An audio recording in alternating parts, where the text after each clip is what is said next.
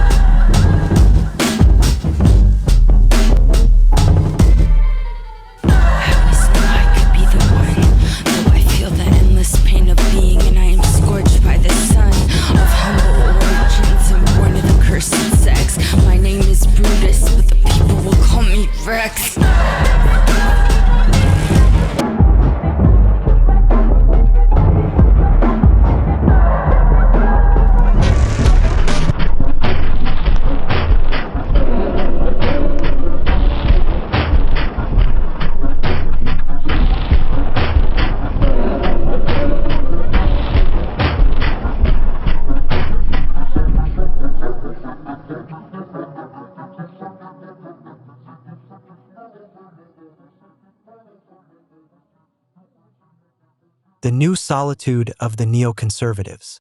Why Hobbes's doctrine has not become absurd in objective terms. Continuation.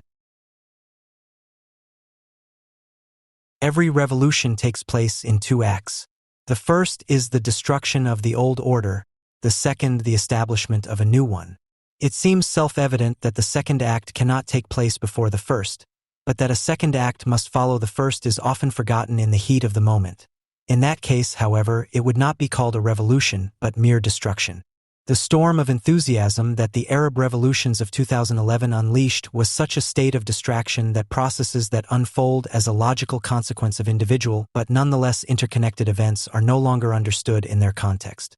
Instead, what the observer likes is taken as the whole, the rest is ignored, and everything is bent to fit the preconceived scheme. Accordingly, the initial demonstrations in Tunis, Cairo, Benghazi, etc. were already considered to be the whole revolution, while the most committed clairvoyants recognized in it the coming world revolution, as this author of a revolutionary German weekly, Jungle World, put it, quote, "Despite all the contradictions that are always inherent in revolutions, they offer not only an opportunity for the region, but also for a newly forming global left. For the revolution in Egypt was also carried from the outset by secular young people and wage earners.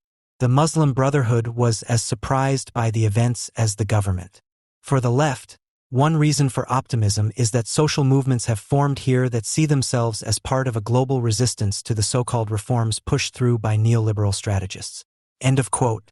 The author saw the Libyan freedom fighters with their Kalashnikovs as a mirage of Che Guevara's African guerrilla, who had returned to free the continent from the yoke of neoliberalism. In Jordan, the monarchy was seen to fall. In Bahrain, the throne was seen to be wobbling. Only the revolution in Yemen, where it was perhaps most urgently needed, failed to trigger any comparable euphoria, presumably because the country's situation, complicated by secessionist wars in the south, the Shiite uprising in the north, tribal arrogance, and Al-Qaeda gangs, did not even offer the slightest point of reference for revolutionary projections.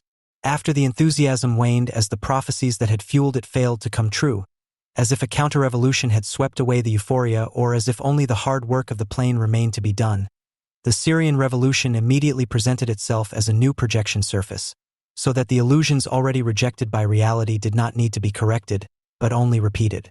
Quote, "The fact that things are going downhill for Assad is entirely due to the Syrians, who have simply had enough and are courageously standing up for their freedom." End of quote. As in the previous cases, the intention to destroy the old order in Syria is not a bad idea in itself. However, a regime does not disappear without another taking its place.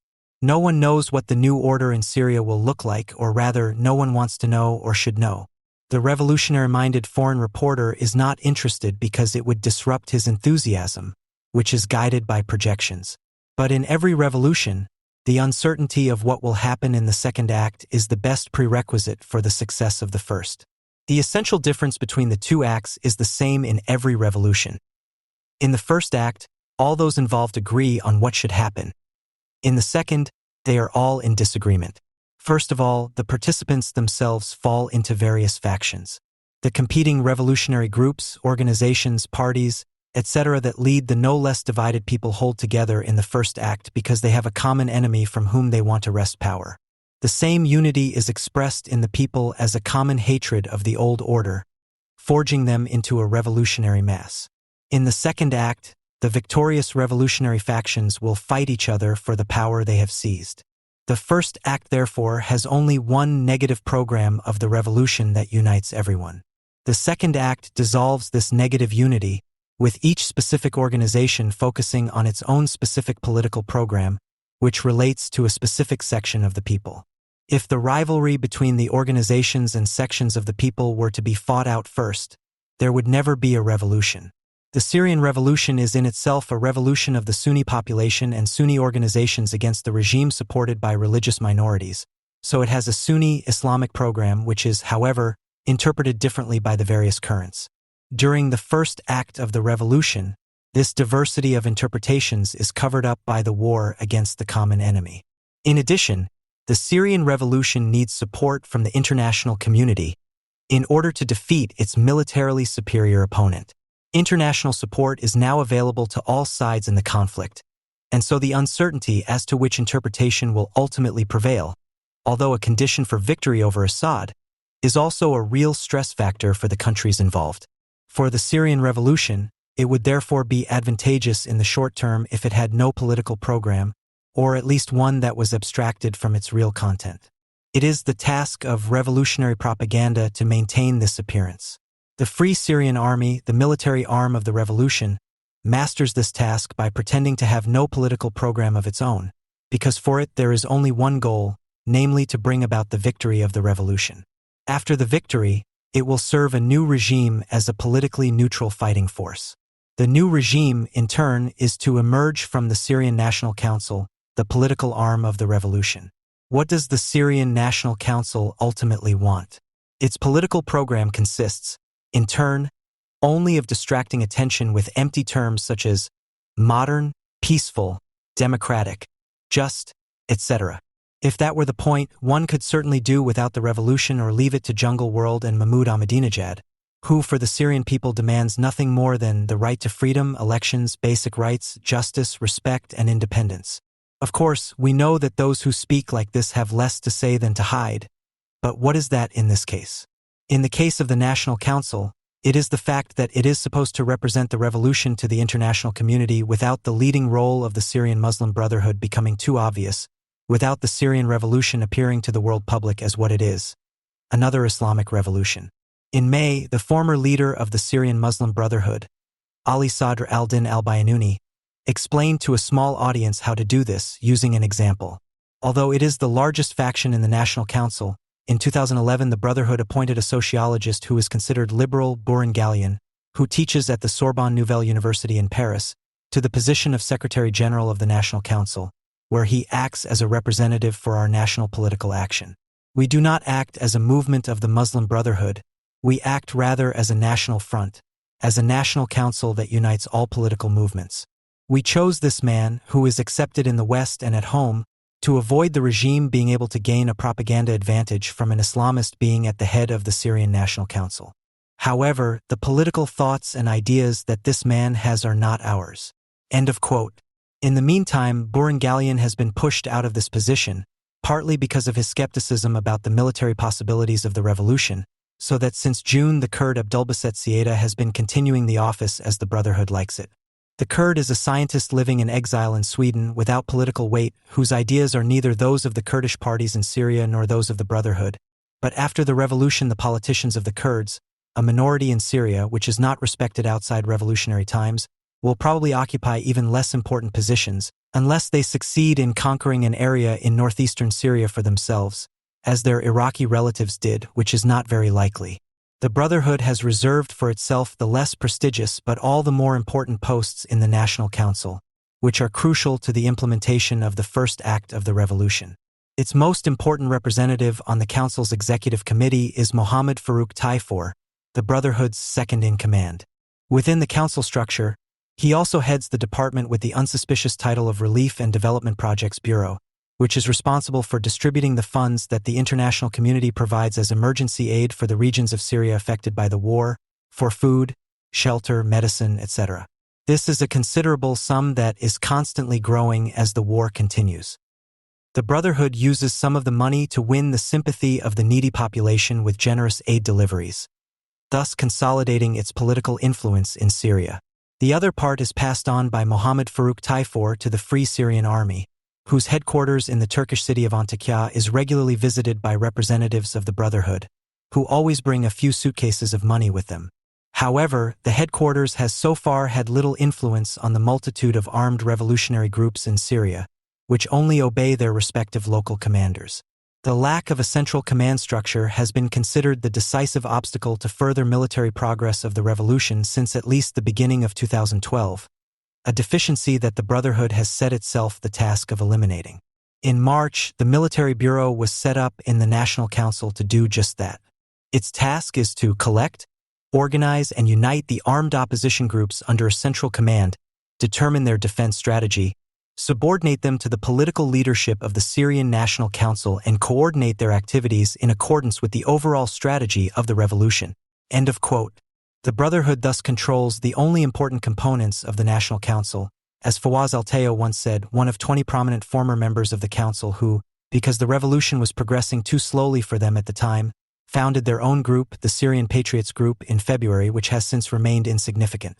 When asked about its political program, the Brotherhood resorts to clichés in order to present itself to the world as a moderate Islamic organization, a term that usually takes the wind out of the sails of even those skeptics who have no idea what a moderate Islamic organization actually is.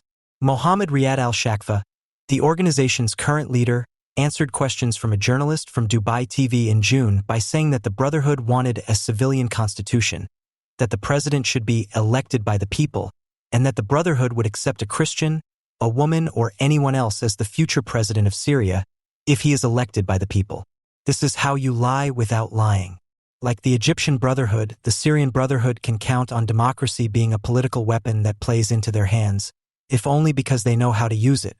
For Syria, the calculation is as follows.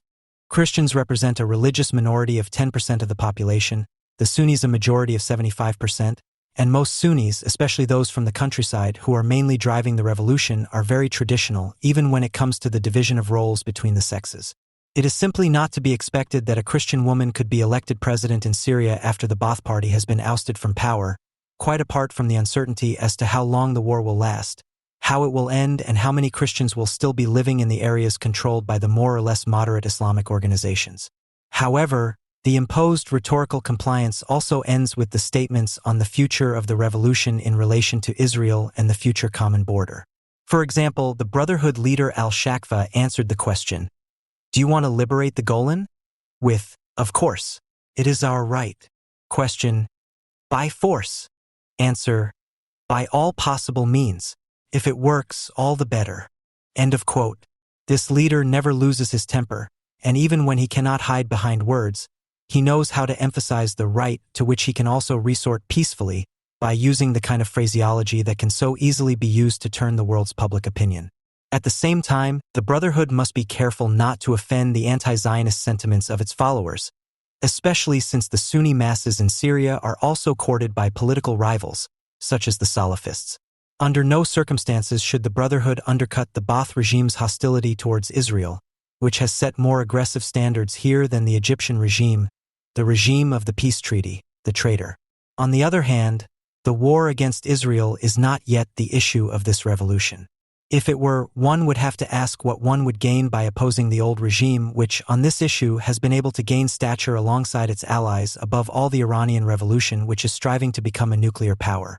Bashar al-Assad was also thinking of this when, in an interview with the Wall Street Journal in January 2011, he announced that Syria would be spared from the Arab Revolution because there was such a close ideological affinity between his regime and the Syrian people. Syria is stable. Why? Because you have to be very closely linked to the beliefs of the people. End of quote. However, this turned out to be pure nonsense, as it soon became clear that this was no longer just about ideology but about power. In the immediate aftermath of the publication of the Assad interview in February 2011, the Syrian Muslim Brotherhood unleashed a media campaign against the regime, using every trick in the book to incite hatred. It accused the regime of subjugating the people and blamed it for unemployment, poverty, hunger, and all the other ills found in Syria. The first major demonstrations took place in mid-March after Friday prayers, often starting inside the mosques. The first videos appeared on the internet. They showed unarmed demonstrators being dispersed by police, first with water cannons, then with truncheons, then with gunfire. The first martyrs of the revolution were reported from Dara, where demonstrators were protesting against corruption and chanting God, Syria, freedom. A blogger with the pseudonym Zenobia wrote in his first report, entitled The Friday of Honor, the start of the revolution, that the very fact that demonstrations were taking place in different places proved that they represented the whole ethnic and religious diversity of Syria. Today there are no Arabs or Kurds, Sunnis or Shiites or Christians. Today is a truly Syrian day for Syria. End of quote. That was how the revolutionary lies began. In reality, the videos, apart from the ubiquitous Allahu Akbar and "There is no God but Allah" slogans, contain no indication of who the demonstrators were or who had organized the demonstrations, and to discover any religious or other diversity in them required more imagination than one would consider healthy. Of course, it was assumed that the demonstrators were calling for democracy or freedom, but without the videos providing any evidence of this. The only information that could be gleaned from the reports of anonymous bloggers was how many demonstrators had appeared, when and where, and whether they had been arrested or shot. It was these first images and their interpretation, together with those that dominated the scenes during the previous Arab revolutions, that coalesced into the image that the world public from then on also associated with this revolution.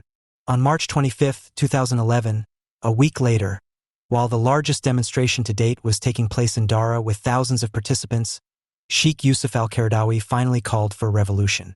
The sheikh, who lives in Qatar, has no formal office in the Brotherhood, but he is its undisputed religious authority.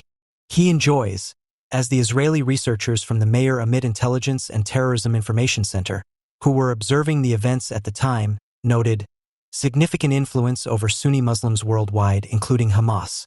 It can be assumed that Qaradawi also has influence over the Sunni population in Syria. End of quote.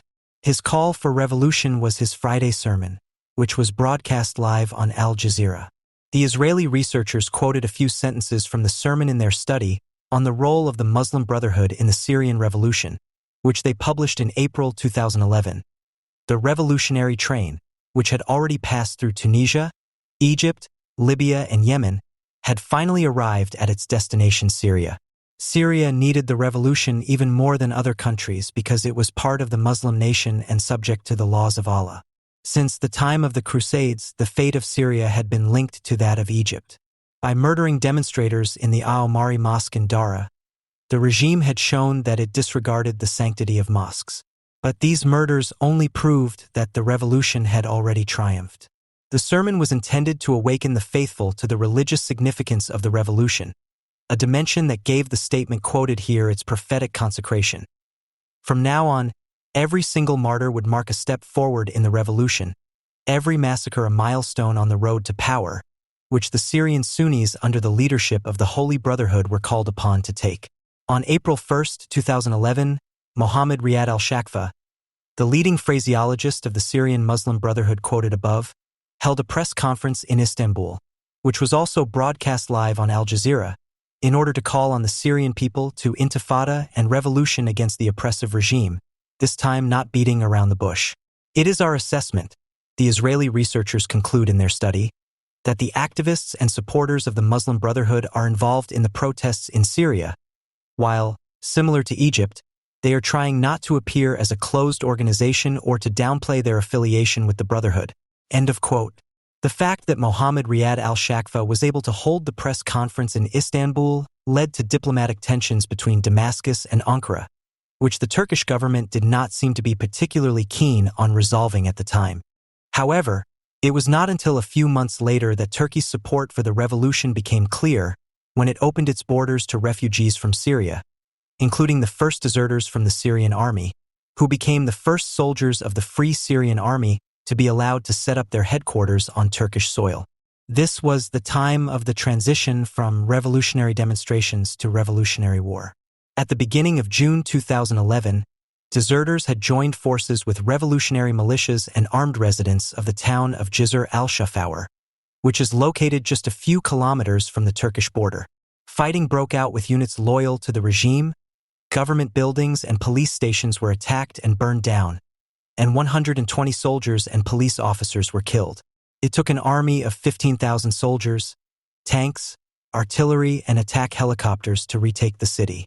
Thousands of people, including most of the deserters, had fled to Turkey beforehand. On July 4th, a colonel in the Syrian Air Force, Riyad Musa al-Assad, followed them to take command of the Free Syrian Army. The first front lines of the slowly developing war had thus been drawn. 1,000 martyrs had already given themselves to the revolution, which could now no longer be stopped. The first act of the uprising had thus only just begun, and the first commandment of the revolution was now its escalation. But soldiers and, above all, weapons were still lacking. In May, an audio tape appeared on the internet in which Osama bin Laden called on al-Qaeda to support the Syrian uprising. A great revolution had begun, he preached, and it was a sin to miss this opportunity.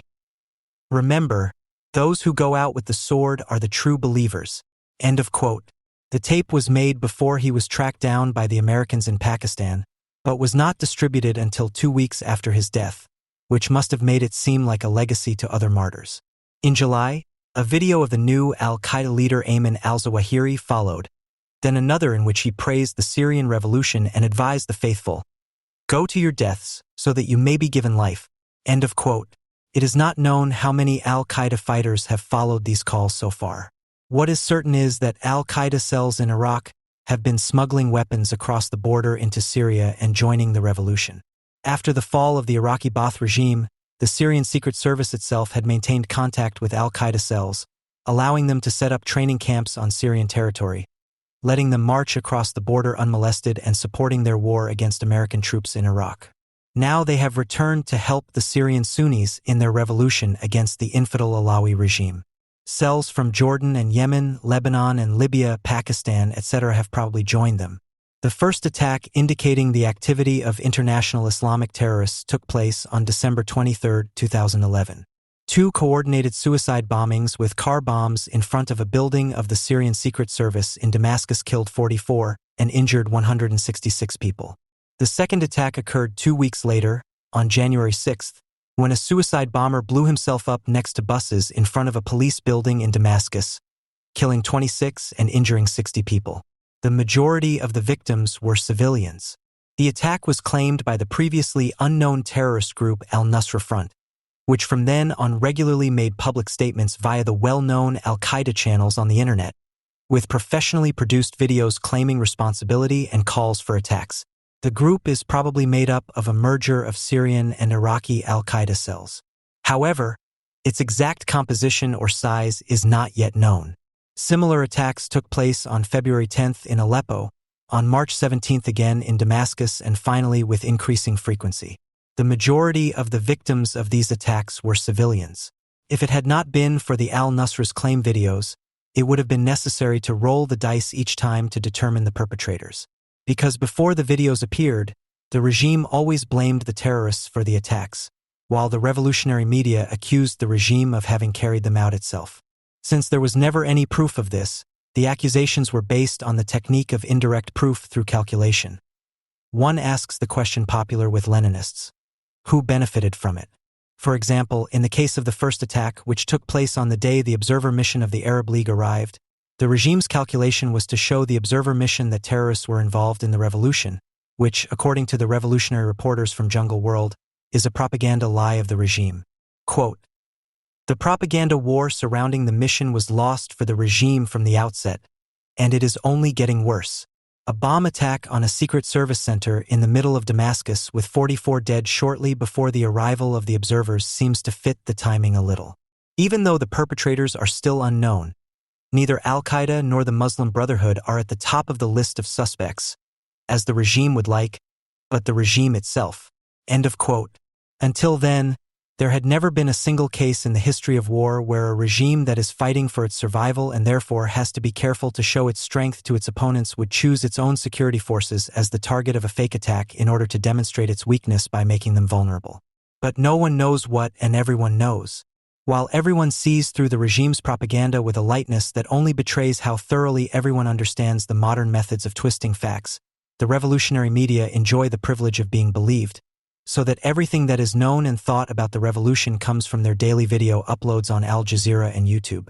These videos therefore only prove that the effect of propaganda is based solely on confirming the preconceived opinions of its audience. The truth of the revolution and its relationship to the propaganda of the deed is perhaps best illustrated by the following story of a British journalist who was in Syria in May and June and one day made the mistake of asking people from the Free Syrian Army for directions. Suddenly 4 men in a black car beckon us to follow. We move out behind. We are led on their route. Led in fact straight into a free fire zone. Told by the Free Syrian Army to follow a road that was blocked off in the middle of no man's land. At that point there was the crack of a bullet and one of the slower 3-point turns I've experienced. We screamed off into the nearest side street for cover.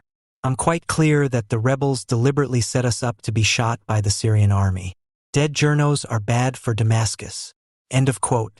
The same thing happened to a member of the Arab League observer mission that day. The uninterrupted series of terrorist attacks since the beginning of 2012 showed that Al-Qaeda's call to come to Syria and support the revolution had not gone unheard. More deserters had joined them. Saudi Arabia, Qatar, and the United Arab Emirates had provided the revolution with enough money to buy up the entire Arab black market in Kalashnikovs, grenade launchers, and explosives, so that the prices for these types of goods suddenly increased tenfold. Large sections of the rural population had armed themselves under the influence of Sunni tribal rivalry. The videos also changed, with the initial scenes of unarmed demonstrators being shot at becoming increasingly rare, and new battalions of the Free Syrian Army, named after the great Islamic military leaders, increasingly showing off their military skills and successes. After having managed to take control of several villages in the fall of 2011, the revolution was now ready to attack the major cities: Dara, Homs, Hama, Idlib, Aleppo. The regime was able to defend the cities once again in the spring with a costly military offensive, but the countryside surrounding the cities fell into the hands of the revolution, which soon controlled almost half of the Syrian territory. The Hola massacre, in a settlement in the province of Homs, in which more than 100 inhabitants were killed on May 25, about half of them children, and about 300 were injured, was an expression of the new stage that the Syrian revolution had reached by the summer of 2012. Despite its superior weapons, the regime was unable to defeat the Free Syrian Army, which was operating as a guerrilla force. It was able to hold the urban centers, but was unable to permanently recapture the rural areas. In this situation, in which each side tried to secure the territory under its control, there was an increase in incidents of political and religious cleansing, the expulsion or murder of Christians, Alawites, and collaborators in the areas controlled by the Free Syrian Army, and the persecution and murder of opponents of the regime in the areas controlled by the regime. These are the typical manifestations of a protracted civil war, so that both versions of the Hola massacre presented in the media were equally likely. The more widespread one that Sunni families were murdered by Alawite militias under the protection of the Syrian army, and the rare one that units of the Free Syrian Army killed Alawite families and collaborators. The fact that the revolutionaries were prepared for a religious war was proven by a video claiming responsibility for another suicide attack in Deir al-Zor on May 19th and added the threat. These blessed operations will continue until the Syrian soil is cleansed of the Alawites and the Sunnis are freed from their oppression. End of quote. For the revolutionary media, of course, only the regime could be responsible for the Hola massacre. Again, there was no evidence, but the revolutionary reporter had already calculated the matter. The calculation behind the massacres is as compelling as it is simple. Assad's regime wants to show the UN mission for what it is, a paper tiger. The message is that the UN will be unable to help any demonstrators when push comes to shove. End of quote. In other words, the regime first attacks its security forces, then massacres the Sunnis, all in order to first show the observers from the Arab League and then the UN mission up as paper tigers. In reality, it was the revolutionary media themselves that had portrayed these missions from the outset as having no other purpose than to give the regime more time for its massacres. However, since the paper tiger calculation also seemed too simple to the author, he offered a second message of the massacre. The regime wanted to transform the protests against the dictatorship into a civil war along confessional and ethnic lines. Because Sunnites and Alawites live in the Hola region, the inhabitants of the Alawite villages around the Sunni settlements that were shaken by the massacre can now calculate what their fate would be if Assad's army were no longer there. It was from their villages that the regime's predominantly Alawite Shabiha militiamen came. End of quote. In other words, the desire for revenge on the part of the Sunnis, which was triggered by the massacre perpetrated by the Alawites, should encourage them to seek protection from the regime, whose underhanded calculations had maneuvered them into this predicament in the first place. This message was indeed no longer so simple. But shouldn't the Sunnis be just as afraid, after what has already been done to them, as the Alawites could still be? And isn't it a strange calculation on the part of a regime that bases its power on religious minorities to want to spark a war along denominational lines, thereby turning 3/4 of the population against itself? Isn't it more plausible to attribute such a calculation to the Sunni revolution? In reality, massacres of this kind, which regularly occur in the course of a civil war, always follow the same calculation: the expulsion, if not the destruction, of the population group chosen as the enemy. The military successes that the revolution had been able to achieve up to that point had immediate political consequences. For the commanders who achieved these successes on the battlefield, they represent shares in the power that will be fought over during the second act of the revolution. The position of the Syrian National Council, and thus of its strongest faction, the Syrian Muslim Brotherhood, initially appeared to be weakened by this. However, the Free Syrian Army is not what its name suggests, namely the military arm of the revolution that obeys a common will. Rather, a multitude of smaller and larger military units that have formed independently of each other in different places over time are fighting under this name, are only obliged to their respective commanders and only cooperate with each other sporadically. In fact, these are not only independent gangs, but gangs that compete with each other for money and territory, each with their own peculiar religious and political programs.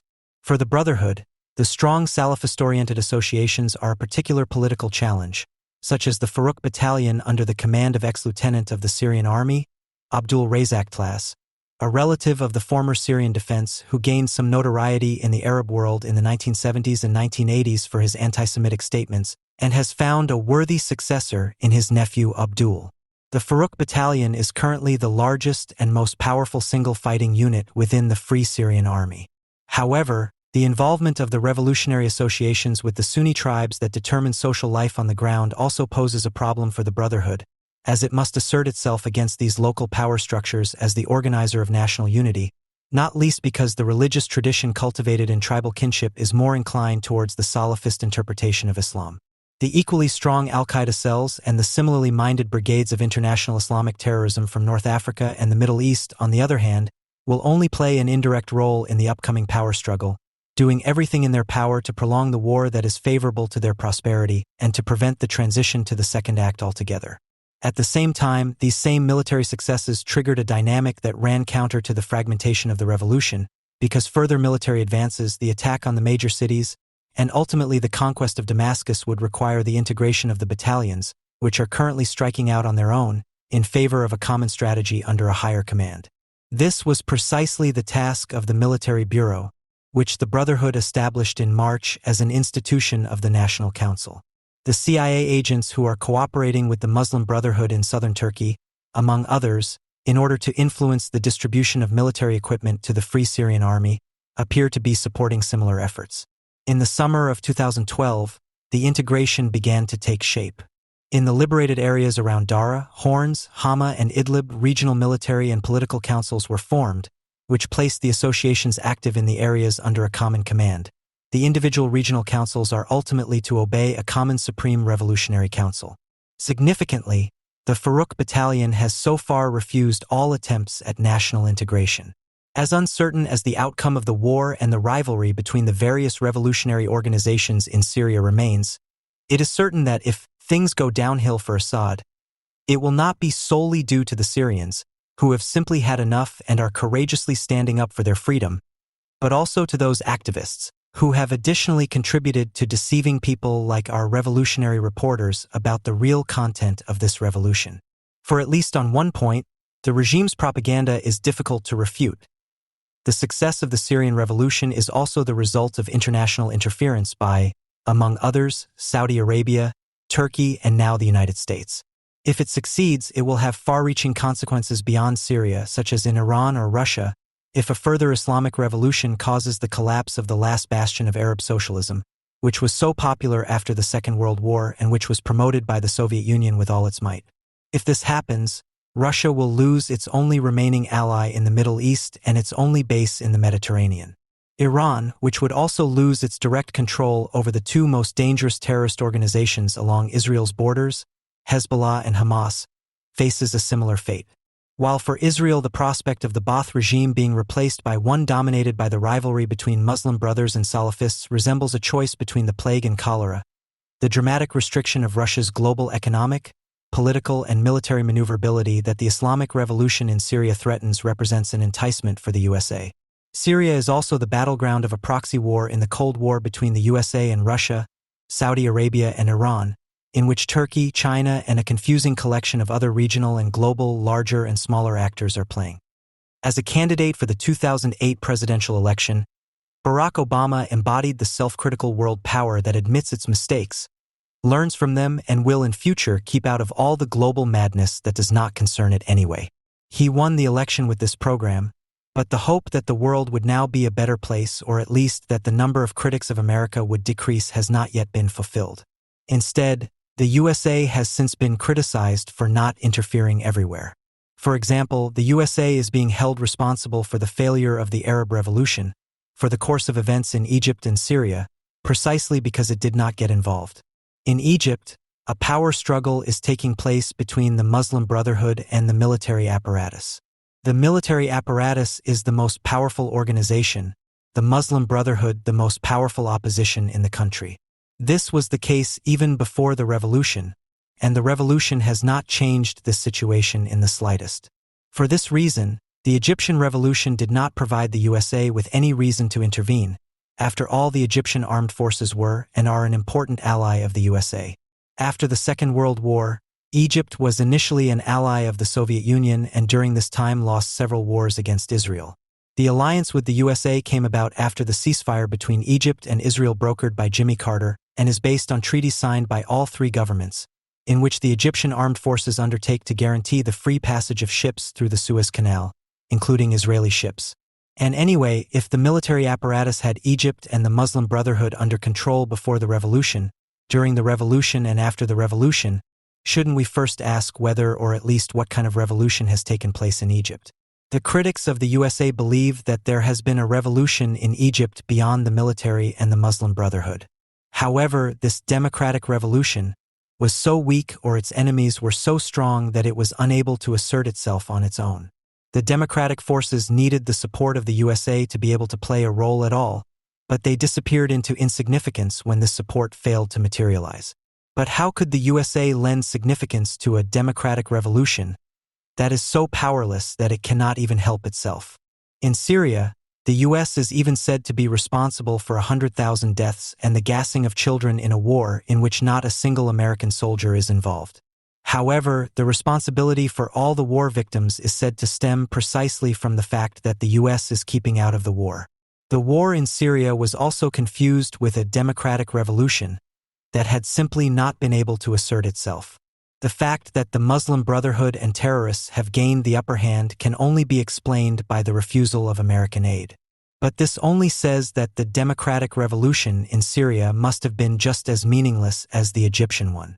The question of the significance of the democratic revolution in Syria has now become meaningless in itself, because, as can be read everywhere, it is no longer about this or that democratic revolution, but about the victims of a war, the slaughter of a people, and the innocence of women and children. The USA should therefore not intervene in Syria for political reasons or national interest, but should bomb Damascus out of pure humanity. The number of deaths would probably not be any lower, but it would be all the easier to name a culprit for the collateral damage: the USA. Barack Obama himself might like the idea, but unfortunately there are some constitutional concerns about making humanitarian intervention part of the USA's foreign policy program. This would make the U.S. Army the world's police force. Would this world police force then be sworn to the American Constitution? Would it then be obliged to defend all people in the world as American citizens? Would America then be the world's sovereign, the American government the world government, and would the American president then have to be elected by the entire world population? Questions upon questions. However, the fact is that the office of President of the United States of America only obliges the person who holds it to defend the interests of American citizens, but not to save the world. Whether the person himself has the talent to improve the world or not is irrelevant, because he only embodies the office, which in turn represents the nation, whose interests are protected from the personal arbitrariness of a president by the government apparatus with its officials and secretaries, a politically trained military apparatus, the courts, parliaments, secret services, parties, and public opinion. And it is precisely political and social institutions and traditions that oblige the president to justify the USA's participation in a war by defending national interests.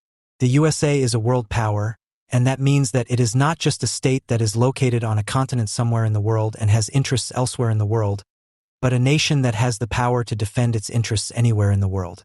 The USA dominates the space around the Earth and the seas on it. It dominates the world economy and controls the internet. With the cruise missiles on the warships of the U.S. Navy alone, which patrol day and night in the waters surrounding the Middle East, an Arab despot can be overthrown or a sea blockade can be set up to block Russian warships from entering the Mediterranean, for example. Thanks to the CIA and the NSA, the American government knows who its immediate enemies are, what they are planning, and what they are hiding behind.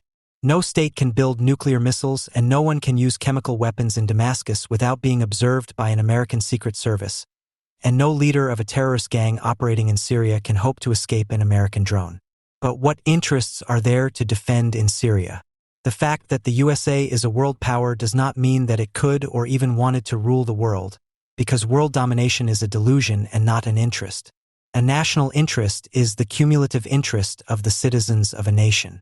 At present, for example, the American economy still needs oil from Saudi Arabia and the other oil-producing countries, which has to be transported along the Iranian coast through the Persian Gulf, the Strait of Hormuz, partly through the Suez Canal to its European trading partners, and partly across the Arabian Sea and the Indian Ocean to its Asian trading partners. The transportation of these oil masses must be secured by military means, because the earlier attempts by Egypt to nationalize the Suez Canal and the current threats by Iran to block the Strait of Hormuz prove the insecurity of the transportation routes. The oil-producing states themselves must be defended. If they are attacked by hostile states, as Kuwait was by Iraq in 1990. The USA needs allies on the ground to guarantee all this, just as the allies need the USA to stay in power. But without the presence of the USA with its military resources superior to all other states, all the states in the Middle East would soon be at each other's throats, not excluding the allies among themselves, and conditions would prevail in the entire region similar to those in Syria today. In Syria, a war is taking place that threatens not an ally, but a state that itself represents a threat to the US's allies. Syrian oil is insignificant for the supply of the world economy, and Syria does not threaten any transport routes. However, Syria has waged several wars against Israel in the past, occupied Lebanon for several decades, and is allied with terrorists who have killed Israeli and American citizens. On the Syrian coast, Russia, a rival albeit inferior world power, has its last military base in the Mediterranean, which it inherited from the Soviet Union. The port, which has been extensively modernized in recent years, can now accommodate the largest Russian warships and submarines. Syria is allied with Iran, a state hostile to the USA, against which a war could soon be necessary to prevent it from arming itself with nuclear missiles. Iran threatens the transport routes through the Persian Gulf and the USA's allies. Just as the Russian base offers Russia, the Syrian coast offers Iran its only access to the Mediterranean. If Iran loses Syria as an ally, Hezbollah will lose a supplier of weapons. The war against the Assad regime thus serves a number of national interests of the United States and of Israel, its most important ally. However, none of this has anything to do with a democratic revolution, and the American people have lost interest in sacrificing thousands of American soldiers and hundreds of billions of dollars for democratic revolutions that are meaningless because of their own weakness or the strength of their enemies, also because the American economy's interest in Middle Eastern oil is declining. To influence the course of the war in Syria, the U.S. would also need allies in Syria itself. But who should that be? The war in Syria is a result of the Arab Revolution, which in Syria took the form of a revolution by the Sunni majority against a regime that relies on religious minorities. If it is now in the interests of the USA to get rid of the Assad regime, then the military formations and political coalitions that have emerged on the side of the opponents of the Assad regime in the course of the revolution and the war that followed it would be potential allies. The development of these formations and coalitions should therefore be considered. The signal for the start of the revolution in Syria was the removal of Hosni Mubarak by the Egyptian armed forces in February 2011. This paved the way for the Egyptian Muslim Brotherhood to take power. The Syrian Muslim Brotherhood, Turkey, Qatar, and Al Jazeera now took the initiative in Syria. As in the previous scenes of the Arab Revolution, everything began with demonstrations that seemed spontaneous and unorganized. The mosques were the center of mobilization, and the Syrian Muslim Brotherhood was the only organization capable of leading the demonstrations politically.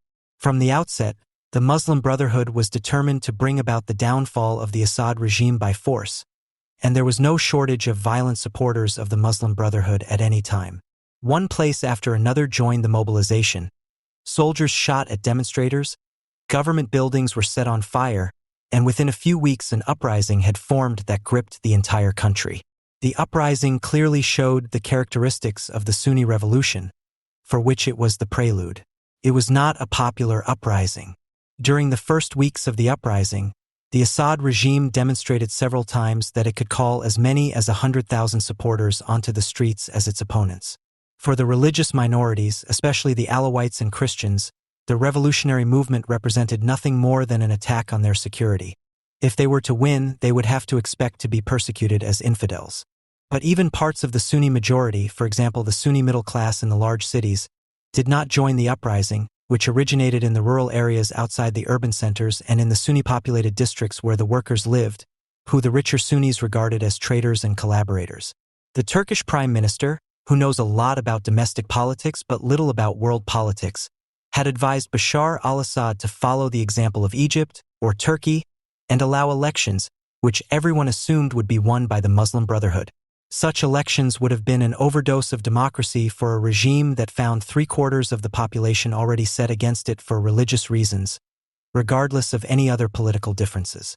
A situation that would have allowed the Assad regime to pit military power against political power, as in Egypt, or political power against military power, as in Turkey, did not exist in Syria either, because the party, state, and military apparatus here still formed an indissoluble unit. The Egyptian or Turkish model was therefore not an option in Syria.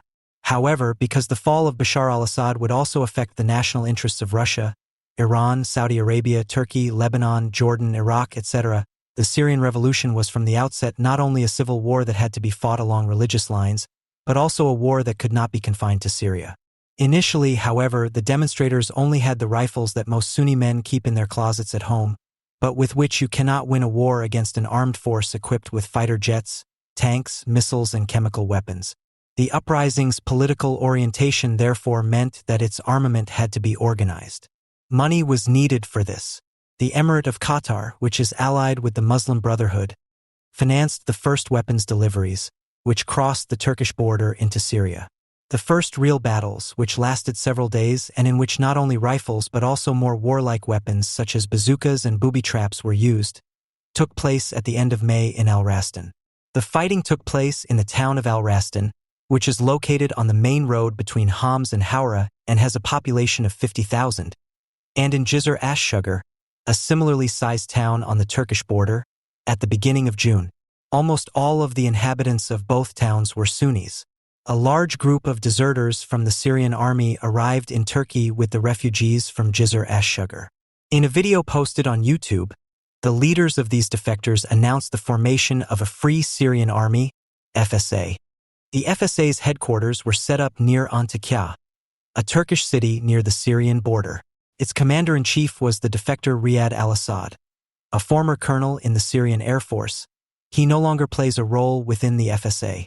In August, Saudi Arabia, Kuwait and Bahrain withdrew their ambassadors from Damascus, while France, Germany, the UK and the US called on Assad to step down, and Turkish newspapers reported that Turkey was already making plans to intervene in Syria. The Europeans talked of sanctions and an arms embargo. The war had by then already become a top-level international affair. The Syrian National Council was founded in Istanbul, which was to bring together all the groups involved in the uprising, however incompatible their various interests, into a common political representation of the revolution. The council included small groups of left-wing and nationalist intellectuals who had published declarations a few years earlier that had no impact and propagated vague reforms, or the new local committees that had formed in the embattled places to produce videos of the demonstrations and battles for YouTube and Al Jazeera, for example. The large group of Kurds, represented by the Kurdish parties allied with the PKK, did not represent Syrian interests in the council, but rather Kurdish interests, which consist of splitting off the predominantly Kurdish-inhabited areas of Syria, which extend northeast along the Turkish and Iraqi border, where they connect to the Kurdish areas there and, from the perspective of Kurdish nationalists, form the southwestern part of Kurdistan. The Assad regime understood that this particular interest, which related to an area far from Damascus, did not pose a decisive threat to itself, and this lack of interest in turn enabled the Kurds to take control of their areas at an early stage of the revolution, largely without serious confrontation with the Syrian army. These machinations of the Syrian Kurds must have seemed more threatening from the perspective of Turkey, on whose border the Kurds took control. Some of the Sunni tribes represented in the council, who live in eastern Syria along the Iraqi border, where their Iraqi relatives live on the other side of the border, also have a special interest.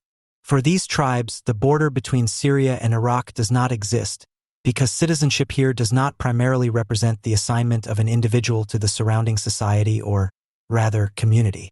Blood ties are more important. However, their particular interest is more interesting for the regime than that of the Kurds, because it undermines the national integrity of Syria as well as Iraq. The threats lurking in the Sunni tribal areas had already become effective once before, namely after the fall of Saddam Hussein, when the tribes living on the Iraqi side allied themselves with al-Qaeda to fight against the American troops stationed in Iraq and the new government in Baghdad, which was supported by the Shiite majority. The Iraqi Shiites in particular had benefited from the democratic institutions that had come to the country with the American soldiers. However, when the al-Qaeda gangs attempted to rule the tribal areas in a way that did not respect the traditional order represented by the tribal leaders, for example, chopping off fingers as a punishment for smoking tobacco, the tribes changed sides and allied themselves with the United States against al-Qaeda. U.S. Marines trained and armed the tribes for this purpose. The joint fight of American soldiers and Sunni tribes against al-Qaeda in Iraq, known as the Sunni Awakening in the history of the Iraq War, took place during the reinforcement of American troops in 2007 and 2008 and at that time made a decisive contribution to reducing terrorism throughout the country. However, after the withdrawal of American troops in December 2011, al-Qaeda in Iraq was able to regain ground and is now once again a serious threat. Like their Iraqi counterparts, the Sunni tribes in Syria also have a mixed relationship with al-Qaeda. They value terror as a weapon against their enemies, the Shiites, but they do not like it when outsiders interfere in their daily tribal life. The possibility of a repeat of the Sunni Awakening makes these tribes interesting objects in the U.S. search for allies in the Syrian war. As allies of the U.S., they are a danger to Assad and al-Qaeda alike. Another group that could be considered as allies in the National Council were the defectors. At that time, this group had not yet organized itself politically, but it could at least be assumed that it belonged to the nationalist factions within the council. Their military training in the Syrian army also made them interesting as allies. A number of other small and insignificant groups and individuals were added, but the council was controlled by a single organization that was financially and politically superior to all the other groups and individuals represented in it, the Muslim Brotherhood. The Syrian Muslim Brotherhood was, however, an exile organization that had family and personal contacts in Syria, political supporters and covert members, but no organization, offices, media, preachers and cadres to wage a political struggle on the ground. Hafez al-Assad's regime had crushed the organization of the Muslim Brotherhood in 1982 with military force, after it had already attempted to bring about an uprising in the previous years, challenging the regime with a combination of demonstrations and terrorist actions. The Muslim Brotherhood had not been active in Syria for 3 decades and, although the first phase of the current uprising seemed to resemble the previous one in form, it had little influence on how it was organized on the ground. However, the Muslim Brotherhood played an important role in arming the revolution through its international contacts and financial resources. From its offices in Istanbul, it organized the distribution of the money that Qatar provided for the purchase of weapons. In a number of places, various groups had begun to arm themselves. In some places, they had already grown into battalions that were engaging the Syrian army in an increasing number of battles. In August, the first battles took place in Damascus, in September in Al-Rastan, and in October in Aleppo. The uprising had now reached the stage of civil war. Until then, the Muslim Brotherhood had played a decisive role in investing the financial resources provided from outside Syria in weapons and distributing them to the groups within Syria that were ready to fight. The prospect of the Muslim Brotherhood rising from the opposition, which had been well guarded by the Arab despots, to a power that would soon rule several states in the region, presented a threat to Saudi Arabia, which the kingdom countered by arming its own allies. Some wealthy private sponsors from the oil states afforded themselves an armed group for themselves. Thus, a second front of Islamic combat units emerged in Syria, the Salafist brigades, which fight together with the already active units financed by Qatar and the Muslim Brotherhood against the Assad regime and at the same time compete for the ranking, the leadership of the revolution and the control of areas. Then the first al-Qaeda bands arrived in Syria from Iraq, and at the end of the year al-Nusra carried out the first terrorist attacks in Damascus. A new phase of the war had begun. Al-Nusra unites Salafists, terrorists, Syrians, Iraqis and jihadists from all over the world under the black banner of Islam. Their military successes soon made the Salafists, and above all al-Nusra, who brought the war into the city centers with suicide attacks, the spearhead of the revolution. On the one hand, the military reinforcements provided by the new groups enabled the opponents of Assad to wage a protracted civil war against the Syrian army. On the other hand, however, the balance of power between the various groups fighting against the regime also changed. In the end, the Muslim Brotherhood lost its position as leader of the revolution to the newer groups, which were militarily superior.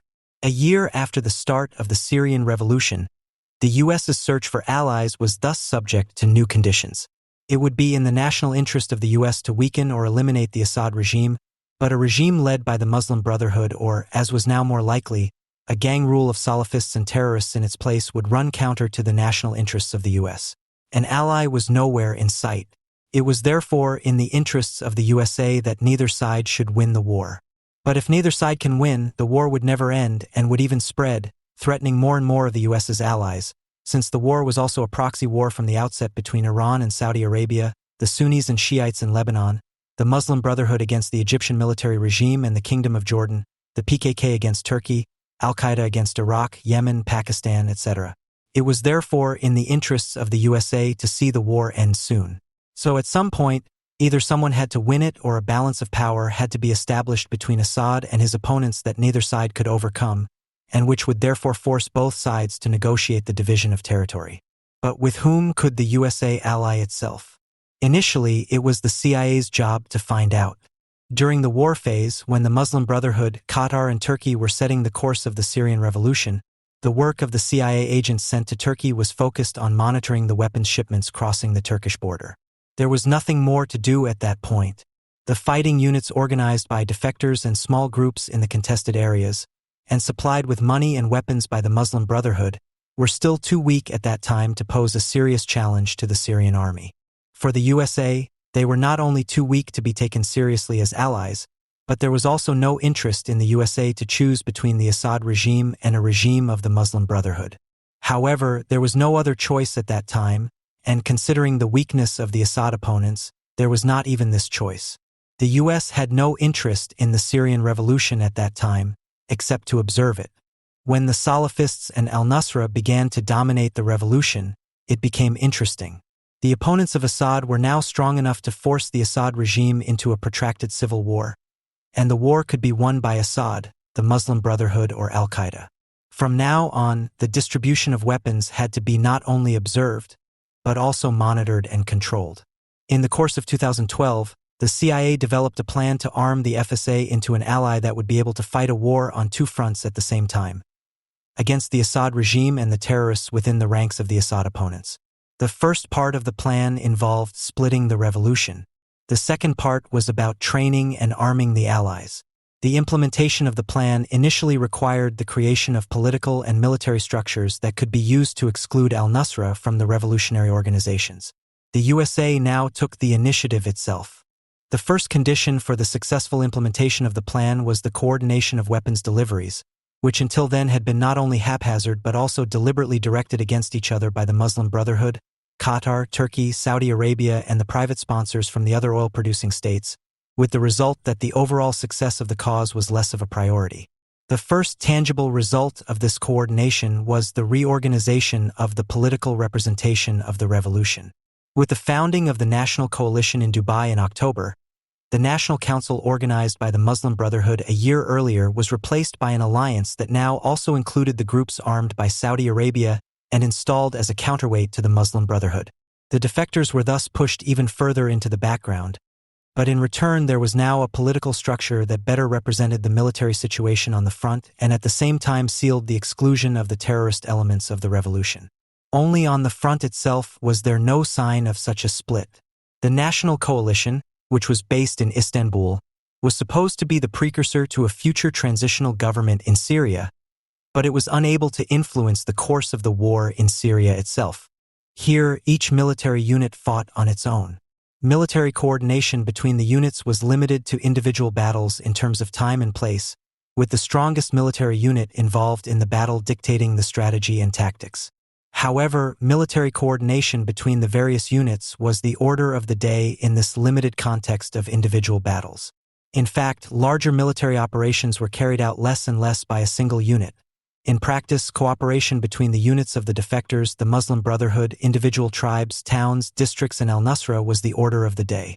The next step in implementing the CIA plan was therefore to transfer the new political conditions to the military organization of the FSA. To this end, around 500 commanders of the individual FSA units met in Antakya, the same Turkish town near the Syrian border where the founding of the FSA had been announced in the summer of 2011. Security officials from the US, the UK, France, Turkey, Qatar, Saudi Arabia, and other Arab states took part in the meeting. The meeting resulted in the formation of a military council that brought all FSA units under a single command. The only exceptions were al-Nusra and the Ahr al-Sham brigades, a coalition of jihadist combat units and one of the strongest military units on the battlefield of the Syrian Revolution. With the founding of the Military Council, which placed the FSA under the command of the defector Salim Idris, a former general in the Syrian army, the military division of the revolution was completed at the organizational level. But on the front line, the division remained a fiction. Even after the Military Council was formed, there was hardly a successful military operation against the Assad regime that did not involve, or rather, was not led by the Ahr al-Sham brigades and al-Nusra. In a coordinated military operation in March 2013, several units within and outside the structures of the National Coalition and the Military Council captured al-Raqqa, the first provincial capital to fall into the hands of the revolution, a municipality in the north with 250,000 inhabitants before the war, where at that time an additional 600,000 refugees from other battle zones were living. The capture of al-Raqqa illustrated the balance of power at the time between the Assad regime and its opponents on the one hand, and between the various military groups of the Assad opponents on the other.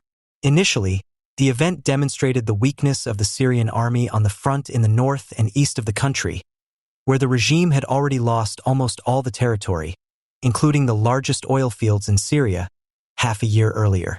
The capture of Al-Raqqa itself also demonstrated the strength of the jihadist elements of the revolution. The FSA units represented in the military council were involved in the fighting, but the capture was planned and led by Ahr al-Sham, whose brigades alone comprised around 20,000 men, while the total strength of the FSA was estimated at 100,000 men. The commanders of Ahr al-Sham had coordinated the attack with al-Nusra and an al-Qaeda group that had only announced its involvement in the war in Syria a few months earlier.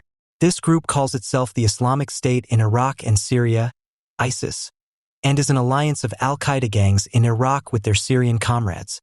It is thus similarly structured to al-Nusra, which makes both appear to be competing organizations, although both are subordinate to the al-Qaeda leadership in Pakistan, under the orders of Ayman al-Zawahiri. ISIS is said to receive money from private sponsors in Kuwait, among other places. Salim Idris and his military council were not involved in the attack plans. The subsequent government of Al-Raqqa was divided between Ahr al-Sham, al-Nusra, and ISIS, with the other FSA units involved in the conquest having no say in the matter. Even during the preparations for the attack, the administration of the city after its conquest was meticulously planned in advance. Individual functions of the municipal administration were assigned to smaller units that had been put together in advance.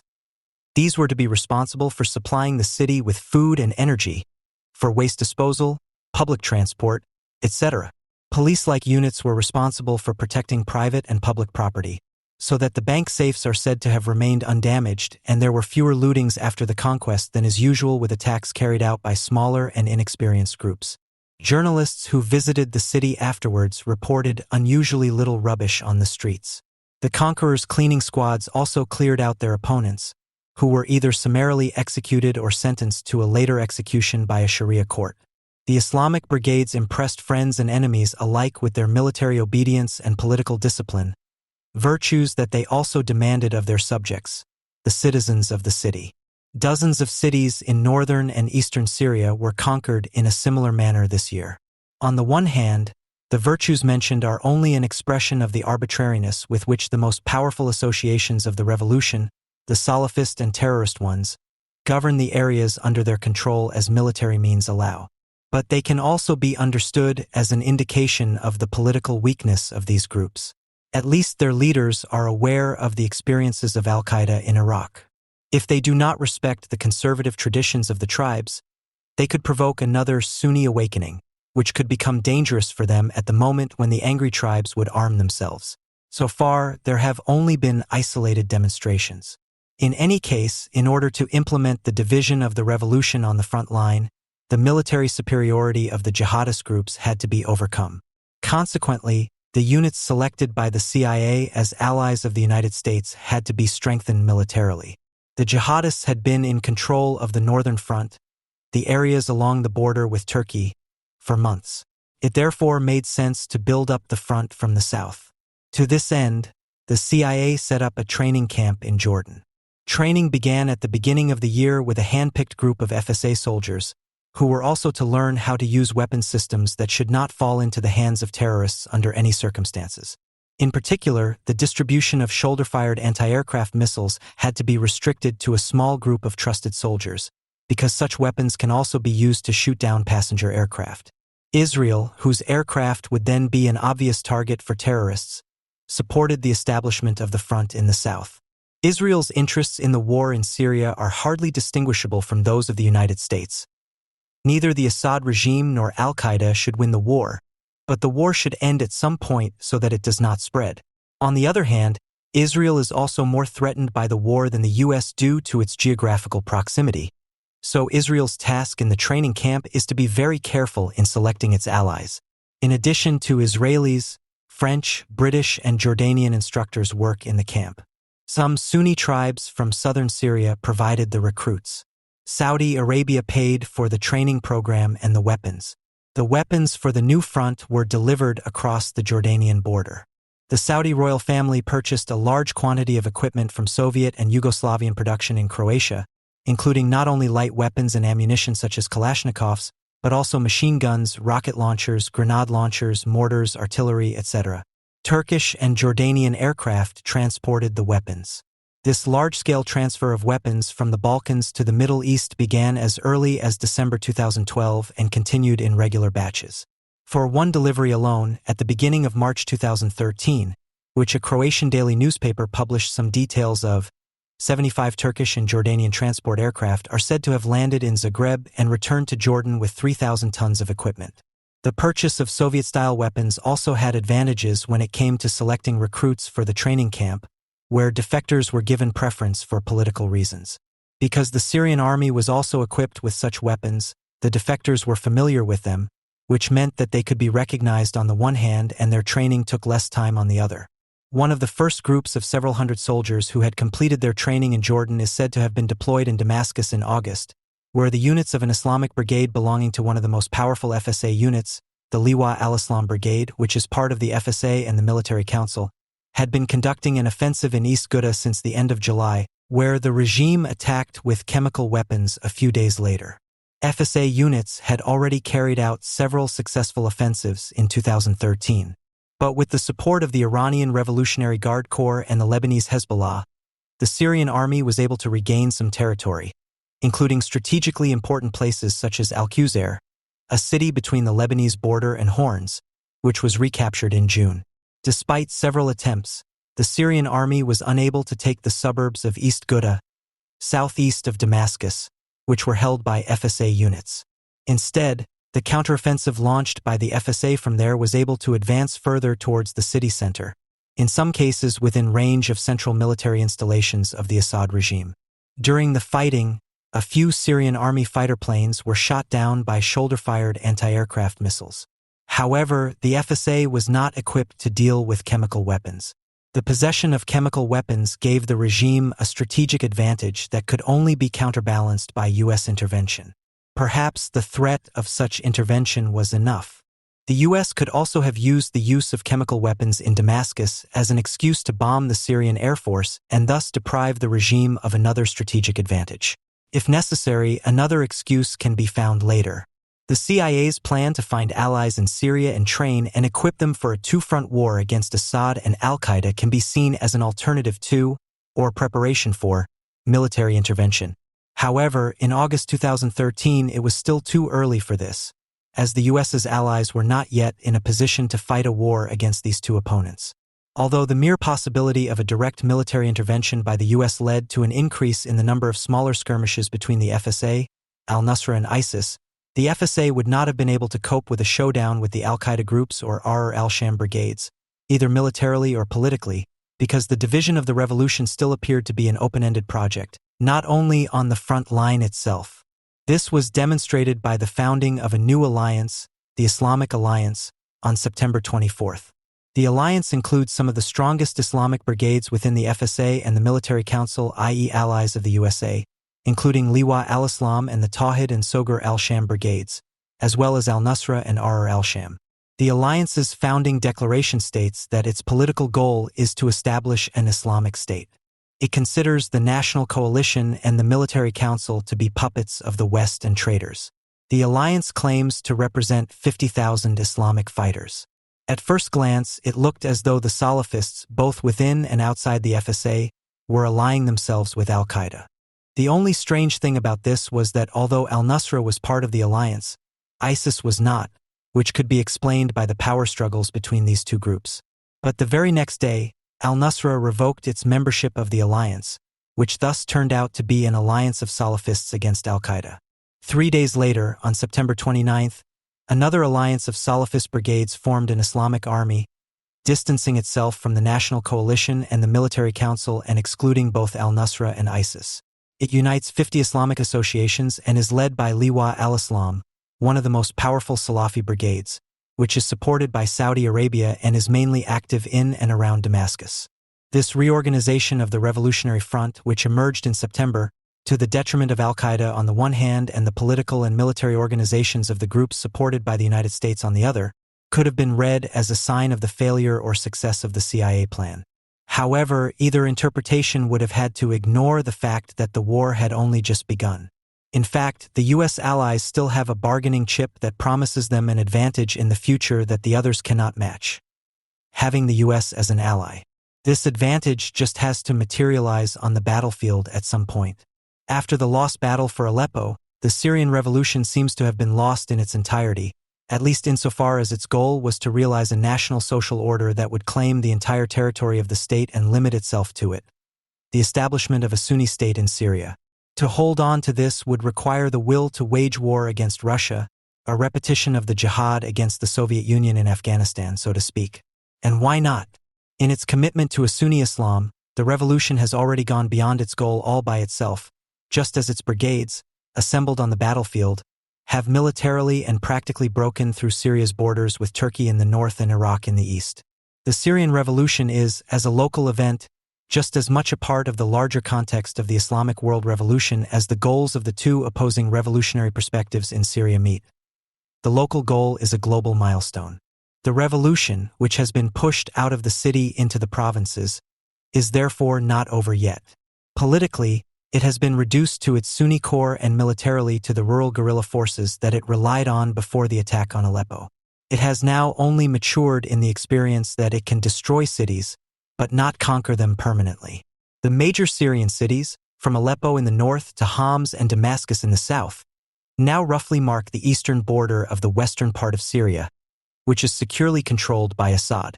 The various armed revolutionary groups continue to control large parts of the Sunni-majority country in the northwestern provinces of Idlib and Aleppo.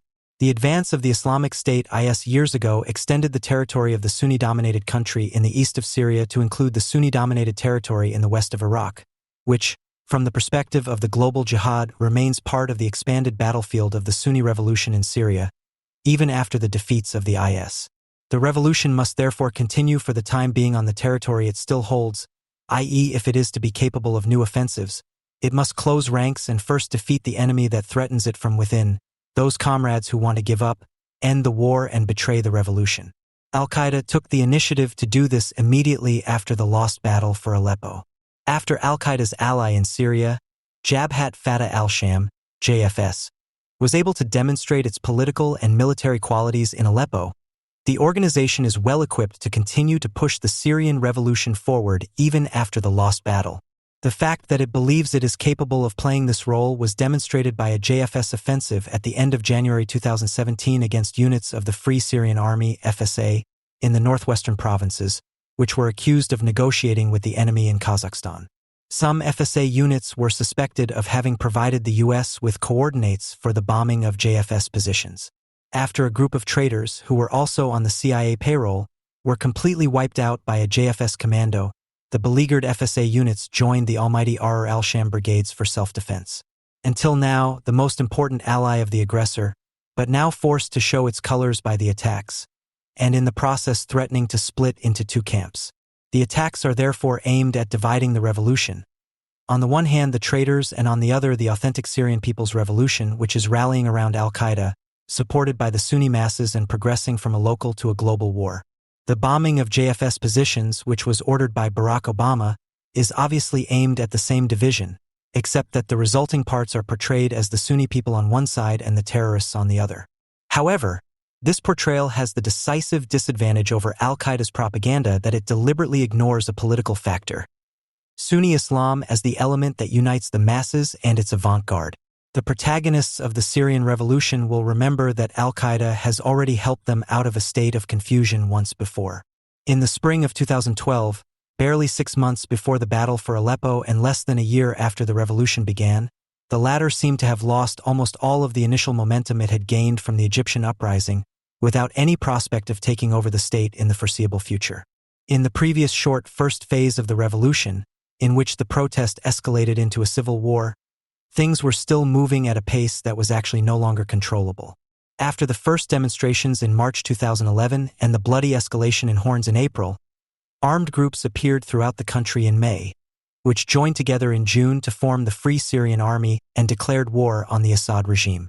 The Unified Revolutionary Army was initially only an idea of the Muslim Brotherhood, which sought to coordinate the escalating uprising of the Sunni rural youth and to subject the revolution to a common political program and military command, which the so-called deserters were to take over. The majority of them were junior and middle-ranking officers, because the regime used to fill such ranks with soldiers from the Sunni majority. The Muslim Brotherhood's propaganda exaggerated the number of officers defecting from Assad's army to the revolutionaries and their ranks, on the one hand to conjure up the imminent collapse of the regime, and on the other to adorn the seemingly unpredictable revolution itself with the charm of a responsible rank. Mobilizing the masses for armed struggle was a simple matter at this stage. The easiest way to get the revolutionary youth on board was to put a Kalashnikov in their hands. A revolutionary council was set up in Istanbul. Money arrived in heavy suitcases, and weapons found their way across the Turkish border into Syria.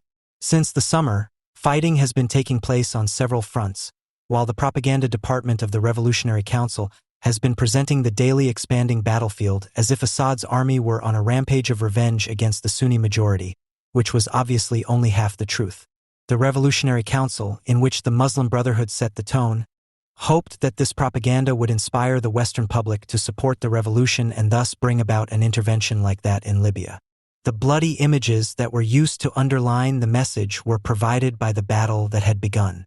In Homs, the third largest city in Syria, a revolutionary battalion had attempted to take control of the Rastan and Baba Amr districts in order to conquer the city from there. By the end of the year, this had become an all-out civil war between the revolutionary Sunni majority and the religious minorities, who regarded the regime as their life insurance. In February, the Syrian armed forces besieged, bombed, captured, and looted Baba Amr, the last district still under revolutionary control, after most of the inhabitants had already fled and most of the FSA units had withdrawn. Corpses and ruins remained, but the Muslim Brotherhood's plan had failed. The West complained, but did nothing. This was not only due to Barack Obama, but also to the contradictions of the revolution itself. The Institute for the Study of War summed it up in December 2011. The armed Syrian resistance lacks fundamental characteristics that were characteristic of the rebels who overthrew President Muammar Gaddafi in Libya. In particular, the resistance has been unable to hold territory from which it could operate and organize, unlike the Libyan rebels, who were able to organize in the liberated city of Benghazi. In addition, Syria's armed resistance is composed only of small units of deserters and local insurgents, all lightly armed, while entire units of the Libyan army had defected. Homs has come to the fore for another noteworthy reason. The specter of religious bloodshed has appeared more clearly in the stories from Homs than anywhere else. End of quote. Homs is located between Aleppo and Damascus and is part of the area that the regime must defend at all costs. In comparison with Aleppo and Damascus, however, Homs was more difficult to defend due to the religious majority and the correspondingly revolutionary mood in the city, i.e., it could only be defended with more violence. The attack on Homs at an early stage of the revolution was a daring maneuver, and the defeat in this city was all the more frustrating because it meant that the existing weapons could not be used to win battles in the larger, more religiously balanced cities, which were politically divided between supporters and opponents. On the other hand, new weapons were already coming into play at the time. Car bombs driven by martyrs and homemade devices that could be detonated remotely, as Al-Qaeda had used against American troops in Afghanistan and Iraq. The first two car bombs, probably driven by two female martyrs from Iraq, exploded on December 23, 2011, near military installations of the regime in Damascus. On January 6, a martyr blew up a police bus. In February, two heavy car bombs destroyed a building of the security forces in Aleppo. In March, there were explosions in Damascus and Aleppo. The group that first used the new weapons and targeted state power in the country's major cities was called Jabhat al-Nusra, JN Front for the Support of the Syrian People. The new front's choice of name distanced it from the revolution, in that it did not present itself as part of it, but as an external force that would help the revolution to victory. This was precisely the role that Al-Qaeda was to play in Syria. The core of the Nusra Front was made up of Al-Qaeda members and sympathizers in Syria and Iraq who had already gained military experience in Afghanistan, Iraq, or Libya. The Nusra Front appeared in Syria as a local elite unit of the global war for the unrestricted rule of Islam, which Osama bin Laden had proclaimed with the attack on September 11, 2001. A Sunni state in Syria would expand the Islamic sphere of influence. In short, a victory for the Syrian revolution would be a stage victory for the Islamic world revolution. While the targeted attacks on the major cities were deepening the political rifts within the affected cities, and each time larger revolutionary demonstrations were met with even larger counter-demonstrations, the revolutionaries in the suburbs and respective provinces were already busy surrounding Aleppo. Compared to Damascus, Aleppo was better suited to an attack from the outside in that the city is close to the Turkish border, which was used to transport a large part of the revolutionary logistics. The northern provinces of Aleppo and Idlib were the focus of the Syrian revolution's military activities from the outset. In February 2012, a reporter from the Los Angeles Times reported from Anadan, a village just 10 kilometers from Aleppo, where young men had armed themselves and driven out the police. According to Wikipedia, the village had a population of over 10,000 inhabitants, while newspapers speak of 20,000, but it is agreed that 30,000 people fled the village during a later attack by the Syrian army. The village was only in revolutionary hands. Quote, "Not far from the main road leading from Aleppo city to the village, a handful of young men, each with a Kalashnikov, some with their faces covered with scarves, stand at a checkpoint just outside the entrance to the small village. The green-white-black flag of the Syrian revolution flutters next to them. The armed uprising has reached Aleppo's doorstep." End of quote. According to the reporter's account, the mood in the village must have been gloomy. Quote, "In a back room on the third floor of a newer building is the improvised media department of the newly formed Revolutionary Council for Aleppo and the suburbs.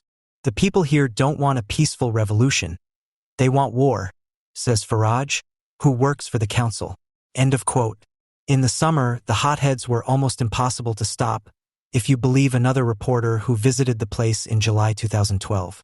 Quote, "Behind the villa that guarded them, a group of half-naked rebels roared with laughter as they did cannonballs into the dirty, half-full swimming pool.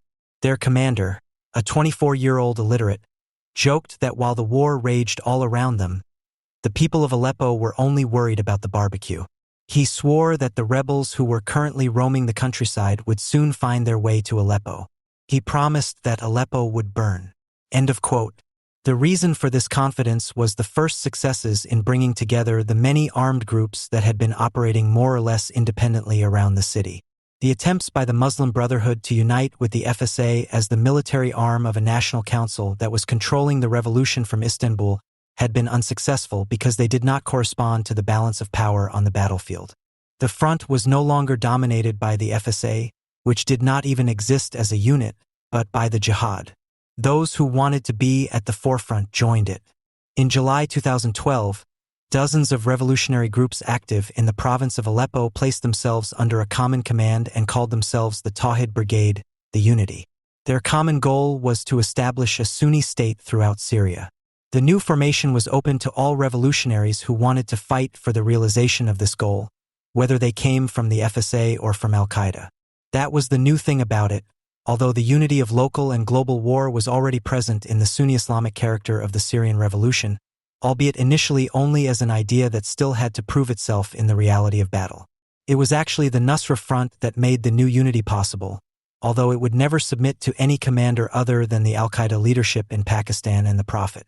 Before the attack, the Tawhid Brigade commanded around 10,000 men, without the Nusra Front. On July 22, 2012, The Guardian reported, "Fighters from the rural areas around Aleppo have stormed the city of 3 million near the Turkish border." The Tawhid Brigade said in a video statement that the battle for the liberation of Aleppo had begun. End of quote. 2 days earlier, thousands of fighters had invaded the city and used Kalashnikovs and rocket-propelled grenades to clear the way into the districts where they hoped to find a welcoming reception due to their population composition. Apartments were seized to set up revolutionary accommodation, offices and media stations, schools were converted into military bases and command centers, civilian life was brought to a standstill, and the inhabitants were placed under the rule of the command that ruled the respective street. Within a few days, the revolution had taken over almost a third of the city and was at the gates of the old town in the center of Aleppo. A counteroffensive by the Syrian army was able to stop it there, but it was unable to regain the lost parts of the city. Residents who did not want to take part in the revolution fled from the contested areas. Those who wanted to resist the revolution, however, because they had nothing good to expect from it, like the religious minorities in the city, had to join an Alawite, Christian, or Druze militia, which helped to defend the regime. On July 30th, an FSA command captured a strategic checkpoint of the Syrian army near Anadan. The fighters claim to have captured the Hryatin military base and the Anadan checkpoint. A video shows them triumphantly on the captured tanks. Colonel Abdel Nasser, the commander of the battle, told Guardian reporter Luke Harding that his people had captured 8 tanks and 10 armored vehicles, as well as mortars and a lot of weapons. The rebels now control a strategic land corridor in northern Syria, the entire route from Turkey to Aleppo. This was the main route of revolutionary logistics, the artery of the bloody battle for Aleppo, which had just begun. It was now obvious that the various armed groups were coordinating their operations. The hot-headed illiterates from Anadan were now part of a complex battle plan that would finally push the revolution out of the province and into the power centers of the Assad regime. A New York Times reporter in Aleppo described the situation in the city that day. In a school that has been transformed into a military base, a rebel commander sits at a small desk as updates come in over his walkie-talkie. His fighters are on the front line, watching government troops massing around the city. An AK-47 lies on the desk. "We are preparing for a long, hard guerrilla war," he says, as he instructs his men to organize night patrols in Salaheddin, the district at the center of the fighting. The city has been completely transformed, its gardens and schools overflowing with people who have been made homeless. The hospitals are full of civilians wounded in an armed clash or by the incessant shelling from the government. New borders have emerged, with the army and its opponents marking out their respective territories with tanks or burning cars. Armed clashes occurred mainly in the impoverished, makeshift settlements on the outskirts of the city, where the rebels found willing support, and in the districts in the center around the old city. Many neighborhoods are cut off from electricity and water supplies. Most bakeries have closed. According to the United Nations, 200,000 people have fled the city. Those who could not leave the city have retreated to parks and to Kurdish and Christian neighborhoods, which have largely been spared from the fighting. End of quote. Reuters reported on August 1st. The rebels say they will turn Aleppo into the grave of the Assad regime. End of quote. In the end, it was not the grave of the Assad regime, but that of tens of thousands of residents of the city. The conditions for this had already been created at the beginning of the battle. During the advancing offensive, which aimed to conquer the old city, Aleppo was surrounded by revolutionary troops who blocked all the roads into the city. The city besieged by the revolutionaries already resembled the eastern part of the city, which was surrounded by regime troops 4 years later, where the revolution had taken root for a long guerrilla war that it ultimately lost. But it was only when, a few weeks after the attack, the old city of Aleppo, with its cultural heritage, caught fire in the center of the city during fighting, that the German world conscience was awakened. Richard Herzinger suddenly recognized the pure hypocrisy behind the whining about the loss of the world cultural heritage, and at that moment his heart also ignited for the Syrian revolution. Quote, "World cultural heritage? What did the Syrian people get out of it, who the world expected to live under a particularly brutal, kleptocratic dictatorship for decades? Especially since international strategy experts from left to right largely agreed that Arab culture was not compatible with Western ideas of democracy and human rights. World heritage. A world community that has watched calmly for over a year and a half as tens of thousands of people have been slaughtered and tortured, and hundreds of thousands of refugees, besieged people and the persecuted have been left to suffer, can hardly call itself civilized and therefore does not deserve such a heritage. The routine persistence with which the West avoids any serious attempt to stop the disaster is now bordering on barbarism.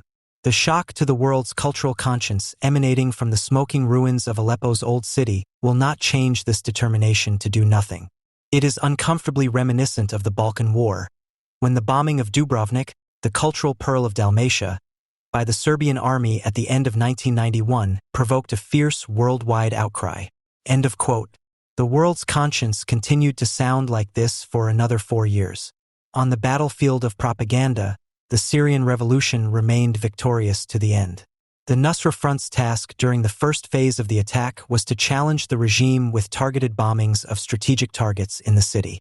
At the end of July, a young commander of the Nusra Front told a Time reporter about his work. Quote, "Our specialty is bombs, homemade bombs, IEDs. Most of our operations involve placing IEDs on roads or detonating cars by remote control," he said. On the night Time spoke to him, Some members of Jabhat were in a remote field testing a homemade rocket that had been built with the help of Syrian veterans of the Iraq War. End of quote. The homemade rocket was allegedly capable of penetrating a tank. A commander of a small FSA unit told the same reporter that he works with the Nusra Front because he needs their bombs. On August 8th, a Reuters reporter traveled to the front to investigate the relationship between the Nusra Front and the other revolutionary groups. She describes the arrival of revolutionaries sitting on a truck. The fighters have brought mortars and boxes full of homemade bombs. And wherever you find homemade bombs, there are probably also foreign fighters, says a rebel named Muhammad from a local unit. They have a lot of experience in bomb making from the uprisings in Iraq. With their help, our bombs now have an explosion radius of 3 to 7 kilometers. Now we can even detonate them by cell phone. End of quote. But the Nusra Front was not made up only of foreign fighters. Many were Syrians who had fought in Iraq. Other former comrades in arms went to the Ahr al-Sham brigades, whose members emphasized that they were founded immediately after the Egyptian Revolution in early February, but before the first protests in Syria at the end of March 2011. The reporter herself writes about these free men of Syria, whom she describes as one of the most effective and mysterious groups in Aleppo. The rebels say that most of the jihadist foreign fighters in Idlib and Aleppo are among their fighters. They are extremely effective and secretive. They work with us to carry out attacks against the regime, but they don't take orders from anyone else. They have smuggled weapons into Syria that are much better. End of quote. The Nusra Front and the Ahr al-Sham brigades were natural allies from the beginning and remained so until the end of the battle for Aleppo. The war and Islam kept the revolutionaries firmly together. The reporter asked a Syrian rebel commander about this. Let me be clear. I am an Islamist. My fighters are Islamists. But there is more than one kind of Islamism, he tells Reuters. The men who are coming have been in insurgencies like Iraq. They are too extreme. They want to blow up all the symbols of the state, even schools. End of quote. But despite his reservations about this extremely radical approach, the commander hopes that the extremists will help him to establish an Islamic state. Quote, let's get rid of the regime first, restore stability, have a national dialogue, and then we can gradually establish the Islamic state, giving people time to get used to it.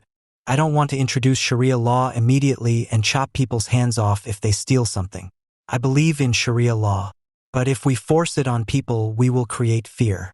We have to make it clear to minorities that we will treat them well. End of quote. And that they are minorities. What the rebel commander said here comes from the textbooks of the Muslim Brotherhood. They had, of course, also studied the people of Al-Qaeda. The accusation of extreme radicalism is difficult to justify, insofar as it was directed against the entire Al-Qaeda movement, as the media like to do in order to maintain their neat separation of good and bad revolutionaries. The Nusra Front, as the organization allied with Al-Qaeda in Syria, did what it could to live up to its name and support the Syrian revolution. The skills and courage of its soldiers inspired the revolutionary masses. This connection with the masses is the first commandment of every people's war, according to the Maoist slogan that a fish must swim in water. And the people's war was exactly what Al-Qaeda wanted. The imperative to immerse oneself in the sweeping current of the revolutionary masses, who must be shown the way, is therefore an equally self-evident and incontrovertible principle of the organization's politics. However, the problems with extreme radicalism were not imaginary. They arose within its own ranks, because part of the organization was apparently determined to no longer adhere to these political principles. The extreme radicalism first organized itself in Iraq. After the fall of Saddam Hussein, Iraq was the center of the global jihad for years. It was mainly the Al-Qaeda ally in Iraq, which at that time called itself the Islamic State in Iraq ISI, from whose war experiences the Syrian revolution now benefited. But the Iraqis had no social revolutionary strategies in mind. Their relationship with the masses was determined by the simple formula of physical violence. Either you follow us or you die. The political problems with the Iraqi ally had been a source of great concern to the Al-Qaeda leadership in Pakistan since the days of the Iraq War, and only eased temporarily when the Iraqis lost the war against the United States because they had alienated the Sunni tribes in Iraq and thus actually demonstrated the stupidity of their policy. But after the withdrawal of American troops, the Iraqi Al-Qaeda network, which had been forced underground, gained ground again. In Syria, the veterans got something to do, and in the spring of 2013, a good year after its intervention in Syria, ISI already felt strong enough to incorporate the Syrian revolution without further ado, thus violating all the principles of al-Qaeda's policy. In April 2013, the ISI declared its merger with the Nusra Front under the name of ISIS Islamic State in Iraq and Syria, and the supreme command of ISI leader Abu Bakr al-Baghdadi.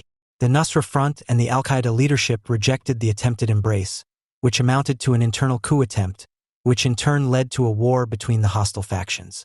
The political significance of this split, which had far-reaching consequences for the global jihad, had been explained by Ayman al-Zawahiri, successor to Osama bin Laden, who was killed by a U.S. commando in an early phase of the Arab Revolution, to Abu Bakr al-Baghdadi's predecessor in a long letter years earlier. Musab al-Zarqawi, the then leader of Iraqi al-Qaeda, had already made exactly the same mistakes that his successor apparently intended to repeat.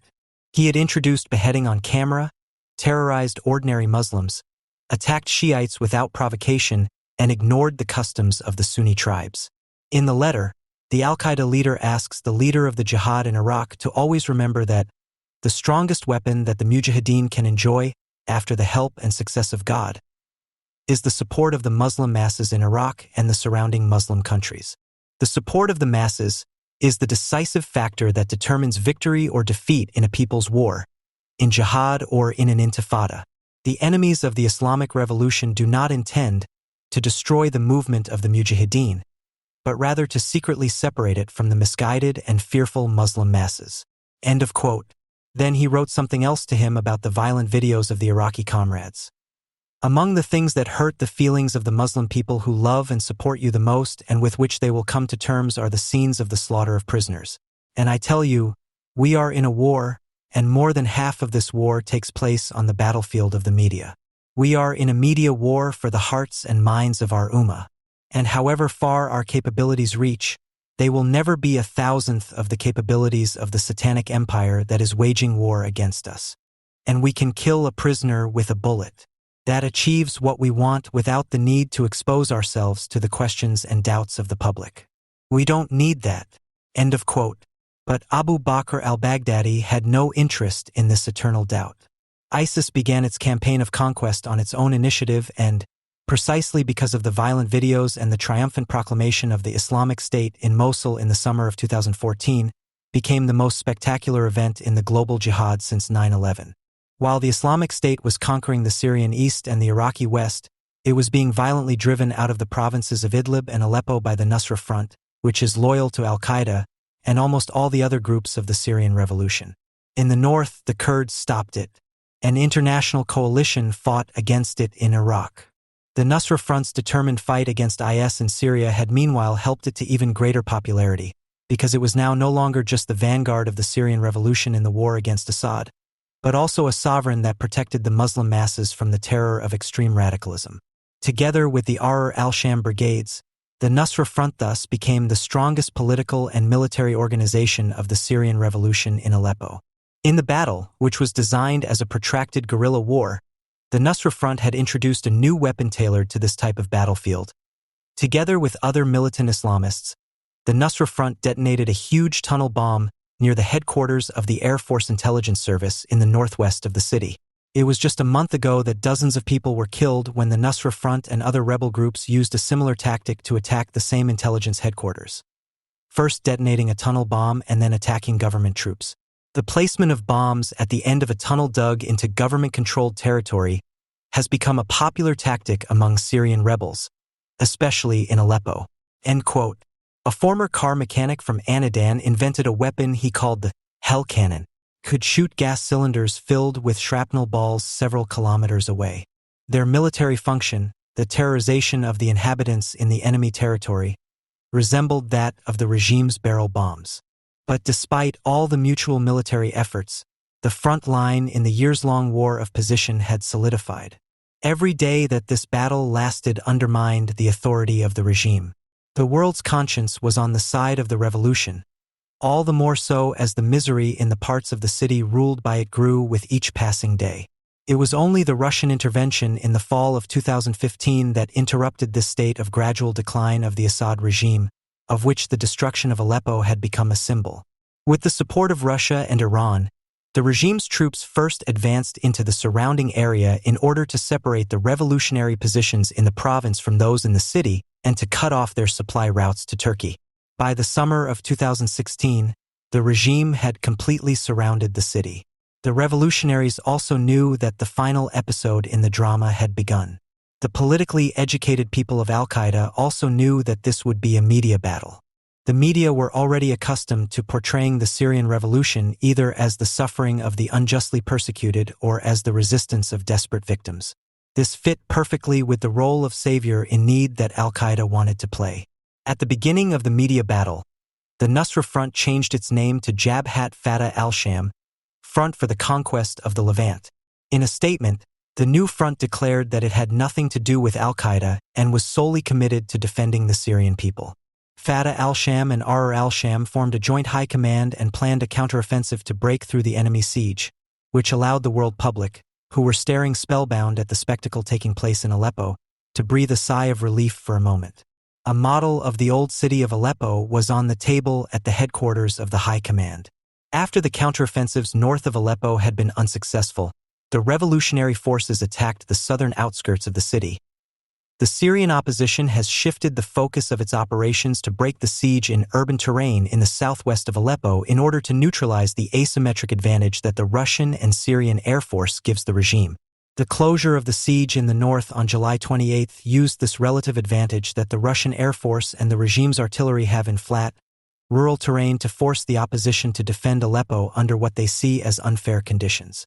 Even with their superior weapons, it will be difficult for the regime's troops to drive the opposition out of this dense urban terrain. Tunnel bombs played a crucial role in this operation. Al-Qaeda's intention was to bring the battle back into the city, once it was lost, and to delay its end as long as possible, in order to give the media sufficient opportunity to present the battle for Aleppo as a heroic story of sacrifice in a tragically ended revolution. A book about the Ba'ath Party published in the early 1970s states, Baathism is a political style that is difficult to describe but easy to recognize, which means that there is even a physical type that the population can recognize as a Ba'athist. The mustache is an essential part of it. End of quote. Until recently, Bashar al-Assad, General Secretary of the Syrian Ba'ath Party and successor to his father Hafiz, who had worn a mustache all his life, embodied this type in every detail. However, not long after the Syrian revolution against him was proclaimed, he suddenly disappeared, along with the mustache that had been such an integral part of his otherwise always clean-shaven face. It can be assumed that this was a well-staged affair, which was also intended to symbolize a change that had supposedly long since taken place, but in reality only underlined the struggle for survival at all levels. Contrary to the claim quoted above, the general political style of Baathism is quite easy to describe, precisely because it is easy for everyone to recognize. Merciless cadre rule, great brutality, favoritism, and a state ideology staged as a superordinate pseudo-religion, which logically leads to a personality cult, have always been the means of rule of Baathism in Syria and Iraq. However, this hardly says anything about the particularity of the Syrian Ba'ath regime. The Pan-Arab state mergers in the 1950s and 1960s made it clear to the protagonists of Baathism that, despite being better organized, they would never be able to step out of the shadow of the Egyptian Pan-Arab light figure Gamal Abdel Nasser.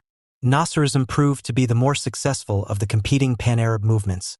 Even though the Ba'ath claimed the copyright to the idea of a unified Arab nation and therefore called itself the Party of Rebirth, Ba'ath, the Syrian-Egyptian Union, which existed as the United Arab Republic from 1958 to 1961, was intended by both states as a declaration of war on the enemies of the Arab cause, the partly still feudal Arab monarchies.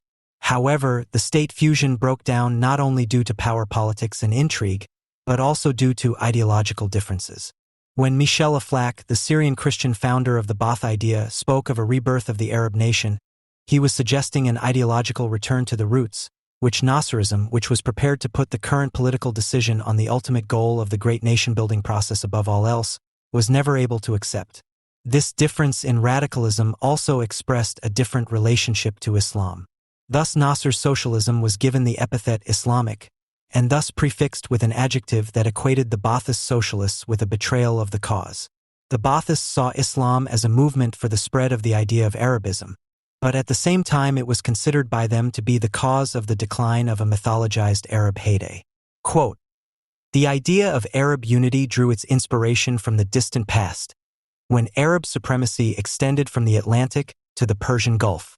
However, when Islam spread among non-Arab peoples and national differences were blurred, the Arabs lost their sense of national unity and reverted to the stage of the pre-Islamic period." End of quote. This is how Michel Aflaq described his, at first glance, ethnic view of history.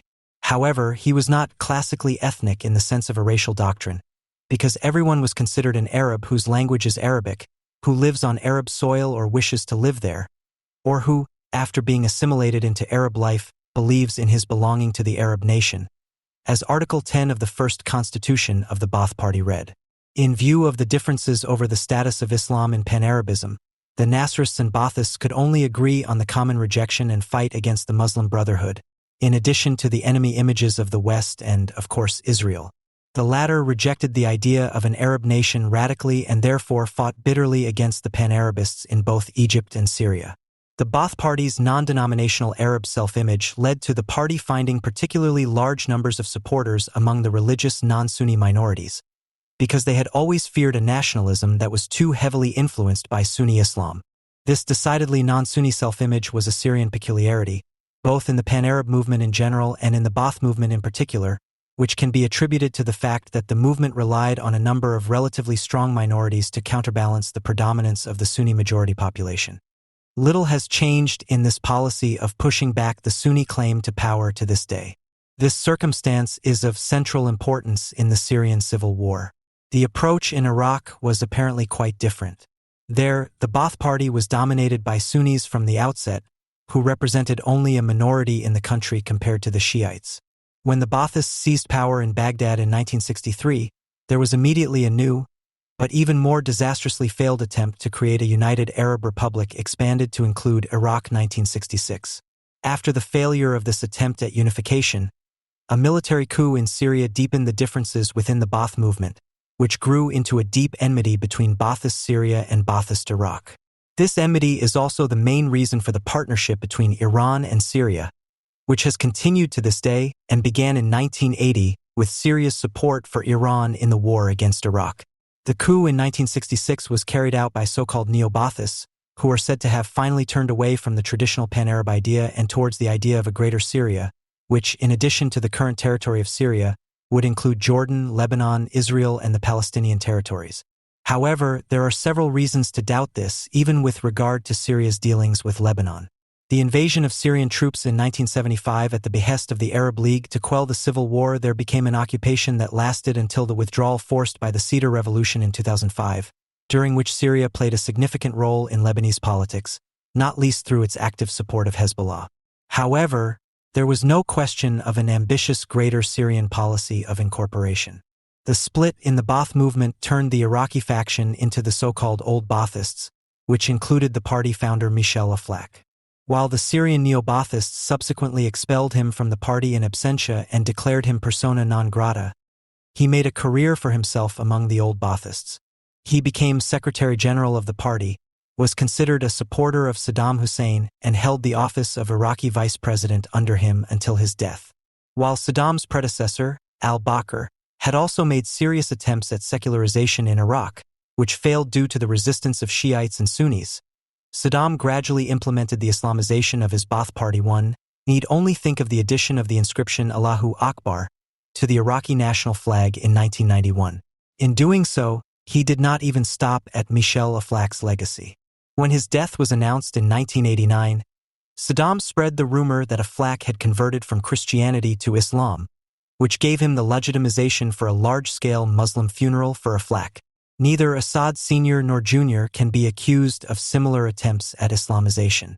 They limited themselves to symbolic visits to Friday prayers in various, not only Sunni mosques, although the Alawite faith differs significantly from mainstream Islam in that it explicitly does not declare these ritualized mosque visits to be obligatory. In 1970, in the wake of the waning popularity of Pan-Arab ideas, the renewed Arab defeat in the Six-Day War against Israel, which ended with the loss of the strategically important Golan Heights. A coup d'état known as the Corrective Movement took place, which is still commemorated on November 16th with a day off work called Corrective Movement Day. The leader of the coup was Defense Minister Hafiz al-Assad. The aim of the correction was to put an end to a policy of military adventurism, for which Assad held the Ba'athist ruler Salah Jadid responsible. The immediate trigger was the hasty withdrawal of large Syrian tank units from Jordan, whose soldiers had fought in Palestinian uniforms on the side of the PLO in the war against the Jordanian royal house, which was later called Black September. In response to a Jordanian request to the United States, Great Britain and Israel deployed a large number of troops on the border with Jordan, announcing that it was preparing to launch a major attack against the PLO, which triggered a panic among the Syrian troops and a mass exodus. The term correction is also a code word for a large-scale purge of the party by the new ruler, Hafiz al-Assad, who filled the party apparatus exclusively with his own people. This purge was a practical admission that the establishment of a Syrian national consciousness that went beyond confessional or ethnic ties was not far advanced, and that the Baathists had ultimately capitulated to their own Arab nation idea. With the exception of a small educated class, most locals did not see themselves primarily as Syrians, but as Sunnis, Shiites, Druze, Alawites, or Christians. This is precisely why Assad could ultimately only trust his own religious community, and even then only his own tribe, his own clan. Contrary to widespread belief, the Great Purge of 1970 did not lead to Alawite rule in Syria, let alone Shiite rule, but rather to the privileging of the Alawite Kalabia tribe, to which the Assad family belongs. What applies to the presidential family also applies to the population as a whole. The opposition to the Assad clan did not forge a collective bond between the Syrian people and the usurper, as is still claimed today in the name of the civil war, both doggedly and falsely. Since 1970, the Assad regime has relied only on an arrangement with the powerful in the country, contrary to the propaganda of national unity of the people, with the result that the absolute majority of Syrians still today, in doubt, trust only their own tribe or clan. Accordingly, interdenominational marriages, let alone extramarital partnerships, have remained a great social taboo to this day. But instead of admitting the truth about the reactionary and particularistic character of Syrian society, the Syrian opposition still presents itself today as if it were only the loudspeaker of the Assad regime. Even the choice of words is the same. The same text modules about the glory of the Syrian people, their alleged community spirit and collective resilience. What you won't hear from any opposition member can only be read in dusty and marginalized anti-imp newspapers, whose editorial staffs in post-socialist times no longer necessarily support Assad, but are still a long way from supporting the opposition. In the Middle East Information Project, which publishes the magazine Inamo, you can find insights into the state of the Syrian opposition that the numerous Friends of Syrian Freedom do not want to admit, although it is so obvious. From an organizational point of view, there seem to be three levels: region, village, clan. This is why the Syrian opposition is unable to unite. Traditional loyalties based on religious affiliation, the home village or the family of origin take precedence over national loyalties. The only ideology that can find supporters at the national level is Islam. End of quote. It would be a gross misunderstanding to dismiss the population's attachment to the soil and blood ties as a natural reaction to the brutality of the Assad regime. On the one hand, the Baathists were never able to decisively push back traditional loyalties and replace them with national ones, and on the other hand, since Assad took power, these very loyalties have been needed to maintain power and have thus been reproduced. From the outset, the Assad regime was faced with the challenge of not being able to emphasize its own Alawite affiliation and instead having to maintain a national facade behind which it then proceeded all the more ruthlessly. Behind the secular facade of the Assad regime is a complicated system of power sharing that takes religious, ethnic, and social aspects into account. In order to avoid political resistance from the ranks of the religious communities, the state power has made a kind of agreement with influential religious protagonists and linked their relative power directly to the political fate of the regime. At the same time, it tried to divide ethnic minorities by privileging individual groups.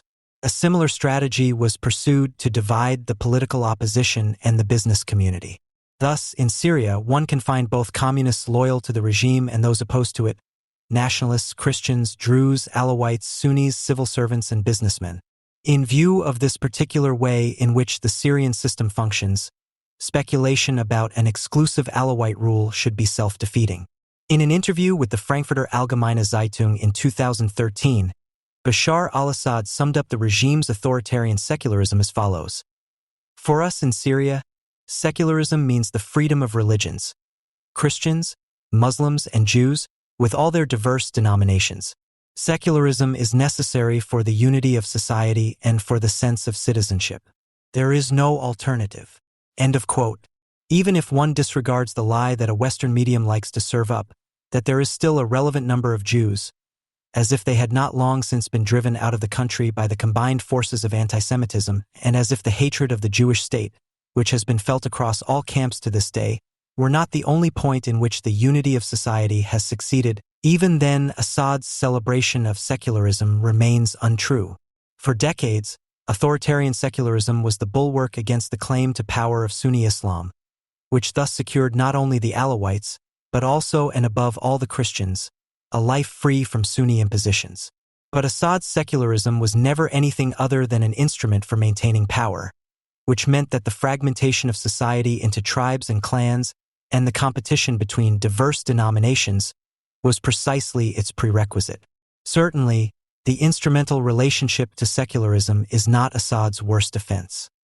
But deliberately encouraging competition between the denominations, instead of pushing them back behind a common secular national project, has led to the denominations feeling encouraged to do whatever they want in their own communities. This pseudo-secularism did not strengthen any sense of citizenship, but rather empowered the strongest and most unscrupulous denomination, the Sunnis, to unite in silence and across clan differences against the common enemy, the religious minorities, who were so unfree that they had to surrender to the regime as the only alternative source of protection.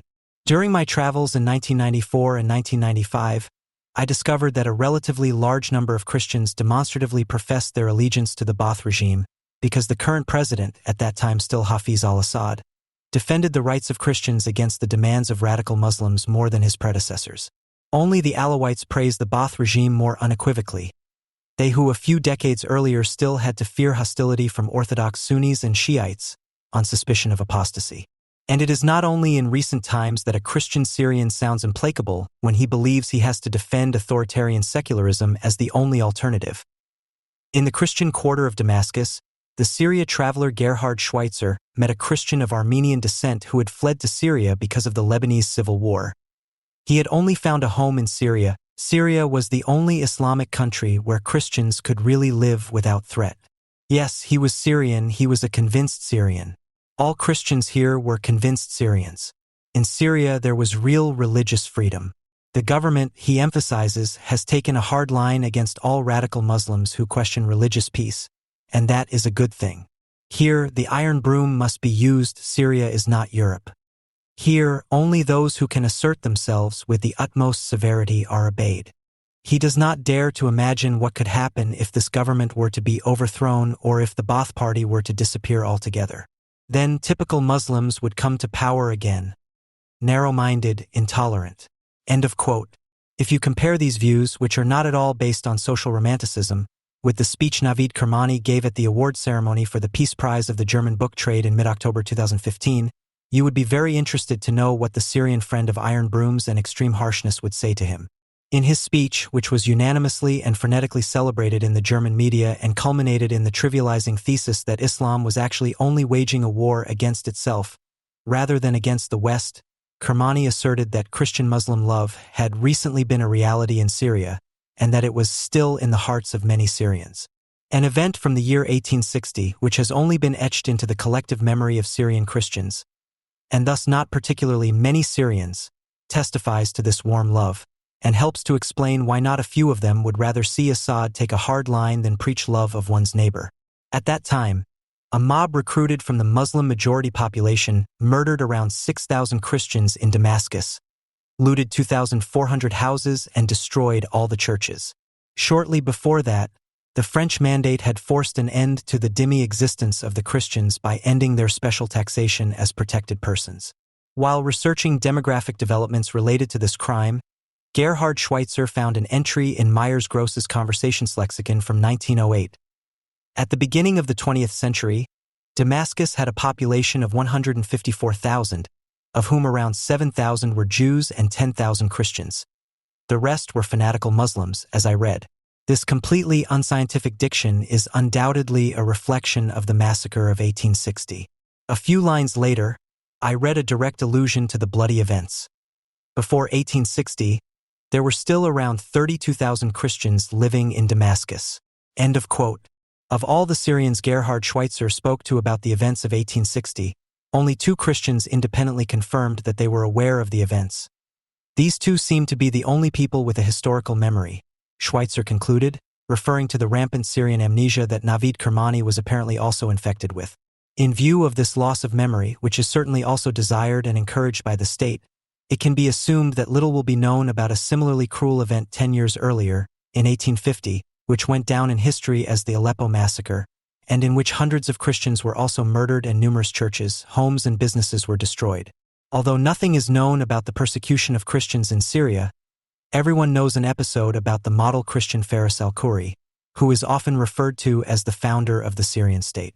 When the French announced in 1920 that they wanted to intervene to protect Syrian Christians in the crumbling Ottoman Empire, al-Khoury discovered a special form of Syrian patriotism that, according to the Quran, is expected of a good Christian under Muslim rule and is still alive in many hearts among Syrians today. Just as the great Faris al-Khoury sought protection from his Muslim brothers when he ascended the pulpit of the Umayyad Mosque and preached to the Muslims, if France claims to have occupied Syria for the Christians' protection, then I, as a Christian, testify from this pulpit. There is no God but God. Thereupon the worshippers lifted him onto their shoulders and paraded him through the streets of the old city of Damascus. And to this day the Syrians can remember this patriotic scene. In 1973, the differences between the 2 sides came to a head to an extent previously unknown in Ba'athist Syria. Although influential Sunni circles had always managed to prevent the removal from the Syrian constitution of the provisions establishing the supremacy of Islam and the requirement that the Syrian president must be a Muslim, both of these provisions were now removed from the new constitution. On the one hand, because Assad did not explicitly see himself as a Muslim, and on the other hand, because this privileged position of one religion contradicted the regime's secular self-image. This led to serious unrest against the Assad regime throughout the country, which was led by the Muslim Brotherhood and resulted in several deaths. The fighting was most severe in the Sunni strongholds of Homs and Hama. Despite brutal attempts to contain the protests, they did not abate, forcing Assad to reinstate the passage stating that a Syrian president must be a Muslim in the new constitution. What is more, the new constitution went even further than the old one by stipulating that the Sharia was the main source of legislation, which was reflected in particular in the demonstrative neglect of Alawite religious practices and in family law, which, as a particular expression of religious freedom, was summarily declared to be the responsibility of the respective religious community. However, contrary to the Ba'athists' expectations, these concessions did not calm the situation. On the contrary, the regime's backpedaling only strengthened the Sunni accusation that Assad, an infidel Alawite, was president of the state, and that this was unacceptable. Although Assad tried to counter this hostility with a sensational Shiite fatwa issued by the Lebanese and favorite disciple of Ayatollah Khomeini, Musa as-Sadr, the increasingly militant Sunni protests did not abate protests. It should be noted that were not the responsibility of foreign forces, but were entirely the work of the Syrians themselves. The fatwa officially recognized Assad as a so-called Seven Shia, which includes the Alawites, and henceforth no longer as an apostate. Until then, the Alawites were not considered to belong to the Shia and, despite this fatwa, are still not recognized as equal true Shiites among the 12 Shiites, who make up the majority of the population in Iran, Iraq, and also in southern Lebanon. On the Sunni side, the fatwa of Ibn Taymiyyah, who in the 14th century already considered the Alawites worse than Jews and Christians and that they should be killed, still has an effect today. With the current Sunni radicalization, the teachings of Taymiyyah, which are also known as Hanbali and are considered the state-prescribed school of law in Saudi Arabia, are gaining new followers.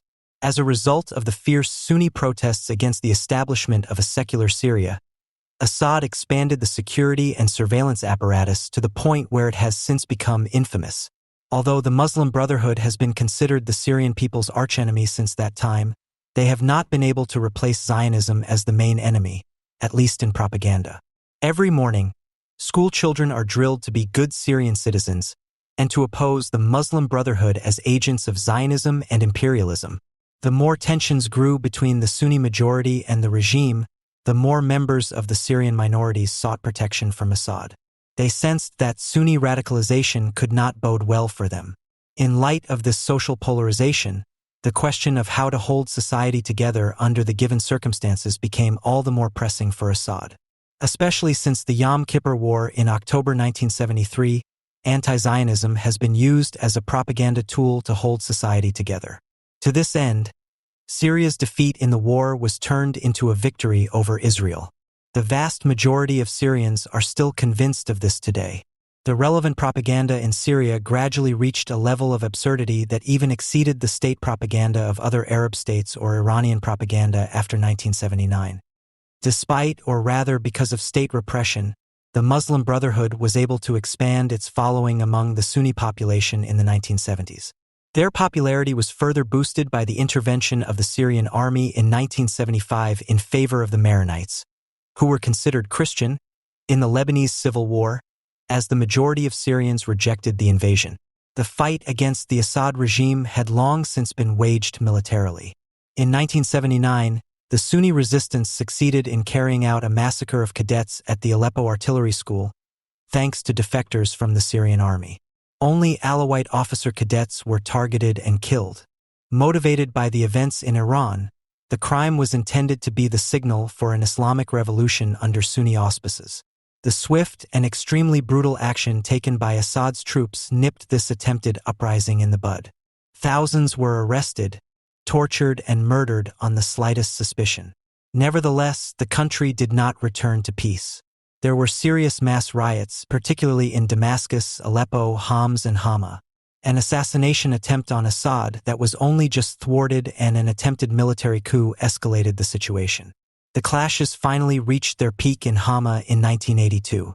At that time, the Muslim Brotherhood was on the verge of launching a nationwide uprising against Assad.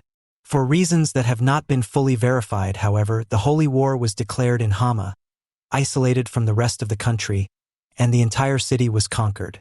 Under the leadership of Assad's brother Rifat, Hama was then razed to the ground by government troops. At least 20,000 people were killed and thousands were arrested. From that point on, membership of the Muslim Brotherhood was punishable by death. The Muslim Brotherhood never recovered from this blow until the events of 2011, which are known as the Syrian Revolution. Their leadership fled abroad, and although the organization was considered defeated, every opposition movement was still arbitrarily suspected of being close to the terrorist Muslim Brotherhood. But even the harsh repression was unable to stop the increasing Islamization of society. This is evident from a glance at an average German travel guide from 1996, which also demonstrates that 20 years ago, when it came to dealing with Syrian refugees, the same text modules were used to demonstrate how to treat Muslims with respect as are used today. Quote, "In recent years, a trend towards Orthodox Islam has also been observed in Syria. This is expressed in the construction of new mosques and in the observance of strict clothing rules, especially for women. In Syria, there are many women who have been made insecure by the modernization process promoted by the government and the resulting dissolution of values. They were able to rediscover their identity by returning to their old culture and religion. The veil as a symbol of gender segregation gives women the opportunity to work or move in public without feeling sexually harassed." End of quote. The Assad regime has no interest in publicly addressing the hostility from the ranks of the Sunni majority, not least because everything is deliberately projected onto the Zionist Muslim Brotherhood. However, this does not change the fact that the aggressive Sunni claim to power is the main reason for the brutal suppression of any conflict between the population groups. If this were publicly admitted, then the claim of national unity of all Syrians, which is only threatened by a few extremists from the ranks of the Muslim Brotherhood, would have to be abandoned. But the marginalized secular laicist opposition, which the West likes to present as the true and actual voice of the Syrian people, also has a vested interest in creating a false impression of Christian-Muslim love in Syria. People who have now found their professional livelihood as authentic Syrians in exile, such as Samar Yazbek, are the authors of popular books with titles such as The Stolen Revolution or Cry for Freedom. Report from the Inside of the Syrian Revolution, They, of all people, are recording sentences on the level of Assad's propaganda. In an interview with the Taz on October 10, 2015, Yazbek said, "The Syrians' love life are a civilized people who look to the future, revere art and beauty, and are now fighting for democracy." End of quote. The reason for such statements is not simply the international audience of these Syrian oppositionists, who are deliberately fed the untruths that they like to hear. Rather, they provide information about the lies that people live without which they could not credibly embody the role of an authentic voice. It is therefore no wonder that in the foreword to one of the first anthologies of essays by Syrian opposition members, the Muslim Brotherhood is summarily made into a champion of democracy and freedom. Quote, "There were repeated attempts by the opposition to shake off the rule of the Assad clan and break through the mafia-like structures in the country. In this context, the resistance of the Muslim Brotherhood at the end of the 1970s and the beginning of the 1980s should be mentioned." End of quote. In this collection of essays entitled Syria, The Difficult Path to Freedom, published in 2012, one finds a characterization of Syrian society that could not be more wrong, yet is representative of the thinking of the aforementioned oppositionists. Syrian society is said to be divided into two classes: the class of the victors with power and influence, and the class of the defeated, who had nothing at all. In comparison to such cheap, truth-distorting revolutionary romanticism, the analysis of the Syrian situation in the old revolutionary magazine Inamo, for whose editors the question of up and down is absolutely central, reads refreshingly sober. There, as early as 2004, one could read that opposition groups and circles do not have a broad following within the masses of the population. The exception to this is moderate Islamist movements or conservative Muslim groups, which have reached the masses of the population through their institutions and the increasing Islamization of public life since the 1990s. End of quote. Apart from the fact that the term moderate Islamists and conservative Muslim groups is used in a trivializing and contradictory way, the significance of this relatively early assessment lies less in the reference to the weakness of the secular opposition than in the implied reproachful question, "Don't you know that the true opposition has nothing at all to do with yours?" The secular opposition is itself an expression of typical Syrian segregation.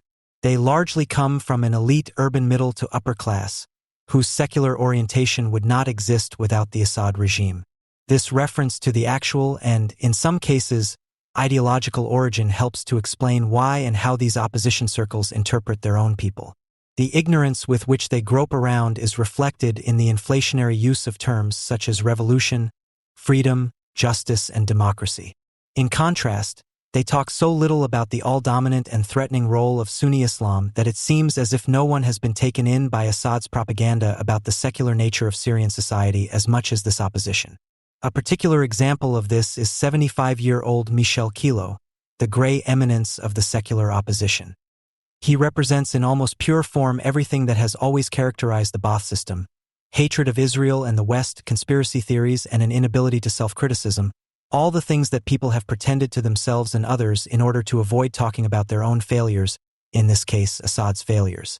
For me, the current situation is explained by the fact that there are forces that have an interest in destroying Syria, he said in 2012, when asked about the civil war that had just broken out. But instead of talking about the Saudis, Iran, or other Islamists, who really began to interfere with destructive intent, he sleepwalkingly identifies the true enemy. Quote, "These are the USA and Israel. Now the regime in Damascus, which has always presented itself as a regime of resistance against Israel, is destroying its own country under the eyes of the Israelis, with weapons that were actually intended to be used against Israel. When Syria is destroyed, it will be in the strategic interests of the United States and Israel." End of quote. The uprising against the regime because it had neglected its hostility towards Israel. You can only come up with this idea if you are committed to both the Muslim Brotherhood and the Assad regime. Young Syrian revolutionaries like to point out that neither veteran secular opposition figures like Michel Kilo nor the Muslim Brotherhood dared to rise up against Assad in 2011.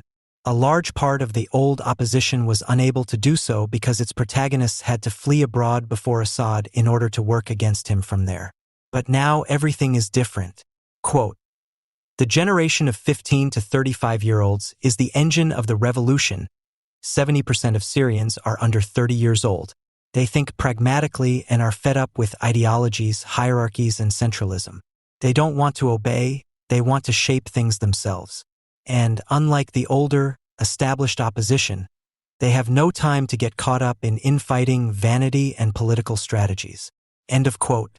What sounds here, not coincidentally, like the text module for characterizing the Facebook generation, which wants to use the weapons of the shitstorm and the flash mob to tackle all the evils of this world in a completely non-ideological way, unintentionally hits the core of the Syrian revolutionary problem.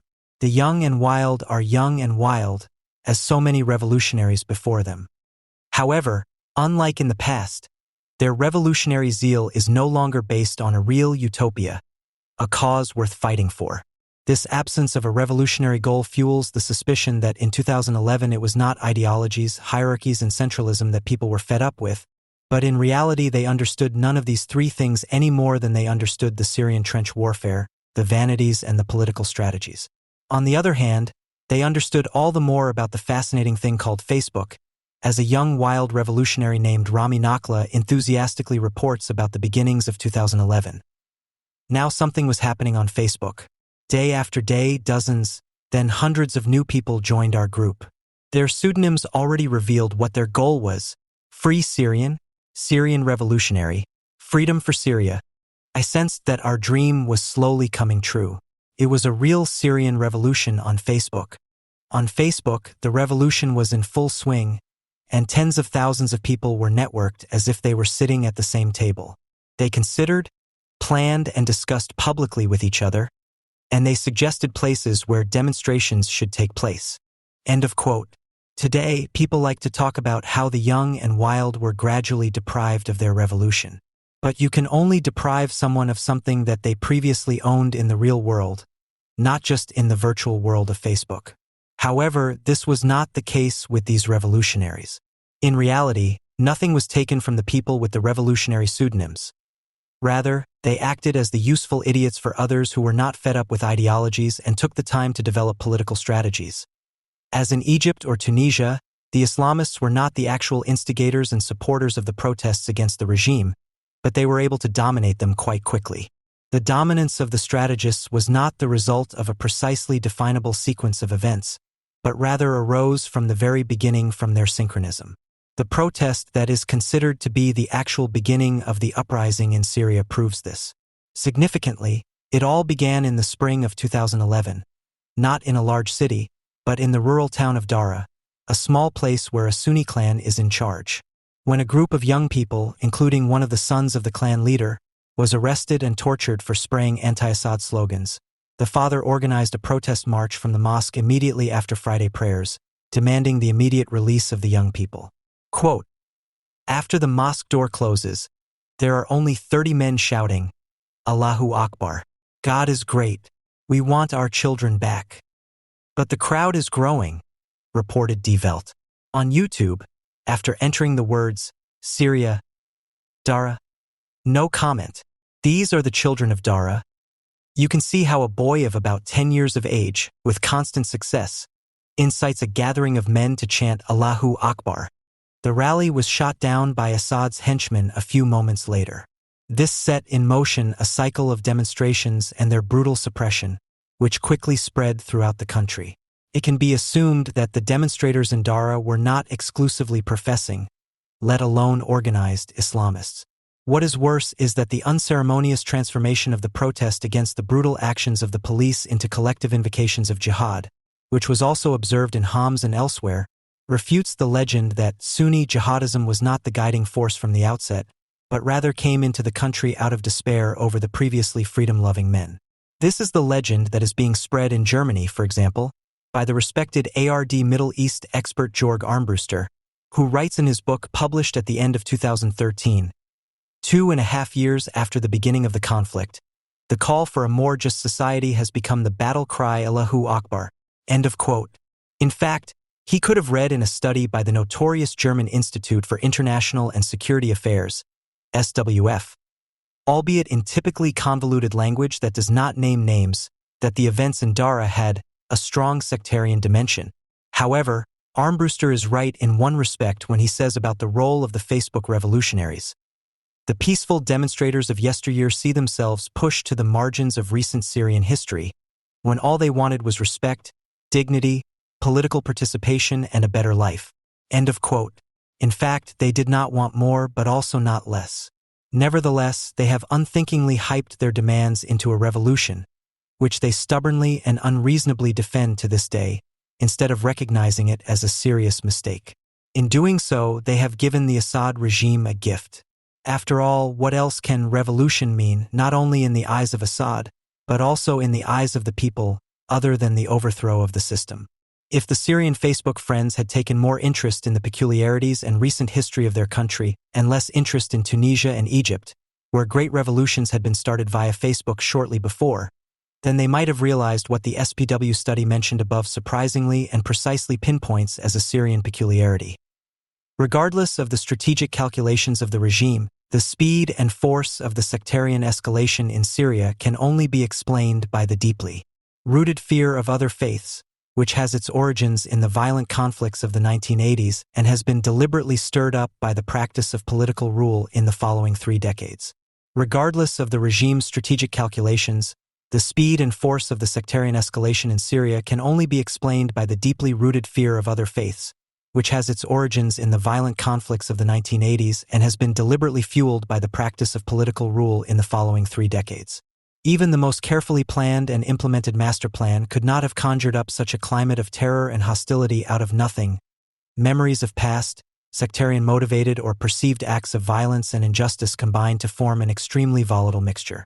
It took only a small spark of violence to set it off. The Syrian opposition was unable to prevent this development. One problem was that the activists of the younger generation only realized the explosive force of the sectarian differences when it was already too late to get a grip on them. They also believed that the fears of the minorities could be overcome by emphatic declarations of solidarity that included all Syrians. The older generation of regime critics, who knew better, often denied and repressed the problem, some so well that they did not perceive the obvious resurgence of sectarian fanaticism. This attitude was often accompanied by a categorical refusal even to discuss the problem. End of quote. Thus, the disaster took its course. The divided opposition, unable to reflect on itself, presents itself as the exact mirror image of the segregated society of regions, tribes, and clans, on which the Assad regime has always based its power. The complete Islamization of the uprising, as a consequent continuation of the struggle of a Syrian majority population that has become increasingly Islamized in recent years, is something that the opposition does not want to recognize and is unable to recognize. In the meantime, it is now universally accepted that the coalitions between the rebels are too intertwined, too unpredictable, and also too short-lived to be able to clearly separate them. In this respect, the strategy of exclusively supporting clean militias is playing with fire. Instead of blindly believing the claim that it was only Assad's military action that forced peaceful demonstrators to take up arms in self-defense, we should listen to the honest words of a Syrian revolutionary named Yassin al-Haysallah, who describes himself as a secular Democrat. He had already revealed a revolutionary secret in 2012. If you look at the revolution as a whole, you can see that peaceful and armed protest ran in parallel. There is no reason why the revolution should do without a military element. End of quote. Whether the revolution was triggered by the events in Tunisia and Egypt, or even the fall of Saddam, the final disgust with Assad's oppression, or the increasing urban-rural divide and the associated mass exodus from the countryside, whether it was the long-lasting drought, the youth bulge, economic stagnation, or the need for a definitive Sunni revival that tipped the balance, none of these factors alone can be held responsible.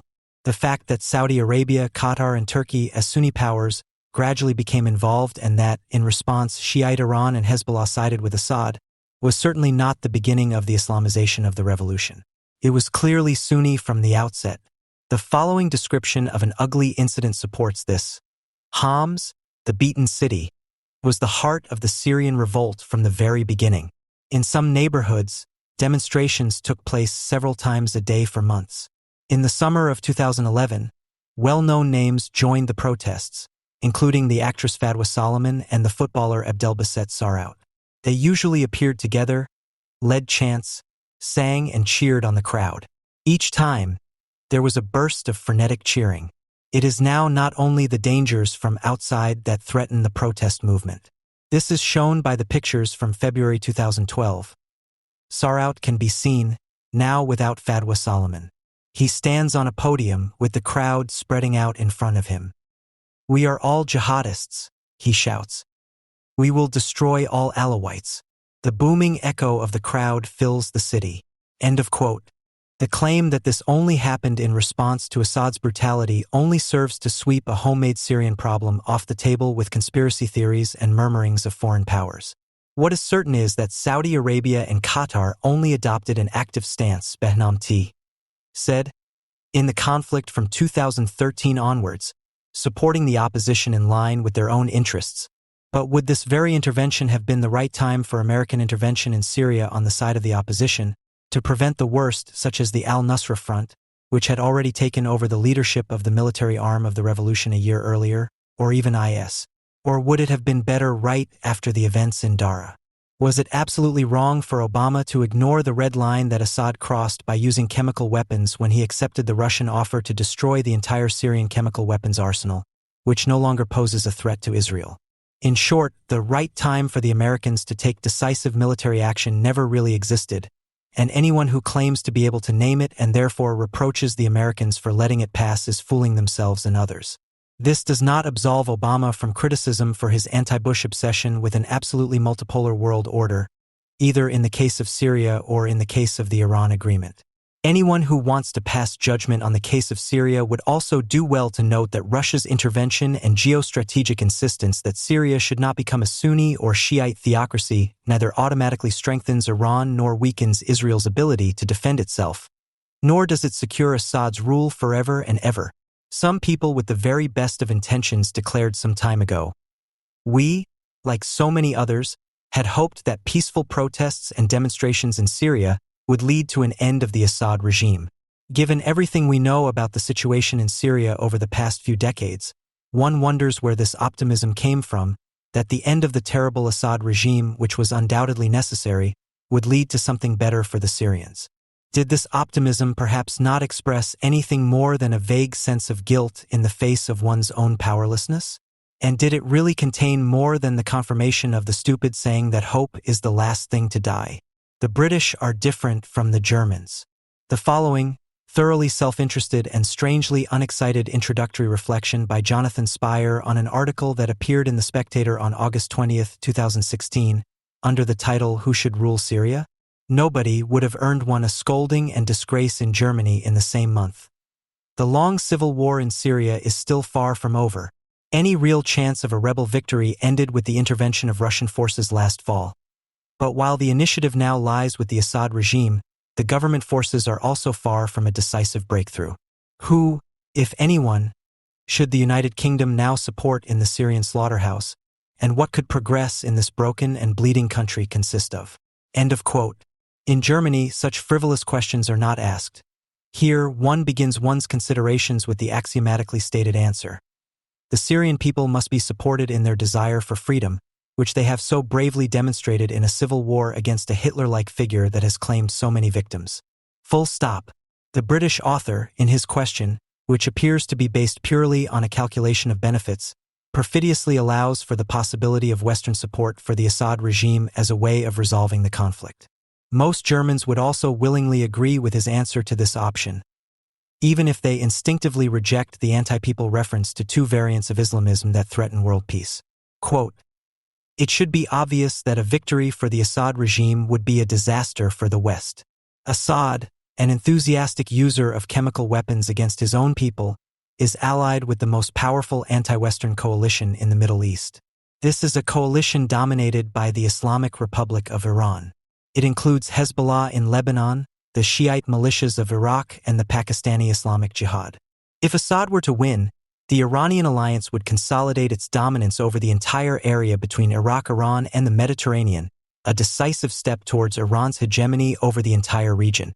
A victory for Assad would therefore be good for Islamism, at least in its Shiite variant, and bad for world peace.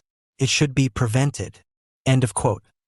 While the Germans, after this perfectly correct brief analysis, would immediately demand no-fly zones over Aleppo and, ideally, a united blow against Assad's militias, so that the liberated people could then take their fate into their own hands. Jonathan Spire continues his article no less correctly. The controversy begins when someone starts to consider the alternative to an Assad victory. End of quote. In Germany, any consideration of the unpleasant aspects of this alternative, which could endanger world peace, is steadfastly refused.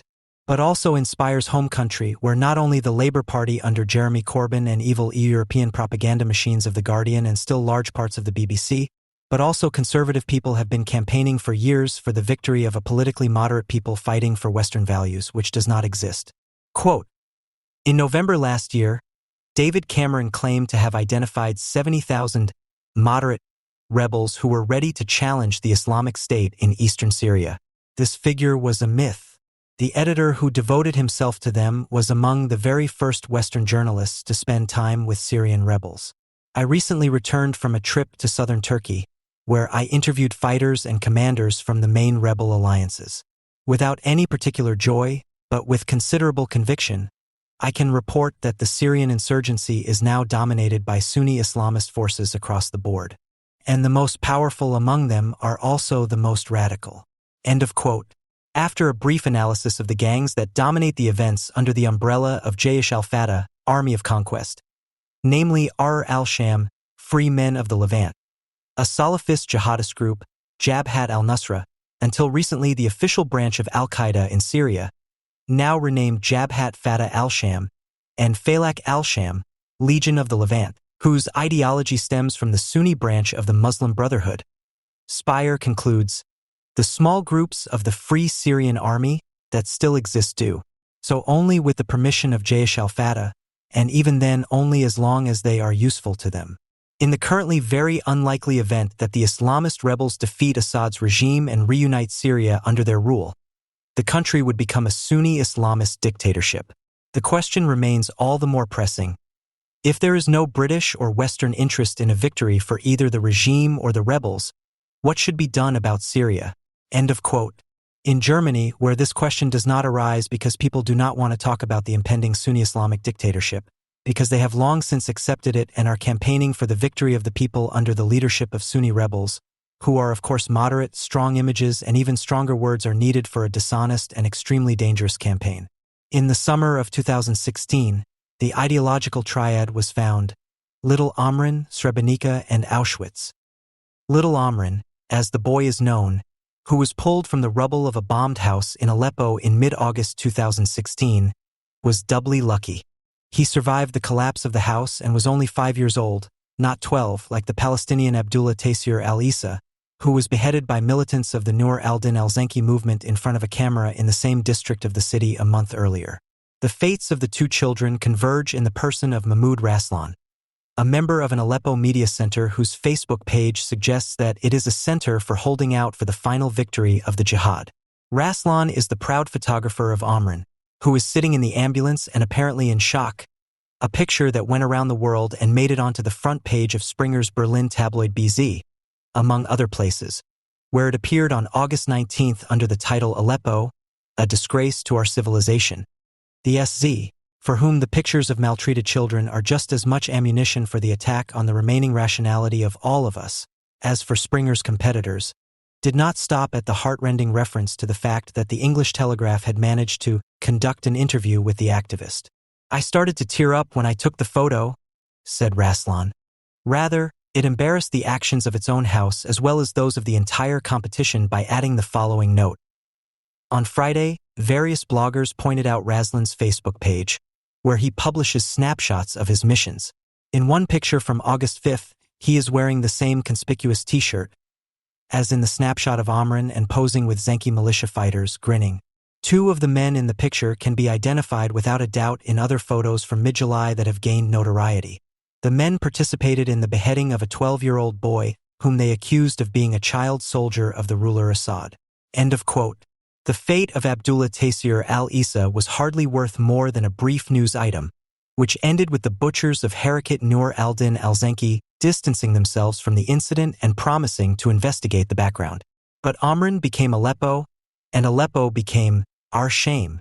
Pictures of children from war zones are propaganda tools. The bigger the eyes of the little ones look at you, the more certain you can be that the respective medium wants to commit its customers, or, as in Germany, all media, the nation, to blind partisanship for one side of the front. The image of a child being mistreated is traditionally seen as an indictment of war itself, and in the homeland of the peace movement, people still want to educate people about the well-known horrors of war. In reality, the deeper German sense of the social democratic, communist, and left-wing bourgeois abhorrence of the war after 1918 was less to defy the revanchists than to deny the German-Austrian war guilt either completely or, in view of the great horror of the World War, to talk it down as a negligible marginalia. When Germans present themselves with war children, it is always with the purpose of coming to terms with their own history as perpetrators. This can go so far that they identify with the current perpetrators who are related to them, who only fought so that an entire people would not perish and be subjected to violent expulsion, which in German eyes must somehow be the same thing since Hitler's keep up slogans and the displaced persons propaganda of the early FRG. Little Amrin is the humanly touching symbol of a community of endurance, of Syrian homeland protection in the name of the boundless Sunni jihad and its Western allies, whether they be Doctors Without Borders, Oxfam, the Springer Press, and, through them, even parts of the anti-German camp. The shame of Western civilization, denounced by the BZ Springer, has learned and renounced the culturalist vocabulary of the community of values that needs to be defended, consists in the fact that the USA and its allies do not make common cause with the Islamists of the ilk of Mahmoud Raslan operating in Syria. With Little Amrin on the banner, a Syria scenario is being developed that has nothing to do with the civil war being waged there, its combatants and their respective interests.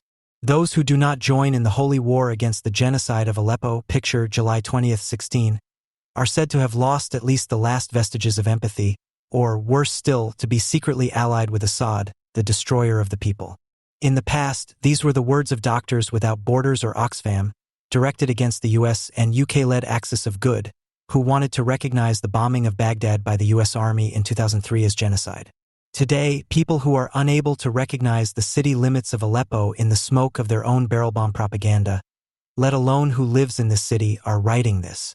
In some districts of the heavily damaged old city of Aleppo, up to 300,000 people, probably significantly fewer, including thousands of Sunni Islamist militants, are besieged by troops of the Assad regime and its allies, largely cut off from supplies and bombed by Russian aircraft. The German public cannot even agree on this basic fact, which does not explain anything. Instead of speaking neutrally of militants in Aleppo, people prefer to use the term insurgents, which demands solidarity, e.g. Die Zeit, July 31, 16. And in many cases, it is not just a few districts of the city that are being reported on, but the whole city, which is said to deserve and indeed require all the help it can get. Besieged city in Syria. The Islamists are Aleppo's last hope, was the unintentionally candid headline in Der Spiegel after the temporary interruption of the supply route to the embattled areas on August 2, 2016, linking the goals of the Sunni with our shattered hopes for a just peace in Syria. While the US and Europe look on as hundreds of thousands of people in Aleppo are starved, Islamists come to the aid of those trapped inside. They are led by a terrorist militia. End of quote. Let no one say that the pro-Israeli world has protested against such cynicism.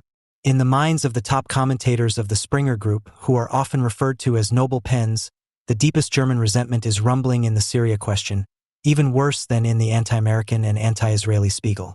In a self-accusing pose, the history of German fate, suffering, and liberation is recalled, from the fall of Srebrenica and back to the existential Auschwitz, in order to hammer home the same old lie to readers. A people is being destroyed, and we, of all people, with our special responsibility, are watching passively. What a shame. The 15 to 20% of Christians who, according to Wikipedia, lived in Aleppo in 2004, the Alawites, who are not included in the same article in terms of quantity, the Kurds who are averse to jihad, and the secular Muslims who were once numerous in this city are no longer mentioned in the definition of what the Syrian people in general and the people of Aleppo in particular are. When people talk about the genocide of trapped civilians and snapshots of a jihadist killer are passed around as proof. Richard Herzinger is to be thanked for the resumption of the Srebrenica propaganda. Quote, "A good 20 years ago, the international community and the West stood by and did nothing as Serbian units massacred 8,000 inhabitants of the Bosnian town of Srebrenica. It was only under the shock of this atrocity that they finally decided to intervene. Today, a humanitarian catastrophe is unfolding in Aleppo, Syria, that far exceeds Srebrenica. 300,000 civilians are trapped there by troops of the Assad regime, Iran and Russia. Starvation and the targeted destruction of civilian facilities such as hospitals are central components of the genocidal warfare of the Moscow-Damascus-Tehran axis. The UN and the West, however, are allowing them to do so. The civilian population is being given the choice of fleeing or being bombed and starved without mercy. In reality, it is a violent expulsion and thus another war crime committed under the leadership of a permanent member of the UN Security Council. End of quote.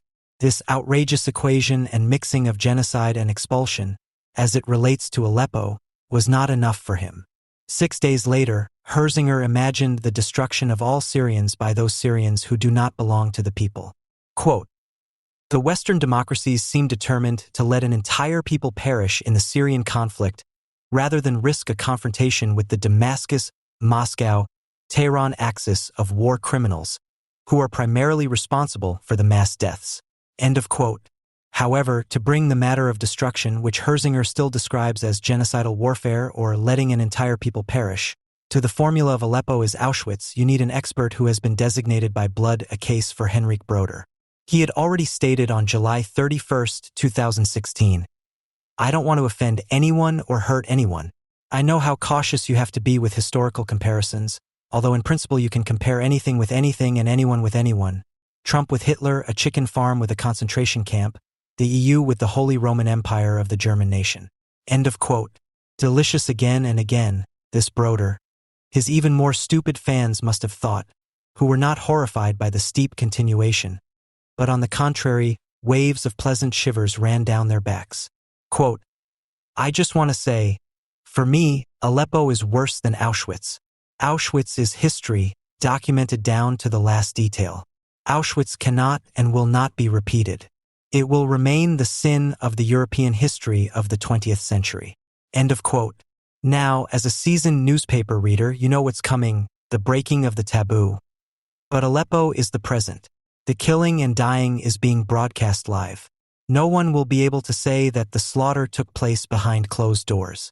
I therefore have a request to make of Mr. Steinmeier and Ms. von der Leyen, the foreign and defense ministers and the EU foreign affairs representative, the chairman of the EKD, Bishop Bedfordstrom, and Cardinal Marx, the chairman of the German Bishops' Conference, the president of the Central Council of Jews, the federal president, and all the holiday speakers who gather on every 9th of November and every 27th of January to commemorate the Kristallnacht and the liberation of Auschwitz, calling out, "Wehret den Anfängen, fight the beginnings." Please stop shedding crocodile tears for the dead Jews. Stop talking about the European Peace Project. And stop blustering about the need to fight the causes. Just be quiet and be ashamed. End of quote. This is fatally reminiscent of a very similar prose that was published 2 years ago, which begins, "In the face of the horror that is happening right now in Aleppo, there is no position of distance or neutrality. It is a war of conquest and annihilation against a people that has no means of defense, that is trapped in a tiny area without water, where hospitals, ambulances, and children are targets because they are accused of being terrorists. This is difficult to understand and impossible to justify. And it is shameful that Western countries allow this genocide." End of quote. There is the whole Herzinger, supplemented by Broder's Auschwitz-hardened "shame on you." Except that, in the original quoted here, it was not Aleppo but Gaza. Broder should take a deep breath before he throws around comparisons with Auschwitz again, because it goes on like this.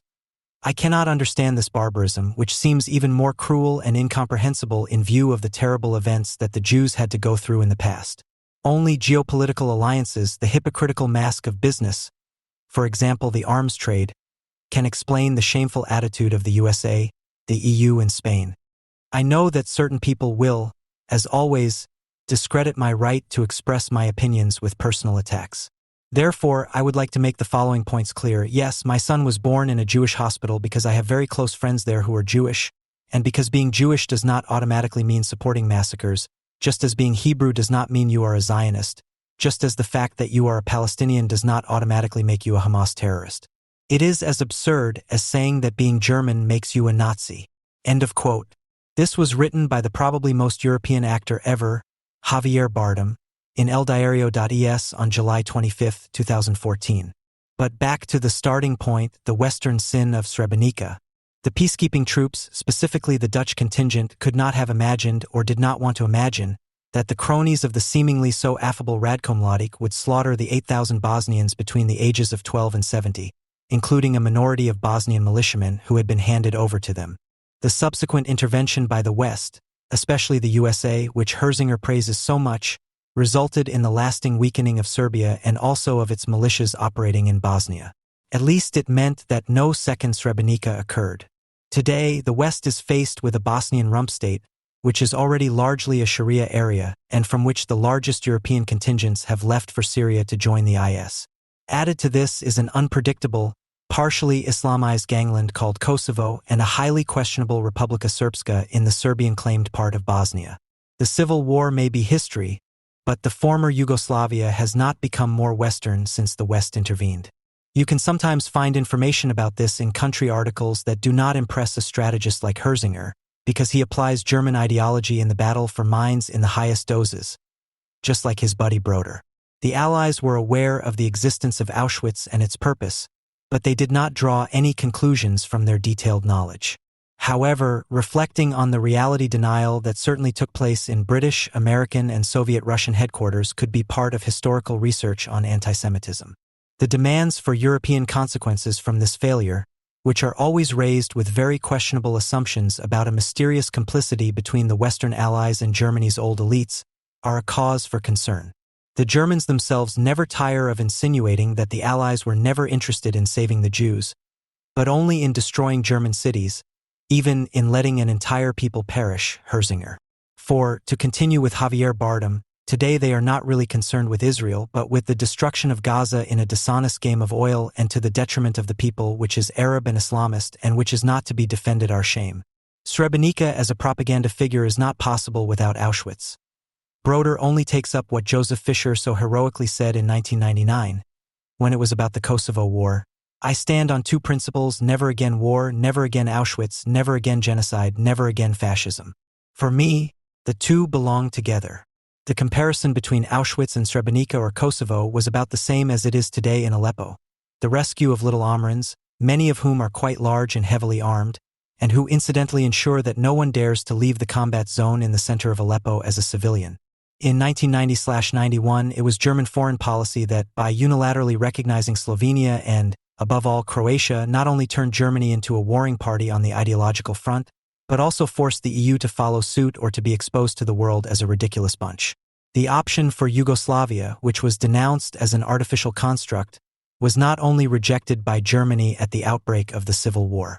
Instead of referring back to a people in 1990-91, which as the sum of the members of the Yugoslav constituent nations in a united Yugoslavia would probably have had a better post-socialist future than in the patchwork of small states, it had to be the naturally genuine peoples. The Croats, who were increasingly uninhibited in their avowal of their Ustasha past, and the Muslims, who were the inhabitants of large parts, but not all, of Bosnia. The fight against the artificial and therefore unsustainable and certainly not worthy of appreciation multi-ethnic state was waged in the name of the tribal and blood nation, which resulted in the demonization of Serbia, which until 1990 still upheld the Yugoslav idea. With the benefit of hindsight, it is difficult to deny that a political option of the West for the preservation of Yugoslavia would have been the more sensible and humane, but probably from the outset not realizable way. The old hatred was too deep, which was further increased by the massacres after the liberation in 1944, especially by members of Tito's partisan army, which was not a consistently Serbian one. The massacre of Srebrenica is a symbol of this hatred. However, the war in Yugoslavia was not designed to physically annihilate entire populations, in the case of Srebrenica, the Bosnian Muslims. The propaganda, which was initially German and then pan-European, deliberately described real expulsions, Muslims and Croats from what is now Republika Srpska, Croats and later Serbs from the Croatian Krajina, and staged expulsions, Kosovars from Kosovo in 1999, as genocide in order to finally obtain the moral right to intervene. The Yugoslavian Civil War was about the creation of ethnically pure constituent states. Since these were almost nowhere to be found, the aim was to help along by means of expulsion. Exactly what could perhaps have been prevented by defending the multi-ethnic state of Yugoslavia was carried out all the more cruelly with reference to the right of self-determination of the autochthonous peoples. But the murder of up to 8,000 men and boys, although a war crime, was not an action to eliminate all Bosnian Muslims, as German propaganda suggests to this day. Broder's crime was to mention Auschwitz in an Aleppo debate contaminated with comparisons to Srebrenica. The reference to genocide in connection with Yugoslavia is not legitimate when using the name Srebrenica, and even then only with considerable restrictions with regard to Jasenovac, the death camp in which at least 80,000 people were slaughtered by the Ustasha Croats between 1941 and 1944. Mainly Serbs, Roma, and Jews, but also Bosnian Muslims. The killing of the Yugoslav Jews in Jasenovac was the Croatian contribution to the German genocide of the Jews of Europe, carried out under Croatian autonomy. The mass killings of Serbs in particular, and, to a lesser extent, Roma and Muslims, carried with them the possibility that one day all Serbs, Bosniaks, and Roma in the territory of the defeated Yugoslavian kingdom might fall victim. However, such a hypothesis seems unlikely when compared with the atrocities that actually took place and the Greater Croatia plans that did not even include the entire territory of Yugoslavia. Only those who approve of the project of the Blood Nation and do not want to imagine a different kind of nation will go from Srebrenica to Auschwitz. That is why it was absolutely necessary to blame the loser in the Yugoslavian Civil War, the multi-ethnic state represented until 1990 by Serbia, which had severely curtailed its historical chauvinism and hegemonic ambitions, for the Civil War. Those who project the 8,000 murdered in Srebrenica onto the 1.5 million murdered in Auschwitz are acting in a projective manner. They envy the Jews the inconceivably high number of victims and are hell-bent on finding more villainous acts than those committed by the Germans against the Jews, precisely where any comparison with regard to the quantity and the eliminatory intention of the murder is flawed. Auschwitz was certainly the culmination of the German struggle for a nation constituted on the basis of ethnicity. However, this struggle took place in a negative way, in that those declared to be anti-ethnic were arrested and largely exterminated according to genuinely ethnic criteria. The criteria of the most meticulous genealogical research for the purpose of complete segregation and annihilation apparently continue to exist in a positive sense, where the lesson learned from the Holocaust is that along the criterion of ethnic purity, a party must be taken in civil wars. In the case of Syria, the only Arab country in which Christians were not persecuted under the Assad regime and secular Alawites were able to come to power, concern for the people, as in the case of Yugoslavia, is presented as concern for the only true people, with the difference that this time it is not separatism that is being advocated, but the unity of the nation, which cannot bode well for those who are not supposed to belong to it. Not even the fact that the Kurds, who were oppressed by Assad, decidedly did not join the People's War, embarrassed the German proxy revolutionaries. In Aleppo and elsewhere, it is becoming clear what the Syrian is in the eyes of the European public. A Sunni Arab who also follows his Sunni Arab mission faithfully. This means that not only the Alawites, Christians, and Kurds, who, although they are themselves Sunnis, do not want to submit to the Arab Sunnah, have been excluded from the body of the people, but also those Arab Sunnis who do not want to be counted among the Arab Volkssturm. For the time being, we can only agree with the hopes expressed by Jonathan Spires in his Spectator article, which was written before the Turkish army and the jihadist killer groups affiliated with it intervened. The Assad regime should not be allowed to reunite Syria under its rule. Likewise, the Islamists should not be allowed to establish a jihadist state in the country, and the Islamic State should not be allowed to continue to exist. By strengthening the alliance with the SDF, Syrian Democratic Forces, equipping them and their allies to take Raqqa and destroy ISIS in the east, and then allowing them to establish their rule in eastern and northern Syria, these conditions can be met. For a change, the U.S. and its allies have found a clearly anti-Islamist and anti-jihadist power in the Middle East that has a habit of winning its battles. This is a success that should be consolidated. Furthermore, a small Syria dominated by Assad and his allies and another autonomous region in the areas held by the rebels will probably emerge. The advantage of this would be that Syria would not fall entirely into the hands of either the Assad coalition or the Sunni Sharia faction.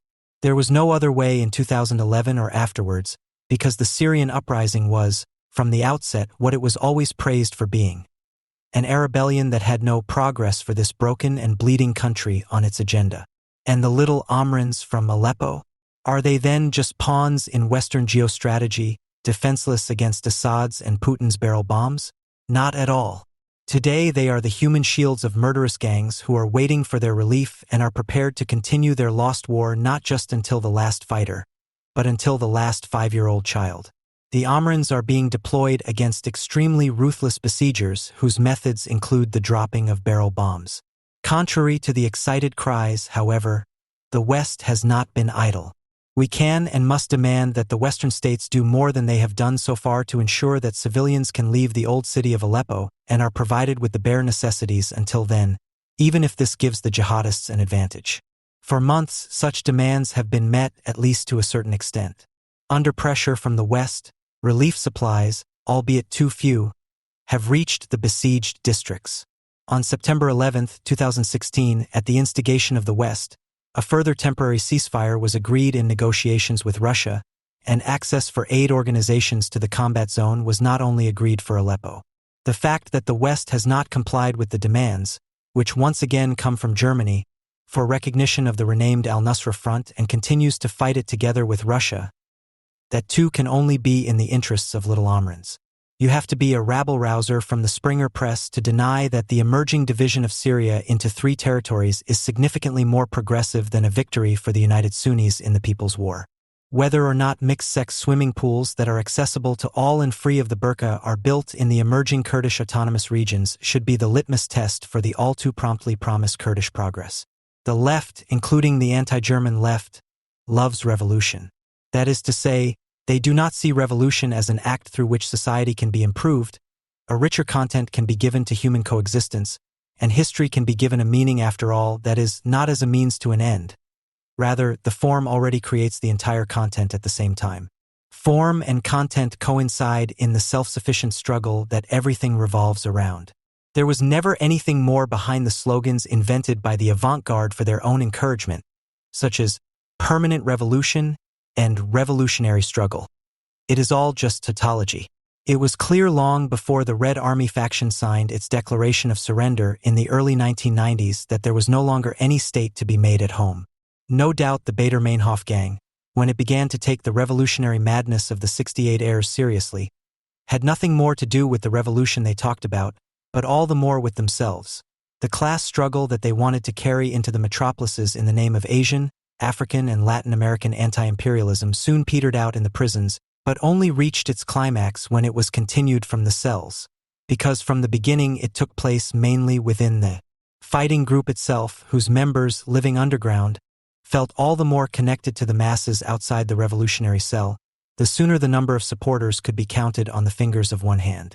In the end, it was only a matter of each individual combatant maintaining his revolutionary stance, of who was the most radical and unyielding of all, and who was the traitor, and finally, of who would hold out on the hunger strike to the last consequence. Revolution y muerte. After the collapse of the Soviet Union, the guerrillas of El Salvador, for whom the Taz had collected money to buy weapons in the 1980s, also threw away their Kalashnikovs. The only remaining object of interest for the revolutionary offspring, who had not yet realized what was going on, was the Turkish Kurds. The Marxist-Leninist, Stalinist, etc. Kurdish Workers' Party, the PKK, which had been waging its people's war against the Turkish army since the 1980s, had even managed to lure a few left-wing radicals from Germany into the mountains of Kurdistan. Nothing comparable had happened since the legendary complicity between German and Palestinian terrorists 20 years earlier. Of course, the new generation of German-class warriors no longer knew that the PKK militias had received their military training in exactly the same area where the RAF comrades had learned how to shoot from the PLO. In the Bekaa Valley in Syria-occupied Lebanon, where they now had to share the terrain with Hezbollah, after Israel had chased the Arafat gangs to Tunisia, and where they certainly had no idea of the armed struggle either. The PKK comrades waged a proper guerrilla war against Turkey, which cost tens of thousands of lives, mostly on the Kurdish side, but also claimed many victims among the Turkish army and Turkish citizens who did not belong to any revolutionary or military organization. Since a considerable proportion of the PKK militias, including their leader, were hiding in Syria and negotiations between the Turkish and Syrian governments had not led to any results, Turkey finally threatened to invade Syria. The threat worked and the PKK had to leave Syria in a hurry. As a result, Abdullah Öcalan was captured in 1999, and shortly afterwards the PKK surrendered. And so ended this armed struggle, along with its sympathizers, for the time being, as we now know. Revolutionary anti-Zionists, of course, always had the Palestinians in reserve. So the Al-Aqsa Intifada, which was sparked off in 2000 when a Jew, namely Ariel Sharon, visited the Temple Mount, which the Palestinians claimed as Islamic property, continued for the time being. But the increasingly caustic criticism of anti-Germans thoroughly spoiled the fun for the new generation of German revolutionaries, who this time were siding with Palestinian child murderers in the name of international solidarity. The last battle, they were told, we will lose. The radical left-wing scene was splitting up, and it now looked as if the anti-Semitic part of the Antifa was only able to get a minority faction up and running. In retrospect, however, it may seem that some of the defectors to the anti-German camp had only swapped the Palestinian scarf for the Israeli flag, a business transaction with a right of exchange that could be cancelled all too easily, because some of the newly minted anti-Germans apparently still hadn't realized it. Looking back, one could initially see in the initially not very noticeable inclination towards philosemitism the unfulfilled longing for belonging to a people, even if it is not one's own, but above all in the conspicuously passionate enthusiasm for the Israeli armed forces. In particular, the photos of armed Jewish girls in breast-enhancing uniforms, very similar to those posted around the recent Kurdish solidarity, shimmered with the desire to fight for the sake of fighting and revolution for the sake of revolution. The fact that soldiering and weapons are in themselves abhorrent things that should only be used in an emergency and with reluctance, and that a reasonably healthy psychological apparatus would react to them with fear rather than lust, this simple humane truth is suppressed and then negated in the fetishism of revolution and struggle, i.e. it is turned into its opposite. However, Israel is not a bill of exchange for communism, as those anti-German leftists who cannot stop speculating would have it. The Israeli armed forces, which serve only to defend the bourgeois state, the not at all revolutionary political organization that the Jews created for their self-assertion, can therefore only satisfy the desire for revolution and struggle projectively, and certainly not permanently. But then the Arabs finally arrived.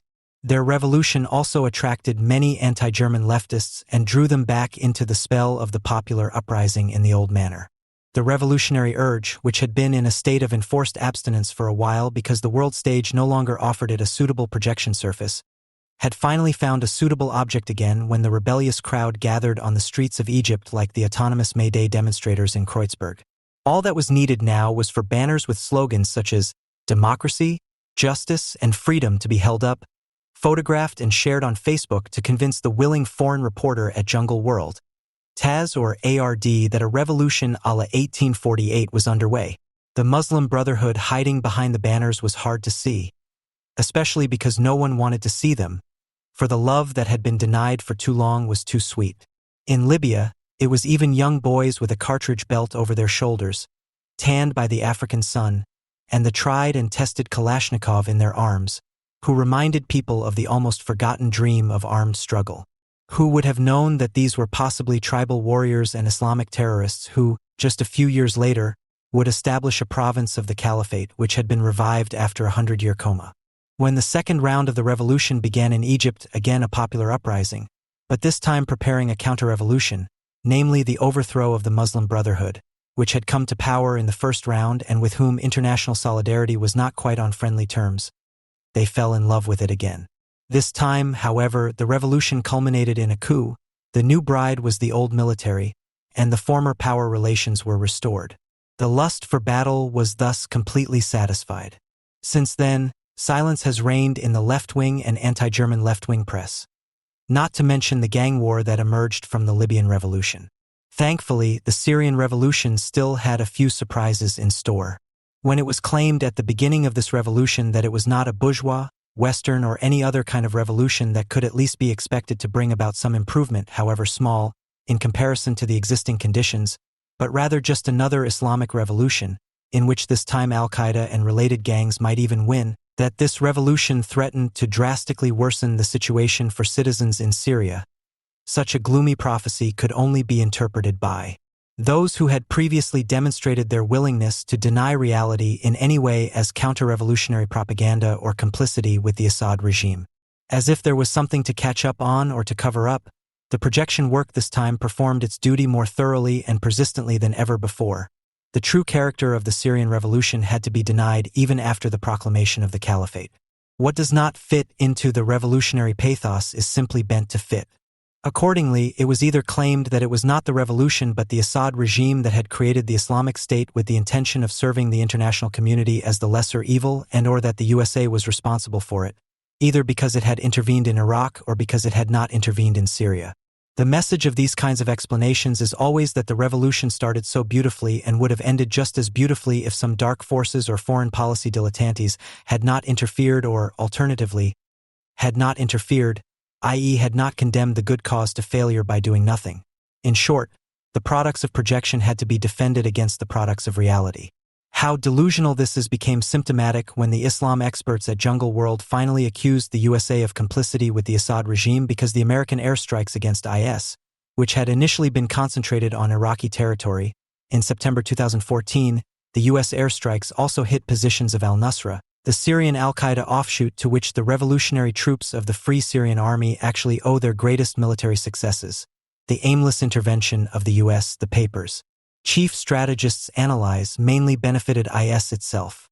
The revolutionary expertise thus strives, following its own logic, towards a state that the sick person half-consciously fears the most.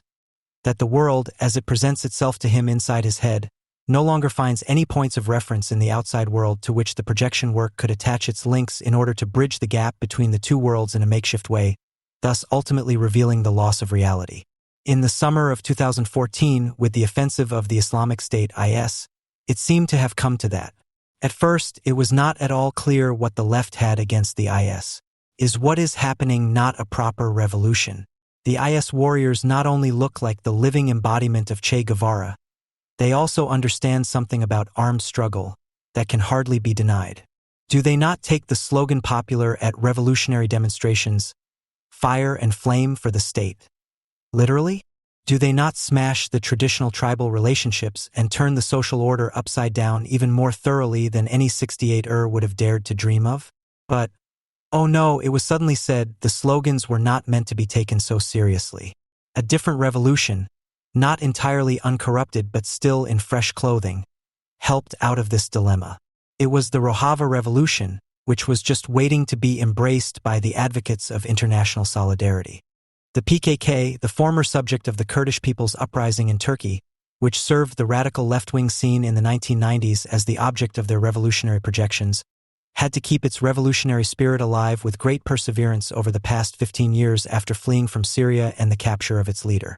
While Abdullah Öcalan used the time in his prison cell in the middle of the Marmara Sea to undergo an astonishing metamorphosis from a nationalist Stalinist to an anti-nationalist anarchist, thereby convincing his followers, who were open to esotericism, that the military defeat they had just experienced was a human gain. The remaining PKK militias devoured his thin pamphlets in the barren, but supposedly all the more beautiful Kandil Mountains in northern Iraq, where now, to make matters worse, Masoud Barzani, in alliance with the USA and Turkey, led a successful Kurdish revolution. With his Peshmerga, the PKK had fought a small civil war within the Kurdish community just 10 years earlier when it was still strong. The PKK was obviously on the losing side in every respect, militarily, politically, and ideologically. It was therefore of little interest to international solidarity. This changed abruptly with the battle for the city of Kobane.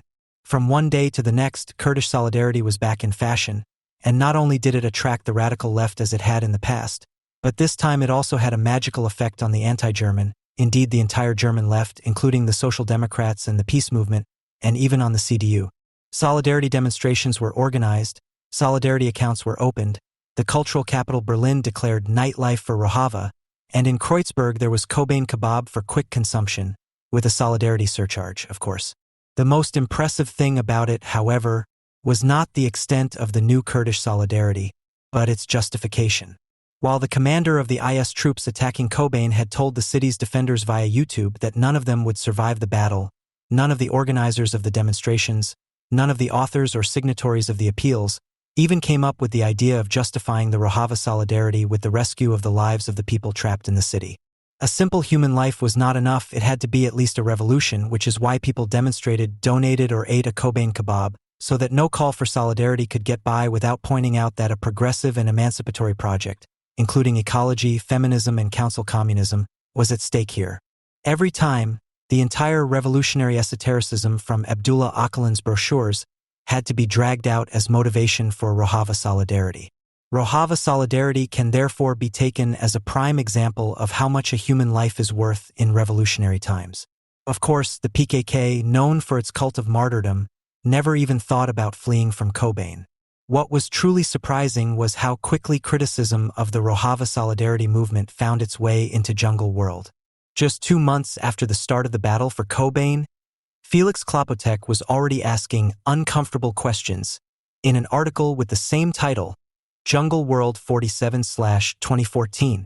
These were questions such as the legitimacy of analogies between Kobane, Warsaw, Stalingrad, or Madrid, as they were used in the Rojava Solidarity movement, or the credibility of the metamorphosis of the PKK, i.e. whether the party was now really against the state and nation. The questions culminate in a critique of the thinking in terms of the lesser evil, which he had imputed to the Rojava Solidarity in the event that it does not face the previous questions. If, it is argued, the exuberant solidarity is based on substantive positions, that, as soon as the right answers to the uncomfortable questions have been found, would no longer be tenable, what would remain? That the PKK would be the lesser evil in the face of IS. So far, one can follow the questioning. But, it continues, does not the logic of the lesser evil already imply the abandonment of a general, overarching, binding, one might say universalist perspective? If we choose a lesser evil, then shouldn't the others be allowed to choose theirs too? From the perspective of Sunni Arabs, 200,000 of whom were slaughtered in Syria and who are being hunted down by Shiite death squads in Baghdad, is IS not the lesser evil from their point of view? Wouldn't choosing the lesser evil lead straight to dead ends, at the end of which the major powers, whether Turkey, Iran, Saudi Arabia, Russia, or the USA, are waiting to play their game? Well, that's how it works, Mr. Klopotek. In the end, the USA is always the greatest evil. But it only gets really bad when left-wing radicals strike back. And that's what's happening here. Quote, and what would the perspective be then? Of course, and at this point, no question the self-organization of the proletariat, women and subalterns, as was already observed to some extent in the Arab Spring, about which the last word has not yet been spoken, just as, to draw an analogy, the bloodily failed Russian Revolution of 1905 points to 1917. End of quote. So we are back to the Arabs, and thus on the trail of the riddle of what the foreign editorial office of Jungle World disliked so much about the Rojava Solidarity that they waged a real campaign against it. To give Mr. Klopotek a final word, 2 or 3 years ago, there was no shortage of media reports that the PKK and its Syrian offshoot, the PYD, were at the very least de facto collaborating with Bashar al-Assad's regime. The PKK is not part of a common front against Assad, but it is granted a limited separatist peace, cantonal self-government. Why are these reports no longer being discussed? Have they been refuted? Is what a large part of the left sees as a stronghold of stability and human rights in the midst of the merciless civil war not only a product of this civil war, but has indirectly contributed to brutalizing it, precisely because the PYD has undermined a common, more powerful front against Assad? End of quote. What is formulated here once again in the form of a question and almost in passing was finally openly stated in the next issue of the paper, 48/2014. As the main line of attack against the PKK comrades and their left-wing radical sympathizers in an article entitled Romantic Shade, Romanticism is Harmful, by Elias Parebo and Harold Etzbach. The announcement itself reveals, albeit somewhat bashfully, the complete nonsense of the criticism. It says, in Kobane, the Islamic State was initially repulsed, not least due to an impressive wave of international support. Instead of classifying the events and the solidarity in the complex Syrian uprising, the local left prefers to chase its own glorified revolutionary fantasies. End of quote. Apart from the fact that the impressive wave of international support apparently and nonsensically refers to the Kurdish demonstrations and similarly useless expressions of solidarity in Germany, but not to the U.S. airstrikes that really helped the defenders of Kobane, as the PKK commanders had to admit publicly despite their ingrained anti-Americanism. So the Kurdish solidarity is criticized for failing to fit into the complex Syrian uprising. That this actually means subordinating to the Syrian uprising becomes clear elsewhere. But the choice of words, which emphasizes that an insurgency is taking place in Syria, a word that is associated with something good but not with a civil war, immediately focuses the criticism of Rojava Solidarity on the fact that it has refused to join the insurgency in Syria with the Rojava Kurds. Quote, as important as the rapid solidarity work for Kobane and Rojava was, It is alarming in several respects how one-dimensional and selective the German initiatives are in the way they classify the events. For example, in the call of the new anti-capitalist organization Now, and the Anti-Fascist Revolutionary Action Berlin, Solidarity with Rojava Weapons for the YPG/YPJ. From October 4th, instead of talking about the Syrian uprising, they talk about the Syrian civil war, in the middle of which the Kurds would defend a progressive social model. The interventionist left goes even further in its Rojava call, solidarity with Rojava. Who if not us? When if not now?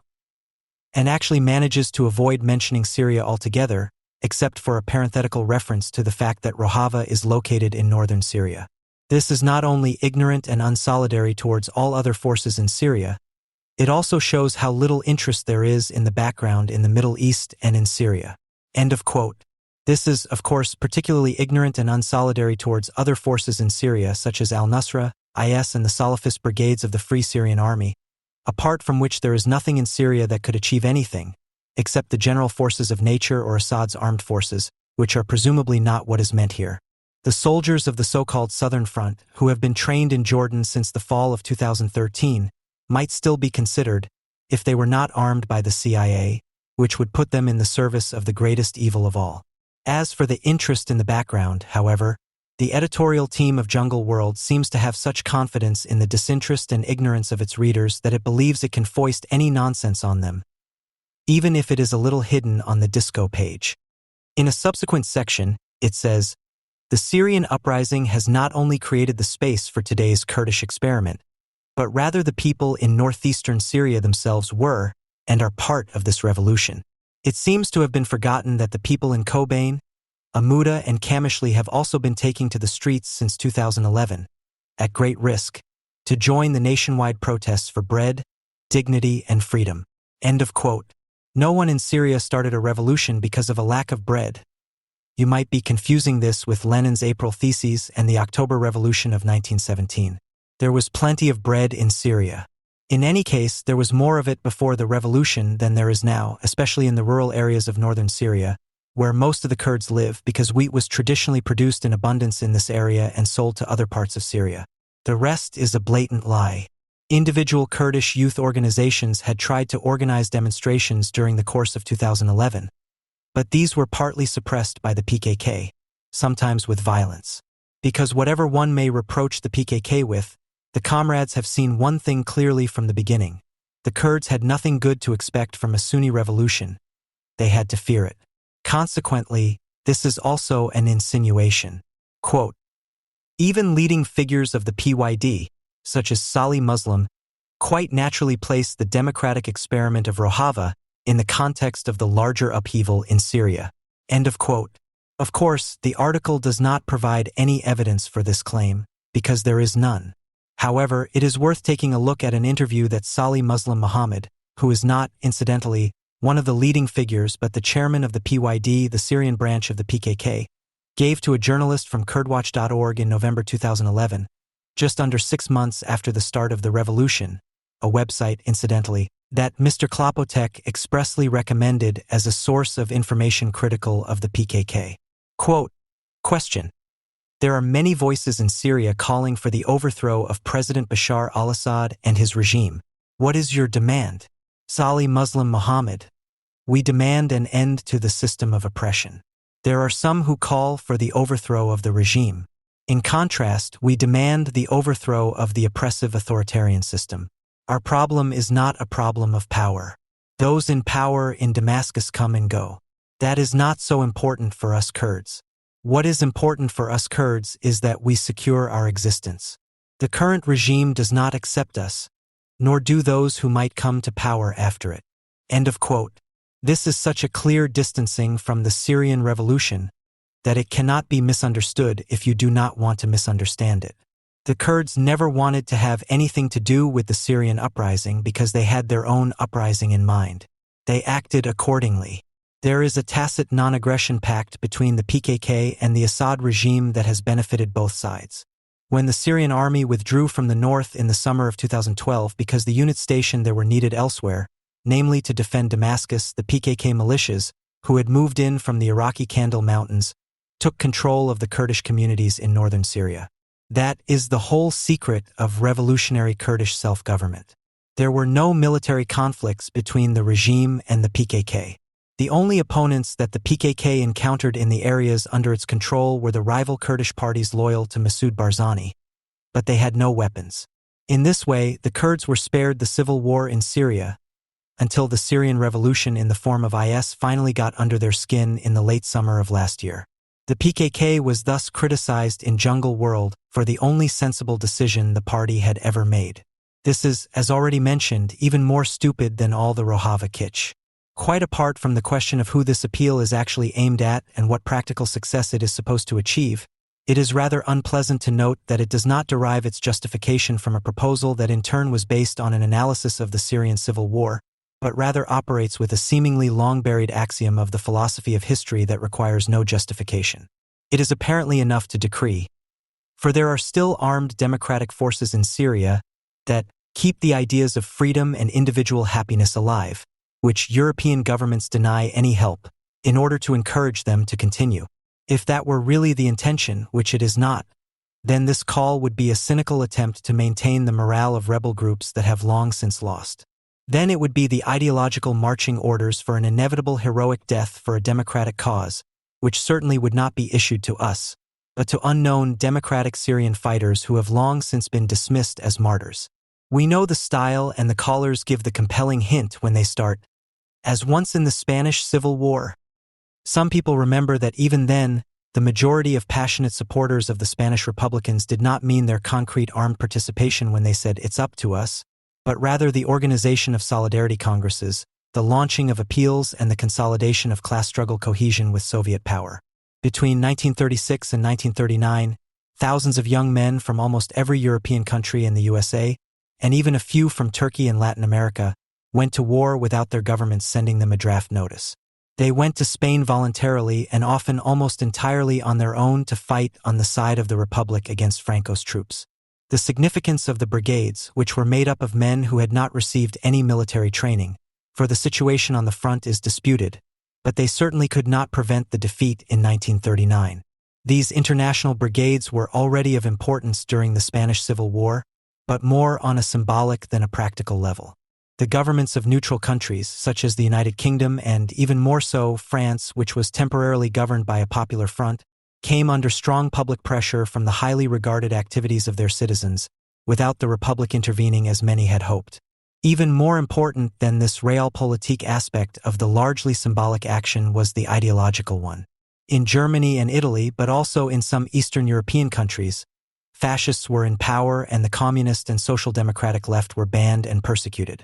The Great Depression was by no means over, not only in Europe and the USA. Mass unemployment and a general lack of prospects also characterized the political left, which was unable to achieve any spectacular successes where it was allowed to stand for election and usually had no program to offer against the misery. Perhaps the most serious factor was that, at the latest since 1936, there could be no longer any talk of cohesion between revolutionaries across party lines. The increasingly dire news from the Soviet Union of prison camps, show trials, death sentences against old revolutionaries, concentration camps, and the complete alignment of public opinion led to a split in the European labor movement and left-wing intelligentsia into the vociferously unwavering and the disorganized doubters and opponents of Stalinism. For many, Spain seemed to offer a way out of the internal left-wing disputes and the general paralysis. Here, an elected left fought against putschists. Here, the divisions that otherwise separated anarchists, communists, social democrats, and bourgeois republicans seemed to have been overcome. Here, despite many irritations, the alternative was freedom or barbarism, even after 70 years. Despite the undeniable barbaric acts of retribution that took place within the Spanish Republican camp, despite the scheming and murderous actions of the Soviet loyal internationalists against Trotskyites and other dissidents branded as fascists, the International Brigades stand. And the hope that they would one day bring about the success of the world revolution is not just a mythological story of history, edited in Moscow, in which the people and the Soviet people are seen as the bringers of salvation. Even the literature of solidarity, which was mostly cobbled together in the spirit of Soviet ideology, partly reflects the desperate situation in which workers and intellectuals found themselves in the face of the inexorable bleeding of the Spanish Republic. This Spain was not only the country whose freedom had been betrayed by the Western democracies to the fascists, It was also the land of hope, where friendly and courageous people would welcome you, where you could work meaningfully under the Catalan sun and not in the English fog. After a small part of the facts about the Soviet Union had arrived and could no longer be denied, the project of world revolution also lay in the fog. For a short time, Barcelona and Madrid displaced Leningrad and Moscow, until after the defeat in 1939 and the German invasion of the Soviet Union, everything was back to the way it was. In some ways, it still is today. The decision not to go to Spain caused feelings of guilt. The essentially banal words of George Orwell, who fought there, divided the entire left and a large part of the liberals at the end of the 1930s. They were common currency. When you think of the cruelty, misery, and futility of war, the temptation is to say, one side is as bad as the other. I'll stay neutral. In reality, however, you cannot remain neutral, and there is hardly a war in which it makes no difference who wins. Almost always, one side stands more or less for progress, the other side more or less for reaction. It is strange to be confronted with this word from the Spanish fighter Orwell in 2014 in connection with the civil war in Syria. Because in recent years it seems that the exception in Orwell's rule for armed conflicts is becoming the rule in itself. And by no means almost always but increasingly rarely does one side stand for something better than the competing other. What is worse, international brigades have been fighting against a reactionary regime hostile to progress for 2 years now. Thousands of young men from Arab countries and Europe are going to war for the total enslavement of the Syrian people. Often left to their own devices, they usually enter Syrian territory via Turkey, whose officials wave them through, and join the transnational jihad, which actually operates in international brigades as opposed to national Syrian militant groups. Compared to the internationalists of Allah, the Assad regime, even in its more brutal form as an opponent of the insurgency, does not fare any worse. It is almost impossible to choose between the two, even if only on the basis of criteria such as progress or the sparing of human life. Only the horrific vision of a jihadist final victory gives us an inkling that there is indeed something worse than the Ba'ath regime. Over 30,000, and probably many more, of these well-equipped and well-financed fighters are active in Syria. But, to stay with Orwell, what other, at least slightly better, side is there against the Ba'ath regime and the internationalists? The national Syrian groups that are also fighting against Assad are at least 90% oriented towards radical Sunni Islam and are divided into two roughly equal factions, one of which wants a radical Syrian theocracy and the other, inspired by the ideas of the Egyptian Muslim Brotherhood, is supposedly a somewhat more moderate variant. The opposition of both groups to the internationalists could be summarized as Islamism in one country instead of permanent jihadism. Those who wish to do so may see these national jihadists as a lesser evil, because they will probably not export terror after their victory. However, the majority of these forces are not motivated by conviction and are therefore often only half-heartedly involved in armed conflicts with the internationalists. The regime's troops appear to be even more restrained, and it is not unrealistic to assume that the domestic Islamists will be unable to reach a compromise with the foreign competition, if only for the sake of preserving their own sinecures, and that the Islamist resistance will thus tear itself apart. In view of the increasing radicalization of the Syrian armed opposition, Western voices calling for the support of opposition groups with weapons and trainers, or for the creation of a no-fly zone to give them the decisive advantage, have become quieter in the second half of 2013. No one can say anymore in whose hands the weapons deliveries will end up and against whom they will ultimately be used. Realpolitik is therefore limited to trying to keep the conflict as much as possible within Syria, and at the same time to prevent one of the three parties in the civil war from gaining the upper hand and then creating facts for the whole country. Since it is unlikely that the Assad regime will be able to win the civil war in its entirety, Syria's future is already sealed.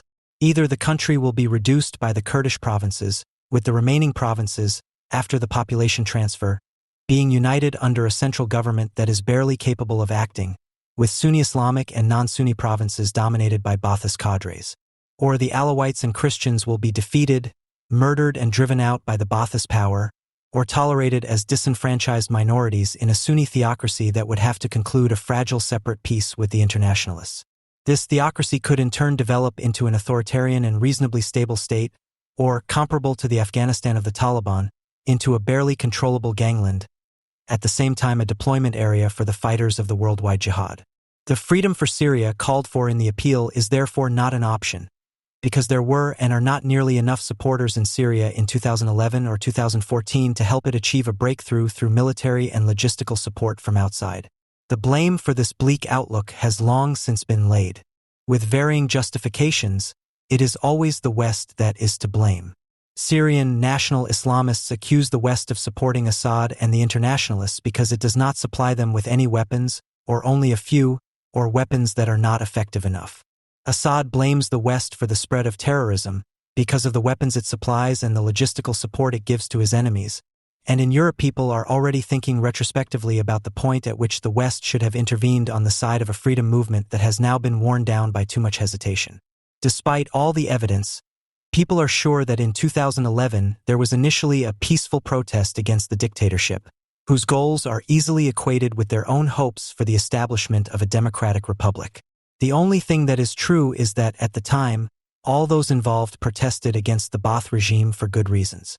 That only a tiny minority, which was courageously at the forefront, really stood up for a free and united Syria, while the vast majority even then wanted a theocratic state of Sunni Arabs and had the agenda of settling accounts not only with Assad and his supporters, but also with all minorities living more or less unmolested under the old regime, i.e., the Alawites, Christians, Shiites, and Druze. This truth about the Syrian civil war went beyond the Western imagination. Accordingly, there are no democratic rebel factions in the Syrian civil war that would fight for a better Syria, as the appeal suggests. One possible exception to the almost indiscriminate horror is the Syrian Kurds, who have come closer to realizing their long-held dream of a separate state. They are the only ones who are fighting convincingly against Islamists of various colors, if only to control their own settlement area, which has been largely spared from the war by an informal but mutually beneficial non-aggression pact with the Assad regime. It is only by protecting themselves from Assad's bombardments that they are militarily able to stand up to the Islamists, who are hostile to the Kurds by definition because they are all Sunni Arab. The appeal is based on this option, because what else can the sentence "every donation helps the groups to defend their areas and create places that make survival possible beyond barbarism, thus keeping the ideas of freedom and individual happiness alive, mean other than solidarity with the Syrian Kurds? The Kurd struggle is only an option in the Syrian civil war to the extent that they are very understandably closest to themselves due to a lack of allies. If they were to succeed in proclaiming and maintaining their own state, following the Iraqi Kurdish model, it would only help the Kurdish inhabitants, but it would not be an alternative for the whole of Syria. This is where the difference to the Spanish Civil War lies. Republican Spain did not only fight for a cause in the interest of humanity against an enemy of humanity, as seen by its supporters. The jealousies between Basques, Catalans, etc., which are now difficult to contain, were at least stilled at that time, because victory could only be achieved by all Spaniards together, and this victory would not only have been more than a Basque, Catalan, etc. victory, but also a sign that would have pointed beyond a liberated Spain. It is doubtful whether the Spanish were aware of this, but the appearance of the international brigades showed them that their front was not just a Spanish one. The Syrian Kurds cannot be blamed for not taking up this perspective. As a thoroughly particular group, they probably want to set up their small province according to criteria that are friendly by Syrian standards. Perhaps they will even be the ones who, as is becoming apparent in northern Iraq, could set an example for an entire region in Arabia that something other than Islamism or Arab nationalism with its state monstrosities is possible. But that is merely a possible effect and neither a Kurdish program nor a nod from the world spirit. In the absence of any hope of a peaceful, multi-ethnic and multi-religious Syrian republic, there is nothing to stop us from supporting the few who are seeking to secede from Syria by force. If we were serious about this without lapsing into the glorification of Kurdish ethnicity that was so popular in the 1980s, an appropriate intervention would also be an incitement to debate internationalism.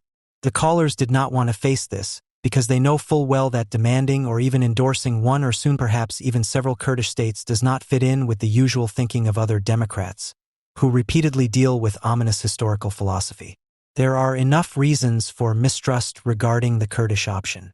A state territory that is designated according to the traditional, but not necessarily real, settlement areas of a very specific group, a population entitled to autonomy that strictly defines itself ethnically according to ethnicity, and thus possibly also against unwanted settlers.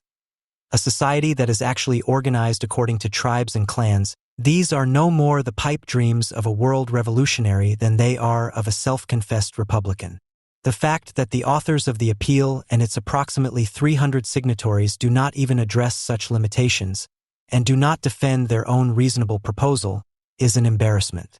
They have made a pact with the world spirit, which, since the Soviet Union became recognizable as an entirely authoritarian project, i.e. even before 1936, means that no distinction is made between progress and terror. They have not done the Syrian Kurds any favors with the slogan, "The democratic opposition in Syria needs your support." All the adventurers of the European establishment, whether they be politicians or honorary political advisors like the tireless Bernard-Henri Lévy, are constantly reinventing a democratic opposition for all of Syria and listening to the corresponding confessions of the Muslim Brotherhood, who are struggling laboriously to achieve a democratic form. The high-ranking officials in the committees financed by Turkey or Qatar listen devoutly to the call for their dream of ultimate triumph over the Assad regime to be realized at last, alongside Sunni Islamism. The callers themselves know best that a decision by the West in favor of one of the resistance groups operating in Syria against Assad would automatically increase the pressure on the Kurdish autonomous regions. But the fear of being branded a collaborator of the Assad regime or an Islamophobic traitor to the promises of an Arabellion is apparently so great that, for the sake of reassurance, the memory of the Spanish Republicans betrayed by Europe is invoked with a coercive "it's up to us," in order to be seen as part of a large European coalition of the willing. It should be noted that the few Druze, a minority that has always been viewed with suspicion by organized Islam and openly terrorized, who live on the Syrian side of the Golan and are preparing with village guards to repel the imminent invasion of the Syrian freedom movement without any prospect of success, do not deserve a unified Syria.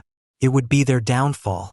The only country that could be considered as a protective power for them after the collapse of Syria would be Israel, where Syrian Druze have been living in autonomy on the other side of the Golan since 1967. The Turkish Revolution has already reached the point that the Arab Revolution is still striving to achieve. Recep Tayyip Erdogan was perhaps not the only one to entertain this thought. When he turned on the television on the last day of January 2011 and saw what was happening on Tahrir Square, he thought he recognized that the time had come for a speech that would be broadcast live on the usual Arabic satellite channels and remind the peoples around him of the revolutionary significance of his nation, his party, and himself. And so he spoke. Not only in Turkey, but all over the world, the Justice and Development Party has shown that it knows neither fear nor hesitation when it comes to standing on the side of the oppressed and the victims. Turkey can set the stones in this region rolling and change the course of history. End of quote. He advised Hosni Mubarak in a commanding tone, "Do what your people want, without hesitation." When the Egyptian president resigned 10 days later, Erdogan felt like Suleiman the Magnificent, who could change the governors in the provinces that belonged to his empire at will. The Islamic democracy that he had created in Turkey within 10 years was, in line with its tendency, leading to Ottoman great power politics, but initially only in Erdogan's imagination. In reality, Hosni Mubarak had not resigned because Erdogan had advised him to do so, but because the Egyptian Military Council, bowing to pressure from the streets, had decided that he should. Whether Turkey could really change the course of history was not yet proven, insofar as it was meant that it not only had the power to direct its own fate, but also that of other states. The Arab Revolution, to which the metaphor of the Rolling Stones referred, seemed to prove the opposite.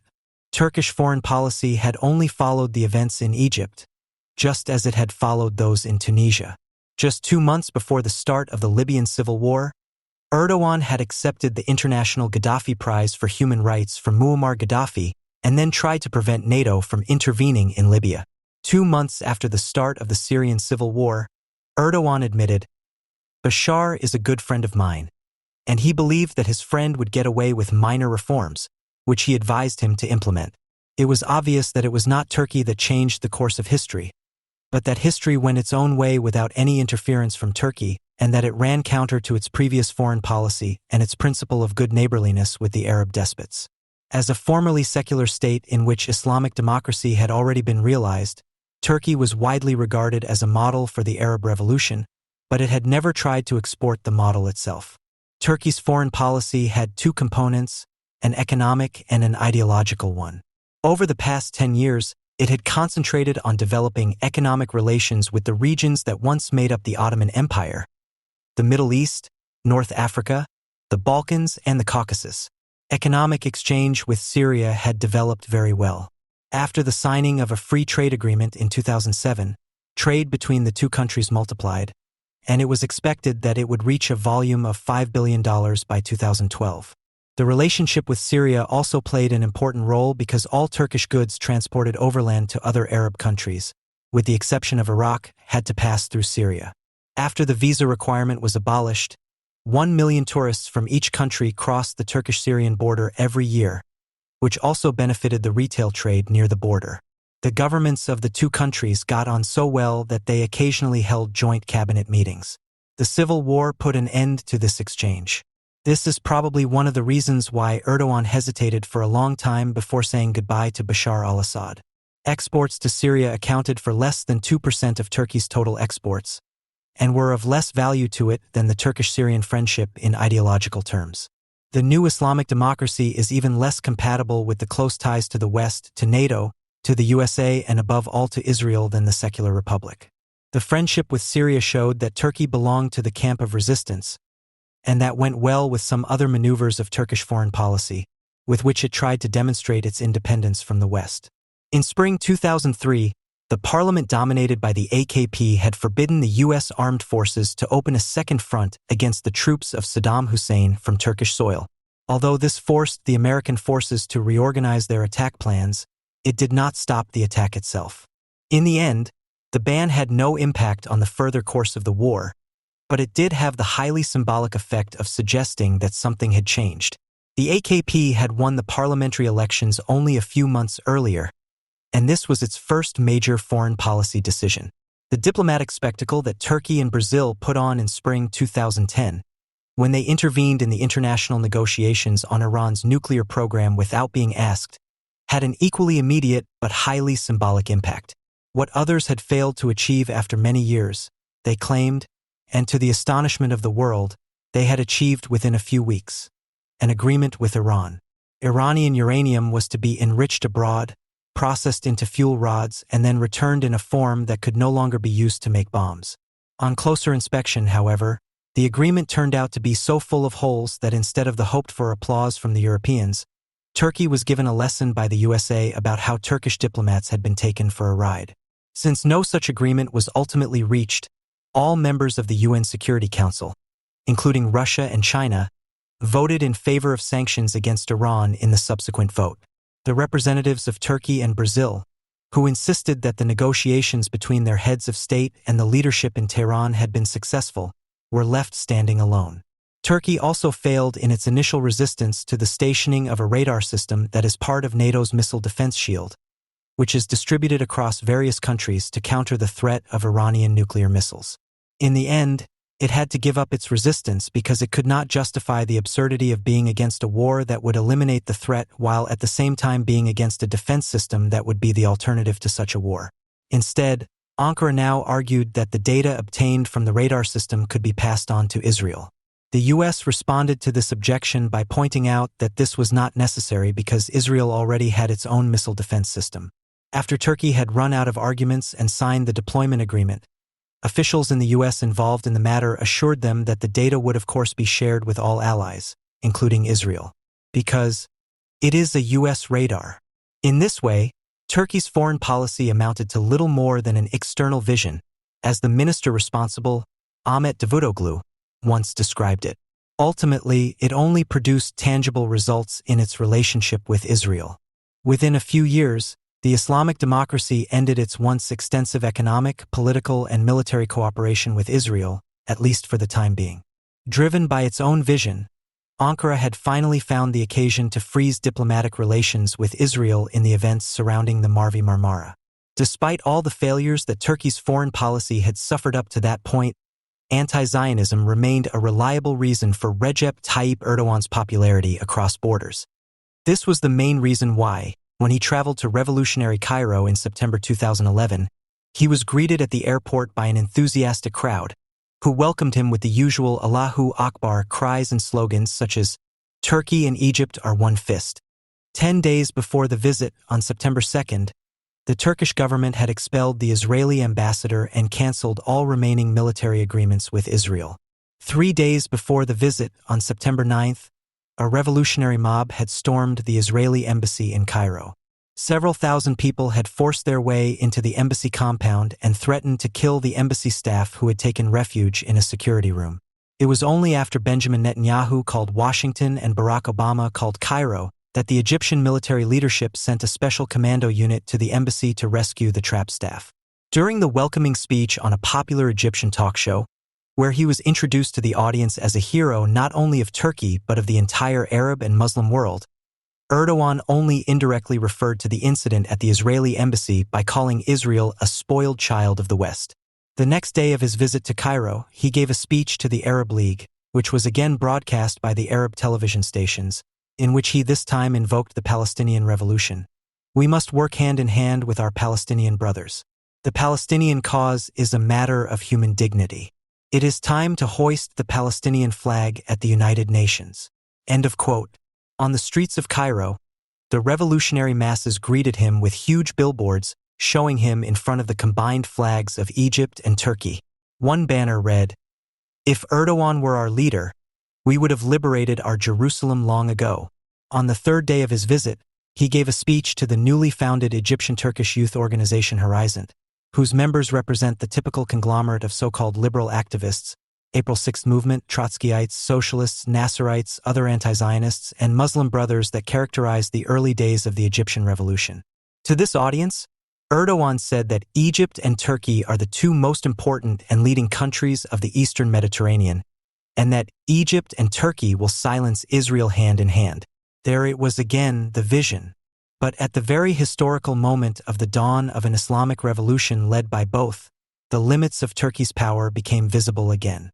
It was a small group of demonstrators from Syria who inadvertently revealed these limits. The demonstrators in Cairo called Erdogan a loudmouth and wanted to see not just words, but finally deeds from Turkey. By this time, Turkey had not only already sided with the Syrian revolution, but had decided to take the lead in the fight against the Ba'ath regime. Accordingly, the Free Syrian Army was allowed to set up its headquarters on Turkish soil, a stone's throw from the Syrian border, from where it supplies its battalions fighting in Syria with weapons. The Syrian National Council, which is controlled by the Muslim Brotherhood, set up its offices in Istanbul to meet with Saudi, Qatari, and Turkish arms dealers. However, these words were not enough for the demonstrators in Cairo, who demanded that Turkey get directly involved militarily and enforce a no-fly zone in northern Syria, as NATO had done in Libya. The catch: Turkey is not capable of these deeds on its own.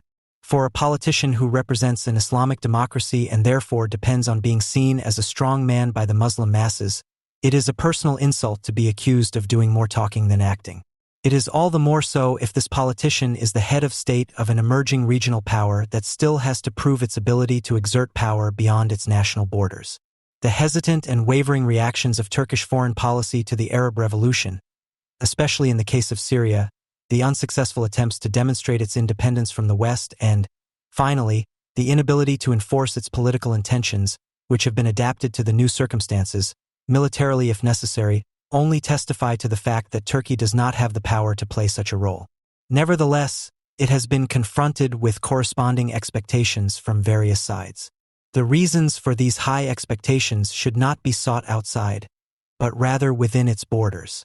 It must be noted first of all that not all the qualities that could enable Turkey to play a leading role in the region, and which Erdogan is therefore accustomed to praising as the products of his statesmanship, can actually be understood as the results of the political actions of his government and his party. The fact that Turkey is the most populous country in the region and the most militarily powerful north of Syria, for example, is not a merit of the AKP, but it is a reason for the political weight of AKP Turkey. And the same applies to the economic rise of Turkey, which is praised at every opportunity and always credited to Islamic democracy. In 2001, the Turkish economy was still in a financial crisis, with production volumes falling by 6% that year. By the following year, when the AKP took over the government, production had already risen by 6%. From then on, from 2002 until the global financial crisis of 2008 to 2009, the Turkish economy produced growth rates averaging 7%. After a temporary slump due to the global financial crisis, growth rates once again exceeded 8%, although Turkey was the only OECD country in which the banks did not receive any explicit or implicit support from the public sector as a result of the global crisis. With a population of 75 million, low public debt, a self-confident banking sector, and an annual production volume of $800 billion, Turkey is now one of the strongest economies in the world. And this is impressive in the countries of the Arab Revolution, where there is a lack of economic prospects. While the AKP government claims to have brought about the economic miracle, the opposition asserts that it was actually one of their own. Kemal Dervish, an economics professor who had spent 20 years at the World Bank before returning to Turkey to take up the post of Minister of the Economy and implement the reforms needed to overcome the crisis of 2001 with the help of loans from the International Monetary Fund. In this version of Turkish economic history, the AKP is at least credited with having more or less fully adopted the reforms when it came to power a year later. But the prehistory of the Turkish economic miracle could just as easily be placed in the 1980s, elevating Turgut Özal to its creator, who had begun his reform project as a minister of a military government.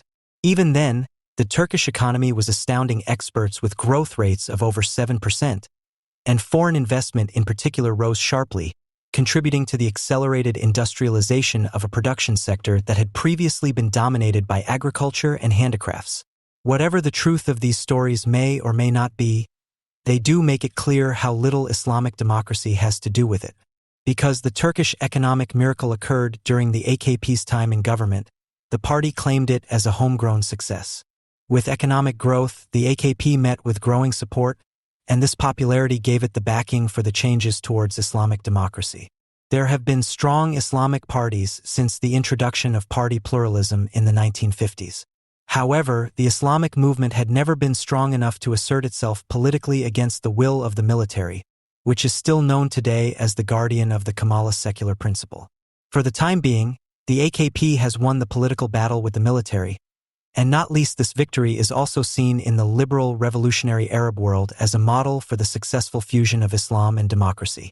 The outcome of the power struggle with the Turkish military was symbolized at the celebrations for the 89th anniversary of the Republic at the end of October 2012, when the president appeared for the first time at the traditional inspection of the military parade accompanied by his wife, who was dressed in a headscarf. Hundreds of members of the army, including many officers and generals, were arrested during the spiritual revolution of the last 10 years. In 2011, the Chief of Staff of the Armed Forces and the Commanders-in-Chief of the Army, Air Force, and Navy offered their resignations. Erdogan refused, but appointed the acting commander of the police as the new Chief of Staff, the first time that a person who had not previously served in NATO had held this office. The British Economist wrote at the time, "Keeping the generals out of politics is a must. But what about the Army's actual job?" With 12% of its generals and admirals in jail, Eric Edelman, a former U.S. ambassador to Turkey and the number 2 at the Pentagon under George W. Bush, says the Turkish military looks like a broken and leaderless institution. He expresses his concern about the consequences that a weakened Turkish army, the second strongest in NATO, could have for the alliance and the region. Turkey is better off with a weakened army, but a weak army would certainly not do Turkey's regional ambitions any good. End of quote. This weakness of the military is not the only obstacle standing in the way of Turkey's desire to act as a regional power. It cannot achieve much on its own. As mentioned above, it does not have sufficient means to establish a protection and no-fly zone in northern Syria, for example. Consequently, it is calling on the West to enforce this for it, although it would like to distance itself from it further. Henri Barkey, who used to work in the planning staff of the U.S. State Department, said in October 2012, after Syrian stray bullets killed 5 Turkish civilians and Ankara felt compelled to take limited military countermeasures. Turkey wants to create a kind of buffer zone in combination with a no-fly zone in Syria. The reason why it is pushing the U.S. to participate in this is that it cannot do it itself. Well, why don't the Americans do it? The Syrian air defense system is very sophisticated. America would have to deploy hundreds of fighter aircraft to take out this system. Since this air defense system was developed to be used against Israel, it is much more sophisticated than you might think. Yes, we can establish a buffer zone, but they will definitely shoot down some of our aircraft. This is not a game. End quote. A Turkish fighter jet was shot down by such anti-aircraft missiles in June, of which the Syrian armed forces have an enormous number, as they are supplied by Russia as required and presumably together with the associated operating personnel. A war against Syria is therefore too big a job for Turkey alone. With NATO Patriot missiles, Syrian fighter jets could be shot down from Turkish territory without endangering NATO fighter jets. Even if their deployment on the Turkish-Syrian border is in no way intended to support a no-fly zone, which remains to be seen, if there is still a need for it at all, it does cover Turkey's current Syria policy, in which the Turkish border area not only provides a safe haven for refugees from Syria, but also a deployment and withdrawal area for the Free Syrian Army. The command authority over the Patriot batteries, however, is naturally with the Supreme Allied Commander Europe, James G. Stavridis, United States Navy Admiral, the superpower, not some regional power. Perhaps Erdogan was speculating, just waiting for the Arab states to copy the Turkish model, so that he could be seen as their wise leader who changed the course of history. The Muslim Brotherhood, which is as old as Turkey itself, obviously did not need Turkey's instructions. What could Turkey realistically offer the Arab Revolution, apart from visions? Can it provide the Egyptian Muslim Brotherhood with the same financial and military resources that Egypt receives from the USA? Can Turkey supply Hamas with rockets that threaten Tel Aviv and Jerusalem? Can Turkey prevent Bashar al-Assad from using chemical weapons or from getting them into the hands of terrorists? Can it even secure its own borders with its own resources? NATO Patriot missiles are now protecting it from the threats posed by the Syrian armed forces. But the civil war in Syria has also brought Turkey another problem that it has to solve on its own: an offensive by the PKK. 2 million Kurds live in northeastern Syria. At the beginning of the civil war, hundreds of PKK fighters came from Iraq to support their Syrian comrades in their bid to gain control of the cities and villages inhabited by a majority of Kurds. At the same time, they began an offensive on Turkish territory together with their comrades in Turkey. The fighting between the PKK and the Turkish military, which has been intensifying since the summer of 2011, claimed almost 1,000 lives by the end of 2012. There is no solution in sight for this problem, either during or after the civil war. A regional power with an unresolved feud on its insecure borders is not necessarily a model to be recommended. Overall, the Turkish model has a number of shortcomings, and it is not clear whether or how they could be remedied. The Kurdish vote also contributed to the electoral success, which the AKP attracted with a number of cultural and political concessions, such as the authorization of Kurdish language lessons and Kurdish television and radio programs. These votes are no longer certain. The liberal Turkish public, which despite the power of the AKP is still vital and which voted for the Erdogan party in order to break the power of the military bureaucracy, has long been afraid of the totalitarian tendencies of Islam and the authoritarian democracy that threatens their private freedoms.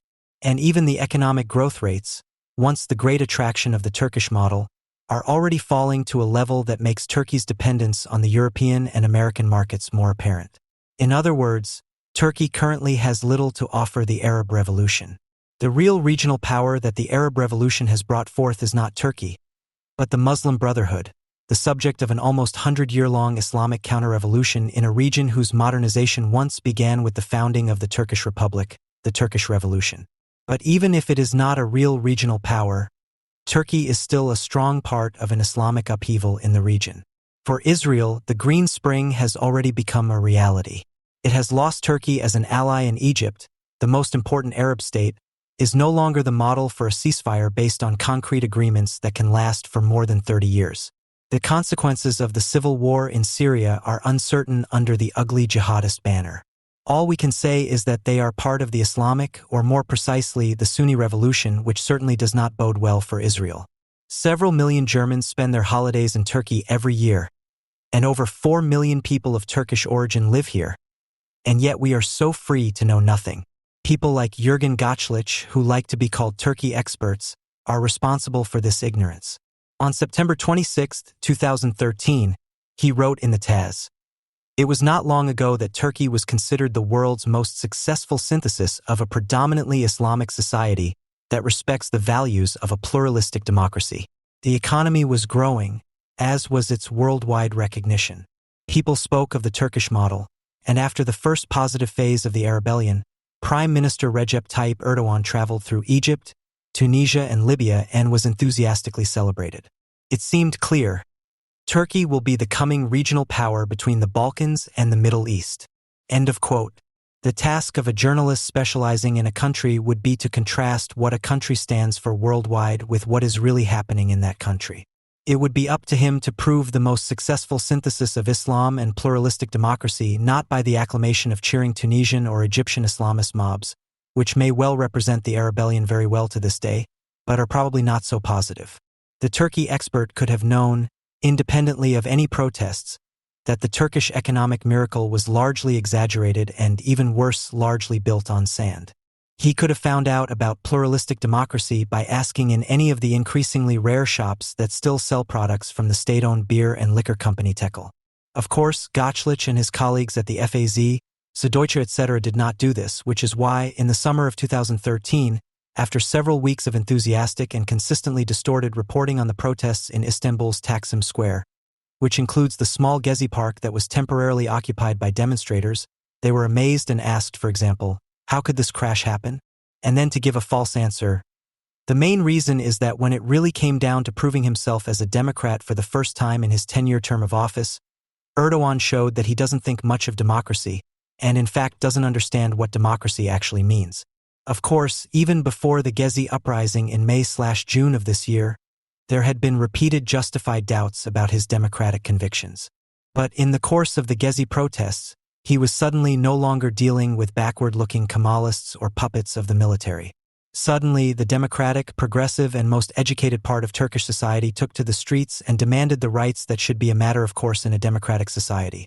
The right to free development of the personality, the right to have a say in shaping one's immediate living environment, or the right to an ideology-free education, to name just a few. Now the end of the Democrat Erdogan was revealed. End of quote.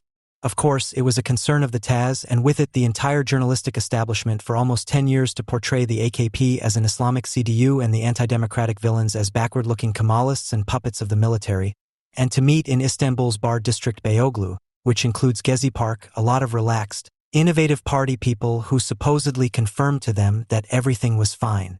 In reality, it has been observed for 10 years that Turkey is changing from an authoritarian state with private retreats into a totalitarian society in which no deviation remains hidden, and at the same time it is proving that this process is not being driven by open repression from above, but is taking place in a strictly democratic manner from below. The Erdogan government is implementing what the people, who are confirming it with an ever-growing majority, are fervently wishing for. The people only have slightly different ideas about the right to free development of the personality, the right to have a say in shaping their immediate living environment, or the right to an ideology-free education than the protesters in Gezi Park, and not without reason they reproach them for partly mourning İlker Babug, the former chief of staff, who was sentenced to life imprisonment in the Ergenekon trial a few weeks after the Gezi protests. The modest freedoms that have almost disappeared without protest under the AKP regime were not gradually wrested from a strong state by a civil society, but had the military as their supreme protector, which quite naturally threatened the Erdogans, who have always existed, with a coup if they dared to be a little too democratic. On September 30th, 2013, democracy once again struck. As part of a reform package, Tayyip Erdogan announced the lifting of the headscarf ban in the public sector, giving the not at all Islamist reason that the restrictions have violated freedom of expression and belief, as well as labor law, and they are discriminatory. End of quote. The EU Commission, which is valued by the German press as an incorruptible source, welcomed the reform plans with the words, "The announced measures give hope for progress in many important areas." Quote end. When, for weeks on end, the events on Istanbul's Taksim Square were interpreted in the manner of a Jürgen Gottschlich as the self-confident appearance of a flourishing Turkish civil society, then at most this describes the temporary high spirits of a large part of the occupiers of Gezi Park. The activists and their sympathizers in other Turkish cities had no reason to be so self-confident in the early summer of this year. The demonstrators at Taksim Square and elsewhere were not there to take something that had long since belonged to them and was only being withheld by an unpopular, decrepit regime. The activists knew from the outset that they represented a minority in the country that was by no means growing. To see this, you don't have to look at the survey results in the wake of the Gezi protests, which show no change in party preferences. A glance at the supposedly lively city of Istanbul, which is in reality as lifeless as a village, is enough. The daily traffic and construction noise is not an indicator of the urbanity of a metropolis, and Istanbul has more than enough of that to offer. The promise of freedom associated with a large city, the anonymity of the individual that protects him from the daily surveillance of the neighborhood and personal dependence on the village community, the promises associated with this anonymity of finding completely different ways of life and being able to make them your own, Istanbul has less and less to offer in this regard from year to year. The Gezi protests were a cry for help, with the aim of nothing more than preserving the shrinking niches in which one can live in Turkey without being bothered too much. Because the harassment is increasing. A ban on kissing in public had just been introduced, restrictions on alcohol consumption in public places are being tightened, abortion rights are to be curtailed beyond recognition, and it is becoming increasingly dangerous to publicly violate the fasting requirement during Ramadan in more and more parts of the country and city. Finally, the already weakened barrier against the complete subjugation of the state by Islamic totalitarianism fell, as had long been announced. At the same time, the threat of a completely democratic society is being underpinned architecturally. The reconstruction of an Ottoman barracks on the site of Gezi Park or the construction of more and more mosques, often in monumental form and almost always with an attached shopping mall, in city centers demand respect for a way of life that the demonstrators not only cannot relate to, they have reason to fear. Every sacred building has a buffer zone around it where entertainment venues are located, where the sexes can meet without being molested and where alcohol is, of course, served. The sound of music is replaced by the state muezzin's call to prayer, which is broadcast punctually from the oversized loudspeaker systems on the minarets. The most modern, newly completed residential area is more annoying than comparable districts in European cities. In Istanbul and elsewhere in Turkey, the nerve-wracking boredom is always accompanied by a subliminal cultural battle, fought by caretakers and neighbors, minibus drivers and shopkeepers, by those who have nothing to hide and are all the more conscientious in their search for hidden deviations. In Berlin, the caretaker of earlier decades, who together with his wife acted as the public servant of the owner and the public order against deviant behavior, is now only an unpleasant memory. In Istanbul, on the other hand, the authoritarian need for a regulated neighborhood is emancipating itself from the restrictions of earlier years. The city is withering away into a village that no longer appears as the sum of the objective constraints and restrictions of an agrarian form of production, but rather as a self-confident collective representative of a moral way of life in the metropolises. The call for help from Taksim Square had no real addressee, but it did have a powerful opponent. Basically, everyone who mattered was there in the first few days of the protest. The pictures show mainly young people who are easily recognizable as people oriented towards the Western way of life in their clothing and behavior. A protest rally in Turkey, where there are a lot of women but none with headscarves, and at the same time no, or only very few national flags are being waved, is rare and deserves admiration. At all the demonstrations against Erdogan in recent years, where there was a high proportion of women, the symbolic value of the fact that those wearing headscarves were not there was largely devalued by the fact that in a sea of national flags, no individual protest against the impositions of the national unity invoked there was allowed to occur. The protests that manifested themselves on Taksim Square in a hopelessly truncated Erdogan must go were not about standing up against a flood of everyday harassment that spoils one's private life, but about the essential content of the protests. The scenes from June 7, 2013, when suddenly all the talking and music stopped because a few dozen men knelt on the ground and performed the Friday prayer, are among the most moving images of the protests around Gezi Park that went around the world. Regardless of who these people were, who were praying against Erdogan of all people, no image better represents the speechlessness and powerlessness of a protest that is otherwise so loud. Erdogan must go, and that is also the opinion of many Islamists who feel that his regime is not radical enough, his politicians too corrupt, or that their own reward for pious humility is too small. The matter-of-fact way in which they were able to use the protests for their own purposes, which were diametrically opposed to those of the demonstrators in terms of public morality, and in the days that followed also brought their veiled women with them as proof that there is no civil society against their own kind, has triggered such satisfaction in Germany. To the extent that in the Friedrichshain-Kreuzberg picture puzzle for the election of Christian Strobeli, the last German revolutionary, a bow to the protests in Istanbul was only allowed to occur with the use of a headscarf-wearing woman. Islamists on Taksim Square were a vanishing minority. But the fact that the block wardens from next door were allowed to take part on an equal footing with Erdogan and his AKT is proof of how much the majority of the completely secular Erdogan opponents were driven by the old and self-dumbing down religious certainty of the Turkish left. The love of the people. On June 28, 2013, several weeks after the eviction from Gezi Park and Taksim Square, a fast-breaking iftar organized by the Kurdish party BDP took place in the neighboring Istiklal Caddesi, at which, embarrassingly, the poor people's starvation rations were served as a meal: bread, olives, sheep's cheese, and watermelons. What some of the organizers eat for breakfast out of nostalgia without economic need was celebrated here as the main meal of the people, especially in the month of fasting, when even the poorest, paid by the municipal administration in large tents erected next to the mosques, eat a meat dish with side dishes and sweet pastries for dessert, together with wealthy and politically powerful believers, punctually at sunset. Nowadays, seeking fraternity and togetherness with the common people in prayer and breaking the fast is just an ingredient of a left-wing tradition that defines the people, whether Turkish or Kurdish, in seemingly timeless customs in order to pull the wool over their eyes. This includes not only meager meals but also the Hali, a folk dance in which dozens and hundreds of people link arms and hop around in a circle to the sound of a few tin horns and the pounding of drums, as is done almost daily in the occupied Gezi Park. One of the achievements of the Erdogan government is to have pushed back public alcohol consumption to a tiny area.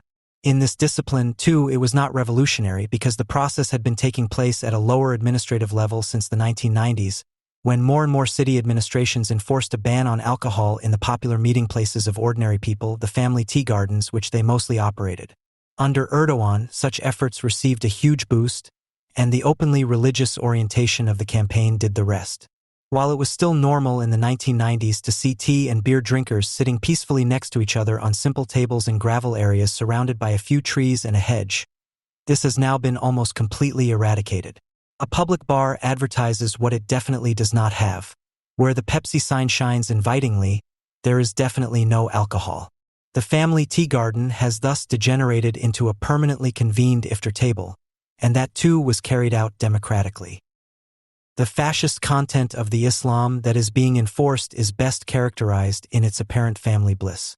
What is meant is a state of harmony that comes across as a private idyll, freed from all challenges of instinct, curiosity, and eccentricity, promising happiness in a never-ending chain of family gatherings with food and tea and food.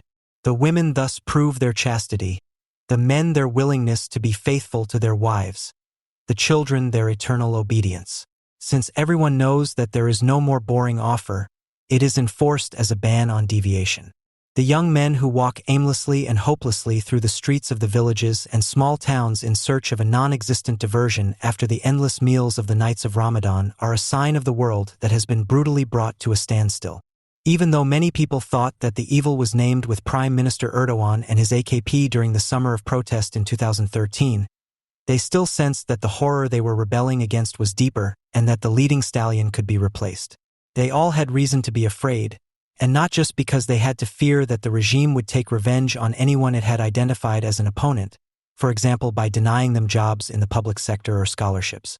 They all know from their daily experience what is being kept secret in Germany, that the Erdogan regime has set out to conquer the country. However, they have no adequate idea of whose creature they themselves are and how fatally their way of life is linked to a project that almost inevitably had to produce an Erdogan. The cultural struggle that the AKP is waging across the board and so far always successfully is only apparently directed against the Kemalist legacy in toto.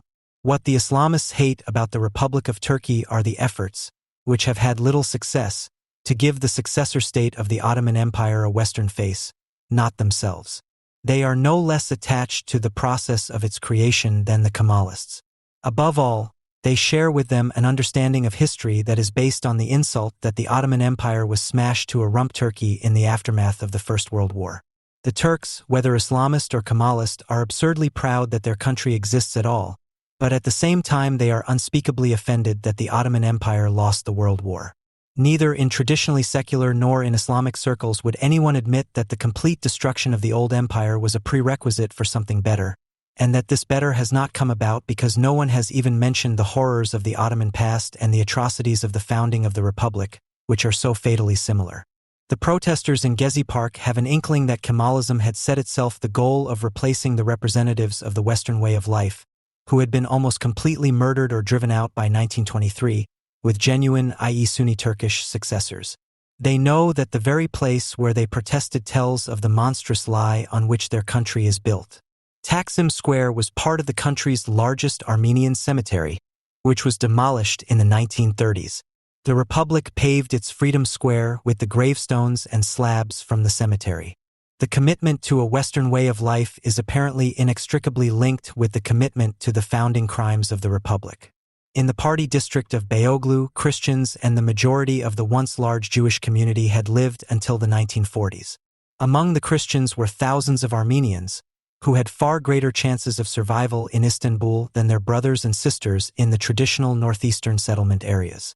In addition, there were Greeks who, due to international treaties, were exempt from the so-called population transfer between Turkey and Greece, 1923 FF. With the exception of a few Armenian Christians who still live near Taksim Square, they have all disappeared. The majority of Armenians fled in the 1930s and 1950s. Almost all the Jews emigrated in the immediate aftermath of the founding of the State of Israel, having been plundered and humiliated after 2 decades of anti-Semitic agitation and legislation in the name of the Republic. And almost all the Greeks in Istanbul fled in the years following the severe pogroms of 1955. The lively and westernized Beyoğlu as we know it today only exists because Sunni Turks had assimilated the infidels there since the end of the 19th century. However, modern Beyoğlu has only become possible at the price of an open and often tacit pact with the Kemalist murderers.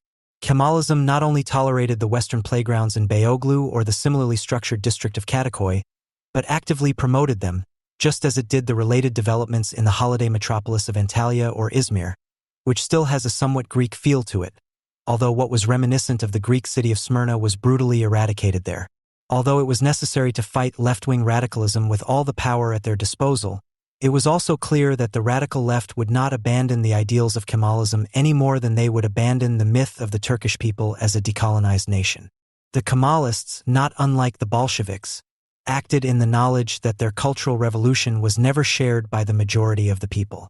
Their power was based on the military success in the War of Independence, when they were able to win over the majority of the Sunni-dominated people. And like the Bolsheviks, they did not demobilize the Liberation Army, but instead expanded it as an instrument of power. Unlike the Bolsheviks, the Kemalists did not rob the army of its charismatic leaders and murder them in order to subordinate it completely to the party.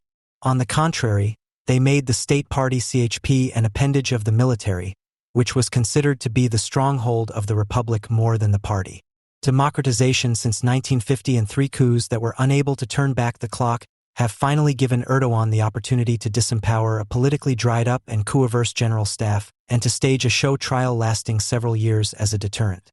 This ended with the conviction of hundreds of officers, most of whom were retired, the most prominent of whom was General Basbug, who was sentenced in August 2013.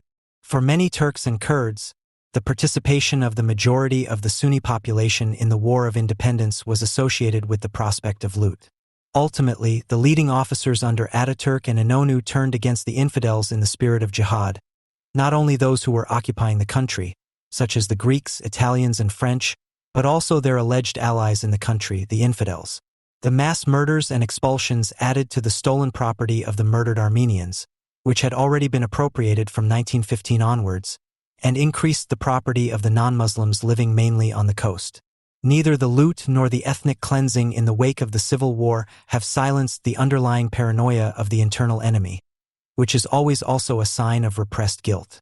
Rumors of converted Armenians, Greeks working in secret, and Christian or Jewish-inspired conspiracies against the true, i.e. Sunni Turks, did not stop and were just as present in the propaganda of the Kemalist re-educators as in the rumors circulating among the people. The declining Ottoman Empire could not help but allow the numerous non-Muslim minorities to remain in the country and to grant them some privileges.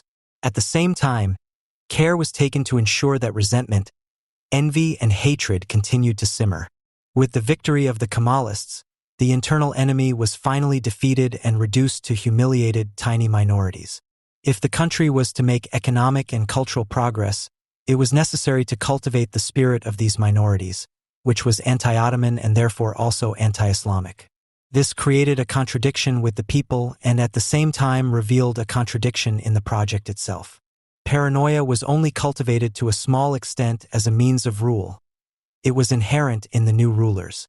Their new creation was suited to discrediting the idea of the autochthonous Turkish people, who had finally come into their own, and to establishing a completely different mentality among the citizens, one that would not invite collective identification. A capitalism that had to break with its roots without ever being able to establish the much-vaunted civil society. Driven by fear of and hatred for a people that could not be sufficiently reformed, the attempt was made to educate the counterpeople as Turks, with the state as the guarantor of progress, while at the same time fostering the resentment that bridged the divide. The first free elections in 1950, in which the Republican People's Party, CHP, founded by Ataturk received less than a quarter of the votes and had to make way for what would today be called a moderate Islamic government. The latter was only deposed in 1960 by a coup d'état. Since then, the cultural struggle has been increasingly openly waged.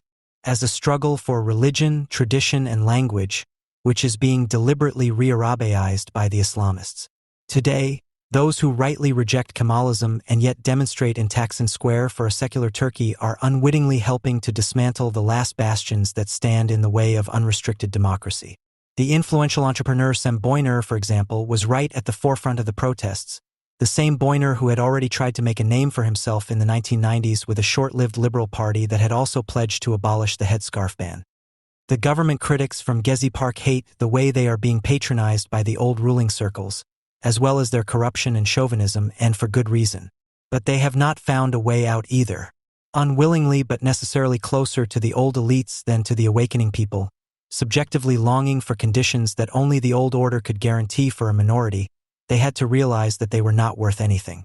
Exposed to a crisis in which they can trust no safe hinterland, without their own position of power, internally divided and completely unorganized, they represent nothing but non-belonging, and yet they must find a place to live. The excitement in the summer of 2013 pointed to more than just a national irritation in the face of demonstrations on such a scale that had not been considered likely. Erdogan's fanatical inflammatory speeches, especially those in June, against the demonstrators on Taksim Square were not primarily the escapades of a failed populist who, in the face of popular resistance, showed his true dictatorial face. He saw his opportunity to openly attack the Kemalist elite, to attack Beyoğlu, the place of sin in the heart of his city that he hated, and to bring about a triumph for his own people. At the same time, and this is probably the decisive factor, his conspiracy scenarios, anti-Semitic agitation and blatant lies also revealed a frightened head of government who was preoccupied with very different concerns than the fear of 200,000 to 300,000 demonstrators in Istanbul, a city of 14 million people that has been firmly in his grip for almost 20 years. The Gezi protests must have come at just the right time for him to divert attention from the real dangers facing the country and to present the guilty parties. In Turkey, the potential that could make the constantly discussed horror of a state collapse a reality has been accumulating for the first time since the founding of the Republic, and has intensified in the Erdogan years.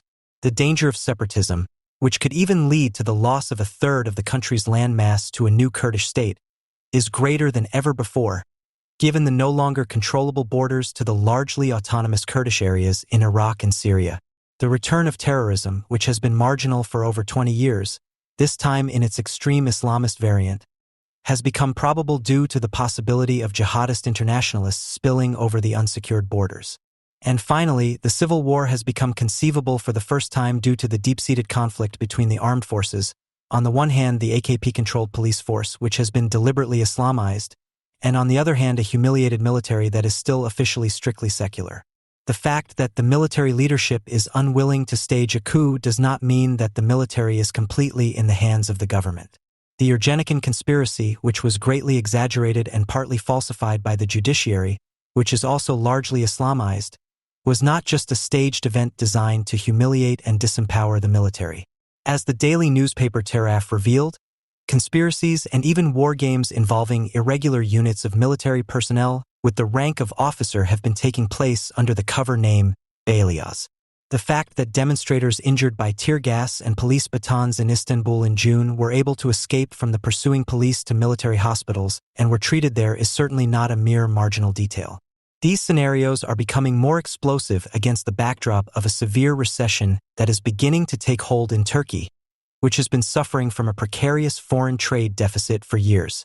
This recession is being fueled by the outflow of foreign speculative capital and threatens to drag down the banks, which are suffering from bad consumer loans and the heavily inflated real estate sector, with all the disastrous consequences for the entire economy. The predominantly young and well-educated people of Taksim Square are already feeling the effects. University degrees are rapidly being devalued. Innovative small businesses geared towards middle-class consumption are on the brink of collapse. For many, there is not even a place in a call center. Even if the worst-case scenario, a state incapacitated by fanatical armed gangs, is still a long way off, corresponding formations can already be observed on a small scale. A provincial example shows how democratic modern Turkey is. In Turkey, villages have no street names. The numbering of the buildings is sufficient. This is different in the village of Huklu, near the city of Elbistan in the province of Kahramanmaraş. If you turn off the main road onto the small country road to Huklu, you will find yourself on a veritable boulevard, well before you reach the village. There are not only a few stunted trees and poles with garlands of Turkish national flags hanging from them on the grassy central reservation, but also an oversized sign reading, Muzin Yazıcıoğlu Bulvarı. Muzin Yazıcıoğlu, 1954 to 2009, was a murderous firebrand with a seat in parliament. He is said to have been actively involved in the Alevi pogroms in Maraş in 1978 and again in the Madımak pogrom in his hometown of Sivas in 1993. He was never proven guilty of this. However, his inflammatory speeches, especially against Elvis, are documented.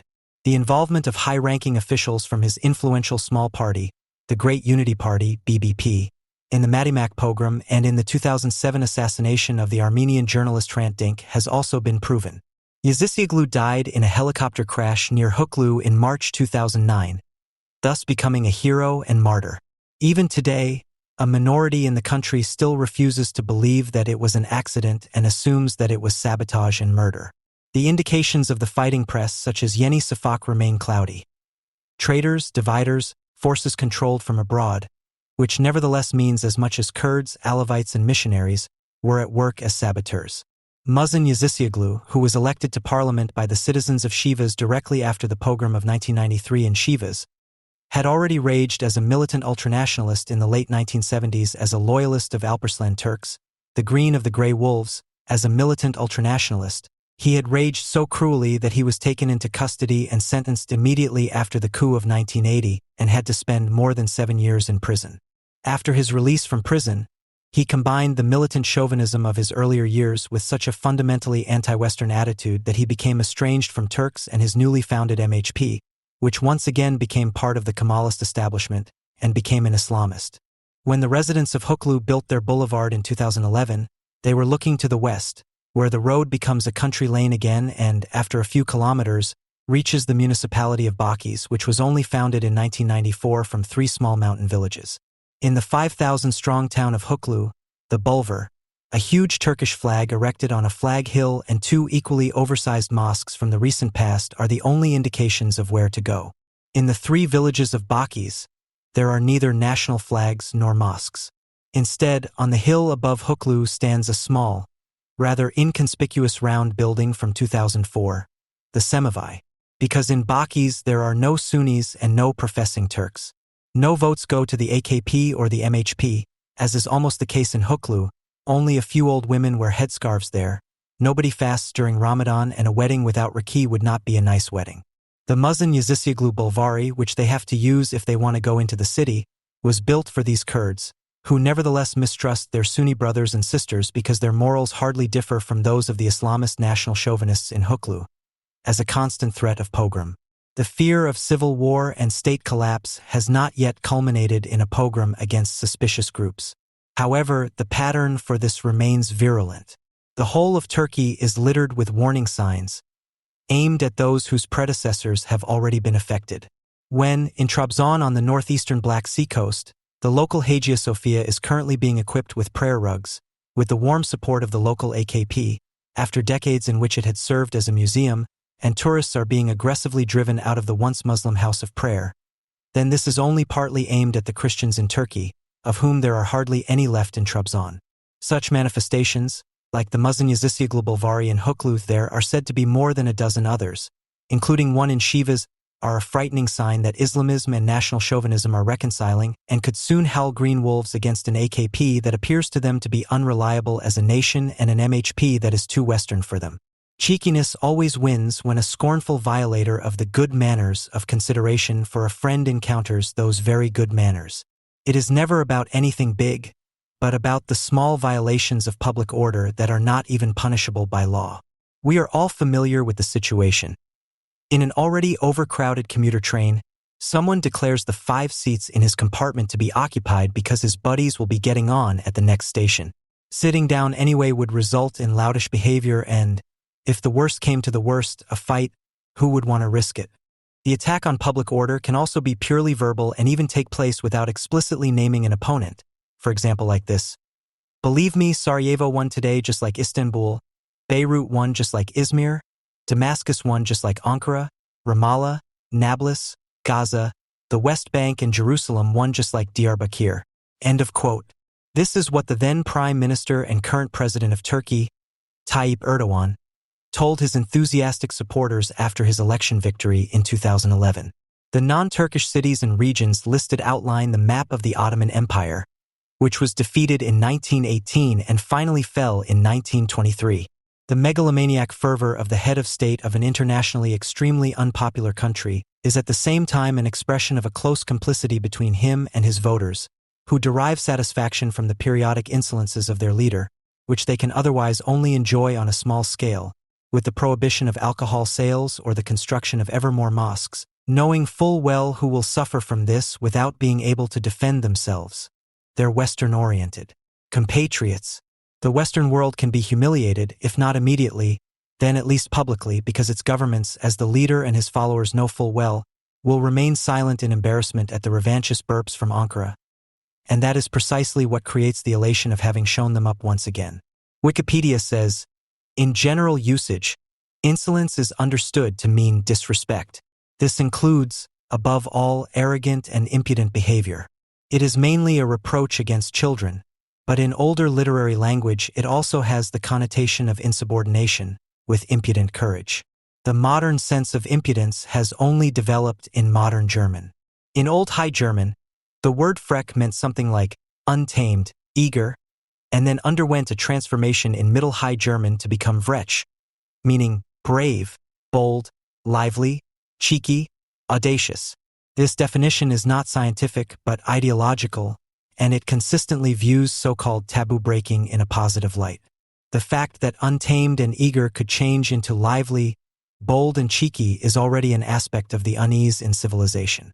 In the German context, it refers to a fairly recent development, for example the celebration of German swagger against all civilization, which was already noticeable in the 1770s, when the Sturm und Drang movement and came into its own when the liberation of the German character was on the agenda for ideologues and practitioners during the so-called wars of liberation against the French, and thus also against the French connoted politeness.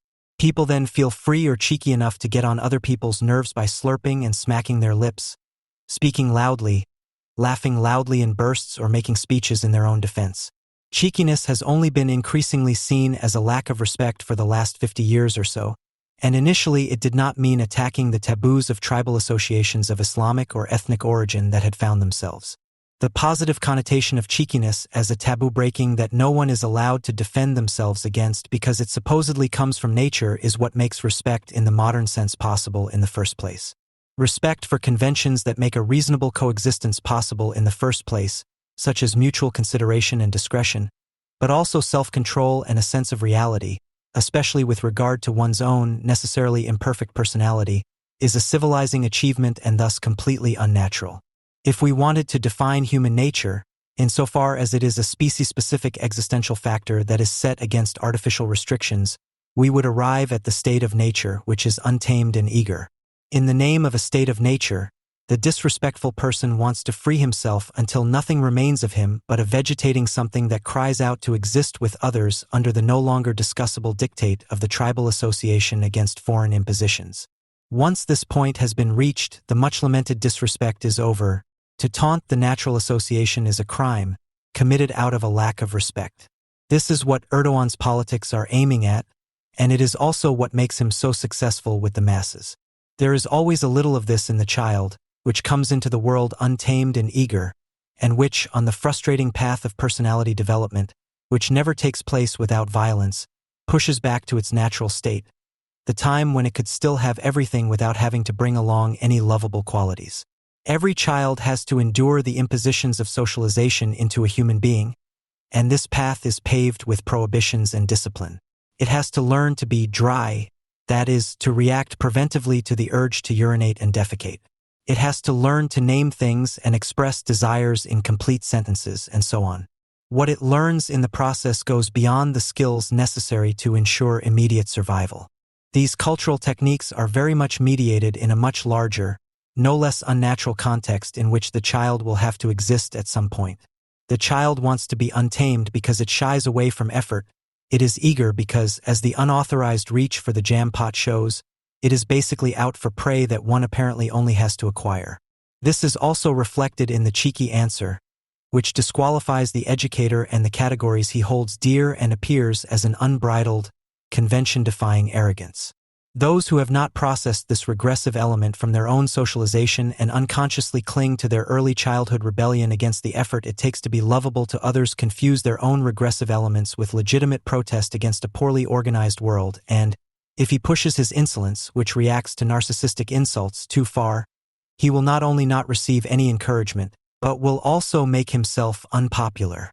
However, one can also cultivate one's own behavioral peculiarity and take advantage of the fact that one has objectively failed in more civilized circles elsewhere. In politics, it is only a small step from emphasizing the naturalness of a citizen cleansed of foreign influences to rediscovering the natural history of a people and its mission.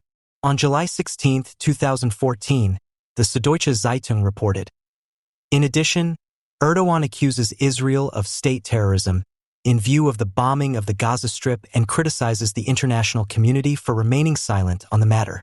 He himself is the only one to speak openly about these truths. That is why he is also unpopular internationally, said Erdogan. In terms of realpolitik, Erdogan's statement alluded to the fact that, apart from the Emir of Qatar, no other head of state publicly agreed with his Netanyahu's-like Hitler comparisons after the last Israeli Gaza campaign in 2014, because Hamas had politically outmaneuvered itself and also snubbed the Arab states. What applied to the Islamic heads of state at the time does not necessarily apply to those they rule.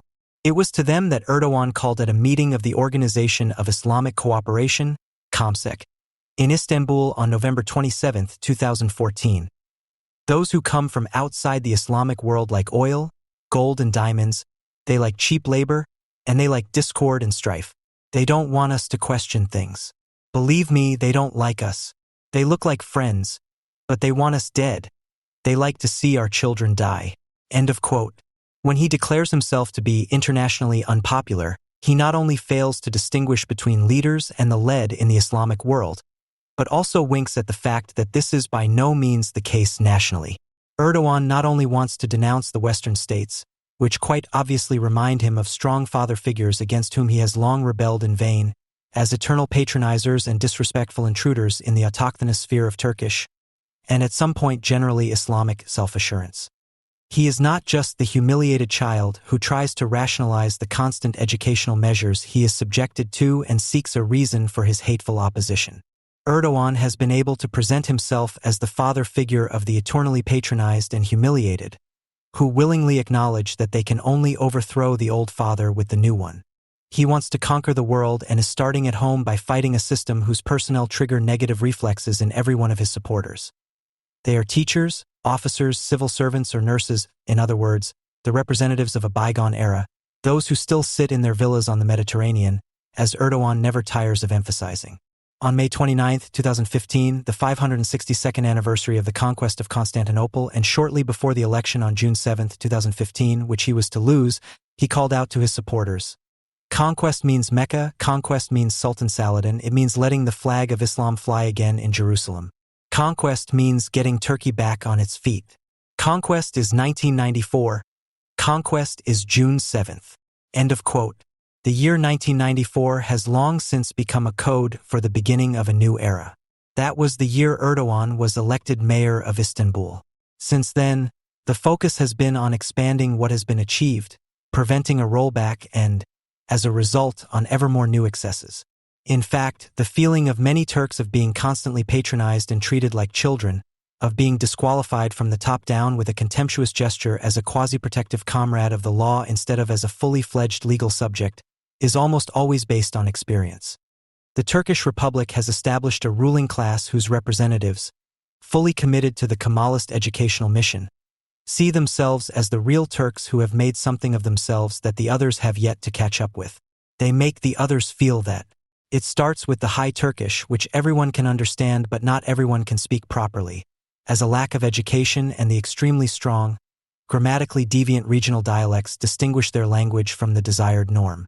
It continues with a decidedly Western habitus, which can be expressed in table manners as well as in clothing style, leisure behavior, etc. For decades, all of this has been celebrated offensively by a class that has already arrived. As a reminder, this class has been able to reach out to others, while still maintaining the privileges it has achieved. In the 1950s and afterwards, a semi-state proletariat emerged that worked in state-owned industries and lived better than a small farmer in central Anatolia. In their own factory housing developments with pension entitlements and soon their own cars, these sons and daughters of farmers turned to the new modernization regime. A large and at times also effective education sector with free student accommodation, state subsidies for living, etc. brought working-class children to the top, and around 1970 it looked as if progress towards a modern democracy with a functioning, competitive economy could no longer be stopped.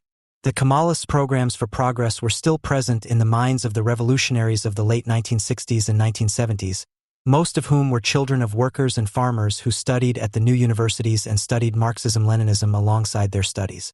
It would be simplistic to attribute the ultimate success of Erdogan solely to the disappointments of the 1970s to 1990s, when economic crises, political instability, and the inefficiency of the regime with its corruption caused the Kemalist state economy to collapse into hyperinflation and depression. It is more significant that there was no reformist Kemalism that could successfully show a new way out of the deadlock around 1995. Instead, in the 1990s and, to some extent, under military rule in the 1980s, reforms were only implemented to the extent that they streamlined and privatized the economy and, to some extent, the state administration customs barriers were removed, inefficient state-owned enterprises were closed, and social security was abolished. The course for the economic miracle under Erdogan had been set by the political representatives of the Kemalist elite, whose parties have now mostly disappeared into insignificance. Under Erdogan, life has nevertheless only improved in part. The reforms in the healthcare system, the expansion of the infrastructure, the boom in consumer goods and housing construction based on private debt are offset by miserable working conditions, the lack of rights for employees, very long working hours, and an enormous risk of accidents at work. The German-Turkish news service Deutsche Turkish Nachrichten reported on October 14, 2011 on a study entitled How's Life by the OECD, which examined the populations of 40 countries in terms of their satisfaction. According to this study, the Turks are among the unhappiest people. Turkey only managed to come in 32nd place. In general, however, people's well-being has improved consistently over the last 15 years. The criteria used to assess satisfaction included work, housing, health, and income. The Danes are the happiest people in the countries surveyed. Denmark is followed by Canada, Norway, Switzerland, Sweden, the Netherlands, Australia, Israel, and Finland. End of quote.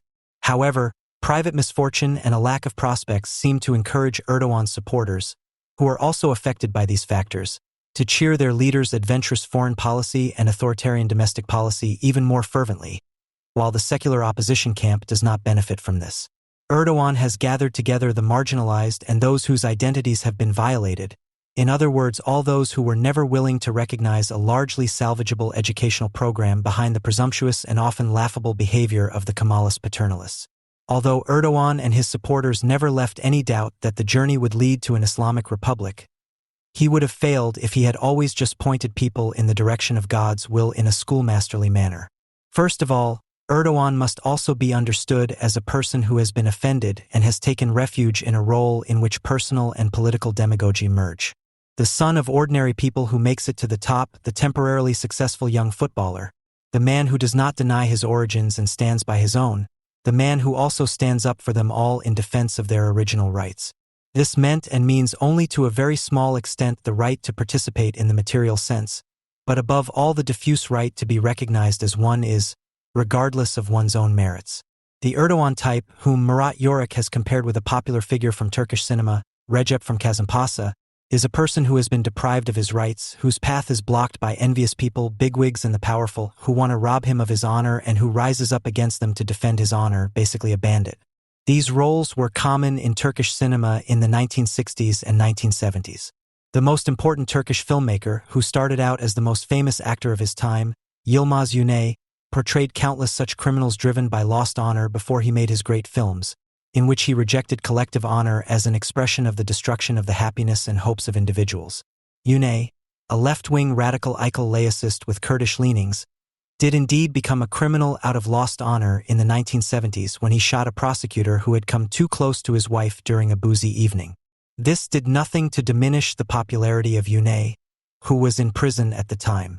In these films and in Erdogan's rhetoric, Kemalism appears as a grimace, embodied by sinister criminals who, behind the respectable facade, have indecent plans for those below. Basically, the message is that those who represent the new Turkey, who are obliged to the founder of the state, do not belong to the real Turkey. In the old films, the self-help criminals and their respective mistresses nevertheless walk around dressed in a very Western way and have a penchant for fast cars and tastelessly furnished apartments in which one can only represent what one has achieved, but not live. In Kemalism, two principles existed side by side that cannot coexist. On the one hand, there is an indisputable cultural revolution, for which the founder of the state had vehemently campaigned against tradition, dependence on superstition, and, to some extent, also against feudal exploitation.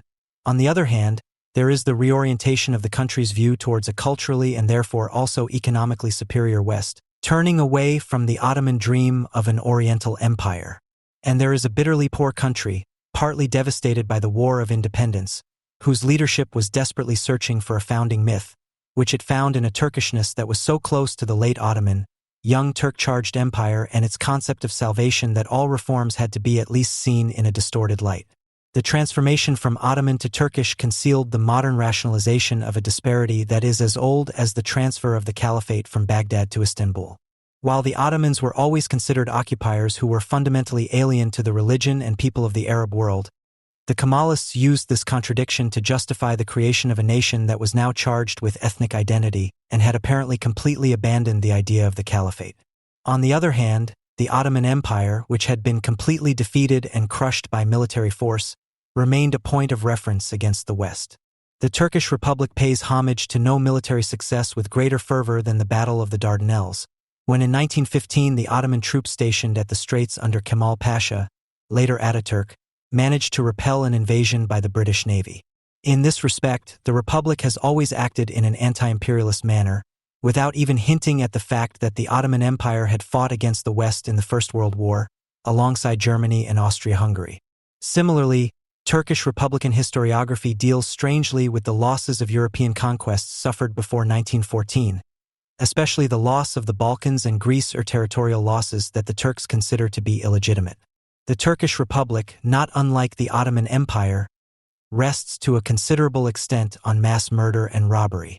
The scenes from the Civil War, lovingly reenacted by school children and amateur actors on state holidays, make it only too clear that the enemy against whom they were directed was foreign, treacherous, and therefore worthy of death. It was an internal enemy that had, at the same time, kept the late Ottoman Empire afloat economically: Armenians, Greeks, and Jews. Just as the Battle of Dardanelles is glorified, the genocide of the Armenians, which was organized and executed by the very reform forces that provided the majority of the Kemalist movement, the Young Turks, disappears. The expulsion and elimination of the Armenians brought booty, not least to the Sunni neighbors of the Armenian villages, the Kurdish tribes, who attacked the wretched trains of those deported to their deaths and robbed them of whatever valuables they had with them, and to many a bureaucrat who moved into the place where an Armenian had previously sat. The so-called population transfer between Greece and Turkey in the early 1920s brought further loot. Large parts of the Mediterranean and Black Sea coasts were populated and characterized by Greeks. The Jews, who had remained neutral, were not killed, But over a period of 25 years, they were driven out of their rural settlements and systematically plundered, so that in 1948 to 49 3/4 of them emigrated to a newly founded Israel, whose future was very uncertain. The new Turkish people of the Kemalists were thus ethnically pure, and they were assured from the very top that they had enriched themselves in pure self-defense. For the overwhelming majority, who had not received a slice of the cake, also felt enriched, in the sense of inner elation. This people was kept in a state of comfortable security and was only too happy to believe the fantasy that was fed to them, namely that they were unloved and permanently threatened from the outside. How could this rump state, based on lies and mass murder, robbery and paranoia, be transformed into a liberal republic? The Kemalists believed that by preserving the spirit of the Ottoman warrior caste in a modernized and nationalized form, they could bring the population onto a Western course. This was only possible through the repressive enforcement of modern education on the masses, who did not automatically understand why they should now be successful in disciplines such as self-control, initiative, and patience, characteristics that were previously characteristic of the expelled and murdered minorities and were therefore despised. For many, the new forms in which life began to unfold, the new face of the Ottomans, who had been robbed of their fezes and often also their veils, appeared to be a ghostly return of the way of life of the so universally condemned foreigners. The whole dilemma was expressed in the first anti-Islamic military coup in 1960, which led to the death penalty for the democratically elected Prime Minister Adnan Menderes, who had been elected by an overwhelming majority. A decade earlier, the Kemalists had been punished for their rigid modernization course in the first free elections and had lost catastrophically.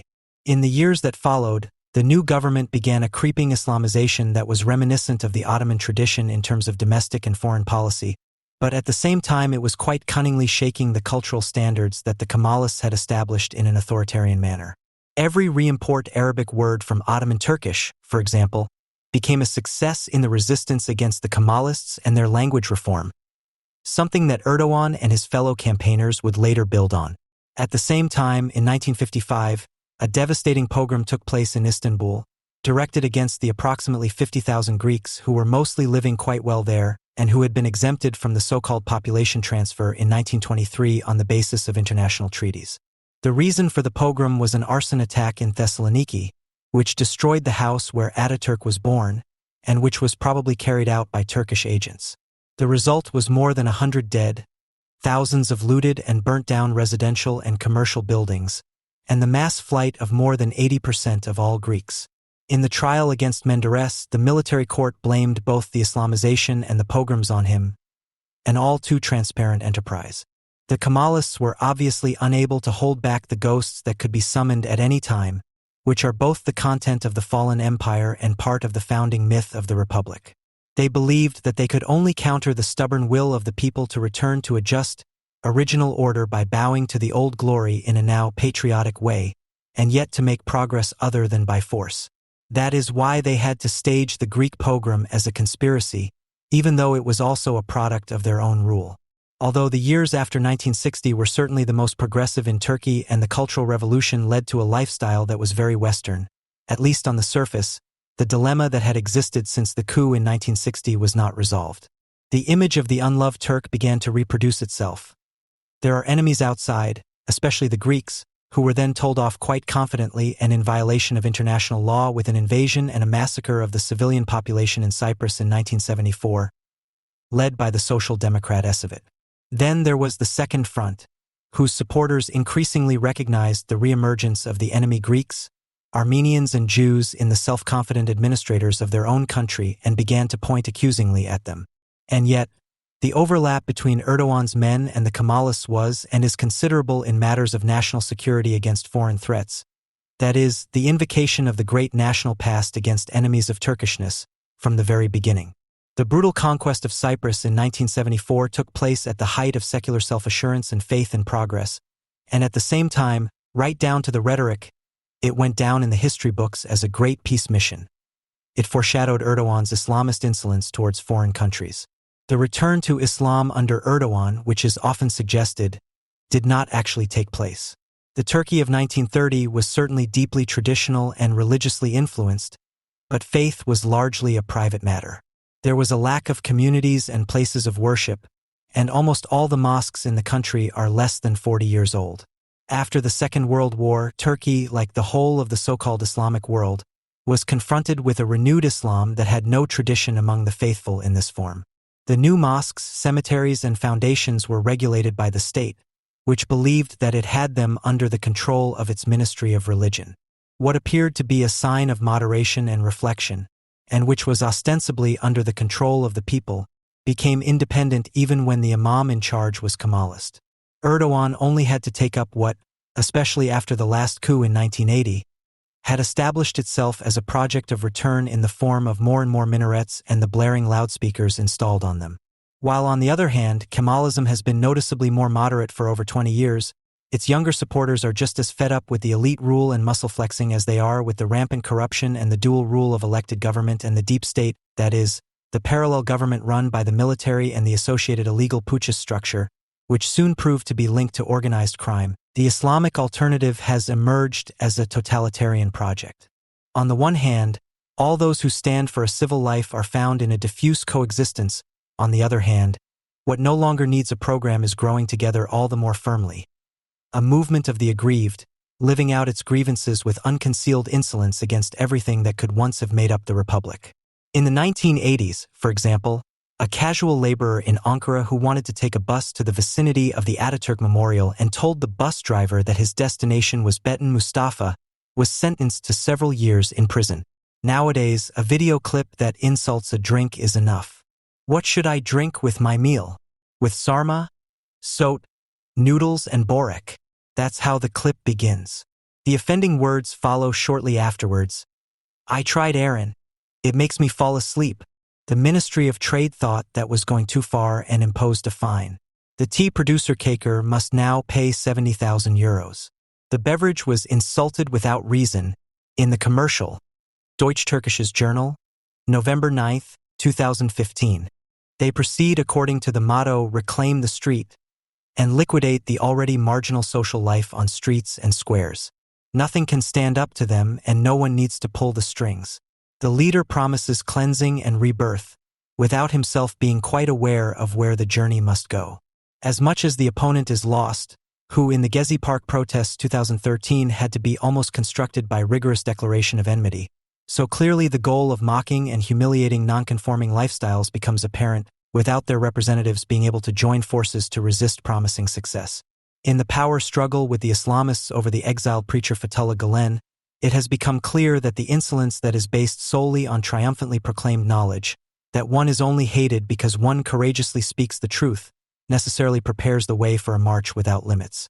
While the Gulen people began to establish an Islamist elite that wanted to help a kind of honorific Islamism to break through in an orderly manner through patient and systematic infiltration of the education sector and the state apparatus, as well as the formation of parallel institutions, Erdogan has been relying completely on the mob against everyone, including an Islamic elite, since the break in 2013.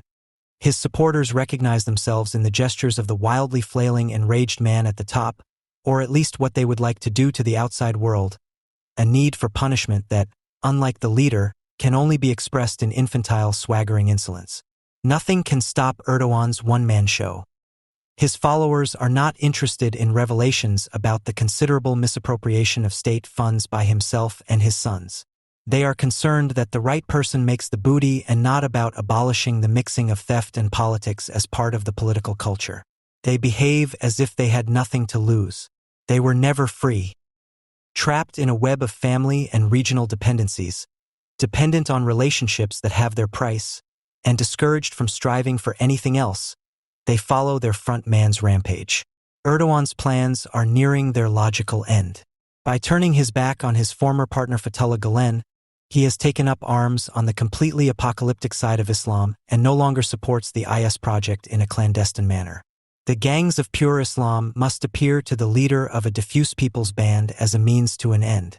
The fact that he can no longer get rid of them, as shown by the Islamist suicide bombings in Zurich on July 20, 2015, which killed 31 people, and the even more devastating attack in Ankara on October 10, 2015, which killed 102 people, does not impress him as long as it is his enemies who are affected.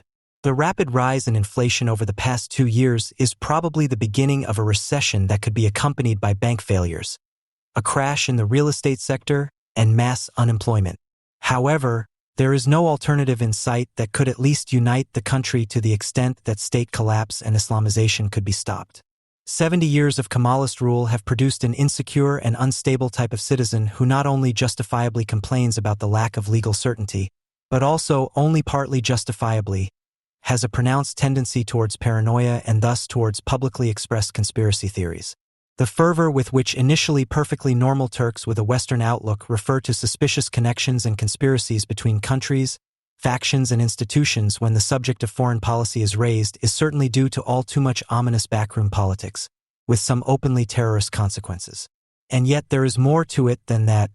Mistrust runs so deep that the ability to even think about a transparent constitutional state has suffered.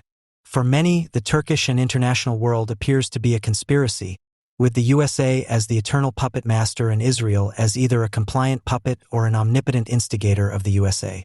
As if their insecurity were not self-inflicted, the founding crime of the Republic not Turkish and the absence of legal certainty not also its fault, the Kemalist camp in almost all its shades seeks the acting villain who pulls the strings somewhere in the background. In the elections of June 7, 2015, Erdogan actually had to accept a defeat. His party lost its absolute majority in parliament and, at least, its support fell from 49 to 41%. On November 1, 2015, he won back exactly those 8 lost percent, mainly at the expense of the national chauvinist MHP, which has long been ideologically close to him, some Islamist or Islamist fascist small parties, and by mobilizing disappointed supporters who had not voted in June. His best election helper was undoubtedly the PKK, which began to terrorize the country after the attack in Surak, which not only triggered powerful military reactions and cost hundreds of lives, but also partially delegitimized the HDP, which was also the hope of the non-Kurdish left-wing secularists. Regardless of the already crazy separatist idea that the PKK cannot give up without losing all its influence, it was also tactically stupid to run into the open knife. The competition with the decidedly Western and not particularly Kurdish HDP was believed to have to be decided for itself, at any cost. The placement of booby traps on country roads, which buses carrying conscripts then drove into, provoked the revulsion of the entire country, not just the traditionally anti-Kurdish circles. A mob of young people let loose created liberated zones in smaller Kurdish cities until November 2015, without taking into account the population, which became the first victim of the inevitable reconquest. As the leader of a country in great need, ideologically equipped with the anti-Kurdish grudge of the Grey Wolves, Erdogan announced the day after the election. Our glorious people have clearly stated with the elections of November 1st that they prefer a policy that is not exploitative and polemical, but one that is committed to care, innovation, and vision. End of quote. His post-election visions are driving the country to the brink of war after the deliberate shooting down of a Russian military aircraft on November 24, 2015, and the tourism industry into depression after the Russian sanctions.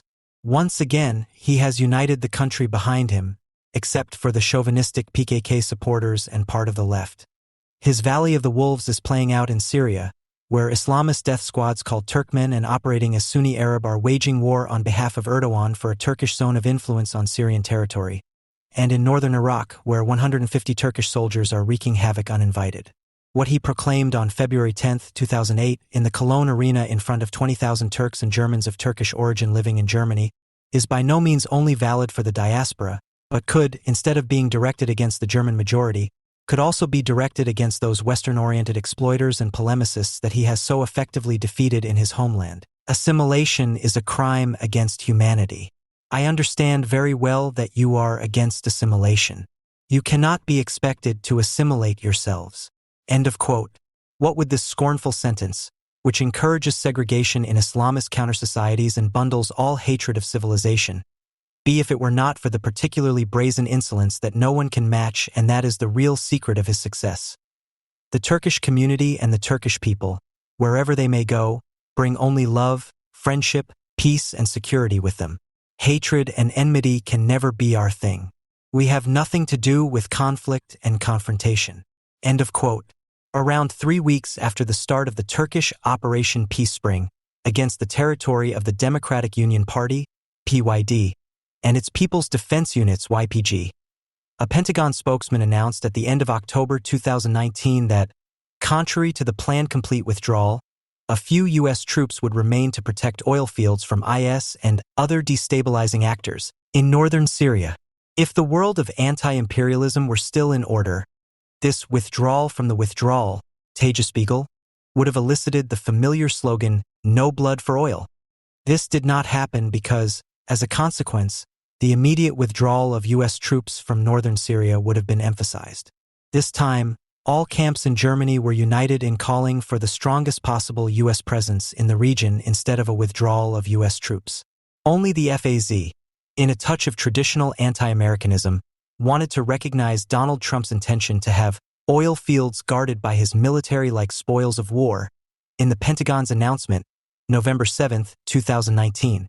But the newspaper for Germany has long since swung into line with the general line that the withdrawal of American troops should be rejected as a betrayal of the Kurds in particular and the West in general. Trump's withdrawal policy contains a message that goes far beyond the Middle East. America no longer reacts when it is directly attacked, Iran. It does not retaliate when allies are attacked, Saudi Arabia, and it abandons loyal allies, even if they have just fought for the common cause at great cost, Kurds. October 19, 2019. In fact, it is striking that Donald Trump himself hardly ever plays the military card in his Twitter threats and relies mainly on sanctions. Although the military strength of the United States is always in the background as a threat, the self-proclaimed anti-Obama president is following in the footsteps of his predecessor much more with his withdrawal plans than the proclamation of America First or the cancellation of the nuclear deal with Iran would suggest. Obama's policy of withdrawing troops from Iraq in particular, which was seen as a distancing from George W. Bush's neoconservative 9/11 doctrine, was a decisive prerequisite for the IS's advance in northern Iraq and thus for the emergence of the Islamic State in the first place. Obama's rejection of the failed neoconservative idea of triggering a domino effect of democracy in the Middle East by means of a military-enforced regime change in Iraq was also the main motive for the multilateral nuclear deal with Iran, which was intended to lead to a balance between Sunnis and Shiites based on mutual conventional deterrence. Obama's foreign policy was based on 5 pillars: ending the war in Iraq as quickly as possible, ending the fight against al-Qaeda and the Taliban as quickly as possible, securing all nuclear weapons and nuclear weapons-capable material from terrorists and states such as Iran, increasing national energy security through more domestic gas and oil production, and promoting multilateralism. At the beginning of 2012, a defense strategy was adopted that focused not only on cuts in the defense budget. In the future, the armed forces were no longer to carry out large-scale, long-term stabilization operations, and instead special units were to carry out smaller, time-limited operations. Die Zeit, January 6, 2012. One consequence of this new strategy was the significant increase in targeted drone attacks on Islamists and Obama's announcement, without any consequences, that the use of poison gas in Syria meant that a red line had been crossed.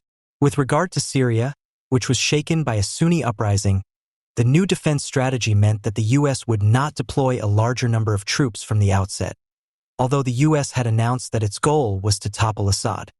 Instead of sending its own troops, the U.S. was to support local military forces in overthrowing the Assad regime, which would also fight against IS and thus provide the ground troops for the anti-IS alliance forged by Obama. An alliance that, in addition to numerous Western countries, formally included the Arab League and Turkey. Because the Islamist leanings of almost all the forces fighting against Assad on the ground meant that they were not involved, the aim was to build up a separate force, initially consisting mainly of deserters from the Assad army, under the name of the Free Syrian Army, FSA. By 2015 at the latest, this loose fighting unit was in the process of disbanding, so that the name became vacant. However, the rebuilding of the new FSA, which was also supposed to fight IS on the ground, turned into a disaster. According to American sources, instead of the planned 5,400 fighters, not even half a dozen were recruited. In the absence of alternatives, cooperation with the Kurdish People's Defense Units, YPG, began in the fall of 2015, under whose leadership the Syrian Democratic Forces, SDF, were formed, which also include a few Arab Sunnis, Assyrians, and Arameans. In October 2015, Obama sent the first 50 U.S. military personnel to the YPG-controlled areas in northern Syria to train them in the fight against IS. Under Trump, the number of U.S. forces increased to around 2,000 soldiers by 2018. At the end of the same year, he announced the complete withdrawal of all U.S. troops from Syria and their having in Afghanistan, saying that the IS had been largely defeated and that the United States could no longer be the world's policeman. Even then, it was clear that Trump's announcement on Syria was the result of pressure from Turkey to end the alliance with the YPG and clear the way for a security zone along the Turkish border, in which neither the YPG nor the Kurdish PYD party would be present. In response to this announcement, Defense Secretary Mattis resigned, although in his letter of resignation he agreed with Trump that the U.S. armed forces should not be the world's police, but that the country should continue to be the indispensable nation. He added that not least for this reason, we must show respect for our allies and lead our alliances successfully. At the same time, Brett McGurk also resigned from his position as special representative for the anti-IS alliance, which he had held under Obama. McGurk, who had already sharply criticized the de facto approval of the Turkish invasion of northern Syria in October 2019, was shocked by Trump's announcement of withdrawal. However, he repeatedly pointed out that the presence of U.S. troops in northern Syria was never intended to be permanent, and that the alleged betrayal of the Kurds had therefore never taken place. Throughout this time, the strategy has been focused on enabling local fighters to retake their cities from ISIS and then creating conditions for the displaced to return. From the outset, the strategy also assumed that the United States would remain active in the region for some time after the destruction of the caliphate, including on the ground in northeastern Syria, where some 2,000 U.S. Special Operations Forces are holding together a coalition of 60,000 Syrian fighters known as the Syrian Democratic Forces, or SDF.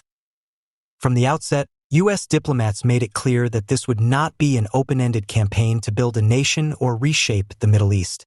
The goal was to destroy ISIS and help the local population organize their own affairs after the group's defeat. In short, the U.S. campaign against ISIS is and has never been an endless war, as Trump condemned in his State of the Union address in February 2019. It was designed from the outset to keep the United States out of costly entanglements that Trump rightly condemns. These lines are taken from an article by McGurk, entitled Hard Truths in Syria, which appeared in the influential journal Foreign Affairs. In the article, which was published in April 2019, the author not only provided sufficient reasons why Donald Trump's withdrawal plans had changed the previous temporary Syria strategy, but also drew inevitable conclusions for the further Syria policy of the USA.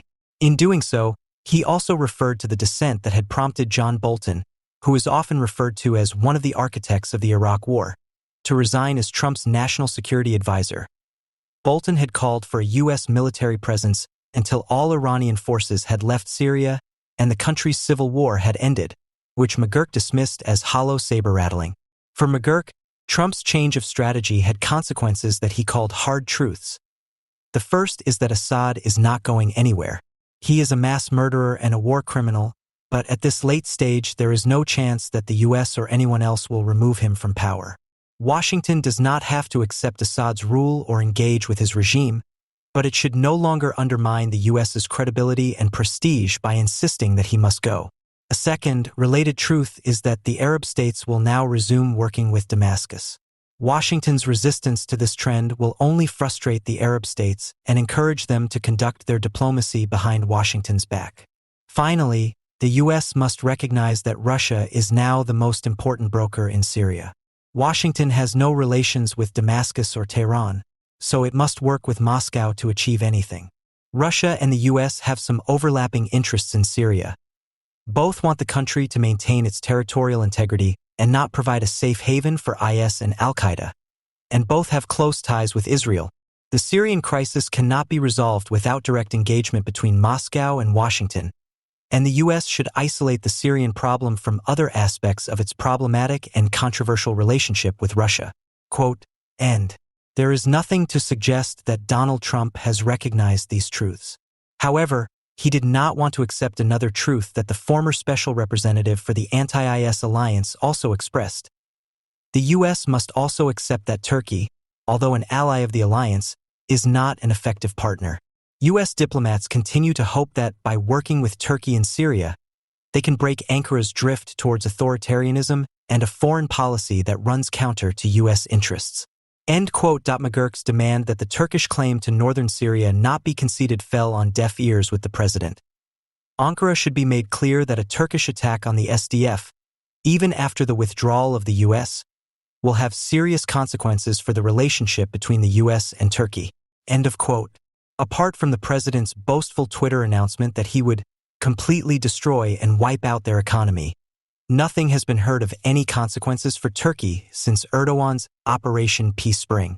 This is all the more outrageous when you consider that Trump is certainly aware of the role Turkey has played in the anti-IS alliance, which McGurk summarizes as follows.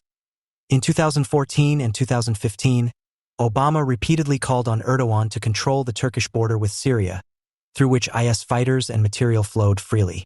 Erdogan did nothing. In 2014, Turkey rejected the anti-IS alliance's efforts to protect the predominantly Kurdish city of Kobane in northern Syria from a massive IS attack. 6 months later, Turkey rejected the alliance's requests to close crossings in cities that had become logistical hubs for IS, even after U.S. diplomats told the Turks that it was impossible to defeat IS unless they controlled their borders.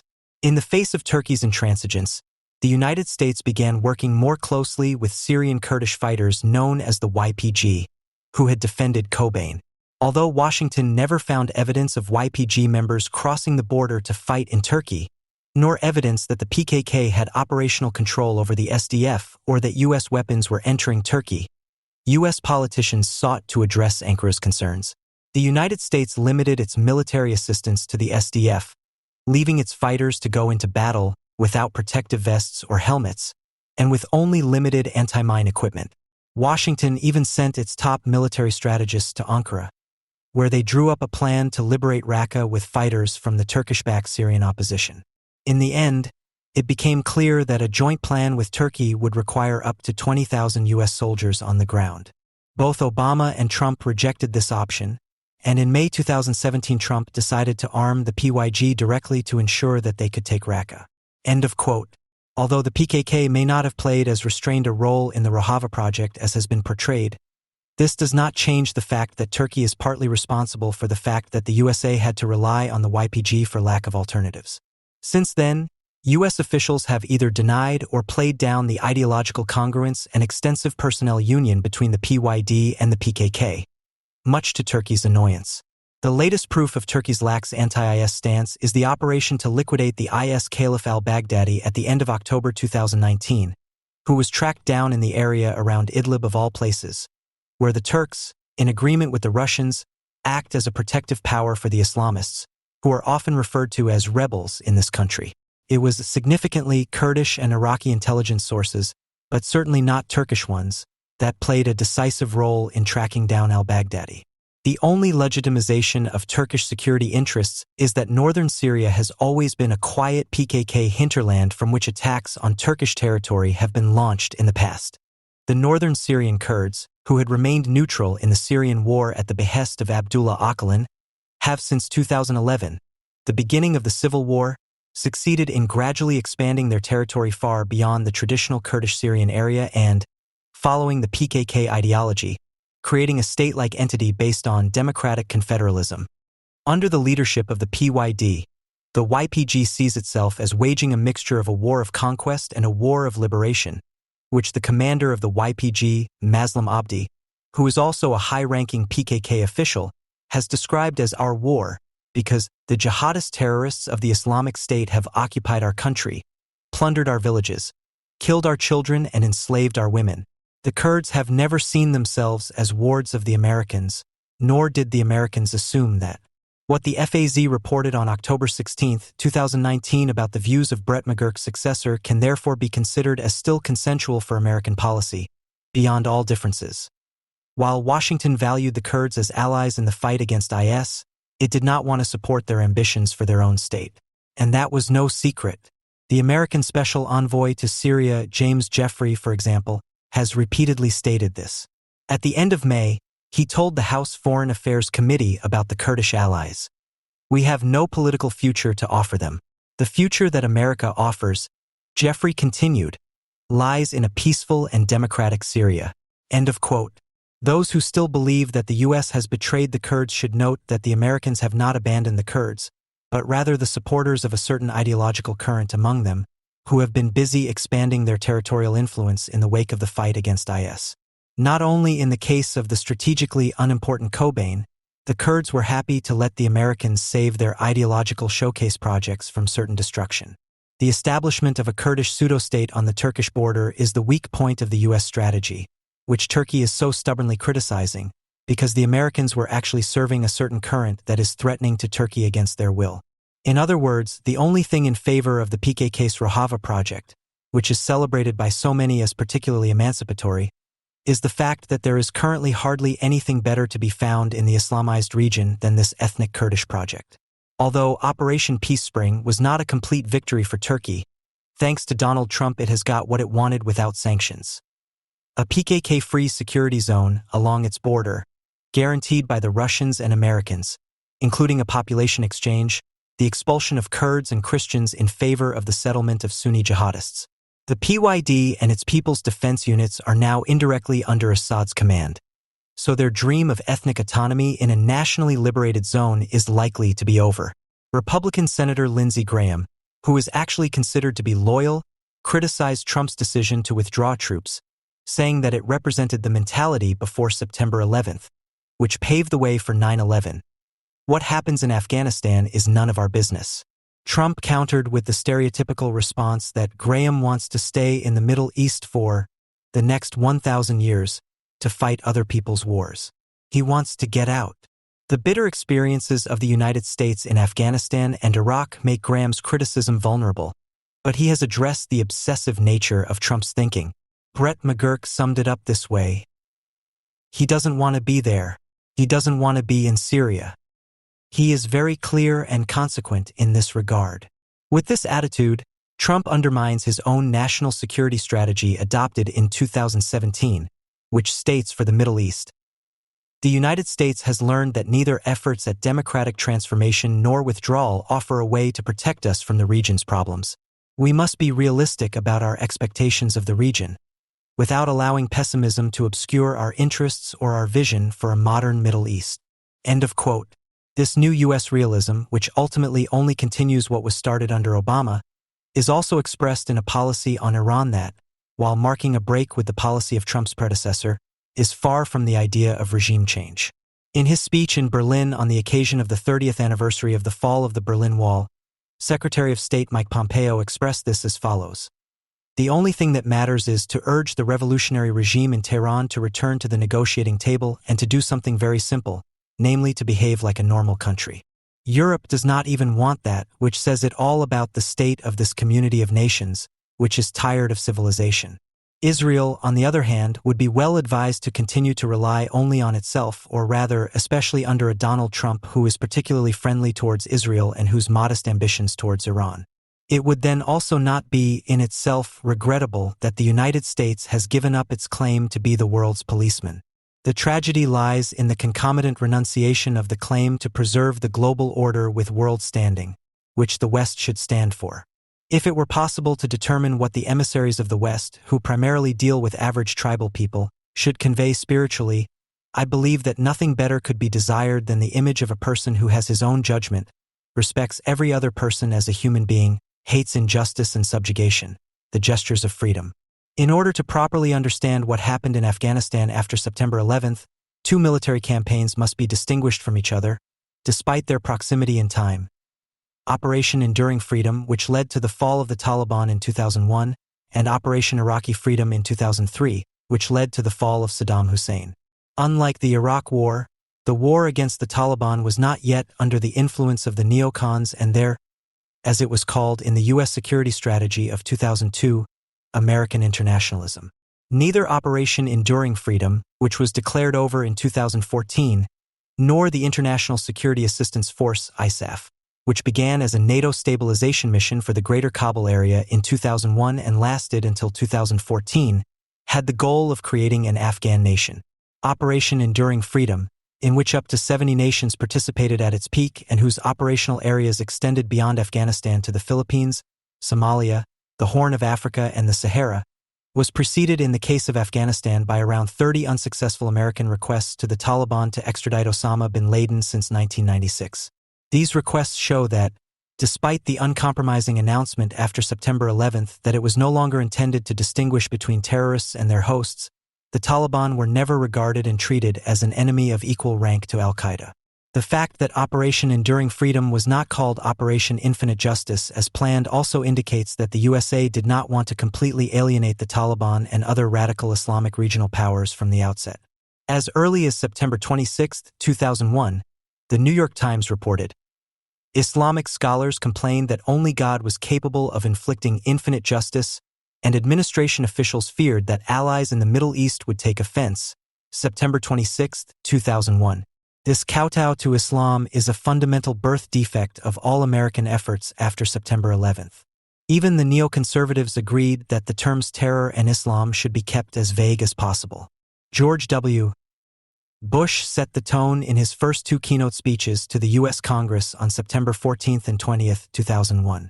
The enemy was not a single political regime or a single person, not a religion or an ideology, but terrorism, and it was at home everywhere in the world, in North America as well as in South America, in Europe just as in Africa, the Middle East and throughout Asia.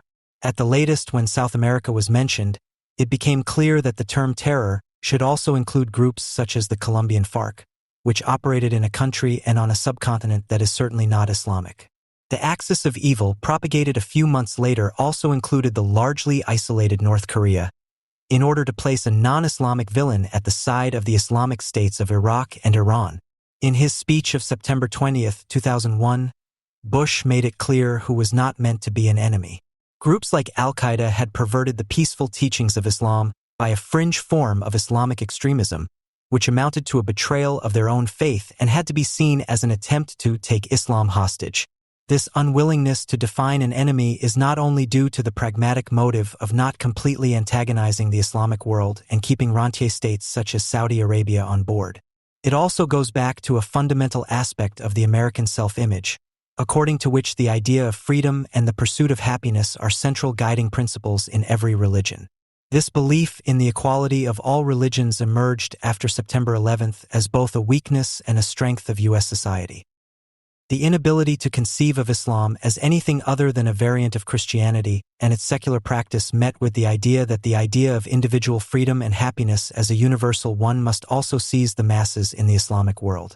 In his speech on September 20th, President Bush asked the question, "Why do they hate us?" To which a wrong answer and an unsuitable strategy had to be given, because Islam as the central cause of this hatred was not allowed to be mentioned.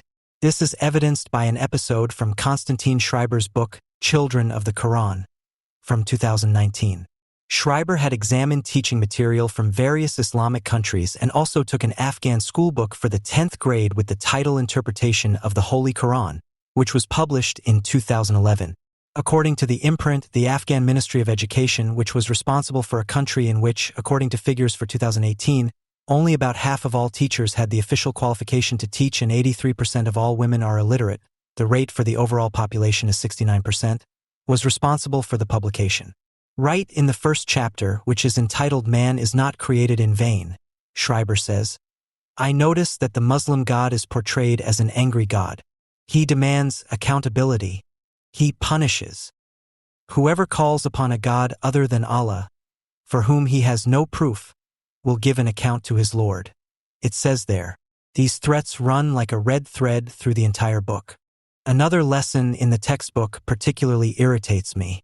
It is about the Surah Al-Baqarah, verses 42 to 46, about the subject of truth and falsehood, and about open anti-Semitism.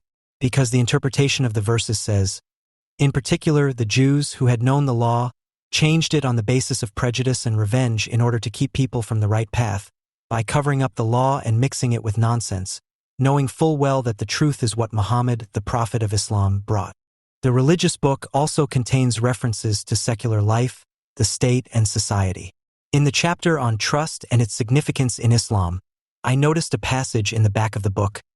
Allah the Almighty commands the faithful to obey and follow their commanders and Muslim rulers. But if the command and judgment of the commanders and rulers are against the law of God, no one is allowed to obey or follow them. There is no provision for a separation between state and religion. I cannot understand this passage any other way.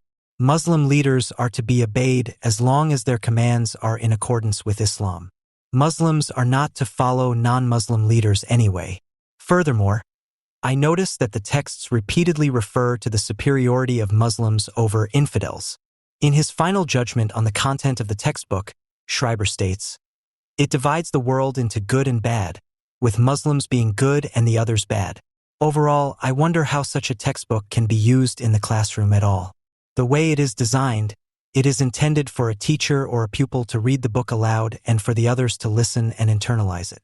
Transfer tasks, discussions, classifications that explain to me the significance of the religious texts for life here and today do not actually take place.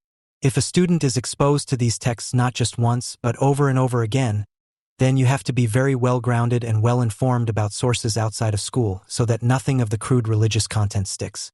As a teenager, I attended a Catholic school for 9 years. The teachers there were nuns, priests, but also lay people. My school experience was above average for German standards. We also learned the basics of the Muslim faith and read the Quran. We were all surprised at how difficult it was to understand. We had expected the Quran to be more like the Bible, a book full of stories. And I can't remember a single situation in which we were told that we had to proselytize people and be afraid of God. Religious education, and that was 25 years ago, did much more than just explain Christian dogmas. The book from Afghanistan does not mention Christians at all. If we had been presented with something like that in my school days, we would have given the teacher a pretty uncomfortable time. Our parents would probably have run amok." End of quote. No one knows how many Afghans, and thus also so-called local workers who come to Germany, have been indoctrinated with the help of this textbook at state-run Afghan schools, where so-called Islamic education is not given the status of a weekly religious education class, but is a major subject and a central part of the curriculum. Since the content of this concoction hardly differs from what is preached in most mosques worldwide and is therefore also the doctrine of IS and Al-Qaeda, the question arises as to how something like this could be published by an Afghan Ministry of Education 10 years after the fall of the Taliban. A ministry that one would have thought would have a different goal under Western tutelage than to shape state schools according to the model of a madrasa, a Quranic school in which compliant Quranic students are bred who hardly differ in thought and action from a Taliban. Literally, one seeking knowledge. At the very least, it explains why, despite talk of the radical Islamic Taliban, not only does no one know what this designation actually stands for, but also why people act as if the Taliban were an Islamic accident that had nothing to do with the teachings of the law-giving and punishing Allah. Apparently, no one had a problem with the fact that the proclaimed new and modern Afghanistan had to call itself an Islamic Republic. When the Ministry of Education of the Islamic Republic of Afghanistan is the publisher of a manual on jihad, it is easy to suspect that, from the West's point of view, nothing has actually failed in Afghanistan, because no serious attempt was ever made to build something that could have failed in the worst case. This suspicion was confirmed by Konstantin Schreiber, who commissioned the textbook and who contributed to its financing. The results of his research testify to an institutionalized lack of interest in the future fate of the Afghan people, for which the term international community assistance has become generally accepted, and in Germany in particular the term networked approach. Schreiber's initial inquiry with the German Society for International Cooperation, GIZ, revealed that although the GIZ is largely responsible for the further training of Afghan teachers, the funding body for school books in Afghanistan is UNESCO. A query there revealed that UNESCO was not responsible for such funding. On the internet, Schreiber came across a UNESCO statement from 2002, in which it was announced that a trust fund had been set up in cooperation with Germany to finance the modernization of textbooks and the renewal of curricula for around 3 million students in Afghanistan. Since neither UNESCO headquarters nor the German branch knew anything about the program, Schreiber suspected that it could only be a phantom program. The next inquiry was sent to the Federal Ministry for Economic Cooperation and Development. There, Schreiber learned that Germany also contributes to the financing of teaching materials such as school books, and that everything was handled by the UN Children's Fund UNICEF. He then contacted UNICEF, who said that they were not responsible for the program, and that everything was the bilateral responsibility of the Afghan Ministry of Education and the respective partner organizations. Schreiber then tried to reconstruct the financial flows within the Afghan authorities and found out the following. In its EFA report, Education for All, The Afghan Ministry of Education came to the conclusion in 2012 that it had received far more money than it could spend. In 2012, only 32.3% of the budget was spent. The many billions of euros in foreign funds have led to oversupply because, according to the Ministry of Education, you can't spend all that money so quickly. Quote, end. Since the Afghan Ministry of Finance refused to provide any information about the foreign donors' share of the Afghan state budget, Schreiber turned to the German Ministry of Finance to find out what Germany's share of the overfinancing of Afghanistan was. The German Ministry of Finance immediately declared itself not responsible and referred him to the German Ministry of Development. The latter informed him that Germany does not pay directly into the Afghan budget, but rather indirectly via the Afghanistan Reconstruction Trust Fund, which is administered by the World Bank. After all his inquiries, Schreiber felt that he was at least halfway to getting the picture. The generous financial aid for Afghanistan via international organizations or the country's budget is one thing. The other is the work that German development aid is doing directly and independently, such as the training and further education of Afghan teachers by the GIZ. End of quote. Reason enough for Schreiber to follow up with the GIZ. There, he learned from a local project manager that, in the eyes of the German Society for International Cooperation, which almost exclusively acts on behalf of German federal ministries, everything is going in the right direction in terms of Afghan education policy. After all, 17,000 teachers had already been reached with training and further education by 2019. The content is deliberately kept out of it. The Afghan Ministry of Education is responsible for the school books, says the GIZ expert. Schreiber insisted, and what if problematic content appears in the school books, like the content I came across during my research? The project manager explained to me that a manual for teacher training had been developed exactly for such things. The book Gender and Humanity will be used in a course that is compulsory for all prospective teachers in the future.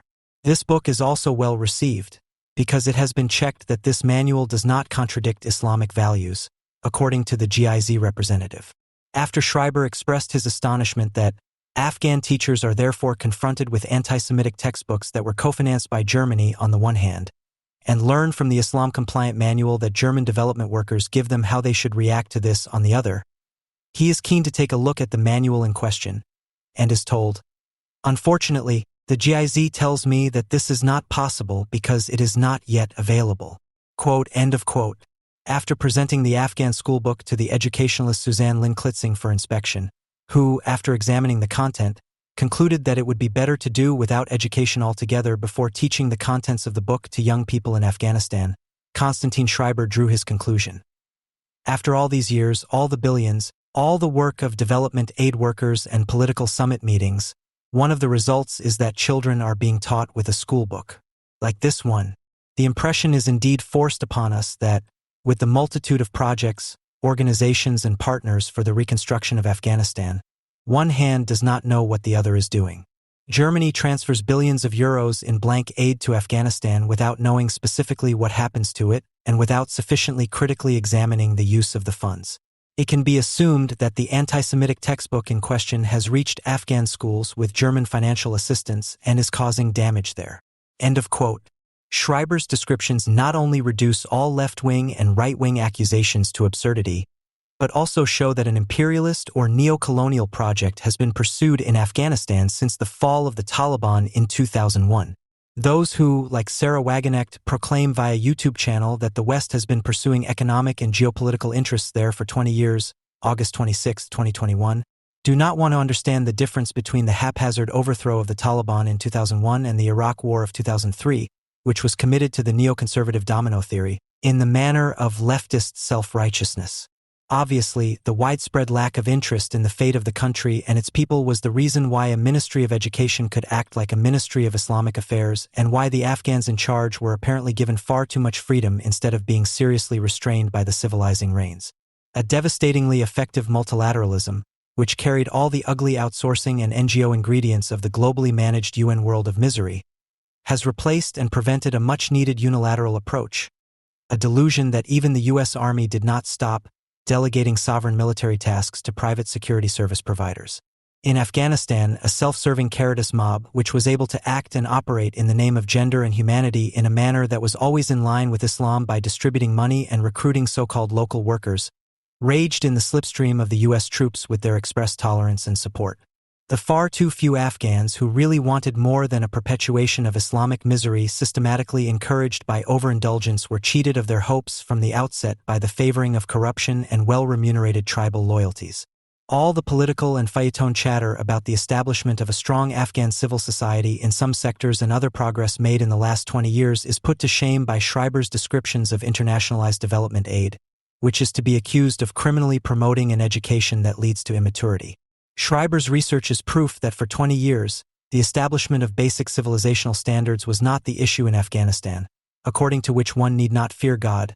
Muslims are not above all other people, Jews are also such other people, religion is primarily a private matter and not a state ideology, and jurisdiction should not be a sacred but a secular matter.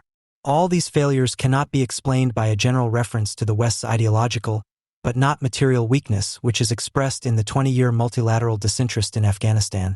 If this weakness has to be used as a defeatist excuse that not much more could have been done in Afghanistan.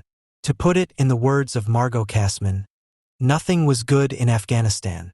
Kassman had spoken these words during her New Year's Day service in 2010 in the Frauenkirche, pointing out that the people of Dresden know particularly well what civilians in Afghanistan have to go through, for which she was awarded the Speech of the Year 2010 by the University of Tübingen. She was concerned with the particularly infantile need in Germany to ontologize, in Kassman's words, the logic of war. There is no place in such pacifist messages of peace for the conditions for a better life for the Afghans, which can only be achieved by force. Hannah Arendt once said that they had in common with the Nazis that they equated war per se with sheer slaughter. The Bundeswehr Manual Afghanistan, Military Country Information for Deployment Contingents, has reinforced the Kassman discourse in an inimitable mixture of asserted natural law and ethnology. Quote, although the Afghan population has suffered greatly under the Taliban, their attitude remains deeply Islamic and religious. Any form of democracy in the sense of a people's representation in Afghanistan must therefore satisfy the Islamic understanding of law if it is to be supported by the people. The Islamic understanding of law means that every legal decision is embedded in the divine order, i.e., a separation of religion and state is inconceivable in an Afghan form of government. Afghans do not define themselves as individuals with their own personal interests and the goal of personal self-realization. Family and kinship are the socio-economic basis of social life. Theological discussions are to be avoided. In particular, criticism with religious reference or to religious questions is inappropriate. An open confession of not following any religion should be avoided. Godlessness is unacceptable for Afghans. End of quote. Such a fatalistic certainty is apparently contradicted by the anti-racist insight that an Afghan who crosses the German border suddenly sees himself as an individual and finds godlessness acceptable, which is why, in the logic of such progressive and open-minded thinking, he is denied any urgently needed help with civilization. Apparently, no one has found it necessary to prove that the situation in Afghanistan is not as described in the Bundeswehr Manual, and certainly does not have to remain unchangeable. There is a consensus far beyond the Bundeswehr that it should not even be conceivable that the starting point for any goal and strategy should be to leave behind a fundamentally secularized country whose social structure enables the Afghans to demystify their clan and tribal existence and finally look at it with sober eyes. In the words of Max Horkheimer, if it were necessary to determine what the emissaries of the West should convey spiritually, all those who primarily deal with average tribal people would wish for nothing better than the image of a person who has his own judgment, respects every other person as a human being, and hates injustice and subjugation, the gestures of freedom. The man of the West should be able to implant such inclinations in foreign peoples, beyond the sincere respect for his industry and the two-edged admiration for the wealth of his country. Only insofar as wealth and industry are connected with that spiritual, does the help turn into a mission. End of quote. Even though Afghanistan's tribal society was never what Wittfogel called an Oriental despotism, because it never fulfilled the criteria of the specific character he named, of an upper class equal to the sovereign plus bureaucracy. Nevertheless, the country is today at a similar historical stage, which lies below industrial capitalism and above primitive agrarian society, as Wittfogel claimed for Oriental despotism. It thus embodies a pre-bourgeois society without sufficient primitive accumulation, which Marx defined as the everything but idyllic prerequisite for the rule of the social relationship between persons mediated by things, which he called capital, a rule that in turn would be inconceivable without the highly revolutionary role of a previously emerged or emerging bourgeoisie, as the Communist Manifesto puts it. For Marx, who was never an anti-capitalist, it was a foregone conclusion that the subjectless capitalistic rule would lead to the development of a functioning national economy, despite the boundlessness of capital, which he defined as an immanent law of motion. In his Grundriss, he writes, "Capital rapidly creates an internal market by destroying all rural ancillary industries, thus spinning, weaving, and clothing everyone, etc. In short, it transforms goods that were previously created as immediate use values into exchange values, a process that occurs automatically as a result of the worker's detachment from land and property and from ownership of the conditions of production." End of quote. In doing so, Marx was not advocating the all-powerful invisible hand of Adam Smith, but rather the emergence of a national economy under capitalistic conditions of commodity and legal form. The 2012 Bundeswehr manual contains the following information on economic parameters. In Afghanistan, a distinction must be made between the legal and illegal economy. 80 to 90% of all economic activity takes place in the informal and illegal sector. The state's tax revenue is one of the lowest in the world. The most important employers are state and international governmental and non-governmental organizations. For more than 85% of the population, agriculture is their livelihood. The structure of Afghan agriculture is characterized by small family farms with subsistence farming. End of quote. No one should be under the illusion that the West, which has long since taken on anti-bourgeois characteristics, a major reason for its ideological weakness, will be able to transform a pre-modern society into a modern one, characterized by citizens and the rule of law. But creating social conditions in which Afghans could experience themselves as individuals with private interests, which would require the destruction of all feudal, patriarchal, idyllic conditions, as the Communist Manifesto puts it, would have been a perfectly feasible undertaking if it had been seriously pursued. A bourgeois Afghanistan, whose export products would no longer be opium, hashish, and refugees, but in which state and social conditions would prevail that would allow a necessary bourgeoisie worthy of the name to emerge in the first place. But in Afghanistan, not even an attempt was made to create an internal market that would push back the pre-modern subsistence economy. In truth, the only thing that was ever intended was to transform a failed state ruled by the Taliban into a failed state not ruled by the Taliban.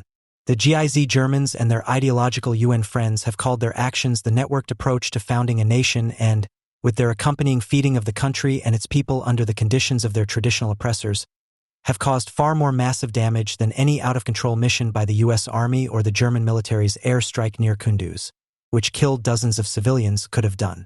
The Americans could be criticized for allowing themselves to be talked into a destructive undertaking, and, to make matters worse, as a kind of appeasement gesture for the German no to the Iraq War. This could only happen because German and other civilian shareholders were able to fill the vacuum that resulted from the American lack of planning after the military victory. The Americans never had any idea what a victory in Afghanistan, let alone the liberation of the Afghans, should actually mean.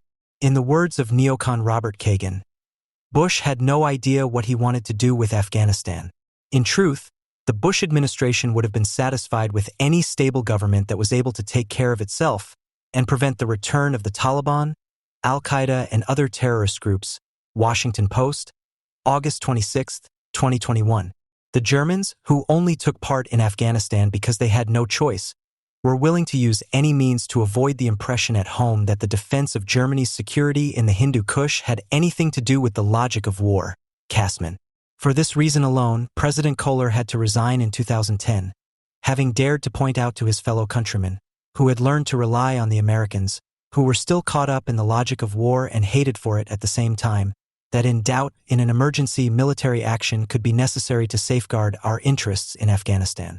At around the same time, in a Bundestag session, Frank-Walter Steinmeier, who had been German foreign minister until 2009, announced in a kind of Kohler riposte as a legacy of his term of office that it had taken far too long, until we have convinced others that we must give top priority to civil reconstruction and the protection of the civilian population in Afghanistan.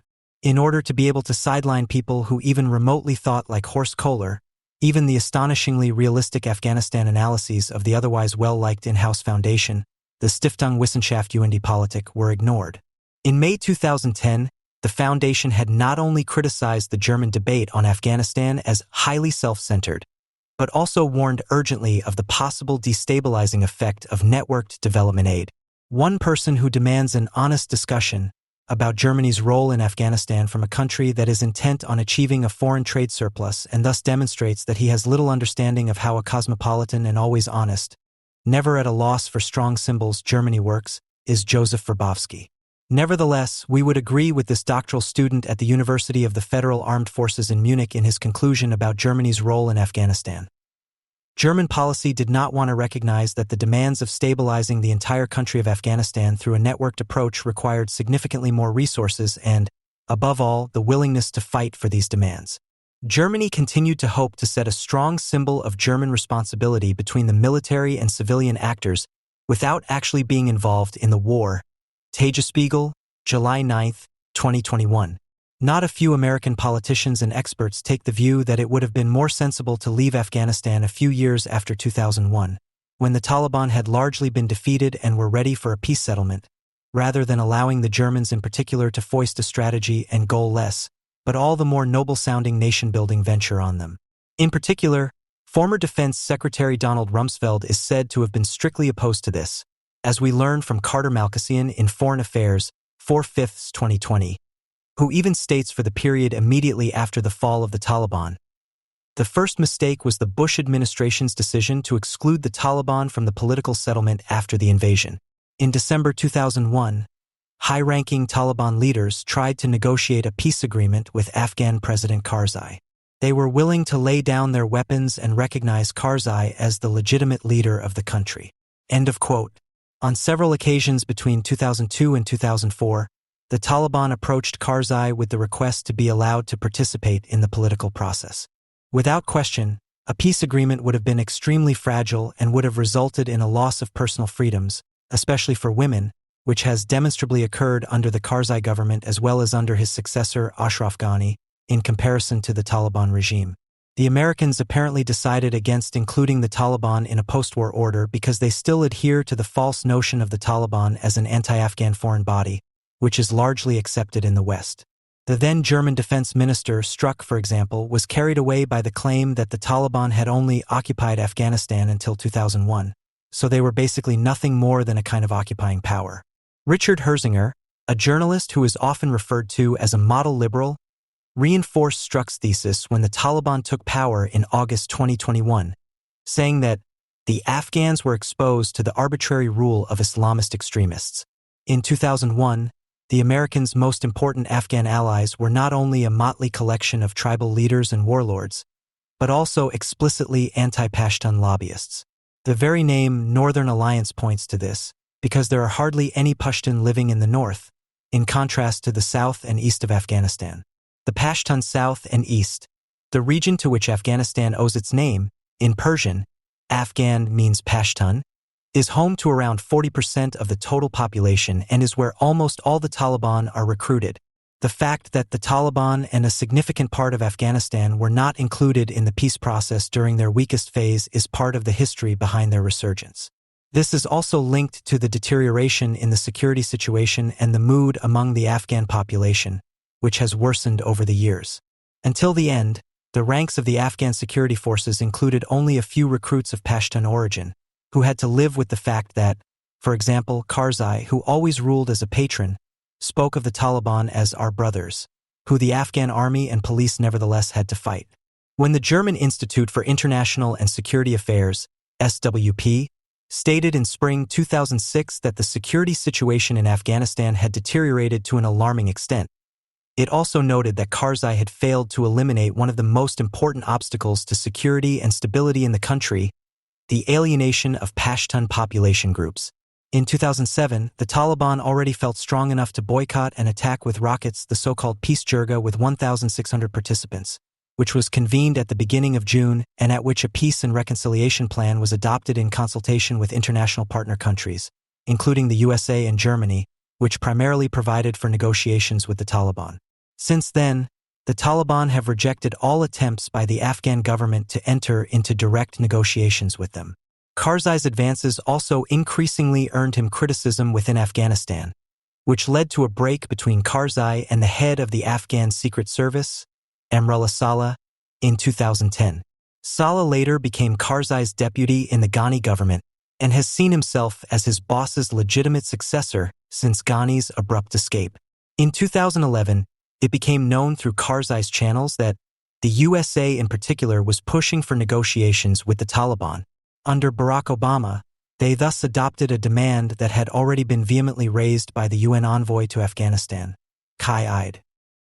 Today, both Obama and I do not want to be reminded of this, if only because Obama's socially unacceptable successor Donald Trump put into practice what Obama and Eid had intended. In 2011, the successor to George Bush had been in office for just under 2 years, and the SWP described the situation that Obama was confronted with in Afghanistan as follows. What began in the fall of 2001 as a model for a successful military intervention with low costs had become an asymmetric war by the end of the Bush era. End of quote. Under Obama, the strategy of counterinsurgency, FM3 to 24 counterinsurgency, that had been tried out in Iraq in 2006 as a three-pronged approach of clean, hold and build to contain attacks was adapted. The new strategy officially announced by Obama was accompanied by an immense increase in troops and a rapid increase in the targeted killing of Taliban fighters by drones, even in the traditional Pashtun retreat area of the Taliban in Pakistan, a strategy that, incidentally, Obama's Vice President Joe Biden never wanted to get involved in. The cultivation of poppies, which the Taliban had been fighting rigorously and which had driven people to join their ranks in droves, was hardly sanctioned anymore. On the other hand, it was Obama who was the first to announce, and this without taking into account the previous agreements within the alliance. As the SWP complained, Tagesspiegel, May 24, 2012, that his main goal was to bring the troops home as quickly as possible. This premise of Obama's transformed the increase in troops and the intensification of targeted killings into a means of withdrawing troops as quickly as possible, thereby limiting all prospects of success in the fight against the Taliban. The development of the Afghan security forces, euphemistically referred to as Afghanization, which was declared a priority at the same time, also became a means to an end. The three elements of counterinsurgency were simply supplemented by the transfer of military command to Afghan military personnel. The same strategy that had been used in Iraq to contain the civil war and strengthen the central state led in Afghanistan, where, to make matters worse, greater reliance was placed on the support of tribal militias, to the undermining of the central government's monopoly on the use of force, in the words of the SWP. Under Obama, the realization that the Taliban could not ultimately be defeated in a decisive manner not only matured, but also prevailed. The development of the Afghan security forces was pushed forward in the hope that the central government would be able to rely on them, although no one believed it. The SWP commented on Obama's exit strategy as follows. American combat troops are not to remain in Afghanistan indefinitely. That is the essence of Obama's cloudily packaged message, which operates according to the principle of hope, or contains a bet that, after the withdrawal of American troops, the Afghan side will be able to provide good governance and administrative services. Because the SWP is a German foundation, this correct assessment of the Obama doctrine was combined with complaints about typical American cultural ignorance. The American debate is very strongly rooted in technocratic thinking, which stands for an almost apolitical and ahistorical ideology of feasibility. In 2014, not only did Operation Enduring Freedom, which was not allowed to be called Operation Infinite Justice, end in a completely apolitical and ahistorical manner, but so did the UN-mandated deployment of the International Security Assistance Force, ISAF. The final withdrawal of all international forces, including the Bundeswehr, began, which, as of February 2021, had reduced the total strength of all international military forces to just over 9,500. Since then, the focus has been on building up the Afghan security forces under the title Resolute Support. The fight against the remnants of al-Qaeda and the newly formed IS groups in Afghanistan remained the exclusive responsibility of the U.S. Army, which named this fight Operation Freedom Sentinel, in the context of which the mother of all bombs, the largest conventional bomb of the U.S. Army, was also used against a tunnel system, presumably belonging to IS, in eastern Afghanistan in April 2017. 1 year after the start of Resolute Support, the SWP issued a damning report on the Afghan leadership of the security forces in particular. The army and police, but also the Secret Service, were part of a patronage system that encompasses the entire state apparatus. Enrichment and embezzlement were the order of the day. Many subordinates existed only on paper, and kidnappings and protection rackets were common. There are informal ceasefires with the Taliban, and around 70% of the losses in the security forces are not due to deaths and injuries, but to voluntary departures such as desertions. Handelsblatt, January 20, 2015. A particularly difficult moment in the relationship between NATO troops and local forces, which illustrates the Americans' dilemma in all its ugliness, was the so-called insider incidents, in which uniformed Afghans took advantage of their freedom of movement within the barracks of the international force to carry out attacks. The English edition of Wikipedia is probably not wrong in its assessment that these incidents are primarily not due to infiltrated terrorists, but to intercultural misunderstandings, social insults, and personal revenge. The SWP assessment of the state of the Afghan security forces, published in 2015, reads almost identically to those of August 2021 on the occasion of the Taliban's triumphal march. Over the years, the overall situation has ultimately only changed in that the Taliban have been able to conquer more and more territory. This is particularly bitter for the minority of local forces who wanted more than to be part of the system of a shithole country called the Islamic Republic of Afghanistan, and who had to endure Joe Biden's invective in all its insulting harshness when the Taliban took Kabul, saying that the Afghans did not want to fight. Against this backdrop, the SWP was able to reuse a text module that it had used on March 24, 2021, for example, year after year, and unfortunately it was always right. NATO and thus the Bundeswehr are far from successfully completing the task of building up Afghan security forces that can independently and effectively provide security throughout the country. Spiegel, March 24, 2021. There is no doubt that Trump's February 2020 agreement with the Taliban, which has only one purpose, namely to make the final withdrawal of the Americans irreversible, has further worsened the morale of local forces and immensely raised that of the Taliban. However, those who, like the writer Naveed Kermani, spread fake news that it was Trump's America First policy that was to blame for the escalation of violence and the strengthening of the Taliban, are knowingly misrepresenting the fact that Trump merely continued and completed his predecessor's Afghanistan policy with the Nobel Peace Prize. The trivializing talk of violence escalating, as if it were a bar fight, makes it clear that Kermani is not concerned with the truth, but with cultivating the German enemy image. FAZ, August 26, 2021. When it was reported in mid-August 2021 that CIA Director William Burns had traveled to Kabul for talks with the Taliban, the FAZ, among others, was left rubbing its eyes in disbelief. Was the Americans' aim to make the Taliban a kind of partner in the fight against terror? What seems absurd at first glance is not so ill-considered from a strategic point of view. In the U.S., sober observers have noted the differences between the Taliban and their rivals Islamic State and Al-Qaeda, who also adhere to the Ummah ideology, and why they are enemies of IS. The Taliban do indeed adhere to the teachings of the Deobandi University, the second most influential Sunni ideological think tank after Al-Azhar University in Cairo, which proclaims that the Ummah idea must take precedence over any national idea. Nevertheless, they differ significantly from IS and Al-Qaeda in that they are strongly ethnically influenced. Contrary to what Matthias Kunzel, for example, claims, the internationalist or anti-national character of the Taliban movement, if you will, is marginal in comparison to the IS, despite the cross-border affinities with their Pashtun brothers in Pakistan, and with it the revolutionary momentum to establish a borderless caliphate regardless of the cost. In comparison to IS, it becomes very clear what has always distinguished the Taliban from Al-Qaeda as a quasi-national liberation movement. Unlike IS and Al-Qaeda, the Taliban do not see themselves primarily as an elitist, subversive avant-garde of a borderless ummah, but as the guardians of threatened Islamic values in their ancestral homeland.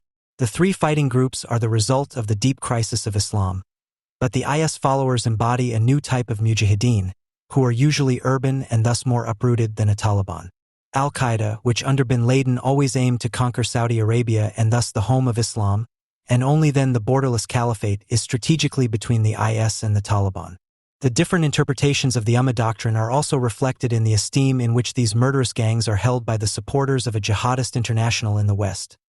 Radicalized, predominantly migrant youths will not travel from the West to the Hindu Kush to join the Taliban, who are perceived as old-fashioned, rural, and uncool.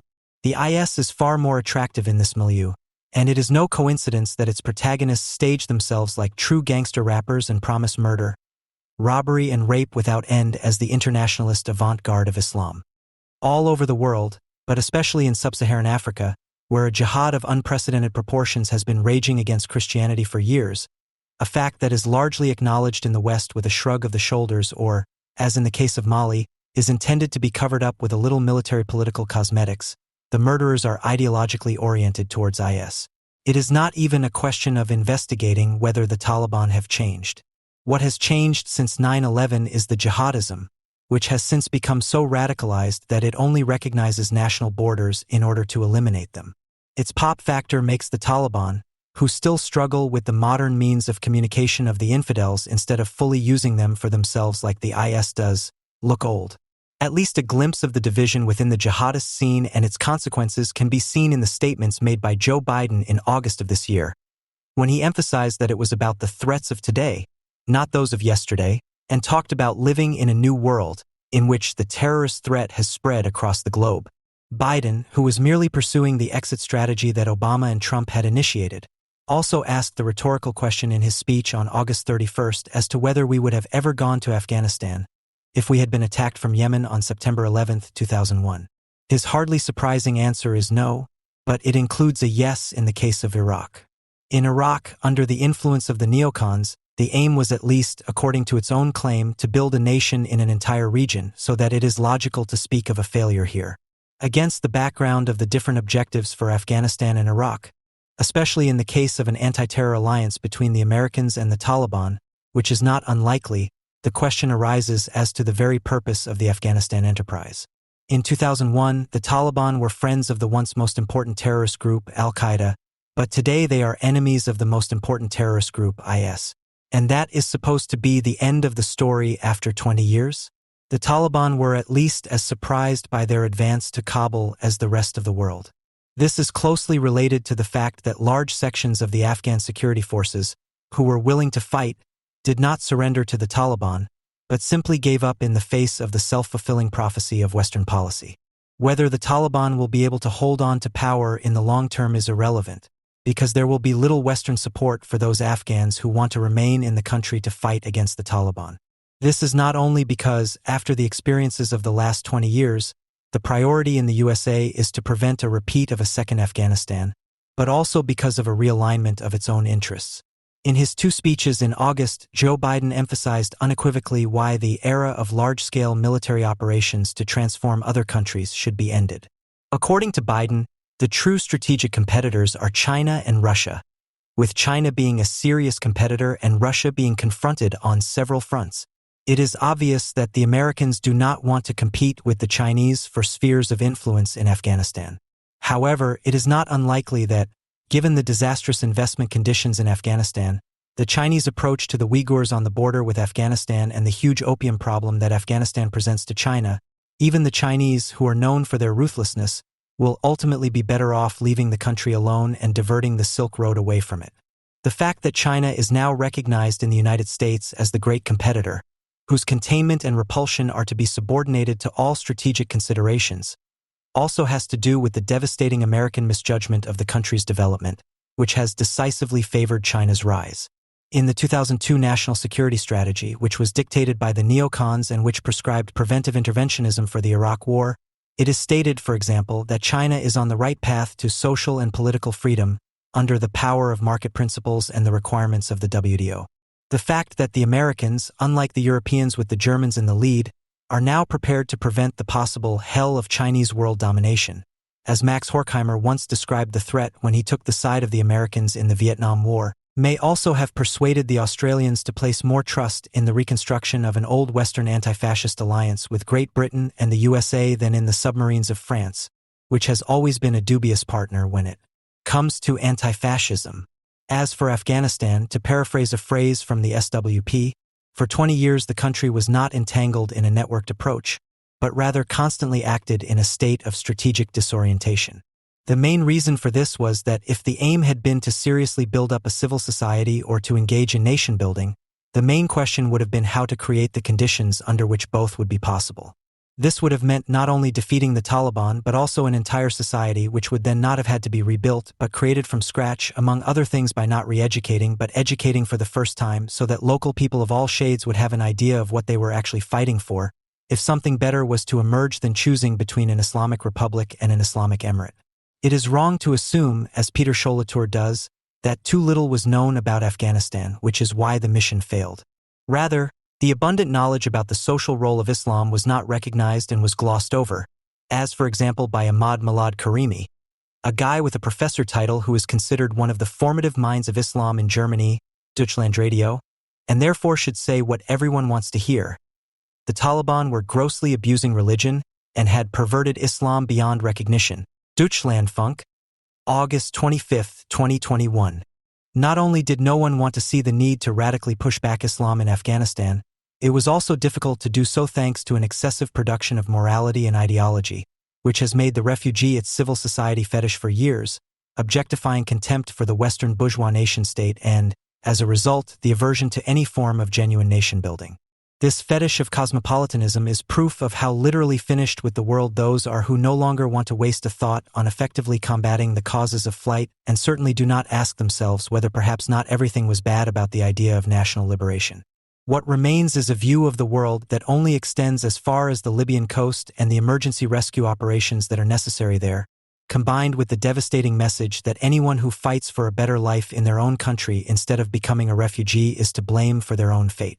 With such enemies of humanity, there is no point in arguing whether the Americans should be criticized for not even considering the possibility of establishing a well-secured American protectorate in Kabul, a civilized enclave of freedom where only teachers who have not been trained by the GIZ-trained teachers, no Islam-compliant textbooks would be used, no networked approaches would be allowed to have their destructive effect, and one would adhere to an American ideology of feasibility in a completely apolitical and ahistorical way, which would enable all Kabul residents and those seeking refuge there to lead a halfway decent individual life.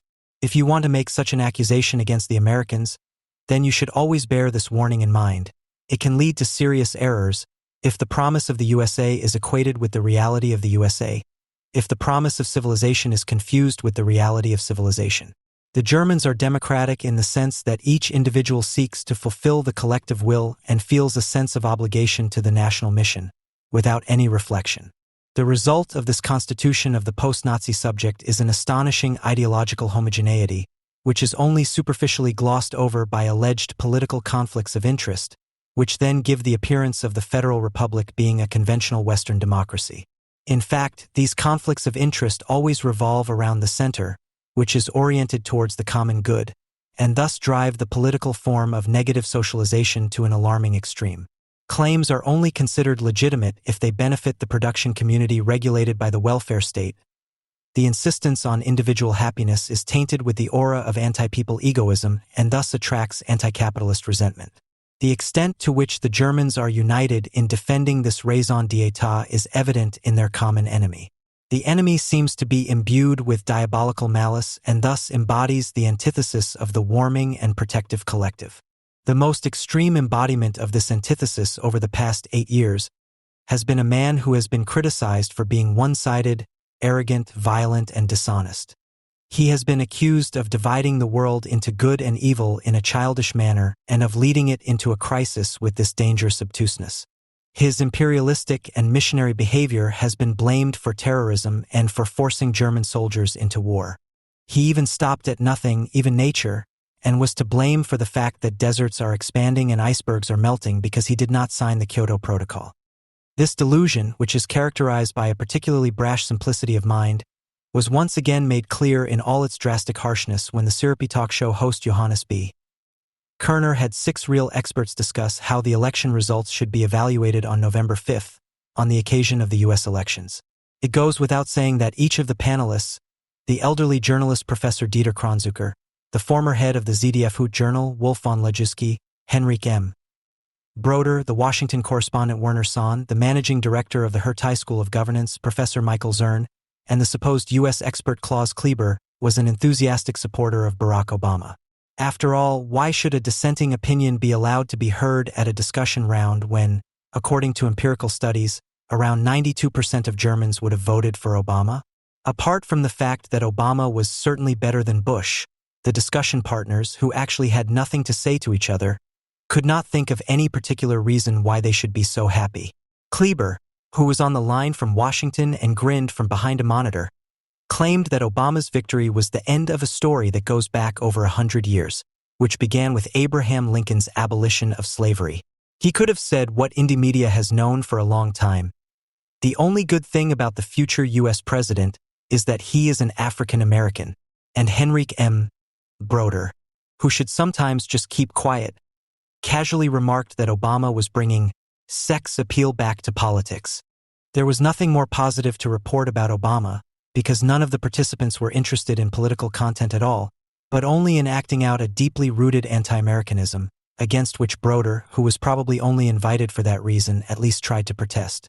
In this respect, Kerner's merry round was not at all about the U.S. elections or Barack Obama, but rather about George W. Bush, who still sits on a throne as the embodiment of the anti-principle, a hate figure that the know-it-alls of the service would only too gladly climb themselves. In this respect, before the new man takes up his position in the White House, it is worth asking one last time how Bush managed to arouse the wrath of the masses and the elites alike, or not only in Germany. First and foremost, George Walker Bush was, as astonishing as it may sound, a man of truth. Regardless of whether he really believed that the Iraqi Ba'ath regime possessed weapons of mass destruction, or whether he deliberately lied, which is unlikely, because he could have known that it would come out in order to legitimize a war against Iraq. The world hates him because he spoke plainly. The lament that Bush's dichotomous worldview is all too simplistic comes from those who shy away from calling evil by its name. Bush distinguished between the axis of evil, which he included some of the states that finance or otherwise support Islamic terror, and a coalition of the willing that wants to help the USA keep radical Islam in check. The fact that this fundamental distinction gives rise to numerous contradictions, such as the fact that Pakistan and Germany are suddenly lumped together as allies, does not speak against this differentiation, but against a world order in which pacts have to be made with the devil in order to save one's soul, if not one's body. It is a fact that Bush started a war, in Iraq to be precise. However, this alone should not lead to a moral condemnation. The war against the Taliban, on the other hand, was not a war that was started on the spur of the moment, but was, as is well known, a direct response to the mass murder of September 11th, which was planned from Afghanistan. The short-term goal of this war, the destruction of the al-Qaeda training camps, was achieved, but the long-term goal, to bring peace and freedom to Afghanistan, is in danger of being missed in the face of the resurgent Taliban, which is being supported by helpers from Iraq. However, even Obama has announced that he will focus more attention on Afghanistan, so the future will have to show whether it is possible to make Afghanistan a better, i.e. more humane, country. In any case, the Taliban's empire was one of barbarism, and if the world were a reasonable place, their rule would not have lasted a day. The situation is similar in Iraq. The mere fact that the butcher Hussein subjugated, tortured, and killed the Iraqis is morally sufficient to justify the military overthrow of the regime. It is true that every war claims the lives of innocent people, but it is equally true that a false peace is sometimes more cruel than a war that is not aimed at destruction but at regime change. It is being suppressed that Bush gave two reasons for the war. The first was the fight against Islamic terrorism, the second the democratic renewal of the Middle East. Under Saddam Hussein, radical Muslims had no say in the matter, unless they were members of the Ba'ath Party or family members. The rewards that Hussein generously gave to the families of Palestinian suicide bombers were investments in maintaining a good reputation. But as soon as Hussein was captured in his hole in the ground, Iraq became the West's main battleground with Islam. For al-Qaeda and its ilk, the aim was to sabotage the project of democratic renewal in the Middle East from the outset, indeed to bring it down. Therefore, al-Qaeda's strategy was and is to create chaos and terror, and from this perspective no death is one too many. Only if the body count can be driven up, it is possible to force the USA to withdraw, in order to be able to finally proclaim the desired theocracy. In 2007 it looked as if the new tactics of Generals Petraeus and Odierno had been successful and that Iraq could finally return to normality after so many years of terror, but the neoconservative idea of bringing freedom and democracy to the world, which Bush had followed with conviction, seems to have been played out. It was discredited and brought to failure by Islam, which, in league with collaborators in Moscow and Berlin, in Paris and Madrid, has declared war not only on the USA but on freedom itself. This also includes the fact that war against Israel has been intensified again. During Bush's term of office, Iran has rearmed to the extent that it is now on the verge of producing its first atomic bomb. Hezbollah is waging a very successful war of attrition, and Hamas has become a governing party in the Palestinian territories. But it would be presumptuous to blame the Bush administration for these developments, since it was the Europeans who repeatedly called for dialogue with even the most hired killers and categorically rejected all tougher measures. Perhaps Bush's greatest failure was that he did not manage to remove important European powers from the axis of vassals, D. Rumsfeld. Of course, Bush was not a great diplomat, which is precisely why he rubbed people up the wrong way in an environment in which lying and hypocritical grins have become biological characteristics of the protagonists. When he smiled, for example, when he received Angela Merkel at his ranch, it was not a farce, as is supposedly so widespread in America, but an expression of an emotional response. Because one thing you can't accuse Bush of is being a cold bureaucrat who unscrupulously carried out the orders of some ominous, dark powers. No, Bush was an idealist, and one who was inspired by the spirit of American universalism, which still represents the better way in the face of the ongoing fragmentation of society into cultures and ethnicities. Bushism, as I would like to call the universalism he and the neoconservatives advocated here in honor of a great man, is related to communism in that both seek to liberate the individual and to grant him the greatest possible happiness. Like the communists, Bushism seeks to create social conditions in which the individual can realize and fulfill himself. That the former not only falsely equates citizens and individuals, thereby constantly attempting to cash in on the surplus of civilization of the existing order, but also deludes itself that the production of goods and the democratic state must automatically lead to the praised fulfillment of the citizen, is one thing. It is another to formulate the goal of liberating the individual at all and thus to virulently maintain the condition of possibility of this. In this respect, the anti-American hatred of Bush was always also anti-communist in nature, in a sense that has nothing to do with hostility towards Stalinist and Maoist dictatorships, but everything to do with hatred of enlightenment and emancipation. Bush's term of office ended in 2009. Now we can only hope that conditions can be created in which the communist critique of Bushism is on the agenda, because it is the only worthy opponent that friends of the classless society have to deal with. The fact that Bushists today represent a similarly vanishing minority as anti-Germans unfortunately means that, for the time being, an unworthy but all the more dangerous enemy must be treated with the weapons of criticism: Islam and its sympathizers. The anti-Germans have often been declared dead. Sometimes it was a wishful thinking, sometimes the further decline was to be stopped by invoking the threat of disintegration. However, at the latest after the Palestinian terrorist attack on Israel on October 7, 2023, it became clear what could hardly be denied in view of the lack of protests against the withdrawal from Afghanistan, the war in Ukraine, or the self-destruction via social media during the corona crisis. The movement that never wanted to be a movement no longer exists. This is also why demonstrations and solidarity rallies for Israel after October 7th were organized exclusively by the much-maligned civil society and other NGOs. The few exceptions that there were only confirm the rule. Statements and explanations were similarly weak. After September 11, 2001, which is in no way less significant than October 7th, it took just under 3 days before any convincing analyses were presented. In the case of 10/7, however, almost 3 weeks passed before the first presentable analysis of this largest anti-Semitic massacre since 1945 appeared. Even Jungle World, which for a long time was mocked as anti-German light, was faster. Of course, all this is not due to the failure of individuals. Even if it has become popular to attribute failures and setbacks to a lack of commitment, betrayal, or the personal depravity of current and former comrades in arms, the hesitant reactions to October 7th have little to do with this.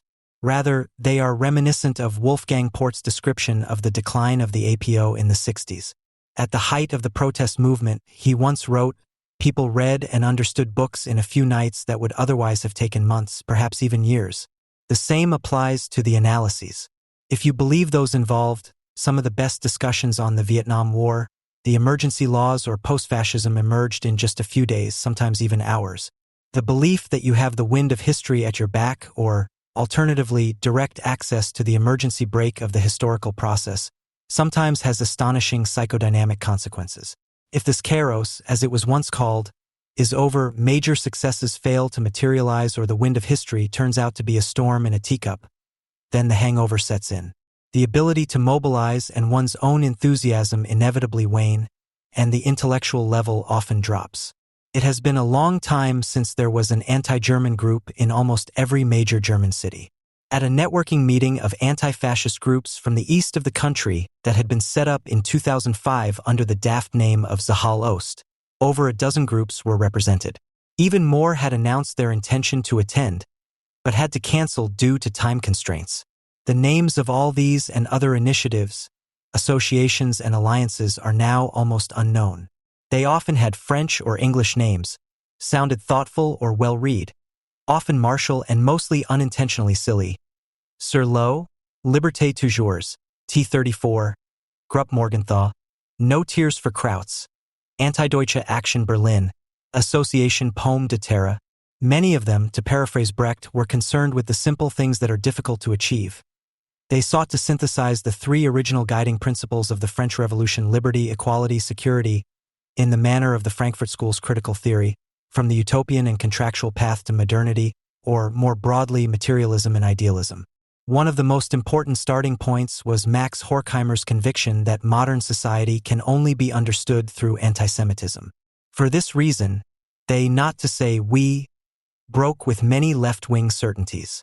This applied to false collectivism and contempt for the individual, as well as to the hostility towards Israel and anti-Americanism of large sections of the left.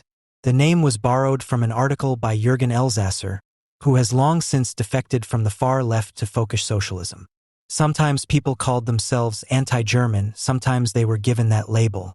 Since in the past it was never the most wrong-headed people who were called anti-German, they rarely defended themselves against it. Heinrich Heine, Kurt Tucholsky, Thomas Mann, and Theodore W. Adorno did not seem like bad company. The anti-Germans were known to have emerged from the left-wing crisis discussions following the fall of the Eastern Bloc in 1989-90, the crisis of anti-imperialism, and the implosion of other left-wing certainties. At the beginning of the 1990s, the focus was initially on the reformation of a non-reformist, radical, anti-capitalist, communist left, as explained in The Bahamas, which was still being published in Hamburg at the time. Another anti-German magazine used the image of a hearse that, in times of plague, would drive through the villages, loading up with all the corpses and the dying it could get its hands on.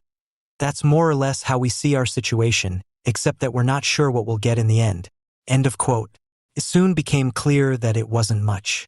A large-scale boycott campaign against the first all-German Bundestag elections in 1990 failed spectacularly. The same happened with a campaign on May 8, 1995. In the second half of the 1990s, the anti-Germans therefore consisted mainly of small, ideology-critical magazines and theory circles. Even if they insisted that their own ivory tower had loopholes, as they liked to call them, it was clear to all those involved that it was less about political mobilization than about hibernation. The mistakes and errors of the left were to be worked through. This changed with the Al-Aqsa Intifada from 2000, but especially with 9/11.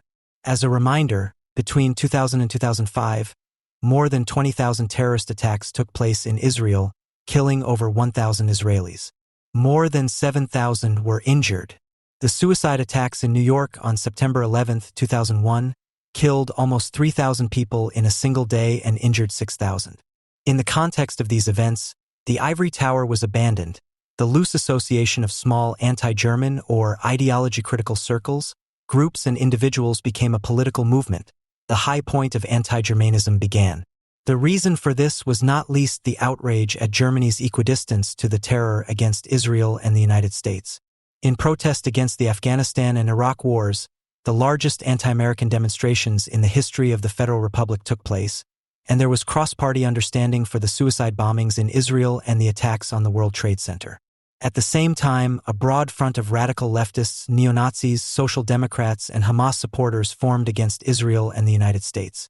The talk of the German way became popular again. It helped the already severely weakened SPD to win its second consecutive Bundestag election in 2002. It was this ahistorical glorification of pure peace that was to be disturbed by their own events, demonstrations, and campaigns. The distancing from the West was criticized. Max Horkheimer was also a godfather here. In the 60s, he had formulated a categorical imperative just like Adorno.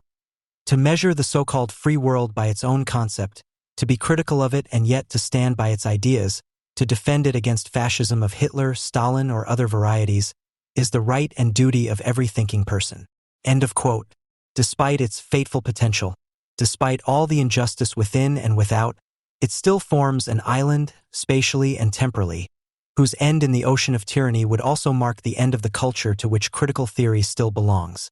Soon all the major German newspapers were writing about the strange leftists who took their cue from these words and therefore waved the flags of the United States and Israel at their demonstrations, in order to challenge not only left-wing traditionalism but also the German mainstream. Even the New York Times and Haaretz reported on it.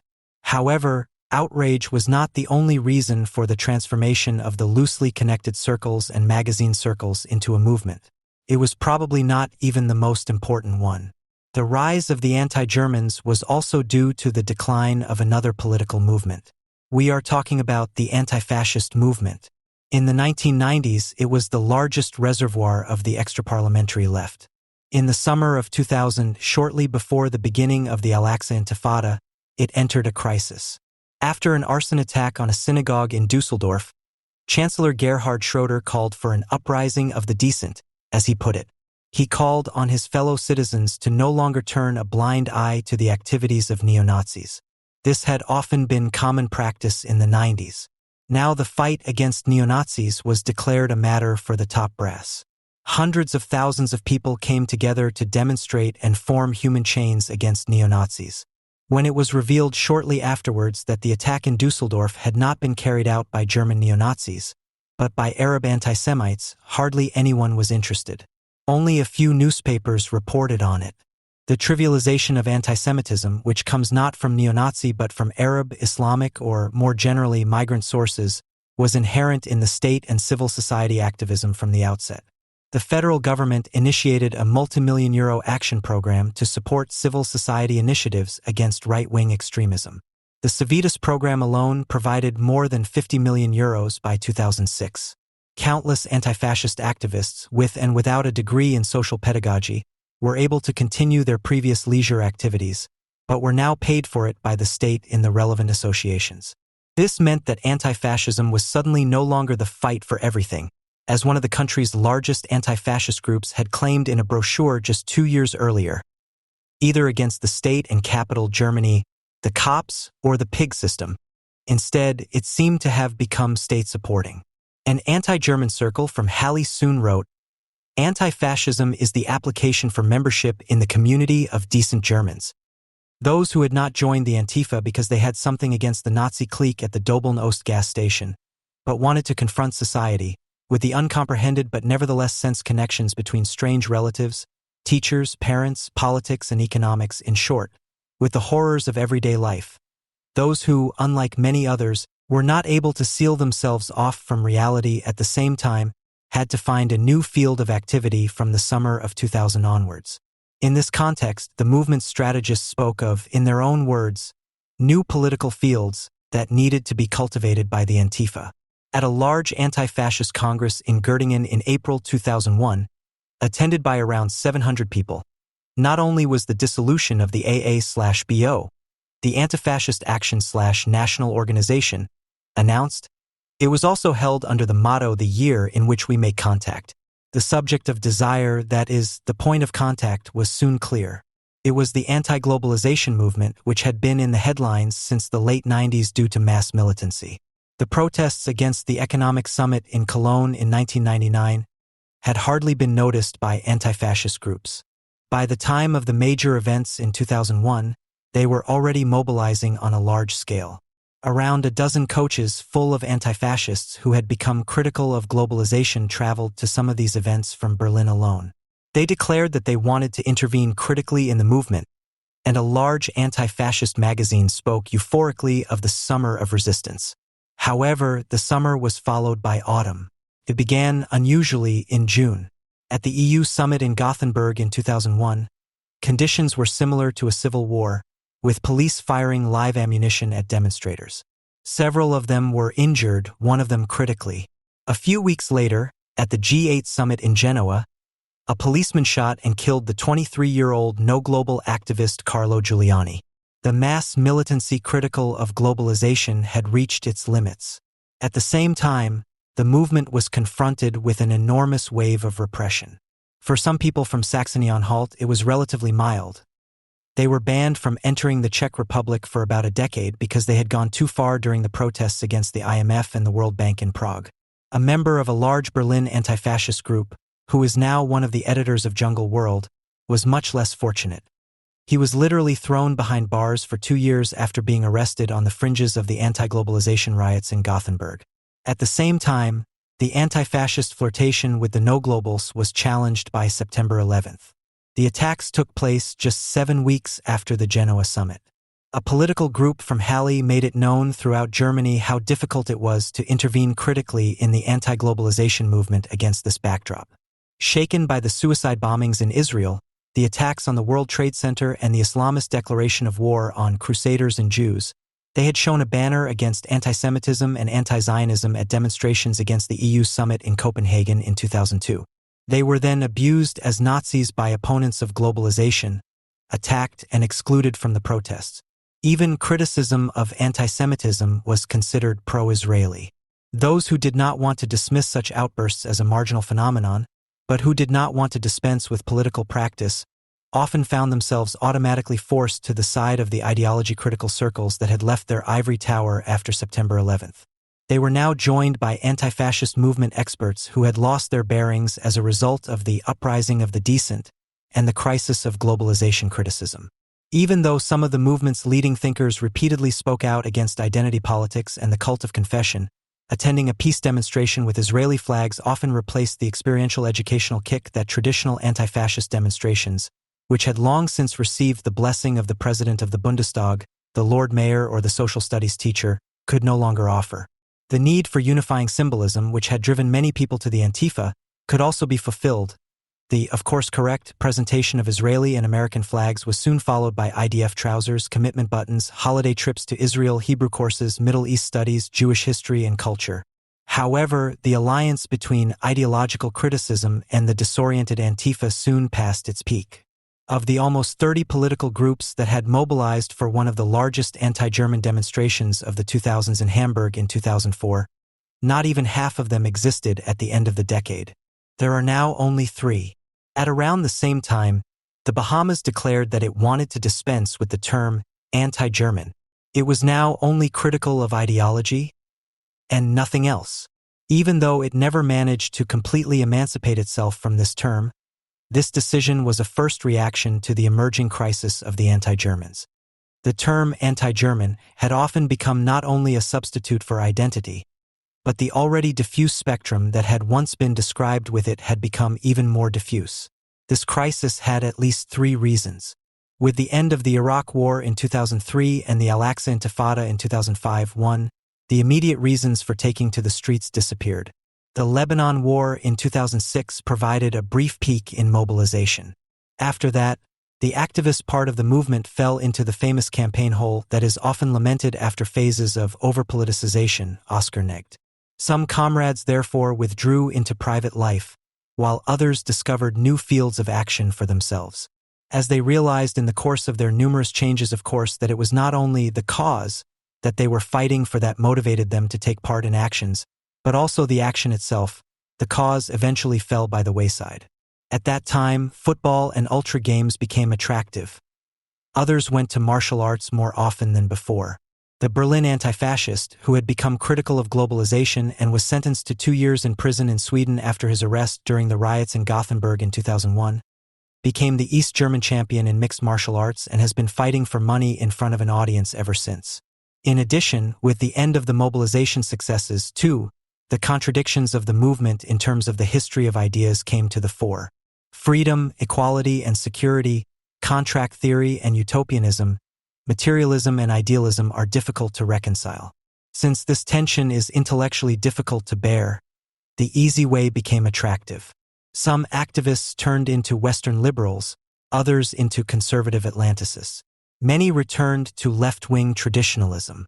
Above all, however, 3 numerous ideas of the movement had become generalized, albeit in a botched form, that is to say, without the unifying idea of defending the principle of the West, measuring it against its own standards and going beyond it accordingly. The criticism of anti-Zionism radiated in particular to the youth organizations of the left, the SPD and the Greens. After the Lebanon War, the Federal Working Group BAK Skolem was founded in the Left Party. Soon, with Gregor Gysi, Katia Kipping and Petra Pau, even three of the most well-known politicians of the Left Party publicly spoke out against the traditional hostility towards Israel of their own organization. Other party youth organizations followed suit. Franziska Drossel, who was chair of the Young Socialists between 2007 and 2010, publicly criticized left-wing anti-Zionism. Similar debates took place in the Green Youth. The condemnation of social protests as nationalistic, which has become common practice in the left-liberal public, was already tried out by some anti-Germans in the 90s. This was intended to criticize the idealization of the lower classes that had been common on the left until then. In the years following reunification, nationalist riots had regularly been glorified as protests against social injustices. At the latest since the adoption of Agenda 2010, this pattern has been reversed. Racism and nationalism are rarely glossed over in public, quite the opposite. The reference to the national undertones that social protests sometimes have often serves to denounce any criticism of the dismantling of the welfare state. The anti-Germans were, of course, not responsible for this development. Even if their positions were partly adopted by left-wing parties and conservative and liberal media, they were not a force for social change. Without wanting to, they were instead the eccentric outliers, Theodore Roosevelt would have said, the lunatic fringe of a longer-term process aimed at modernizing Germany. It was directly related to the replacement of the old middle classes by the new middle classes and the associated emergence of a new service proletariat. The old middle class, as the sociologist Andreas Reckwitz once explained, is more down-to-earth, associated with craftsmanship, industrial work, and comparatively low mobility. It is primarily geared towards status interests and self-discipline. It's about a certain standard of living, not the intangible quality of life that is so important for the new middle class. In contrast, the new middle class, whose emergence is closely linked to the emergence of the postmodern capitalism that has been discussed in France for around 30 years, is more academic, hedonistic, mobile, and cosmopolitan. The cosmopolitans, says Reckwitz, are in favor of opening up in many respects, of identities and also of markets against too strong an order, against too strong a regulation. Liberalization in the broadest sense of the word, actually. End of quote. Most of the movement's activists came from this new middle class, while others were heading towards it. The anti-German paeans to individualism, cosmopolitanism, pleasure, and a sense of historical responsibility also unconsciously expressed the social and cultural needs of their milieu of origin or destination. Bourgeoisie and bohemian in one, as Reckwitz puts it, as if he had read the anti-German pamphlets of the 2000s. The same applies to the anti-German criticism of collectivism, the attacks on provincialism, and the occasional arrogance towards the left-behind members of the new lower class, who are actually the cultural antithesis of the new middle class.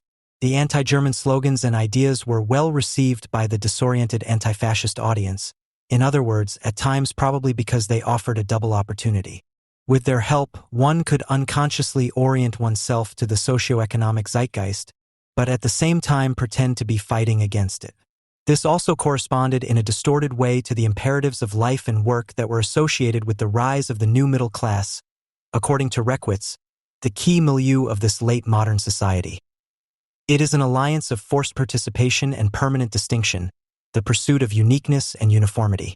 Only when the modernization process, which was associated with the replacement of the old middle classes by the new ones, could hardly be overlooked, did part of the anti-German residual milieu begin to realize, albeit timidly, which development they had supported. The disputes that arose over Corona, but also over the war in Ukraine, are not the causes of the decline of anti-Germanism. At best, they are its sad aftermath, which accelerated the disintegration of the residual milieu.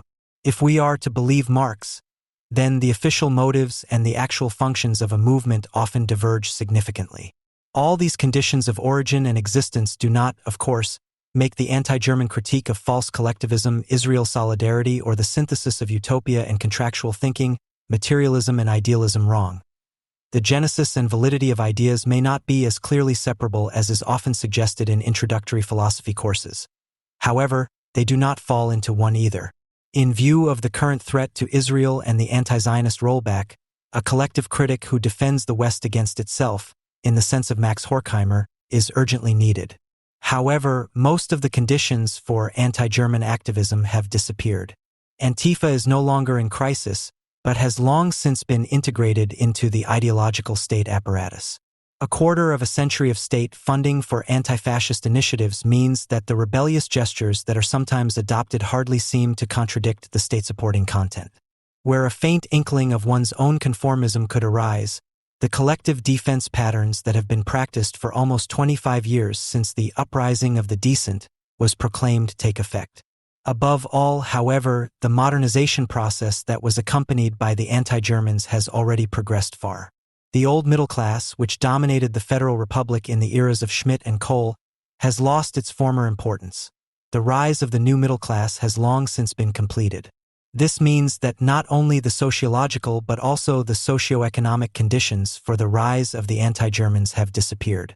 Every movement has its time, even if it never wanted to be a movement. There are books that leave you at a loss.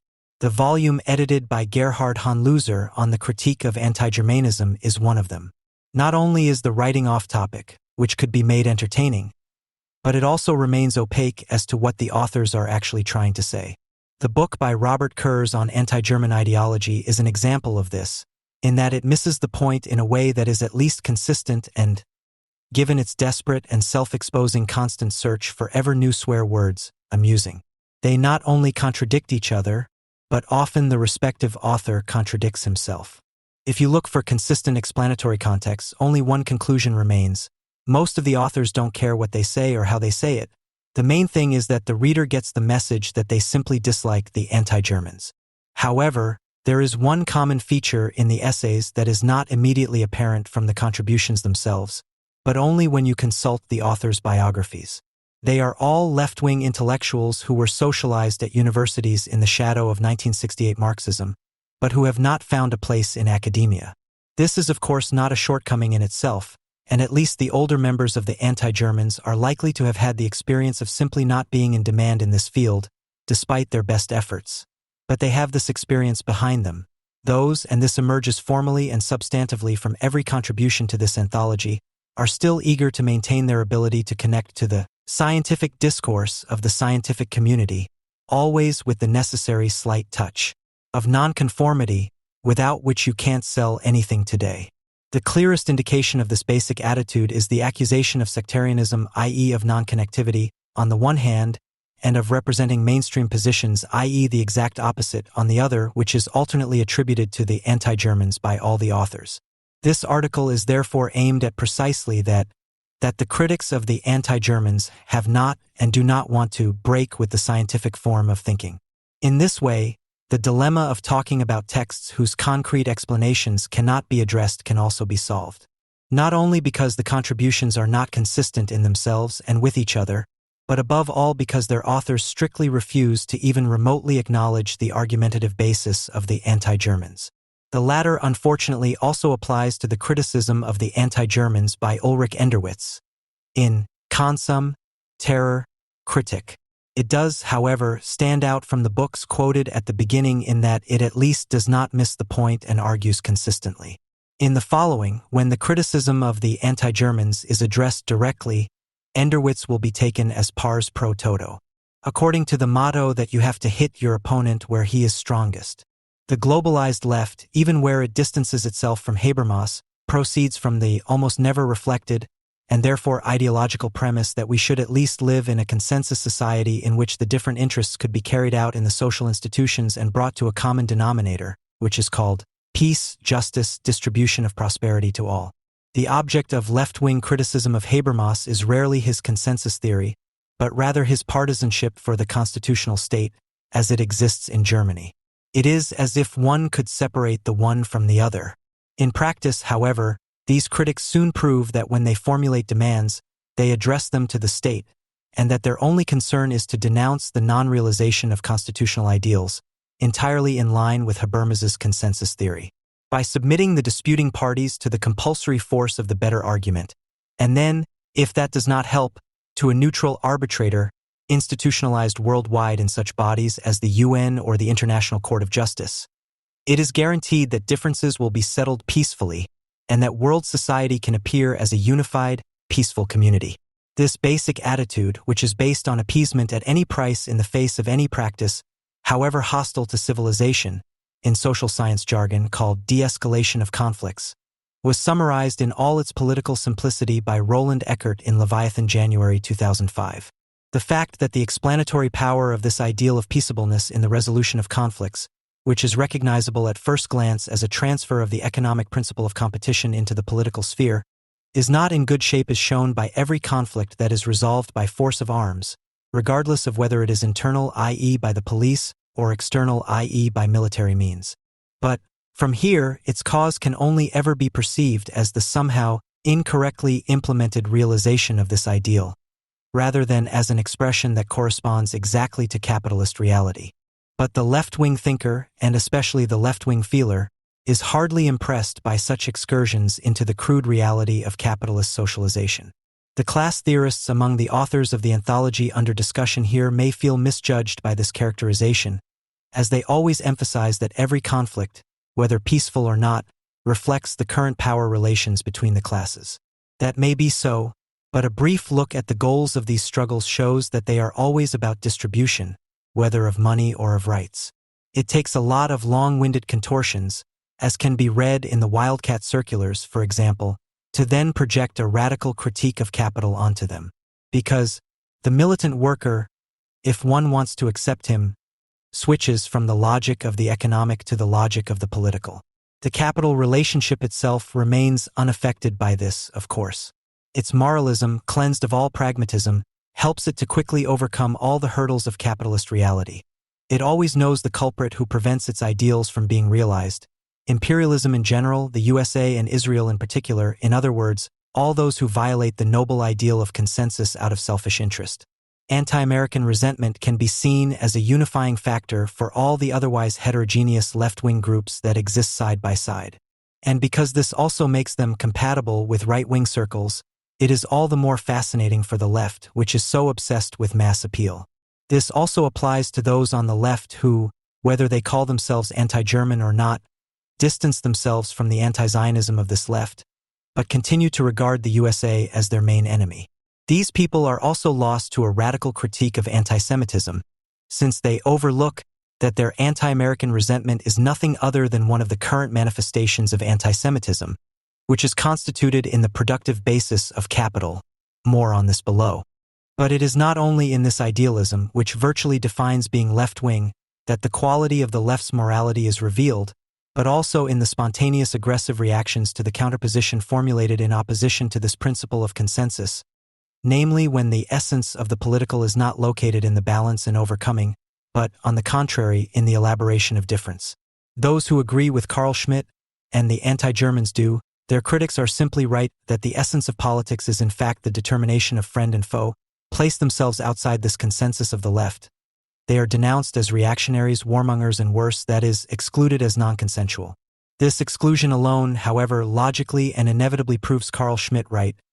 It proves conclusively that the consensus left is incapable of reflexively grasping its own behavior as a whole, and this whole is essentially the exclusion of those who do not agree with the prevailing consensus, that is, the consensus more or less reflected in the prescribed political and legal procedures.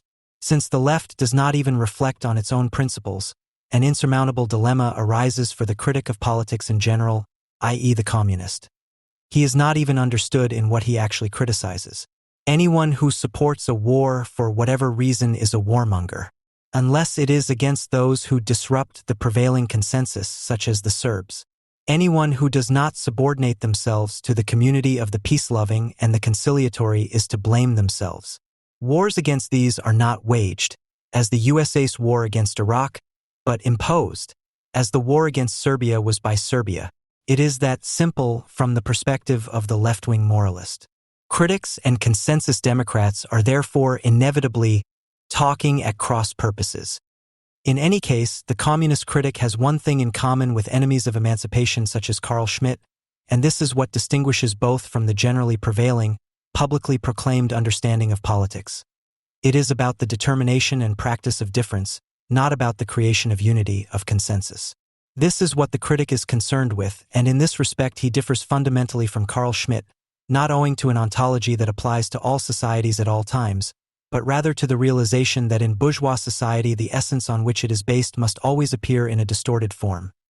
This, of course, does not only apply to politics, in which its core, the distinction between friend and foe, appears as the competition of the peaceable for a just share of the surplus product. This applies to the economy, in which, as is well known, the compulsion to work appears in the form of freedom of contract. This also applies to all other quasi-autonomous spheres of bourgeois society that exist side by side: morality, aesthetics, science, etc., although only a cursory mention can be made of their inversions in the relationship between essence and appearance in the following. What is urgently needed, then, is a closer look at what is meant by essence, whether of the political, the economic, the aesthetic, etc., which the consensus protagonists of all stripes do not reflect on at all. To do so, we can confidently fall back on the everyday notion that first imposes itself on anyone who asks themselves what they understand by essence.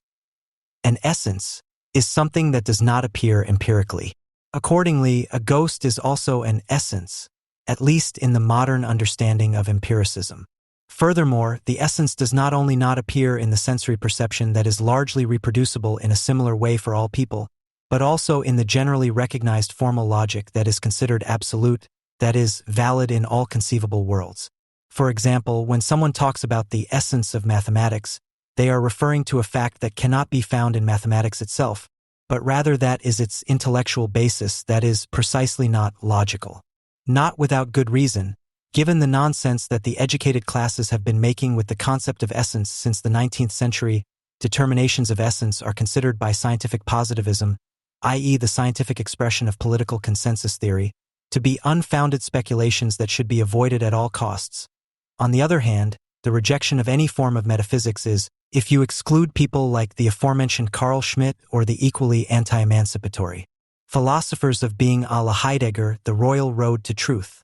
According to this perspective, only exact empirical research, the results of which are presented in a logically consistent manner, can guarantee truth. Lack of differentiation is, incidentally, an ever-applicable reproach. It is at least justified until reality has been successfully depicted one-to-one, which, as is well known, is logically impossible. In this regard, a reproach is only meaningful in the other direction, namely formulated as insufficient generalization. This positivism, which has now spread from science to all areas of society, has a huge flaw, a flaw that is just as obvious as the above-mentioned error in reasoning of the protagonists of the noble consensus principle. The positivist must abstract from the fact that all his statements about the world, its context and its phenomena have passed through the minds of human individuals. This is immediately recognizable from the fact that negation is demonized not only in advertising, i.e. in economics, but also in art, in morality, and, above all, in everyday life, of which esotericism is only one example among many. When we speak of positivists from now on, we mean not only scientists but also politicians and critics of this society, insofar as they agree that there is no metaphysical foundation of truth and that there should not be one. Banal. Everyone thinks. Nobody denies that. They say, and yet the banality is suddenly over when one does not abstract from this fact, but reflects on it. This reflection immediately produces highly unpleasant results for the anti-metaphysician. If it is an individual who relates empiricism and logic to each other out of himself, how is it that so many individuals think exactly the same thing? Whatever the answer may be, it is pure metaphysics, that is, it cannot be had without speculation that goes beyond logic and empiricism. Just a small example. If the answer is that people think the same because they genetically follow the same patterns of perception and logic, it would still have to be clarified what is meant by genetic. No matter how much empiricism one puts into one's explanation, it can only illustrate what genetic might mean here, but it cannot prove it as true. No matter how logically consistent the explanation may be, it will never explain what is meant by a genetic reason.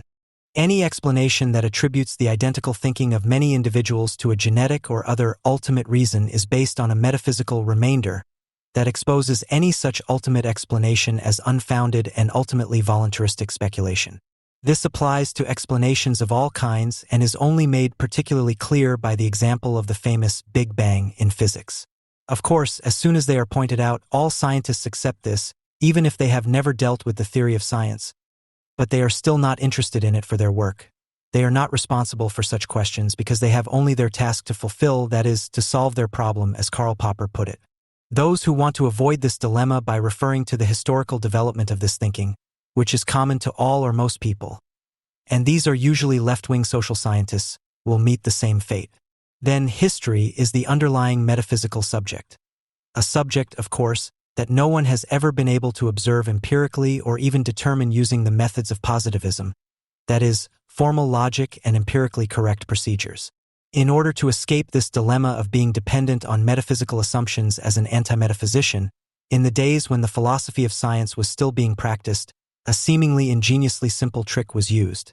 It was said that it was not a matter of the truth of concepts, but only of their unambiguous definition. But even that no longer interests anyone today. The sleight of hand is all too obvious, merely shifting the antinomy without solving it. It was openly admitted that the universality of judgments, that is, truth, is not based on objective foundations independent of the thinking of individuals, but on a more or less arbitrary setting made by them. But these individuals are subsequently, and this is the crucial point, only spoken of as objects, that is, as the subject of empirical, social, and other research.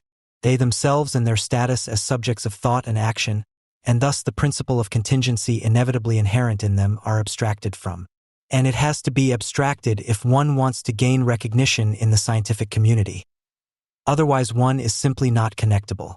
This is the point that marks the difference between positivism and dialectics, between consensus theory and critique. A difference that precludes the critic from entering into a constructive dialogue with the positivist at all.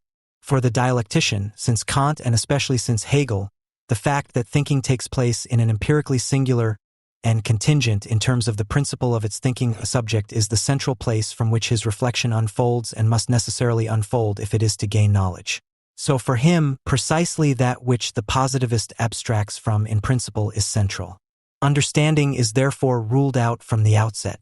It will soon become clear how momentous this difference is, especially with regard to the political disputes between a critic, the dialectician, who is therefore inevitably a metaphysician in the eyes of the positivist, and a critic, for example, from the political left, who at least follows positivism in strictly rejecting metaphysical statements about the world as a whole.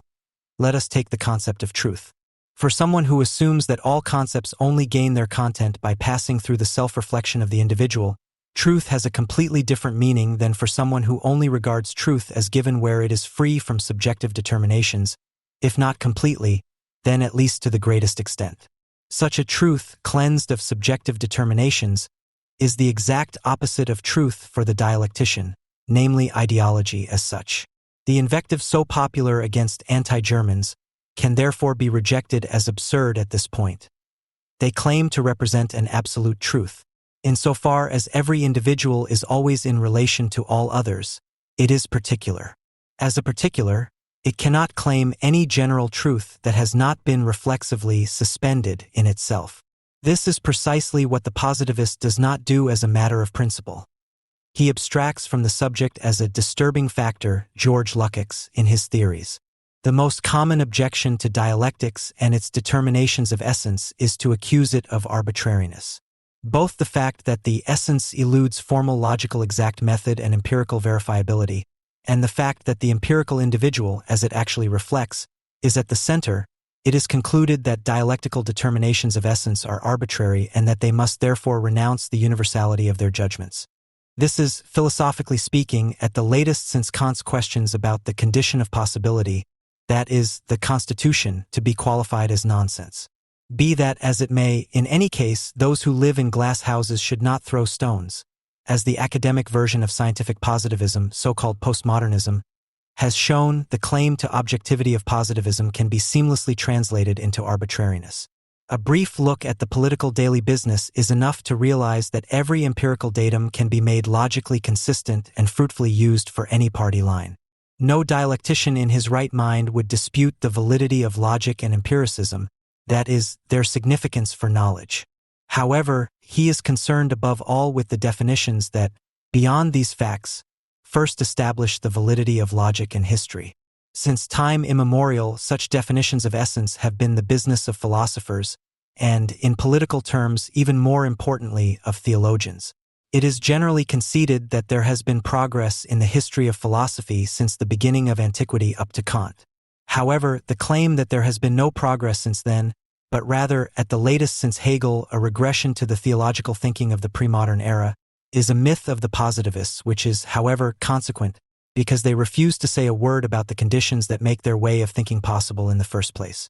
On the contrary, we know very well today about the conditions that must be met in order for determinations of essence to actually describe reality, i.e. to be considered materialistic, and not to be mere products of the imagination, like the aforementioned ghost, for example, or the idea of the existence of God. However, before we can discuss some fundamental materialistic determinations of essence, an important distinction regarding all determinations of essence must be explained. At this point, we must first counter the generally rampant notion, which is due to colloquial language, that essence is somehow more important, more significant than mere appearance. Essence and relevance are, regardless of their overlaps, different spheres for the determination of concepts. And in no way is the appearance more real than the essence. If this is not considered to be equally real as the essence, then it is simply not materialistically grasped. The concept of class, for example, is clearly a determination of essence, because although one can observe workers at work, just as one can observe capitalists ruling, and describe their behavior in a logically consistent way, that is, using the means of instrumental reason, but the conceptual summary of individuals into a class that is carried out in advance depends on the references in which the theory of a division of society into classes moves. In this case, it is Marx's critique of political economy. No one has ever been able to prove the existence of a class, however it is defined. Even the attempt would be nonsensical. Nevertheless, classes objectively exist and, unlike any scientifically exact definition, they are clearly defined. Always assuming that the critique of political economy is accepted as the basis for knowledge of reality, which the anti-Germans do, as evidenced by the texts they have written, even if their critics vehemently deny this. Definitions of essence such as class, but also nation, which is the main issue in the debate with the anti-Germans, which, regardless of their super-empirical nature, objectively exist, have been called categories since time immemorial. However, the question is whether these categories are also concepts in the strict dialectical sense.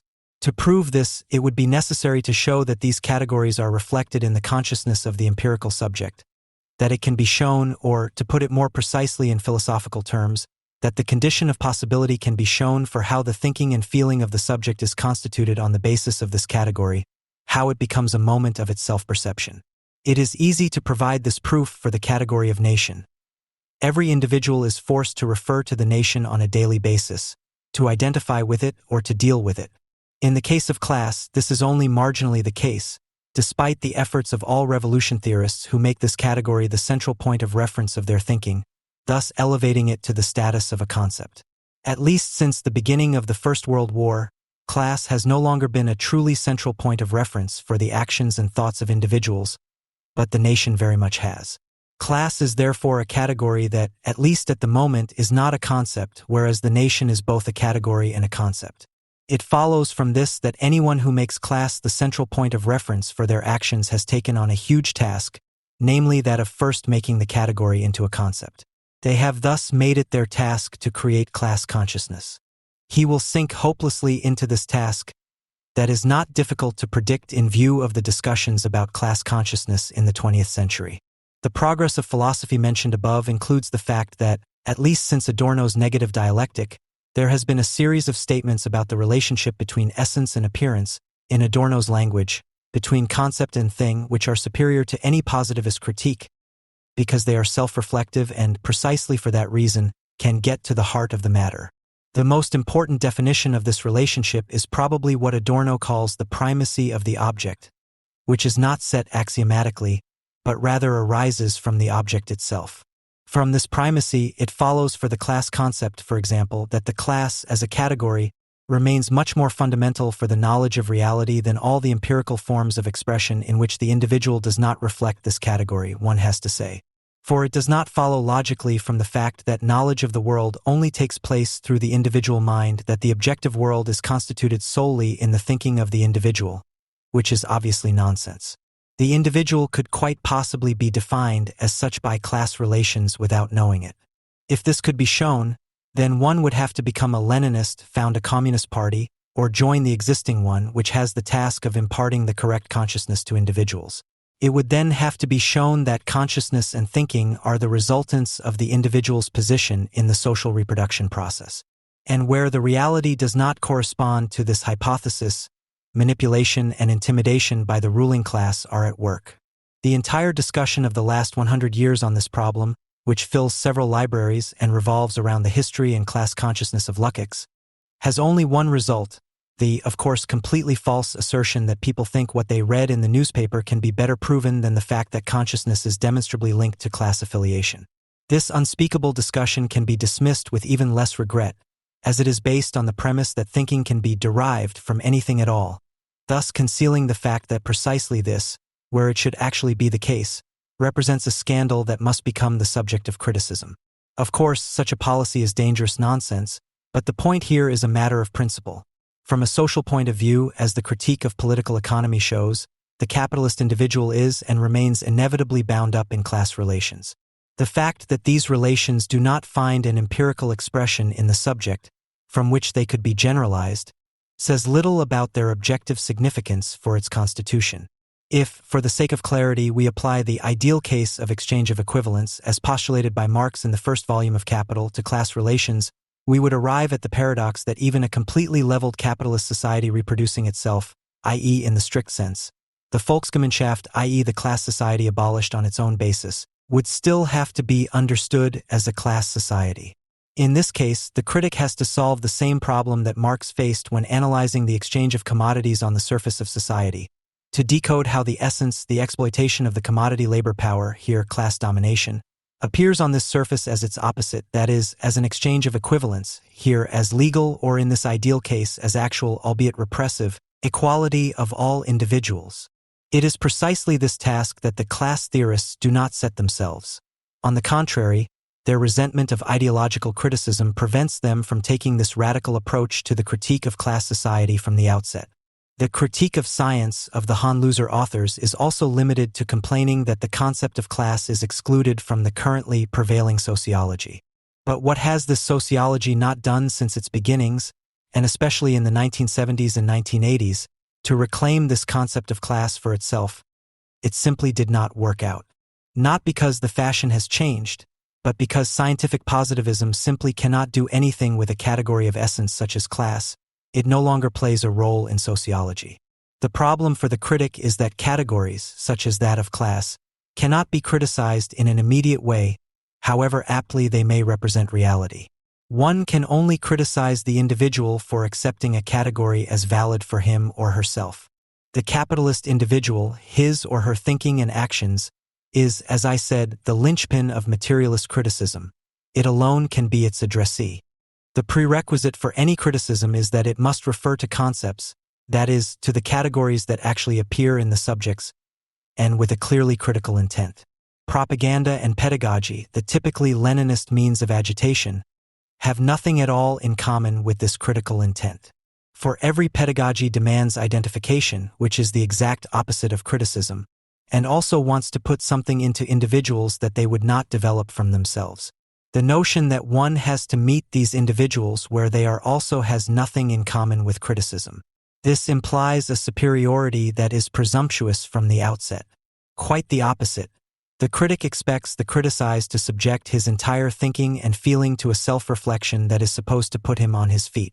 The point has been reached at which the critic must redeem his promises by being able to present determinations of essence that are concepts, i.e. have a reference in the subject, but at the same time demonstrably exist in a real categorical way, i.e. do not represent something like ghosts, observe the primacy of the object, and, in addition to all this, bring bourgeois society as a whole to the point.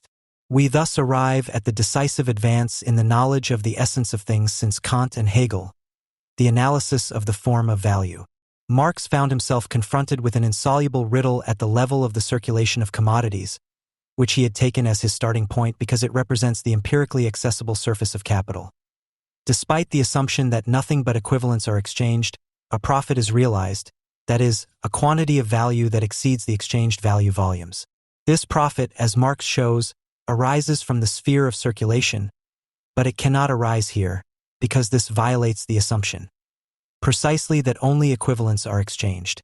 The individual steps of the analysis must be left out here. Their result, in any case, is that it is the socially necessary average working time for the production of a commodity, the abstract labor, that is, the substance of value, which is ultimately constitutive of this paradox. There are legions of Marxists who, equipped with stopwatches and tape measures or standardized questionnaires, appear alongside the workers in the factory and want to observe and measure how abstract labor is created. This is a hopeless and nonsensical undertaking. Abstract labor cannot be empirically and logically determined from the concrete labor expended in the factory or elsewhere.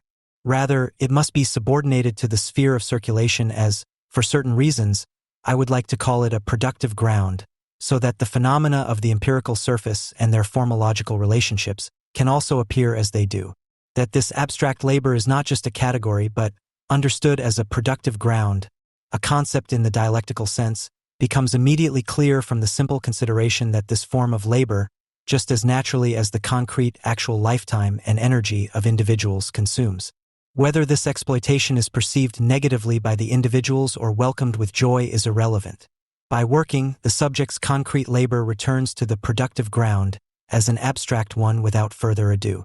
In the following, we will examine the mediations through which this productive ground not only constitutes the phenomena, their categorical form, in their inversions of essence and appearance, in the spheres of circulation, distribution, production, and consumption of commodities, but above all the form of thinking of individuals. Identity thinking, which is characteristic of the modern age, was not analyzed by Marx himself, but is implicit in both the concept of average working time and abstract labor. In any case, something can only become a commodity if it is clearly identifiable in space and time. In capitalism, identity thinking as the quantification of all quality, or as the translation of all use values into exchange values, or also as the much-lamented desubstantialization of all relationships, encompasses all areas of society. As Alfred Sohnrethel shows, identity thinking as a philosophy arose much earlier than capitalism.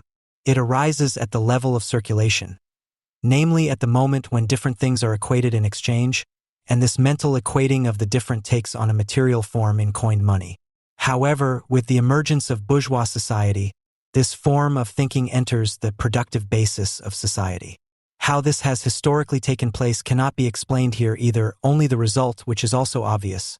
With the emergence of capital, it becomes possible for people to formulate general laws about nature, that is, laws that can claim validity for everything that can be identified as a body in space and time, without there being any need to talk about an empirical subject, be it God, an emperor, or a subject, that would first put these laws into effect.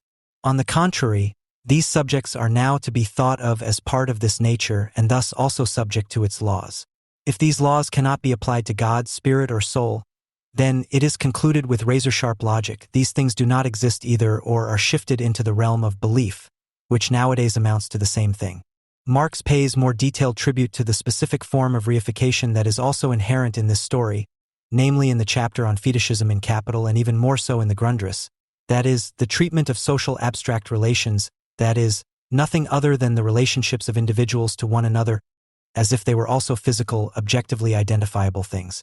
What is more, these relations, which only exist as mental constructs, that is, as abstractions, even if they are highly real ones, I will just pick out the state, the nation, history, class, science, a list that could be continued at will, are treated in the thinking of individuals as if they were concretely acting beings in the sense of ghosts. The relationship I have with my girlfriend may contain many empirical moments, encounters, feelings, gifts, but it remains in and of itself a purely mental construct that, if the worst comes to the worst, can continue to exist even without all its empirical moments. This means that characteristics and properties are attributed to them that, in truth, can only be attributed to individual people. The economy expects certain decisions from the state, the nation feels neglected and duped, and so on.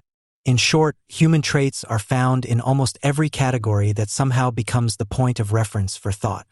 In all this, the above-mentioned absurd circumstance that in bourgeois society only that which is abstracted from the reflection of the empirical subject is recognized as true, although it is only this individual human subject that can think and act, describe and construct relationships, and also develop a character, comes back to haunt itself. The nature of the bourgeois state, which Marx analyzed very cursorily, but which also belongs to this productive basis of capital, is also to be included. Here, too, it is important to distinguish strictly between category and concept. For example, the bourgeois state is, according to its categorical nature, of course the state of the ruling class, but appears conceptually, that is, ideologically, as an expression of the nation which is committed solely to the common good. However, the essence of the state that should be noted here is only the specific form in which bourgeois statehood is legitimized, that is, in which its historically specific form of power is generated. Namely, not on the basis of immediate personal relationships, but on the basis of abstract and objective, and at the same time concrete and subjective, consent to the state. Democratic elections are the place on the surface where this transubstantiation of the concrete into the abstract affirmation of the liberal constitutional state takes place. Dictatorships that have not institutionalized this modern service of worship perform it by acclamation. But even that can be dispensed with, as some states show. In that case, this consent is simply taken for granted until the state is overthrown by a coup or a revolution. All of this can be read in Max Weber's work under the heading Legitimation of Rule. Of course, personal dependencies have not ceased to exist. They continue to exist, but only on the empirically observable surface of bourgeois society. But the essence of the capitalist state, however it may actually be constituted, as a pluralistic party state, as a national socialist dual state, as a Stalinist one-party state, is constituted on the basis of the practically and objectively given consent of its citizens, however this essence may appear to be mediated on the surface and however concretely the individual may subjectively relate to this state. These determinations, which have entered into the productive ground, must not be understood as allowing themselves to be related to one another categorically, like things, that is, like clearly identifiable facts. As I said, they simply cannot be systematized. For it is in their nature to point beyond reifying thought, and also beyond the linguistic form in which we, as non-artists, are forced to represent them. Reification is what is constituted in them, so they themselves must transcend this process as constituents. This productive basis of capital is thus more a matter of mysticism, that is, a metaphysics that is much closer to the quirks of theology than to the classical metaphysics of Aristotle to Kant. As in theology, an infinite number of words could be lost on the mysticism of capital, but it should be clear that such, as Marx puts it, gelatinous determinations of the productive reason, which Adorno incidentally called the non-identical, differ from any philosophy of being. And here we come back to the central difference between Carl Schmitt or Martin Heidegger and the many others for whom it is also self-evident, in contrast to the prevailing positivism, that truth presupposes self-reflection. For this philosophy of being, the empirical human being, that is, the subject, is placed directly in the difference between being, as it is called by them, the gelatinous nature of what I call the productive ground, and entity, which are the empirical and logical phenomena of the surface, of which the subject reflecting on itself is also considered to be a privileged part. The central category of the philosophy of being, which quite explicitly excludes a mediation between being and entity or, in the language of dialectics, between essence and appearance, must be advanced to the decision of this subject to devote itself to being, i.e. to the productive reason, or to classify itself as an entity, and thus to the superficial, reflectionless state of oblivion of being. If the subject decides in favor of the latter, the positivist, the consensus theorist, the anti-metaphysician have undoubtedly decided in this sense, it loses its privileged position in the overall structure of all entities and becomes nothing more than a thing that deserves nothing more than to be used for any old purpose, i.e. to work and die for others, that is, the masters and supermen. The worker, the farmer, the simple Volksgenoss is left out from the outset. He has not decided anything, but remains fated to be classified as part of the existing alone. As can be read in Heidegger and of course in Ernst Jünger and many other philosophers of being, it is precisely these people, provided of course that they unquestioningly submit to being and are not rebellious, who open up a highly edifying approach to being for the knower. On the other hand, those who turn to being may feel, subjectively at least, that they are initiates beckoned up to the superhuman. And objectively, he will at least have a career as a professor of philosophy. We must now rise again from these lowly depths. It should now be clear why Adorno had to emphasize the primacy of the object, that is, the categorical preconstitution of the world, historically detached from the subject in its mediation with the subject, among other things, in order to counter this mediation-free decisionism of the philosophy of being, which ascribes primacy to the subject. However, the fact remains that materialist dialectics and existentialism elevate the empirical individual, as it thinks, feels, and behaves, to the point of intersection of all reflection. The crucial difference: the former call upon this subject to unconditionally identify with being, while the latter, i.e. the materialists, regard this individual as the addressee of their criticism, a word that, with the exception of Sartre, every existentialist, like the positivist, abhors by the very nature of his thinking. Critique now attempts, however in vain, to point out to this individual that it is only the equivalent setting of use values that he undertakes, that is, the equalization of the unequal in exchange that he brings about, that constitutes money, and finally capital as an automatic subject. It holds the individual responsible for the fact that his identification with the nation, that is to say, literally, his making himself equal to the state, that is to say, his practice, however unconscious but at least everyday practice, is what legitimizes the state in its existence and thus provides it with its power. The preferred means of criticism are self-evident. They are, to paraphrase Marx, polemics and denunciation. This criticism cannot be constructive from the outset. The only way to counter the identification of the individual with the wrong, i.e. with the state, nation, people, class, party, property, etc., is to build up a counter-identification in order to push the subject into a crisis, which is the prerequisite for breaking away from these identifications. These insights belong to the progress of criticism, which it owes to psychoanalysis both theoretically and practically. The danger that the counter-identification will coagulate into a new positive identification is slight.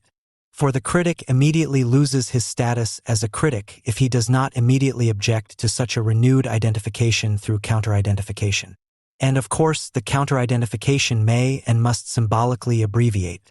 When the slogan Bush, the man of peace, appears as a constantly repeated example of the alleged depravity of the anti-Germans in a book like Hanloser's, then this slogan has passed the test.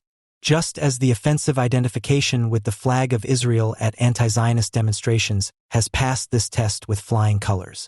At this point, however, it is important to make one thing clear. It is not about counter-identification as such, not about provocation for the sake of provocation, but about reasonably justifiable partisanship against the prevailing or universally desired consensus, that is, about a political intervention that forces self-reflection.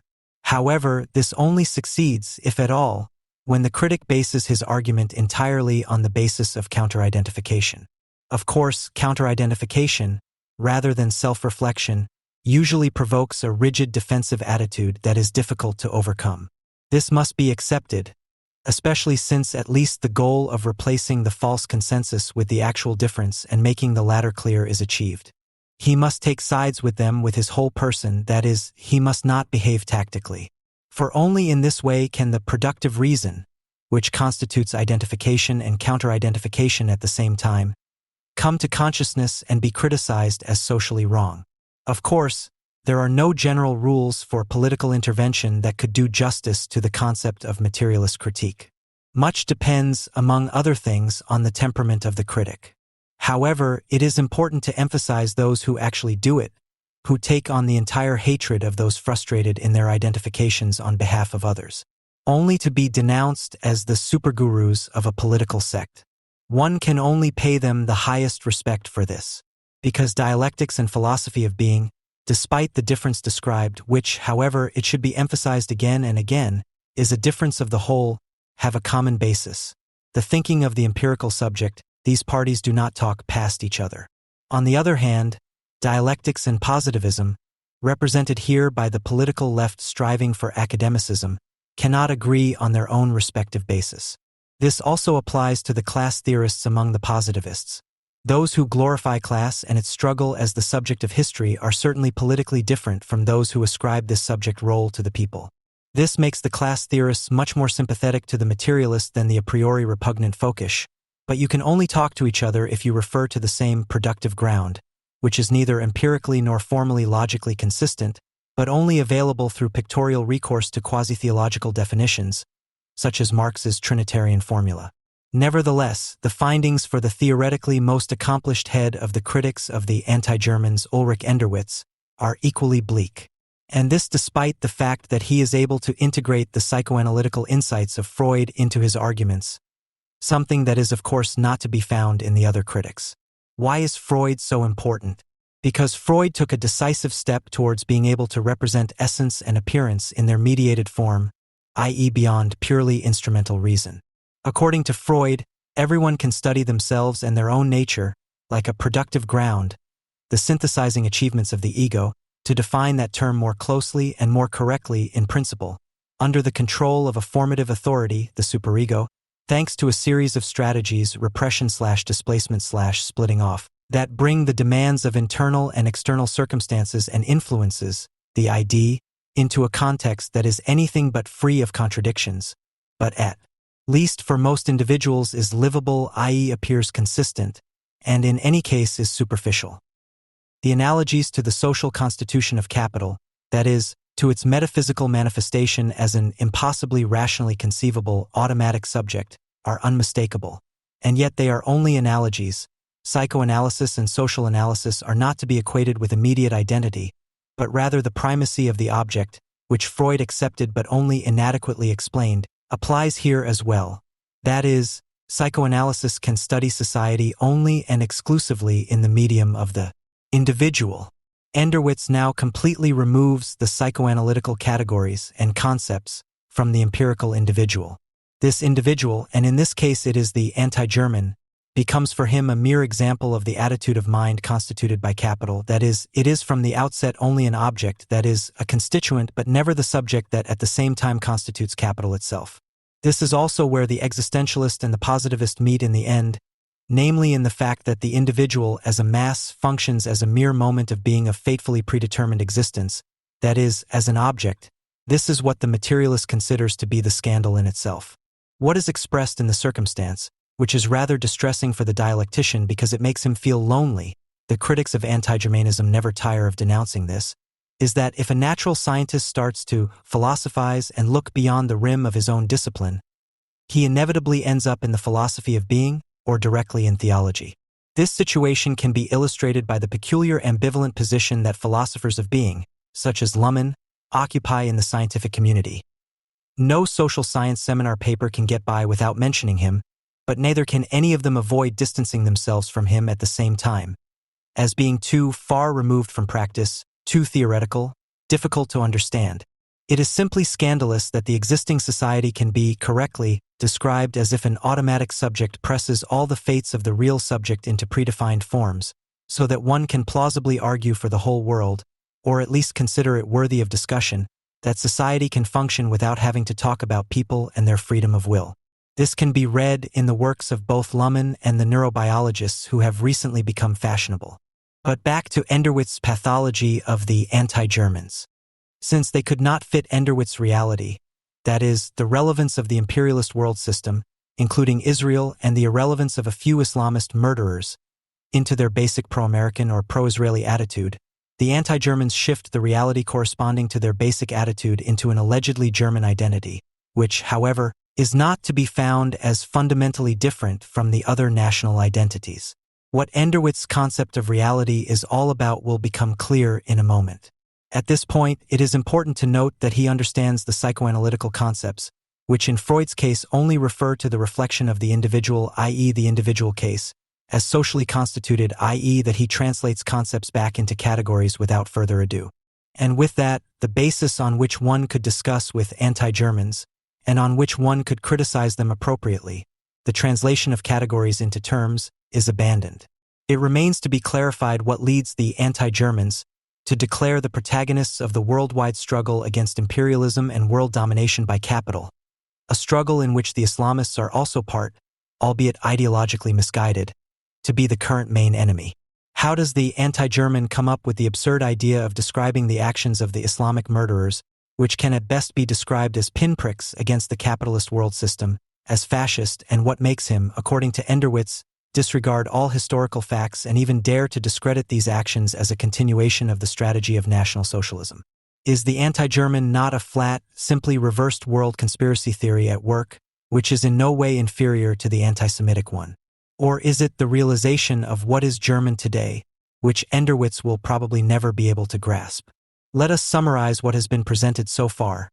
Since the productive ground can only appear in a reified form on the surface of society, since this surface, with the means of instrumental reason, can be fully represented without having to reflect on this ground. On the contrary, anyone who demands self-reflection is considered an incomprehensible fusspot. Therefore, all recourse to socially necessary mediation, which allows the appearance to appear as it apparently does anyway, appears to be a superfluous detour.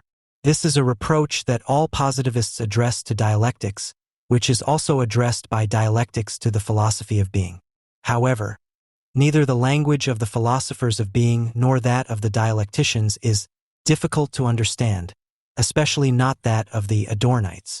Rather, being, Heidegger, and the thing, Adorno, demand precisely the linguistic form that sets itself apart from both everyday and conventional scientific jargon. The only possible criticism of this form can only relate to whether the being or the thing is expressed or not. The common expression, "I don't understand," only reveals that one does not want to abandon one's positivist standpoint and get involved with the matter itself. The surface provides all the categories that one needs to be able to organize the world in such a way that one can make ends meet in this society. Instrumental logic, that is, the subsumption of all events under such categories as purpose and means, cause and effect, but also system and environment or success and failure, is perfectly sufficient for this. Seen from this practice, the metaphysical quirks of dialecticians are considered to be the fantasies of a few philosophers who have lagged behind the latest scientific findings. And dialectics has probably never helped anyone to run a business in a rational way. The individual, constituted as a subject, can hardly do anything other than understand the enormous collection of commodities that Marx talks about in the first sentence of Capital as a mere collection of things. Since he does not account for the productive basis of this collection of goods, its specifically capitalist origin remains a closed book to him. What actually prevents us from appropriating this wealth immediately? The wealth is at our feet. There is enough money. It is said everywhere. The wealth is, as everyone can see, only distributed completely unjustly.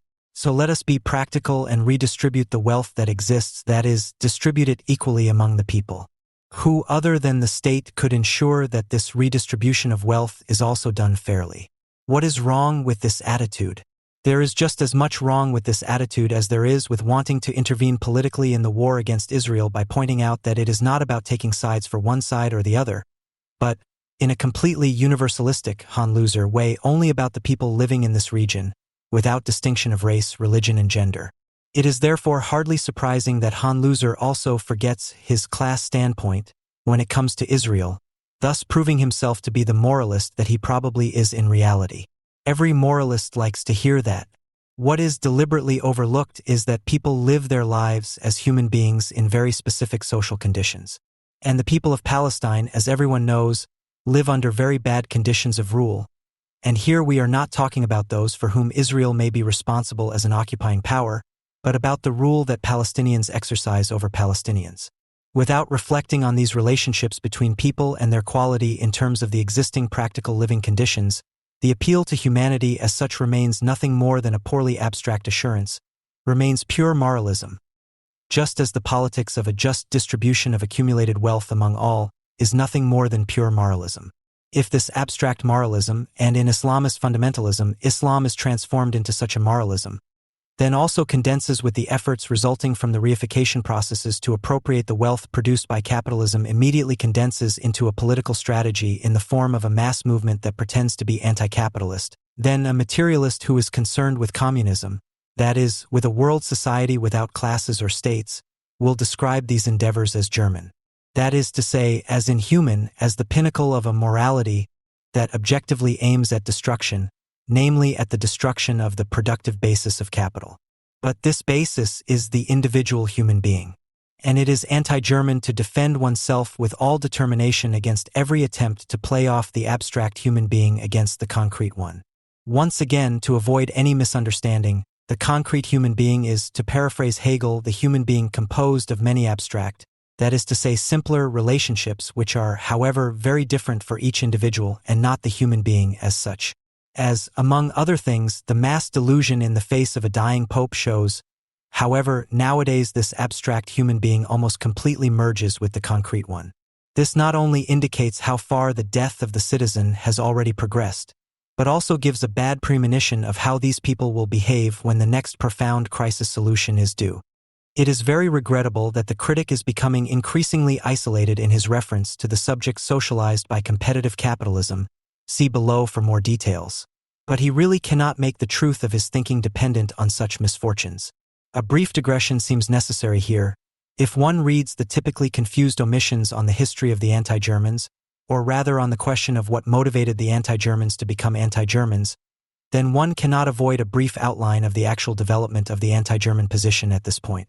In the mid-1980s, it became abundantly clear that the eco and peace movement of the time was nothing more than a German nationalist revival movement.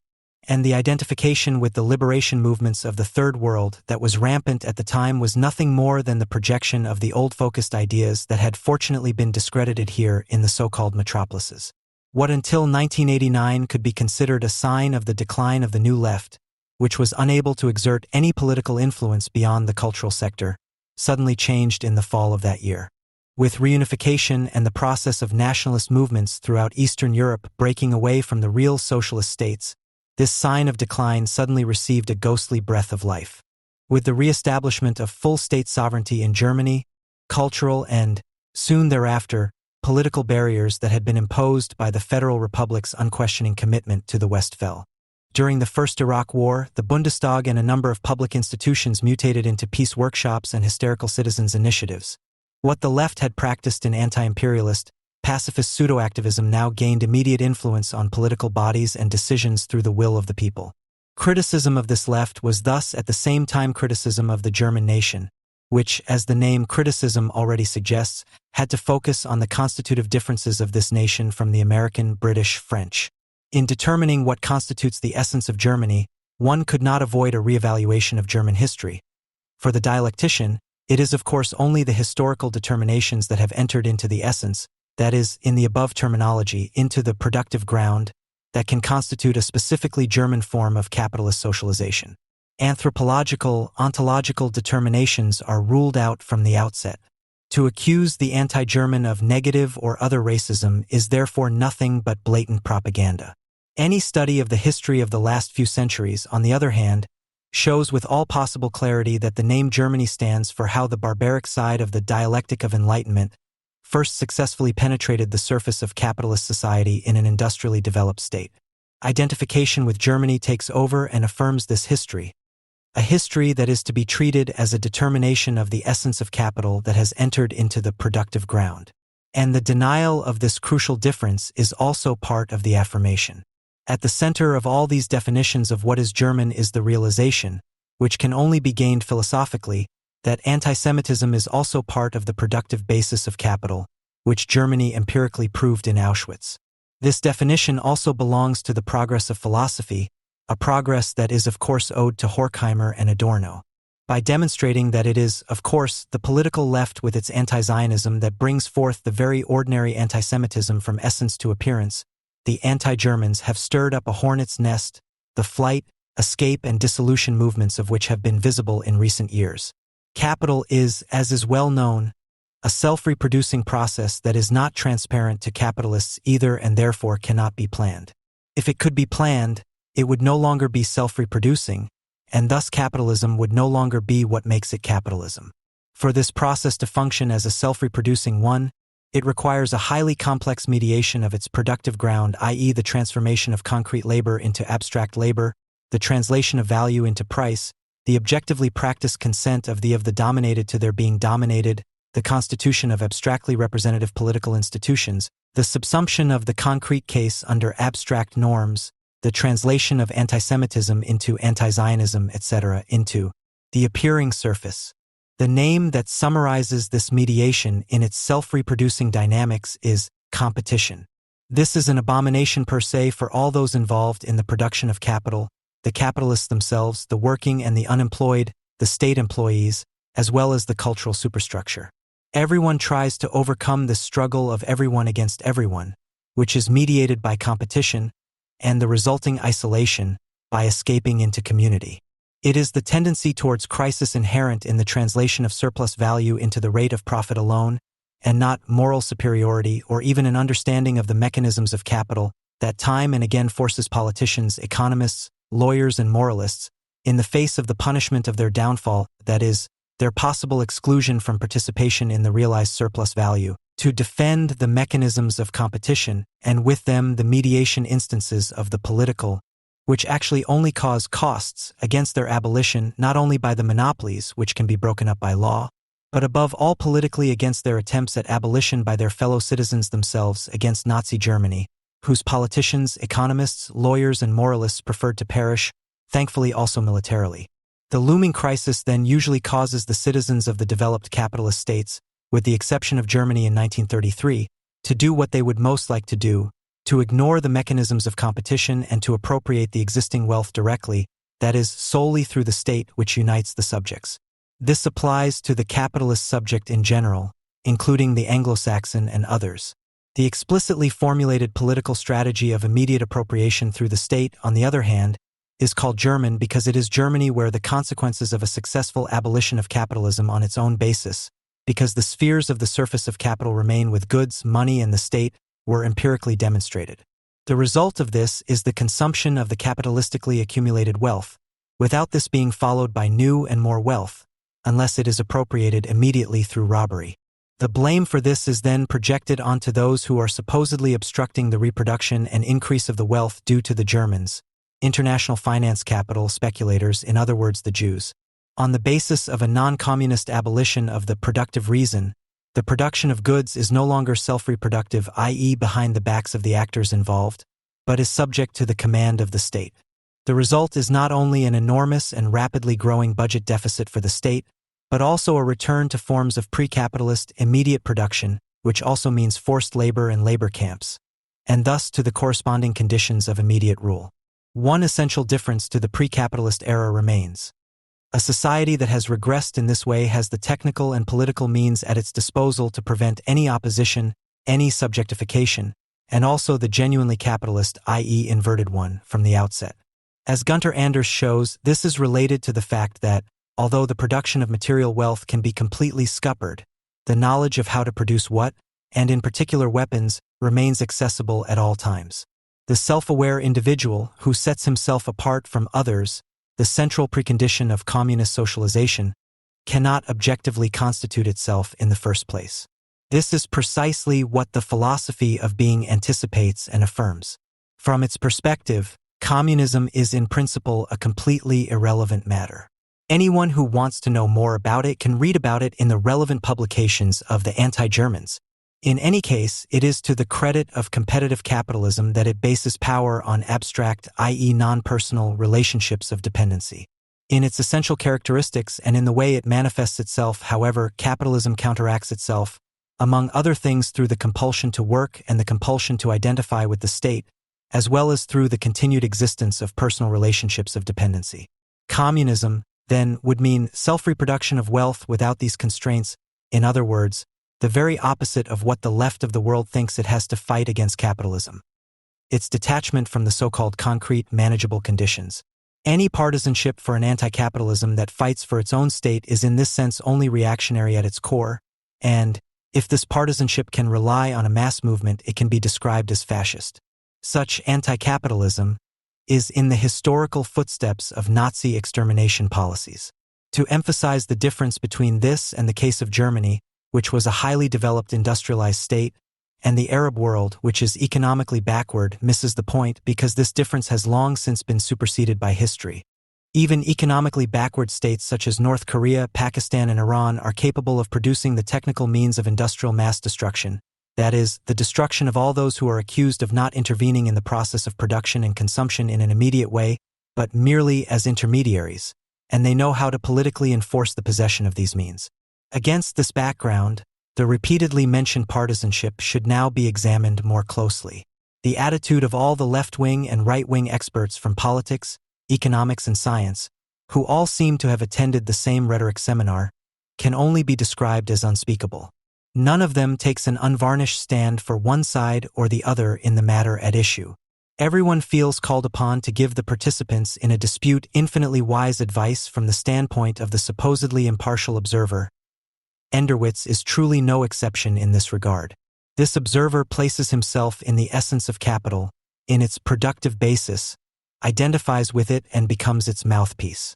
In doing so, He prevents it from becoming accessible to reflection at all. Thus, Enderwitz, as an observer who imagines himself to be uninvolved, gives Sharon advice on how he should deal politically with the Palestinians in order to achieve peace. This implies that Sharon is not a normal politician who knows all the tricks of the trade, but rather a stubborn fanatic who still needs to be taught the usual tricks of consensus politics. This puts him on a par with those who declare peace to be a matter of goodwill, and who thus explain every conflict as being due to a lack of goodwill on the part of the rulers, which can be attributed to bad character or a lack of intelligence. That the allegedly ruled could even show bad will, that does not exist by definition, except perhaps for the few Islamic murderers, whose existence even Enderwitz cannot deny. On the other hand, it is incontrovertibly clear that anyone who, for example during the Gulf Wars, argued against the USA, took sides not only with Germany but also with Hussein. As is well known, Hussein was very pleased about this. And vice versa, anyone who really wanted to eliminate the rule of the Hussein clan had to take sides with the USA in the war. However much he may subjectively gloss over this objective partisanship in all the fine words he utters, the political truth is that the enemy of my enemy is my friend. It follows from this logic alone that it is much more honorable to subjectively acknowledge what is objectively the case than to hide this fact behind excuses. But surely one is allowed to criticize the policies of the State of Israel, represented by Sharon or Netanyahu, in the same way as the policies of the German state, represented by Gerhard Schroeder.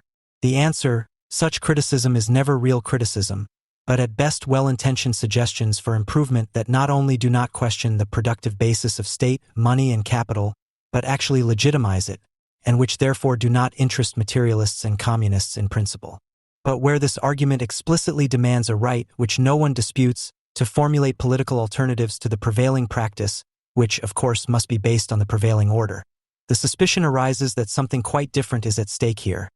A subjectively disguised objective partisanship for the Palestinian cause, that is, their struggle against the existence of Israel as such.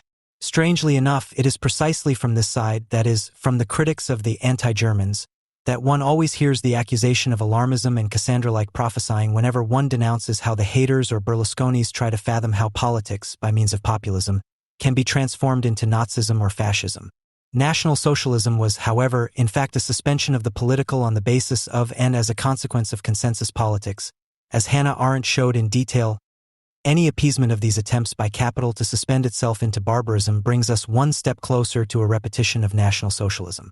In contrast, Sharon is accused of exactly what these people reject in the case of Haider and Berlusconi, and in view of the policies he actually stands for, and which he demonstrates on a daily basis, this can only be described as perfidious. To arrive at this perfidy, one must live in an anti-imperialist reality, in one in which one denies only the historical fact that the world at the end of the Third Reich was on the verge of sinking into total barbarism, despite all the military superiority of the Allies. Do we really need to remind ourselves that the Nazis, not least thanks to the willingness of the German people to make sacrifices, which is only too similar to that of the Palestinian and other peoples, managed to build up a military machine from virtually nothing in a very short time, which would not have been far from plunging the entire world into the abyss? Why should the Islamic and other fascists of this world not succeed in doing so if they are not prevented from doing so in time, unlike in 1933 and the following years? The common basic conviction of all those who feel called upon to comment on the politics of the USA or Israel is that violence produces counterviolence, and that violence against an occupation is therefore only the consequence of the violence exercised by the occupiers. This premise, which has been scientifically consecrated in peace and conflict research, is absurd in every respect, and is not true in everyday life either. Between action and reaction, there is always a conscious decision to respond to violence with either counter-violence or something else. The ruler rules because he is able to muster a greater potential for violence than the ruled and has proven his willingness to use it. If he cannot, then his rule is over. As long as we do not live in a society without rulers, the only criterion for qualifying this violence is whether the rulers integrate their violence, and the ruled theirs, if they have decided, for whatever reasons, into the legal and political and economic mediation of the capitalist exercise of sovereignty, or to let it run freely, that is, based solely on authority. Those who claim that the violence of the rulers only creates counterviolence can also ask the rulers to dissolve their military and police apparatus, since this would serve to consolidate their rule. It is a shame that so far no rulers have been willing to engage in such a horse trading. Until then, it is up to the ruled to find a better reason for taking up arms than the fact that the ruler bases his rule on violence. Anyone who does not react to these threats to the self-reproducing basis of capital by taking the side of the cause of the mediation of social forms of exchange, which of course means that the capitalist mediations, however wrong, are to be defended against their dissolution into the nothingness of annihilation, must, and this is the most friendly thing one can say in response to the critique of the anti-Germans, that is, the pro-Germans, be a determinist. He must understand history as a sequence of events that necessarily follow one another, and not as a conglomeration of necessity, of more or less plausible probabilities and absolutely contingent events. The latter, at any rate, can make the logic of history into a wastepaper, in both a positive and a negative sense, because the subjects constituted by capitalism are not only unfree in their decisions, but equally free. According to Adorno, any unequivocal thesis regarding the opposition between freedom and the determination of the will is simply and plainly false. However, this applies only to the atomized subject constituted by competitive capitalism. If the subject is first communitized by state capitalism, then that side of freedom does not exist, and with it the possibility, however improbable in practice, of a positive suspension of capital, that is, the realization of freedom without coercion, does not exist in theory either. When scientific criticism was still practiced, there was widespread agreement that the value-free approach postulated by Max Weber and others does not exist. On the contrary, that this value-free approach is nothing but a scientifically disguised affirmation of the prevailing conditions. The supposedly neutral observer, who argues with such aplomb, always takes sides, and this necessarily in favor of the prevailing conditions. He moves in the field of ontology, even if he tries as hard as he can to distance himself from Heidegger. For he affirms the productive ground, the being of capital. He is an expression of the consensus ideal corresponding to it, that is, the Volksgemeinschaft to be established, or, which is just as bad, he uses the jargon of dialectics that Jean Amory quite rightly denounced.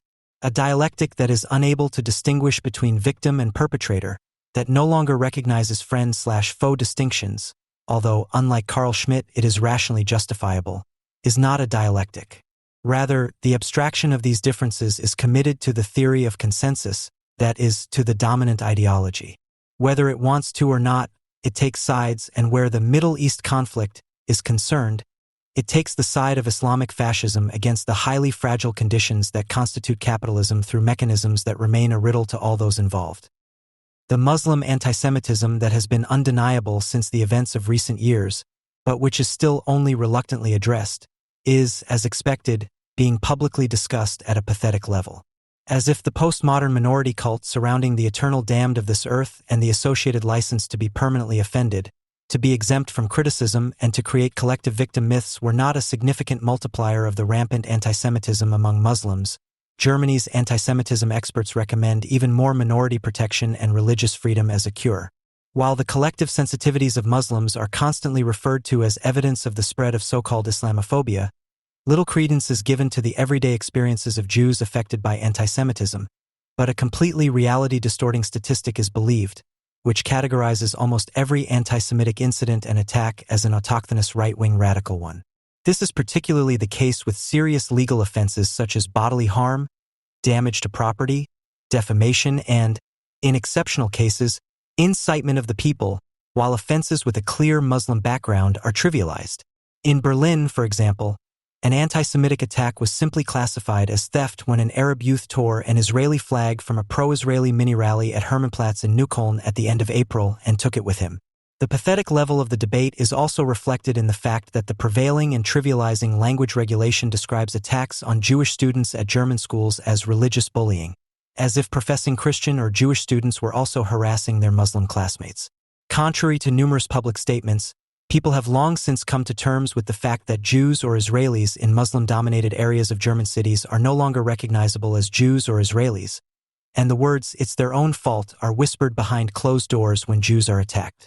Although people are outraged that Jew is once again a popular swear word in German schoolyards, at the same time, however, no one says a word about the fact that, although the house rules of every German school without racism rightly prohibit the wearing of Thorsteiner clothing, the medallion of Jewish extermination, which is also loved by gangster rapper and model integrated Bushido, can be worn without objection, showing the outlines of a greater Palestine without Israel in Palestinian colors.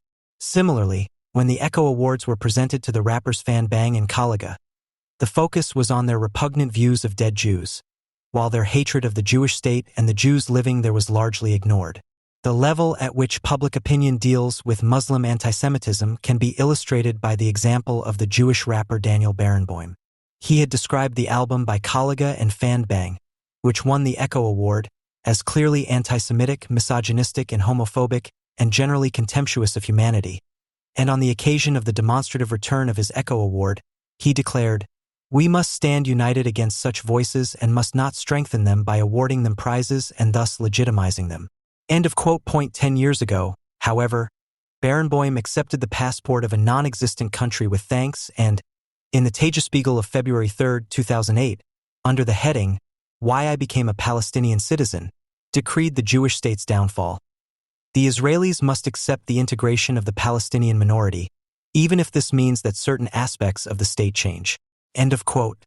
As a prerequisite for the halfway credible return of the Echo, he would have been required to return this honorary citizenship with contrition, given the clearly anti-Semitic, misogynistic, and homophobic and generally inhumane nature of Palestinian society and its autonomous authority.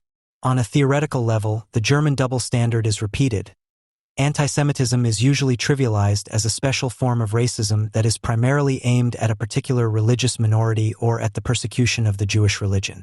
This interpretation is popular not least because the talk of a racism without races, which has been pushed through by the left in a socially consensual manner, has deliberately made it impossible to define phenomena such as xenophobia, discrimination, and hostility towards foreigners, and has replaced them with the all-clouding fight against racism, in whose authoritarian subsumption logic antisemitism is also included. These terms have long since been robbed of their relationship to the particular and stripped of their factual content, so that they can claim validity only as signal words for the ever-present phenomenon of racism. It is only against this background that the ever more manic word creation frenzy in relevant academic circles becomes comprehensible. The postmodern decoupling of concept and thing, which is not least due to the invention of a racism without races, only serves to gain distinction for the respective word creator in the labor market for ideologues. German state officials and antisemitism experts have agreed on the term group-focused enmity, introduced by Wilhelm Heitmeyer to describe the penetration of antisemitism, particularly Muslim antisemitism, a sensationalist variation on racism without races. The most recent document is the report of the Independent Expert Group on Antisemitism from April 2017, which was convened by the Federal Minister of the Interior at the request of the Bundestag. In it, antisemitism is described as a form of group-focused enmity, and not only placed in the same category as other prejudices such as xenophobia, homophobia, and anti-Gypsyism, but also as a matter of course with Islamophobia and anti-Muslim sentiment. At least there is a reference to the fact that antisemitism has some specific characteristics that are not inherent in other forms of group-focused enmity. Because the Independent Expert Group on Antisemitism was keen to provide a scientific perspective in addition to a working definition of antisemitism, which is intended primarily to serve the criminal and prosecuting authorities, the report contains a definition of antisemitism that is intended to meet its own scientific standards. This is a brief definition. Antisemitism is a collective term for all attitudes and behaviors that attribute negative characteristics to individuals, groups, or institutions perceived as Jews based on this affiliation. End of quote. Such a narrowing of the concept, which is historically and socio-psychologically incorrect and does not go beyond a list of prejudices, leaves little room for the designation of antisemitism as a pathological explanation of the world, as an objective form of thought that necessarily arises from social conditions and always means an attack on society and civilization as a whole. People who leave it at a defiantly stupid, so it's about hostility towards Jews as Jews, can contribute nothing to the fight against antisemitism, and nor do they want to. In their attempts to define the term, they refer to a British critic of Israel who sits on the Scientific Advisory Board for the Yearbook of Islamophobia Research, along with such infamous figures as Wolfgang Benz, migration researcher Klaus-Jürgen Bade, and critical whiteness luminary Aman Atiyah. The British philosopher Brian Klug defined hostility towards Jews as Jews by putting the second mention of the word Jews in quotation marks to make it clear that the anti-Semite never means the real Jew, but always what he sees in him. Quote, Putting quotation marks around the word Jews may seem like a detail, but it changes the meaning of the definition. To explain exactly, it says the following. Antisemitism is a form of hostility towards Jews as Jews, in which Jews are perceived as something other than what they are. Or, to put it succinctly, hostility towards Jews as non-Jews. End of quote. Klug also extends this definition to a phenomenon that has become known in relevant expert circles as Israel-related antisemitism, but adds a pair of quotation marks. Quote, "The figure of the Jew is projected onto Israel because Israel is a Jewish state." End of quote. The declared champion against Islamophobia turns out to be a notorious downplaying of Muslim antisemitism, because for him anti-Zionism is not antisemitism.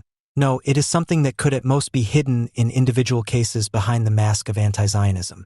In the report for the Bundestag, the authors, in the style of Wolfgang Benz, logically warn against neglecting those who, due to similarities and intersections, should not be neglected as equal victims of antisemitism. Incidentally, the independent expert group Antisemitism reports by other expert groups to describe and analyze anti-Muslim and other prejudices and exclusions, as these are not only similar phenomena, but also intersections with anti-Semitic attitudes become visible. End of quote. The talk about Muslim antisemitism raises the question of what Muslim antisemitism actually is and what makes it so threatening. Although it may seem surprising at first glance, Moishe Poston's seminal essay, Antisemitism and National Socialism, which was first published in German in 1979, provides answers to this question, even though Islam is not mentioned at all. Poston, who was concerned with the materialistic explanation of the antisemitism of the Nazis, not only worked out the specifics of the Nazis' antisemitism in his essay, but also essentially defined modern antisemitism by linking antisemitism to the fetish character of the commodity, and Muslim antisemitism is modern antisemitism. Poston has called for a renunciation of the definition of antisemitism as merely an anti-Jewish prejudice, because such a scapegoat ideology is a view that obscures the inner relationship between antisemitism and other aspects of National Socialism. He postulates, on the other hand, that modern antisemitism is characterized not only by its secular content, but also by its systematic character. Claims to explain the world. If this statement is also to be valid for Muslim antisemitism, it must also be secular in character, which at first glance contradicts all empirical evidence. It is undisputed that modern antisemitism in the Arab Islamic world is essentially an anti-Western export from the West and has been superimposed on the only Islamic antisemitism that has always existed since the early 20th century at the latest. Two seemingly very different anti-Semitic propagandists, Michel Aflaq, the intellectual father of Arab nationalism, and Said Qutb, the anti-nationalist chief theorist of the Muslim Brotherhood, were personifications of a social need that arose from the social upheavals in the 19th century, which Bernard Lewis has so well described in his study The Jews in the Islamic World. Of course, anti-Semitism among Muslims had its roots in the past, but in this era it took on a new and fundamentally different quality. The starting point was the emotionally charged view that the proper distance between believers and unbelievers, between Muslims and dhimmi, was no longer being maintained, that the boundaries had become blurred. End of quote. Despite all the differences between the West and the Middle East, the situation there changed, with the result that, partly as a result of the crisis-related replacement of anti-Judaism by modern anti-Semitism in the West, there was also a redefinition of Islam-based hatred of Jews, due to the fact that emancipation of Jews and Christians had only been implemented in a rudimentary way. However, instead of propagating a rejection of the prevailing faith, as did National Socialism, and praising itself as an anti-Christian substitute religion, the Arab Islamic world demonstratively turned to the lost faith, which resulted in a fusion of modern anti-Semitism and Islam as a form of government that had been broken, or an arrangement with the dominant religion as the true Arab identity, as in the case of Arab nationalism, which at the same time refers to the ever-present anti-Christian connotation of modern anti-Semitism, which is anything but incidental. If we consider the interaction between subjective crisis experience and social upheaval, it becomes clear what Poston writes in Antisemitismus und National Socialismus about the necessary choice of object in modern antisemitism. It is important to emphasize that a careful examination of the modern anti-Semitic worldview reveals the existence of a form of thought in which the rapid development of industrial capitalism is personified by the Jew and identified with him. It is not just a matter of perceiving Jews as the bearers of money, as in traditional anti-Semitism. Rather, they are made responsible for economic crises and identified with social structures and upheavals. End of quote. Assuming that modern anti-Semitism is a promise of successful crisis management, the question of what inner relationship exists between anti-Semitism and Islam, as Post One formulated it in relation to National Socialism, can be answered. On the one hand, Post One argues that the modern anti-Semitic distinction between grabbing and creative capital must simultaneously grasp everything that is concretely creative as a superordinate organic unity.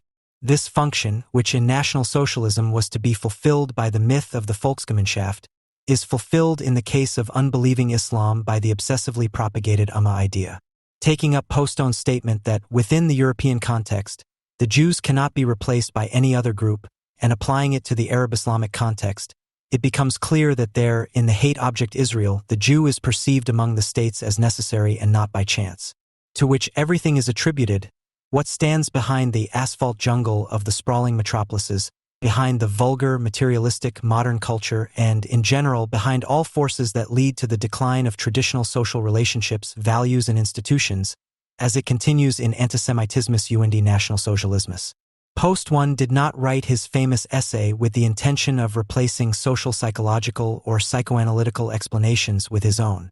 Rather, he saw it as an explanation of a historical epistemological context within which further psychological specification can take place.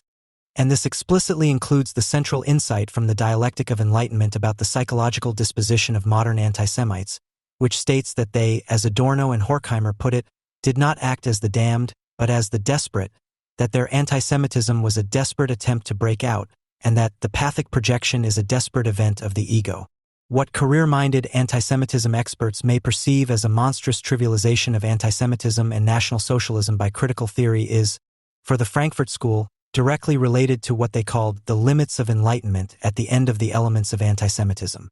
Understanding the majority of Muslims in terms of the elements of anti-Semitism as desperate people with all the inherent pathological distortions leads to remarkable insights. Fethi Ben Slama has aptly characterized the Islamic specifics of this despair in his book Der Über-Muslim. The super-Muslim, the fear of many Muslims is to live in a world in which secularization, whose objects and meaning products they consume, causes them to feel that they are becoming someone else, that they are no longer themselves. The misfortune of perceiving oneself as inauthentic is the key to the despair of Muslims. End of quote. This unfortunate sense of crisis is also the key to understanding Muslim anti-Semitism as a fundamentally long-disbelieved belief. Driven by a pathological fear of secularization, which has long since gripped the entire Arab-Muslim world, increasingly driving it mad and, in Ben Slama's words, of inauthentic origin, Islam is to be seen as an aggressive ideology of domination and subjugation, which distinguishes it so fundamentally from Judaism and Christianity, is intended to instill, if not the confidence that a reasonable organization of the world is possible, then at least the need for revenge and cohesion. It is no coincidence that left-wing anti-Semitism in Western countries, which Jean Amery called anti-Israelism, is strikingly similar to Muslim anti-Semitism in terms of identifying the enemy, with the difference, however, that the left, especially in the years after 1967, was not in a severe crisis like the Arab-Muslim world. The left's turn to anti-Semitism, which, as Amery put it, was a new idea, was an attempt to offer itself to the crisis on the premise that the enemies of the Jewish state were the damned of the earth, who had a natural right to fight against Zionism. The price that the left was willing to pay for this coalition was not only its contamination with modern anti-Semitism of Arab-Muslim origin, but in its heroic years around 1968 it actually became thoroughly Arabiized or Islamized. This must have been going through Jean Amery's mind when, in his essay on honorable anti-Semitism, he first quoted the then Syrian Minister of Education as saying, "The hatred that we instill in our children is a sacred hatred," and then went on to denounce the fact that the intellectual left of Western Europe has appropriated this vocabulary and adopted the system of norms conveyed by the vocabulary. In the current debate on Muslim anti-Semitism, it is striking that so-called secondary anti-Semitism, which is said to affect up to a quarter of German society, is presented as the biggest anti-Semitism problem in Germany, far ahead of classical anti-Semitism, as exemplified by the insignificant NPD. In times when violence and hatred against Jews are increasingly being expressed in an Islamic context, secondary antisemitism serves as proof that the majority of society also has a serious problem with antisemitism. The defining characteristic of secondary antisemitism is that more and more Germans no longer want to hear about Auschwitz and, as Walser and Hock put it in almost the same words, they accuse it of being a systematic, permanent display of our shame or permanent presentation of shame, which the Jews or the Jewish state were abusing for their own purposes, which then also establishes that it is not considered modern antisemitism in the sense of post-one. In its most aggressive and publicly conspicuous form, secondary antisemitism is the antisemitism of the socially failed and isolated writer of letters to the editor from earlier decades and currently of the author of foul-mouthed online comments, a type of person who usually leaves it at that because, due to his or her psychological disposition, he or she is unable to join forces with others to commit anti-Semitic acts. When representatives of civil society agencies publicly distinguish themselves as experts in antisemitism who are able to hold their own in a discourse, particular vigilance is called for, especially when they act as experts in the fight against Muslim antisemitism after the obligatory discourse on the particularly serious secondary antisemitism of the majority society. In a self-portrait published in 2012, the following statement was made about an agency that is highly valued and strongly supported by the federal government. Anti-Muslim racism is an important issue for KIGA-EV. Many of the students we work with experience the debates about integration and Islam as derogatory and exclusionary. They often report personal experiences of racism. We take their need for recognition seriously. Creating space for this is an integral part of our educational concepts. At the same time, we want to sensitize both young people and multipliers to the fact that there is a great diversity of Muslim perspectives, references, and identity concepts. End of quote. The quoted lines from KIGA, the Kreuzberg Initiative Against Antisemitism, have appeared in a DGB brochure with the programmatic title, Focus on Anti-Muslim Racism. The initiative, which has long been perceived in anti-German circles as a kind of ally in times of strict denial of antisemitism among Muslims, has long since become so state-supporting that not only Sigmar Gabriel, as foreign minister in December 2017, acting foreign minister, made an appearance with Taha Sabri, the notorious imam of the Neukölln Dar es Salaam Mosque, which is mentioned year after year in the Berlin office for the protection of the Constitution's report for its connections to the Muslim Brotherhood. Its founder and director, Akin Demirel, has since become a member of the aforementioned independent expert group on antisemitism of the German Bundestag and thus also a co-author of the aforementioned report on the trivialization of antisemitism. It cannot be ruled out that financial pressure may have played a role in the metamorphosis of the KIGA into an initiative against Islamophobia. The Berliner Zeitung reported in April 2016 on the occasion of the visit of the then Berlin Senator for Integration and current Senator for Health and Equality, Dilek Khalid, and the still SPD parliamentary party leader in the Berlin House of Representatives, Raid Saleh. Today's Islamophobes are tomorrow's anti-Semites, and in Kreuzberg, the guests are not making it easy for the employees of the KIGA Association. What does that mean in terms of real life? What are you doing to prevent prejudice against Muslims in northern Neukölln from increasing? Raid Saleh wants to know. Managing Director Akin Demirel is about to answer when Dilek Khalid interrupts him. How is the cooperation with the mosques? The Berliner Zeitung also reports that Saleh had urged the KIGA staff to make a distinction between anti-Semitism and hostility towards Israel. End of quote. The KIGA cannot be spared the accusation of having done everything in its power to satisfy blackmailers like Saleh and Khalid. The fact that Demirel and his staff were willing to conflate criticism of antisemitism with the simultaneous prohibition of criticism of Islam remains their shame.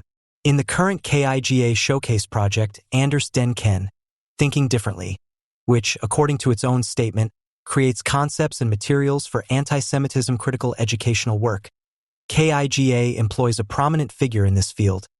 Inva Kuhn, author of the book Anti-Islamischer Rassismus auf Kreuzzug für das Abendland, which was published in 2015 by the notorious Papirosa publishing house. Kuhn is responsible for the conceptualization and evaluation of educational approaches at KIGA. The intrepid fighter against anti-Muslim crusades, who is of course a fan of Wolfgang Benz, whose equation of antisemitism and Islamophobia she shares, has left no stone unturned in her book to denounce even the most timid approach to criticism of Islam as racist. The prominent member of an association against antisemitism attributes the origins of racism to the 11th century, i.e. to the time of the Crusades, despite all evidence to the contrary. She of course uses the false definition of racism as racism without races. Sartre's essay Reflections on the Jewish Question serves her to declare the Muslim to be the Jew of today.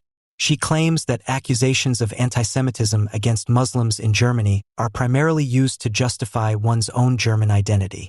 She declares Henrik Broder to be a kind of instigator of the Norwegian assassin Anders Breivik. She claims that a Jungle World article by Birgit Schmidt, who has also published in the Bahamas, which critically examines the disproportionately high number of women harassed by young Muslim men in Neukölln, is identical to Sarzen's book Deutschland schafft Sichub, and therefore severely racist.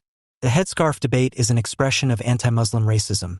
Homophobia among Muslims appears to be an expression of Western infiltration. The Islam critic Hamed Abdul Samad is denounced as a fig leaf for racists, and Nila Kalek and Heinz Buschkowski are made into the intellectual leaders of Pegida. After Kuhn had quoted the critical whiteness luminary Iman Atiyah, who has already been mentioned in connection with the Yearbook of Islamophobia Research, with the words that, referring to her particularly bad antisemitism, would only justify the discrimination and exclusion of Muslims. It was a particular need of the KIGA employee to single out a particularly dangerous form of modern antisemitism. Quote, "In recent years, the accusation of antisemitism has increasingly been used to discredit certain positions in connection with the Middle East conflict. At the same time, there is a vehement defamation of Arab or Islamic criticism of Israel in particular, in that it is castigated as anti-Semitic." End of quote. Criticism of Islamic antisemitism, which is funded by the state in Germany, amounts to a diversity concept of a patchwork of minorities, whose intersectional approach serves only to delegitimize any form of criticism of Islam. It is therefore more than overdue for the KLGAs of this Republic of Decency, which are lining up in this way, to finally and completely renounce peaceful coexistence. According to a recent survey, only 1/5 of the German population agrees with the view that Islam belongs to Germany. 62% explicitly disagree with the statement. A survey that explicitly asked about the agreement with Horst Seehofer's view on Islam produced similar results. Islam does not belong to Germany. Germany is characterized by Christianity. However, the Muslims living here naturally belong to Germany. End of quote. The survey found that a total of 76% agreed with these statements. In contrast, a total of 20% of those surveyed disagreed with Seehofer. More than 3/4 of Germans identify the ethnic Turks and Arabs living here as Germans who belong to Germany, or should belong to Germany, that is, to the autochthonous population. There is nothing to suggest that the German referred to in such a context means much more than the essential cornerstones of the Western bourgeois model of society and life. Even Edmund Stoiber, who undoubtedly stands for a sense of belonging to one's homeland, defined the German he had in mind in terms of a guiding culture so formally bourgeois that one wonders what about it, apart from the awareness of our history and our historical responsibility towards the Jews, is supposed to be specifically German. Stoiber counts the following as part of the guiding culture: the basic law, civil rights, equal rights, the separation of state and religion, the rule of law. It would therefore be fair to say that, at least in the case of Islam, there is not only a discrepancy between the Islam-friendly sovereign and the Islam-critical electorate, but also that in this case it is not the sovereign who is trying to make civilizational standards palatable to the people, as was the case in the Adenauer era, which is frowned upon by the left. Rather, the people are refusing to accept the government's offer to join the post-Nazi community against the right and for Islam. Not least because they do not seem willing to give up their liberal bourgeois idea of a reasonably decent social life, and many are becoming increasingly indifferent to being called a Nazi for it. This is supported by the election success of the AfD, the motivation of its voters, and the statements of those who did not vote for the AfD. According to Infratus Ditnap, on the evening of the Bundestag election in September 2017, over a third of all voters surveyed dared to say that they liked the AfD because it wanted to reduce the influence of Islam in Germany and limit the influx of refugees. At the same time, 86% criticized the party for not distancing itself enough from right-wing extremist positions. In the Islam and refugee issues, more than 90% of AfD voters agreed with the party's positions, and the accusation of insufficient distancing from right-wing extremist positions still received 55% support. This means that the vast majority of Germans who are critical of Islam are, possibly still, refusing to vote for the AfD, among other reasons because it is too right-wing. More than half of AfD voters have made the corresponding mark, even though it is too right-wing, which in turn fits with the fact that 85% of these voters consider the party to be the only one with which they can express their protest. AfD electoral successes are therefore not an indicator of how openly racist and folkish the average German has suddenly become again. The milieu in question, which in West Germany for a long time found itself represented mainly in and around the CDU/CSU, and to a lesser extent in and around the NPD, or in East Germany, where it is larger and more influential everywhere, even in the left party, has also remained constant in quantitative terms, or at least in Western Germany, on the decline, even if a horde of state-sponsored professional activists and academics has made a living out of researching and panically combating its growth, which is predetermined from the outset. The AfD's electoral success therefore shows how many voters are making the issue of Islam and refugees a decisive factor in their vote, and to what extent concerns and fears about the Islamization of society are outweighing the disgust at voting for right-wing populists as a protest. For the percentage of Jews, migrants, women, gays, and lesbians who voted for the AfD in this sense, the established parties, with the exception of the CSU, show just as little interest as in the proven high losses of their own voters to the AfD and the non-voters mobilized by the AfD.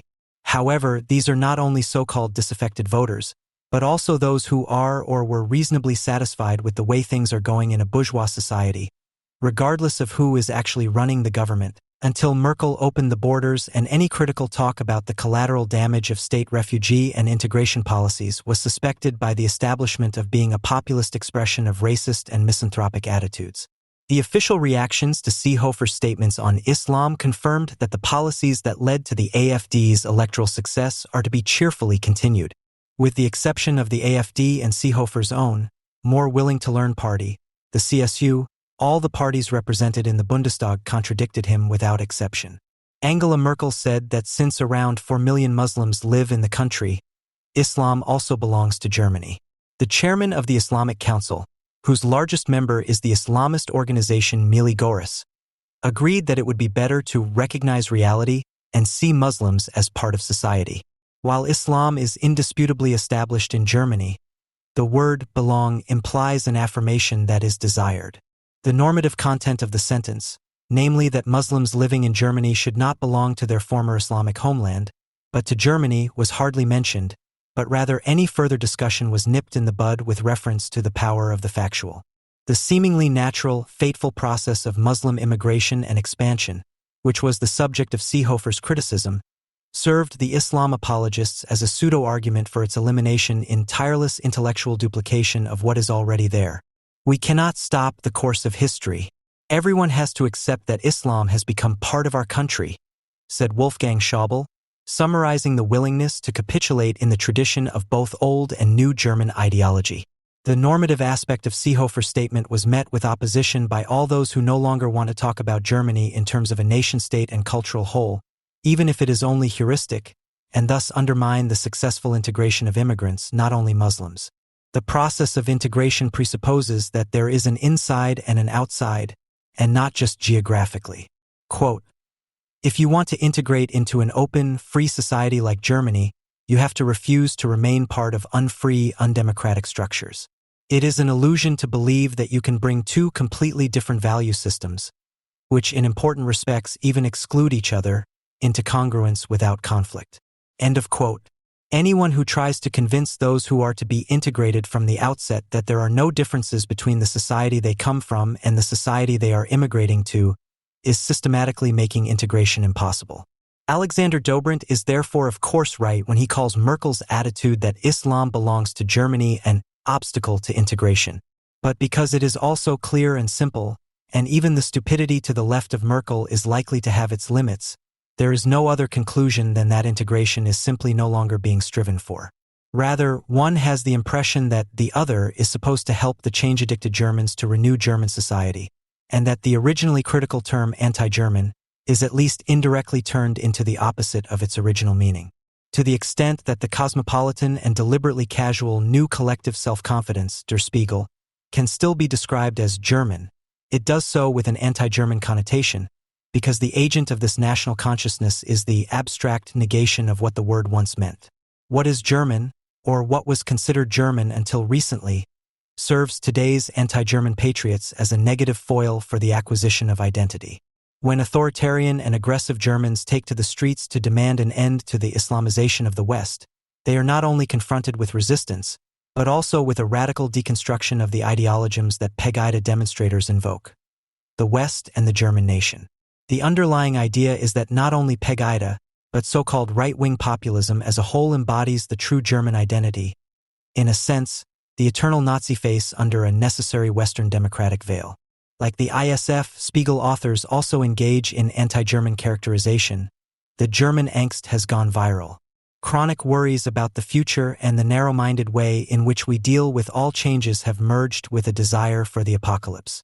We Germans tend to be rather pessimistic about life. Spiegel Online, April 21, 2018. The individual German is tending to be lumped in with the German evil if he cannot prove that he is a member of a minority or if he does not practice self-criticism. For the radical left-wing vanguard in the fight against allegedly authoritarian, patriarchal country bumpkin populations, the German potato serves as a symbol of the biological identity of the Germans with Nazi ideology. In every word and every gesture, the individual German is meticulously scrutinized for an alleged Nazi content, while Muslims who openly shout out their Nazism are treated with indulgence and composure.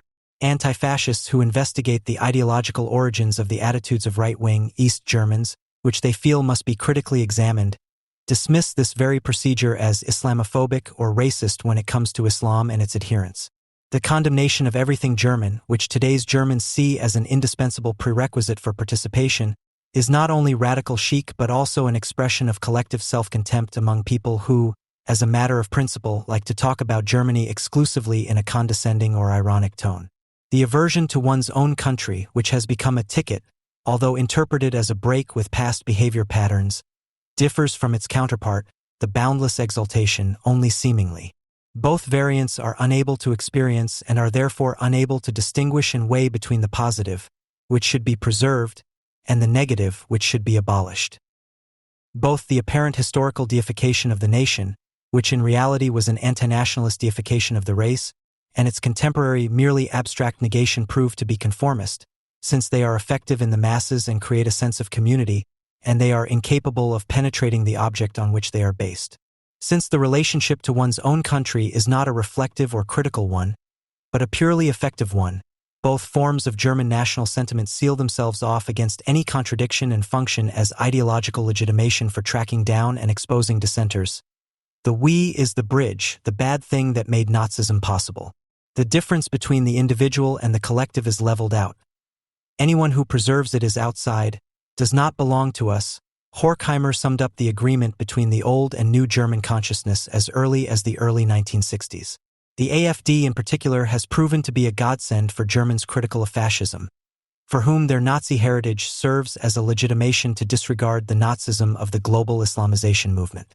Although they hardly ever explicitly refer to concepts such as German ideology, the afterlife of National Socialism and post-fascism, the omnipresent admonishers against the right are updating anti-German concepts and applying them to those who are most likely to personify a Germany that has long since disappeared. The old Germany must die so that the new one can live. In 2018, the hatred of the Germans, who have become good, is therefore directed at the remnants of a late bourgeois post-war period that ended around the turn of the millennium, the remnants of bourgeoisie, conservatism, and Christian religion. By inflating the AfD as a reincarnation of the Kohl-CDU or Strauss-CSU into a post-fascist bogeyman, in which everything is confirmed that has been attributed since Hermann the Cheruscan to the Germans as a fascist national character, the lumping together of specifically Western bourgeois positions since 1949 with old and new folkish nationalist ones is not just a regrettable side effect, but rather indicates intention and method. The designation of the Bonn Republic as a post-fascist bastion is particularly relevant to the years before 1968, that is, to what can be described as the Western phase not only in the history of the Federal Republic of Germany, but also in the history of Germany as a whole, since Germany's ties to the West were strongest in the 1950s and early 1960s, not only in terms of foreign policy, The founding and early years of the Federal Republic of Germany and its main architects, Christian and above all Catholic conservatism, can be considered the primary objects of hatred of contemporary, and especially anti-German, Germans. Quote, "After the consolidation of the Federal Republic of Germany, the Nazis distanced themselves from Christian pseudo-conservatism. The decent Germans who elected a rose grower and Catholic civil servant from the German Empire as their chancellor and who sought refuge in the idyllic homeland films such as Immenhof or Schwarzwaldmädel wanted nothing to do with the perverse Nazis, yet remained very attached to them, particularly in the clean and tension-free form of their repatriarchalization and Christianization. The Folkish Awakening and the gigantomaniacal statues of Brecher and Thorak were reduced to garden gnomes, while hunting and sheepdogs were reminiscent of the camps, is how an anthology published by anti-German critics summarizes the situation of the nation in the immediate aftermath of 1949. The resentment, which is itself all too German, against the garden gnome as a symbol of the bourgeois retreat into the private sphere represents a position that sees the Germans turning to the problems of everyday life, their closest social environment and their personal professional advancement in the 1950s as something that they were not, an expression of the continued existence of National Socialism. The skeptical, pragmatic positivism of the post-war Germans, who had finally been defeated and who preferred to prove themselves in small things rather than get involved in big ideas and ideals, was nothing less than the necessary condition for the westernization of Germany that was set in motion at that time and has not yet been completed, and thus the break with the very different National Socialist imperatives that had declared the private sphere, family, and workplace to be political, ideological battle zones. What is National Socialist? And this is something that left-wing radicals of every stripe have not yet grasped despite partial reading of Adorno, is not simply what comes from Germany, but a specific ideological form of madness that thus excludes other, far less delusional moments that could also come from Germany. In this sense, Adorno and Horkheimer wrote to left-wing activists in Germany in 1950. In phases like the present one, more truth is preserved in private life, which is not intoxicated by collective power images, than in the machinery of big politics. For those who see themselves as critical in some way, the early Federal Republic is still considered a nightmare of unbroken post-fascist continuity, and not despite, but because of its Christian conservative character. And yet it was precisely the conservative and Christian, and here especially the Catholic, forces that not only prevented the Nazi werewolf war feared by the Allies from the outset, but also ensured that a further Nazi or fascist gathering of Germans should not be repeated for the time being. The transformation, a gradual process in terms of consciousness of the raging, substantially anti-Semitic murder collective into a post-war population that was tired of politics and therefore disinterested in it, and absorbed in work and everyday life, was achieved by Christian democratic politicians who had been deprived of power by the Nazis at the end of the Weimar Republic. While the neutralist SPD played the national card immediately after 1945 and called for the Third Way, i.e. a self-aware Germany between the blocks, the conservative camp opted for the Western supranational option, which, to the horror of SPD chairman Kurt Schumacher, initially suspended reunification. Since Schumacher was in agreement with the majority of Germans on this, he and not Konrad Adenauer was the most popular German politician until 1949. The early post-war SPD pushed for the immediate repoliticization of the public after 1945, which conservative circles categorically rejected. People were conservative, not least because of a general mistrust of politics and a politicization of social and political spheres. This mistrust was fueled by the experience that the political call for immediate action in Germany had never led to anything other than destruction and mass murder. The conservative Catholic founding circles, from which the later CDU was to emerge as a confessional collection party, did not want to close their doors to former NSDAP members, with a few exceptions, any more than other parties did. Nevertheless, the programs and statutes of these groups show a comparatively strong rejection of all those who had distinguished themselves in National Socialism. Potentially tainted former NSDAP party members were to be admitted to the party only under certain conditions. They were also not to play a role in public life or in the future party leadership. The founders of the Rhineland-Palatinate CDU, for example, wanted to grant the right to vote and to stand for election only to those who had never been members of the NSDAP or one of its affiliated organizations.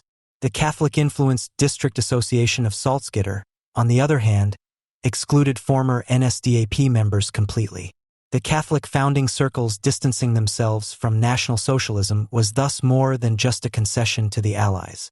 Almost without exception, the Catholic members of the first CDU state associations had been members of the German Center Party before 1933, in no case did they belong to another party, and only in very few cases were they not affiliated with any party. The CDU founders were able to build on their church ties, as the church communities were the only ones that remained relatively intact after 12 years of National Socialism. In some places, it was Christian resistance groups that took the initiative to found a Christian Democratic Party, as in Dusseldorf, Cologne, and Freiburg. Despite its interdenominational orientation, the CDU was thus able to take over the legacy of the old Center Party, whose voters had largely remained loyal to their party until 1933. It thus linked up with political Catholicism at the programmatic, personnel, and organizational levels. This was possible because the Catholic clergy had largely stayed away from the NSDAP and its organizations. The available data indicates an average of less than 0.5% of Catholic clerics who were incriminated. In Bavaria, for example, the U.S. military government estimated that only about 15 Catholic clerics were considered encumbered, according to the criteria of the Liberation Law of March 5, 1946 membership in the NSDAP or another Nazi organization. Only 4 of them had been NSDAP members. In Württemberg and Hesse, there were only 2. For this reason alone, denazification within the Catholic Church proceeded relatively smoothly. On July 17, 1946, the Bavarian military government reported to the Berlin headquarters that the denazification of the Catholic clergy had been carried out by the responsible bishops. The incriminated priests were usually removed from their previous field of work and placed in church administration or in monasteries. A look at Protestantism shows that this was anything but a matter of course. Since the Protestant conservative parties and their political organizations had been heavily involved in National Socialism, the Allies interned many Protestant opinion leaders or banned them from political organizations and activities.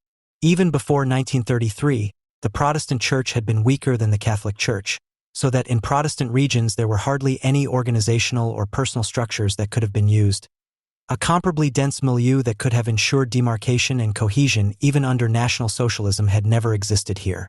Since the Protestant section of the population had voted for the NSDAP in large numbers, in purely Protestant areas, often well over half the population, and from 1933 became one of the mainstays of the regime, the Protestant CDU founding circles, unlike the Catholic ones, hardly explicitly distanced themselves from National Socialism and were therefore much more open to the inclusion of former party members.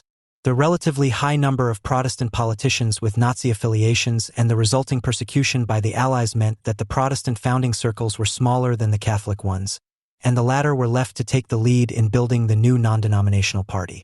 In contrast to the early political programs of the Catholic CDU founders, who drew on the tradition of Catholic social and political thought and gave broad scope to the Christian Catholic self-image, Christian rhetoric played almost no role in the appeals and program texts of the Protestants. Catholic demands such as the so-called parental rights and confessional schools, both in opposition to National Socialism, were not found among the Protestants. Instead, their main integrative element was an often aggressively expressed anti-communism, which to a large extent followed that of National Socialism.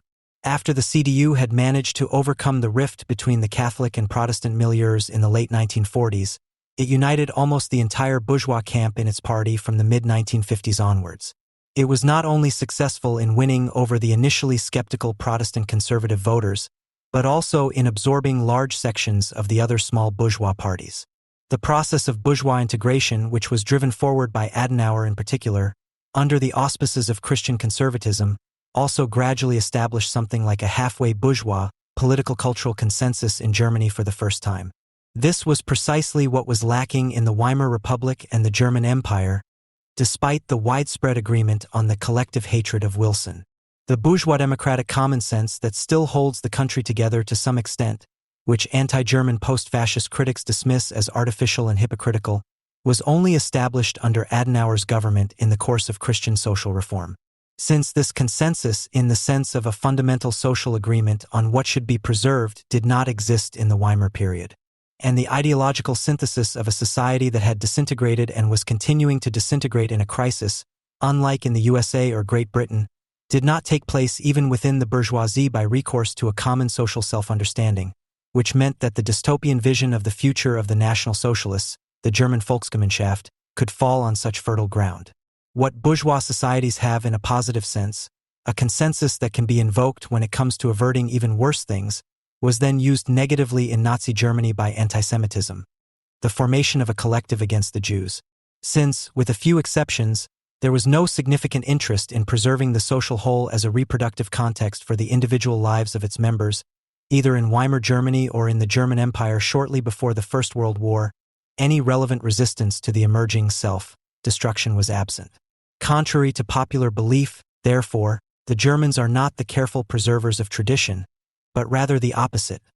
They are those who turn against the aforementioned social reproduction context or who look on indifferently as it collapses.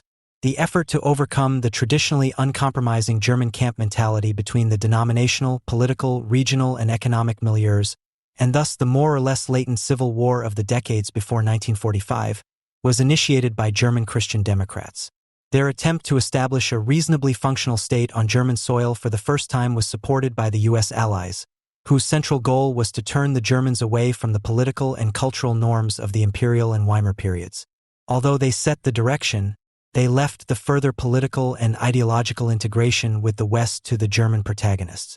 Contrary to what many anti-Germans would have us believe, re-education was not the exclusive domain of the U.S. Americans, who had recognized that a Germany oriented towards the West could only be achieved in the long term, if at all, through the voluntary and convinced cooperation of the German majority. It was unthinkable to impose a constitution if one expected to establish a political order that was seriously accepted by the Germans. End of quote. Since it was impossible to create a Western state with either the National Social Democratic SPD or the FDP, which was infiltrated by National Socialists, not to mention the Stalinist KPD, the U.S. allies had good reason to place their hopes in Konrad Adenauer. In his first public speech at the University of Cologne in March 1946, Adenauer described his political program: the protection of the individual from encroachments by the state, the personal responsibility of the individual Christian faith as the common basis of the political community, and the prospective founding of the United States of Europe. Despite Adenauer's generous integration of the FDP and even the German Party, DP, at the state level, he urged his coalition partners to take action against their right-wing extremist representatives. In the face of vehement criticism from the Catholic camp within his own party, which criticized the cooperation with the DP Nazi bunch Heinrich von Brentano, he defended the inclusion of the latter with the realistic argument that only in this way could a strong nationalist opposition party be prevented. He would rather have an FDP with black, white, and red stripes than a big black, white, and red party without democratic stripes. The problem was only evident in Protestant areas, as right-wing parties were hardly ever elected in Catholic regions. Taking the example of Schleswig-Holstein, Adenauer's integration course, which he pushed through against internal Catholic resistance, was successful in that not only the DP ministers but almost all the party's members of the state parliament were soon to join the CDU, with the result that the DP did not even stand in the subsequent state elections. And at the federal level, too, a right-wing extremist party was not to establish itself in the medium term. Even if it may seem otherwise, Adenauer was committed to integrating the right-wing parties, precisely because he knew how much National Socialism had been embraced by the German population, an embrace that, according to surveys from the early 1950s, was initially almost unbroken. Quote, National Socialism would not have been able to come to power in Germany if it had not found fertile ground for its poisonous seed in broad sections of the population. I emphasize that this was the case in broad sections of the population. It is not correct to say that the high-ranking military or the industrial magnates alone are to blame. End of quote. It must have been clear to Adenauer that, with the exception of Catholic circles, he was largely alone in this insight. In contrast to the communist Dimitrov thesis or the social democratic fantasy of the other Germany, such a view of the Nazi era was anything but popular in Germany in the 1950s. For this reason, when it came to National Socialism, Adenauer pushed through his policies without the support of the German majority. When it came to dealing with the national conservative resistance of July 20, 1944, Adenauer decided against the prevailing mood of the time and in favor of honoring the Hitler assassins. He was just as authoritarian when it came to the so-called compensation for crimes against the Jews and the so-called reconciliation with Israel. Adenauer achieved both of these things, with the support of the Social Democrats, only against fierce resistance from his own cabinet and the majority of the German population. Nevertheless, The moral price of Adenauer's integrative reconstruction policy cannot be ignored. It repeatedly required the renunciation of any consequent legal prosecution of the National Socialist perpetrators and instead relied on their reintegration to the greatest extent possible. Although the strict demarcation of right-wing radical activity was a prerequisite for the chance of a second socialization, Axel Schilt, the greatest crime in human history was to remain unpunished in every respect. Horkheimer, who had only contempt for the immediate resumption of operations after 1945, was at the same time aware that there was no reasonable alternative to Adenauer's policy. He only wanted to agree with Adorno's statement that one had to be against Adenauer if one also mentions the moments by which one can still live in the West, that is, those that Adenauer, in conjunction with the U.S. allies in Germany, implemented from above and with recourse to an anti-idealistic view of humanity oriented towards Christian ideas, despite the democratic election. While Horkheimer knew that the evil that has happened must give birth to evil, that is, that the scandal of Auschwitz cannot be undone in any post-war period, however it may be constituted. It was not by chance that existentialism flourished in post-war Europe in the years after 1945, aiming to find a way out of a dilemma from which there can be no escape.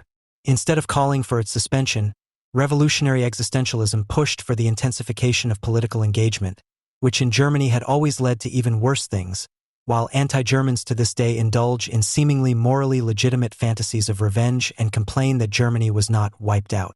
Not least, the justified, experience-based resentment of Auschwitz survivors like Jean Amery against a resurgent post-war Germany that represses its own guilt still serves as a justification for ideology critics who pose as revolutionary enrages to ignore everything that contradicts their own fundamentally anti-German position. Whether anti-German or not, an overly narrow-minded view of Germany prevents the possibility of experiencing that the transformation of German consciousness could have had its limited success. There is no need to retract anything from the critical realization of the connection between the destruction of human life and the prosperity of the people. Skite the gradual acceptance of democratic forms of behavior by the Germans was also bought by means of an economic miracle that could even be interpreted as a reward for mass murder. For this reason alone, one can and must remain skeptical of the Germans. The fact is, however, that the Allies ultimately had an easier time with the Germans than, for example, with the Iraqis, and future regime changes, which many people would like to see in Middle Eastern or Arab societies, could also be limited by the fact that no significant civil traditions can be drawn on for reconstruction, and the anti-Western werewolf war will in all likelihood be part of it. The fact that this did not happen in the early days of the Federal Republic is not least due to political Catholicism, which now attracts the hatred of all those who, to this day, at least show understanding for anti-American liberation movements. It is also a fact that even in rural areas of Germany today, a halfway civilized mentality, Horkheimer, is more the rule than the exception. The verdict may be different when it comes to the German East, but precisely because the development outlined above was limited to West Germany. By conjuring up an allegedly right-wing extremist German character, one also blocks the insight that the actual continuity of National Socialism and German ideology is not to be seen in the defensive position of larger sections of the population against Islam, but in the domestic and foreign policy courting of Islam by the sovereign. The left-wing cartel, united in collective narcissism, Adorno, not only does nothing to counter the rise of the political religion of Islam as a contemporary Nazi ideology and movement, but also works productively towards it, while all those who are critical of this process are dismissed as intolerable, unworthy of discussion, or simply right-wing. This rampant Western bourgeois self-denial corresponds to an anti-Western mood that emerged in 1968 and ultimately turned against Germany itself because it had become too Western. The resentment against right-wing populism, which should not be confused with the necessary criticism of it, is aimed in this context in particular at the fundamentally Western nature of the Bonn Republic, state borders, the rule of law, formal hierarchies, in short, the bourgeois form of state and society. Therefore, the supposedly cosmopolitan politics of Germany is much more in line with the decivilizing German continuity, while those who want to know that their private, bourgeois everyday life, protected by security and order as well as the associated equally protected public sphere, is consistently defended against young Islamic men, have obviously been successfully re-educated. What former federal president Joachim Gauck only dared to say in the subjunctive is long since a reality. It is as if we are afraid to defend the values of liberal democracy. In this sense, appeasers who see Seehofer's Islam sentence as a relapse into times that should definitely be a thing of the past are relying on self-criticism, dialogue, and a welcoming culture. The fact that almost all political camps agree that Islam should belong to Germany at all costs actually means that Germany should be allowed to go under, because history teaches us that we are always the much worse ones. In the Germany of 2024, Islamophobia and self-hatred go hand in hand, and that does not bode well. After November 13, 2015, the central question will no longer be whether the IS in Iraq and Syria can be defeated. This will probably happen soon and quite thoroughly. What is more important is whether and how the small Islamic states that already exist in most Western European countries can be defeated. The fact that this is not likely to happen, and why, must be at the center of anti-German criticism, and specifically in the hope that the process of subjugation to what is, as the saying goes, a culture that enriches us can perhaps still be reversed. Even more important than the documentation of the horrific state of affairs in the numerous Islamic hellholes in Western cities, which is nevertheless necessary because it has been willfully neglected, is the question of the nature of a we that, after the massacre of November 13, 2015, apparently defiantly presented its own values. Hertha fans, "We will not let terror take away our zest for life," was the headline of the Berliner Kurier on November 23, 2015, for example, and it is no less stupid than serious and critical publications. They have tried to do the same on a similarly bleak level with Paris, declaring this city to be the metropolis of joie de vivre, beauty, artistry, and even fulfilled life. No one should be denied the opportunity to attend a concert at the Bataclan or to eat at a Cambodian restaurant. But joie de vivre, an atmosphere of art and happiness, even artificial paradises, can hardly be combined with such leisure activities. Forget for a moment the hard life in a big city, where even those who earn more than the average can no longer afford anything more than a kind of living toilet, and imagine the state of people who struggle to be exuberant, cultured, and relaxed at the weekend. To realize that they are not, but at most achieve a modest approximation of the desired attitude to life, because tiredness, existential worries, and a general dullness quite objectively prevent them from doing so. You don't need to study the works of Marx or Adorno. And yet, precisely where one would expect a reflection on the circumstances that led to the events at the Bataclan, for example, all that is on offer is a somewhat more cosmopolitan version of the attitude of Berlin football fans, as a way of reassuring themselves against terror. This joie de vivre has also crept into an editorial by Thomas von der Ostensacken, which appeared in Jungle World on November 19, 2015. It is a text that, precisely because the author gets himself into contradictions, reveals the confusion in anti-German and pro-Israeli circles. Ostensacken is absolutely right when he says, "The fighters of the caliphate attacked the capital of vice and immorality, the Islamic State," announced after the Paris massacres. If there is anywhere in Europe that still symbolizes a better life, ideas of a freer and more beautiful world, that is what they mean by vice and immorality, then it is indeed the French capital. End of quote. His further comments are also promising. And if there is anything in Europe that needs to be defended, it is certainly not the values monotonously and listlessly invoked by Brussels politicians, which nobody actually knows what they mean anymore anyway, and it is certainly not a German Leitkultur either. But the sentence continues, "It is the ideas associated with the Paris of Baudelaire, Benjamin, and Zola. These ideas should be defended not only against the Islamists, with the militancy of the bare-breasted Marian leading the people to the barricades in Delacroix's famous painting, but also against a Europe itself that, as it unfortunately seems to have given up and offers little more than visits for dialogue in Tehran, tired diplomatic phrases and nationalistic marches, which, if they take place in Paris, tie in with another, very unpleasant French tradition." End of quote.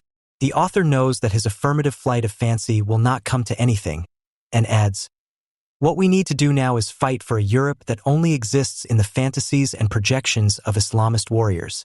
End of quote. And one would agree with this intentionally exaggerated statement. The hymnic image of Paris is skewed and unintentionally points to its opposite.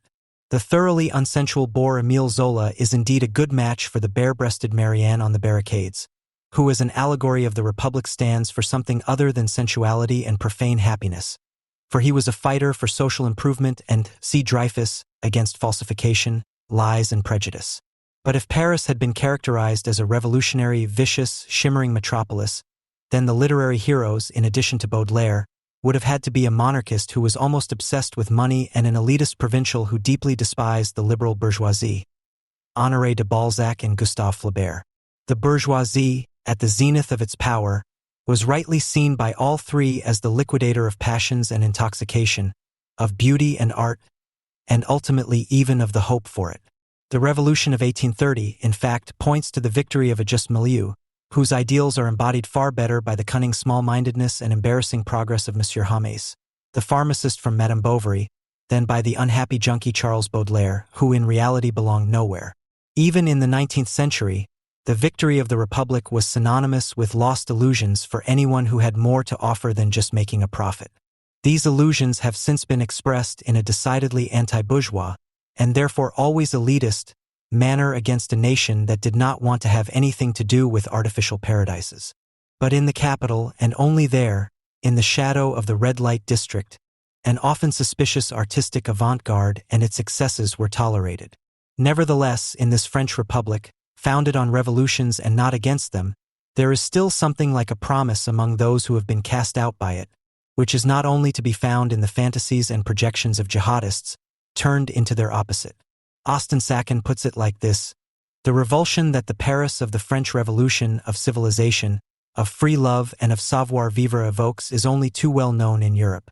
Even in all the anti-French propaganda of Germanic origin in the 19th century against the easygoing Marianne, a very similar anti-emancipatory and anti-modern resentment was expressed. Anyone who loved death and destruction more than life, especially the life that was celebrated, at least in their fantasies, on the banks of the Seine, consumed themselves in hatred of France and its capital, where the Jews, the incarnation of modernity, had also received full civil rights for the first time in Europe thanks to the Revolution. End of quote. The contrast between civilization, free love, savoir-vivre versus love of death and destruction points to the beginning of anti-German criticism and thus to a whole history of misunderstandings. I confront the thoroughly anti-German remarks of Thomas von der Osten-Sacken with a quote from a speech by Joachim Brun that was not given because it was not wanted by the organizers. To break the intellectual legacy of state capitalism through a new enlightenment of the left seems to me to be the essential intention of the beautiful slogan, "Never Again Germany." If you read it in a materialistic way, it says nothing other than the rejection not only of nationalism but of the nation in general. In order to be able to criticize the new Germany, the left must free itself from its own national consciousness, must dismiss the fixed idea that the idea of the nation can somehow be linked to progressive and humanistic purposes. The left has interpreted the nation long enough. What matters is to revolutionize and liquidate the nation-state. End of quote. We are currently very much dealing with the reaffirmation of nation and national consciousness in anti-German circles. In any case, Osten-Sacken has done exactly this with reference to France, albeit cautiously and retrospectively. One could say, by way of qualification, that Brun was only talking about Germany here and could have seen other forms of national consciousness in a fundamentally different way. But there is little to support this. Both statements, the very recent and the very old, are mutually exclusive, and since 9/11 it sometimes seems as if Joachim Brun of all people had outlived his usefulness and as if anti-German criticism were now only oriented towards the dichotomies of Germany versus the free world, blood right versus just solely, republic on a revolutionary basis versus post-national socialist people's state, and culminating in love of life versus death. France in particular could be used to show how a thoroughly un-German form of bureaucratic capitalism led to the conditions in Saint-Denis and other banlieues, i.e. where the perpetrators of the mass murder of November 13th lived or found accommodation, and what a devastating role the left, which is usually dependent on the state and believes in it, and which of course claims to be full of joie de vivre, has played in this to this day. Criticism of the nation as a form of socialization that can be determined both economically and in terms of power should therefore begin precisely where the Republic's rebels are colluding with the jihad against the Republic. Where a regime of clerics, the administrators of politics, state, doctrine, poverty administration, and often still the state-oriented or state-dependent economy, maintains an order that, in the name of equality, promotes the development of the most extreme inequality in the parallel societies. In the name of fraternity, it forces all economic subjects not supported by the state to pay for the clerks, who are superfluous in every respect, and sells this to its own countrymen and the whole world as liberté. We are faced with a liberté that extends from the Front National to the jihadist suburbs, from Monsieur le President to his conservative opponents, and that has nothing to do with the French Jews who have been equal to the rights for so long whenever they are attacked, threatened with death, and increasingly often actually murdered.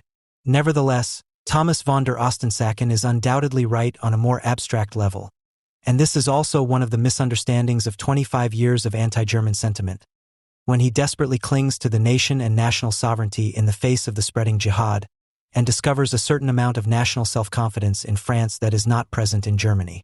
At least since the emergency, and that is 9/11, the anti-German current has not been divided, but has disintegrated.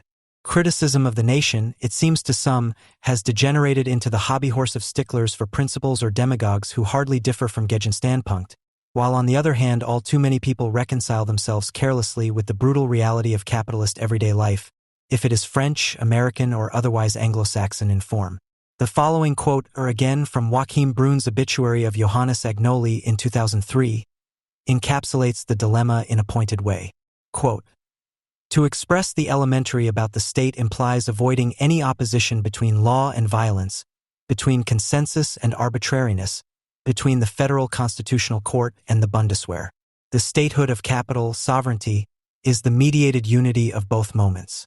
And the critique of politics, which Johannes Agnoli presented as a continuation, extension and radicalization of Marx's critique of political economy in writings such as The Transformation of Democracy, 1967, or State of Capital, 1975, aims to deny the state any legitimacy as an expression of either popular sovereignty or human rights. The simplicity of the state is that where there is exploitation of man by man, the political form of this relationship can only be that of domination. It follows that the state is not a means to any end, except that of guaranteeing the accumulation of capital, not a lever to socialism, nor to a green alternative civil society. Johannes Agnoli drew the quintessence of this perspective and thus removed himself from the lofty circles of political science.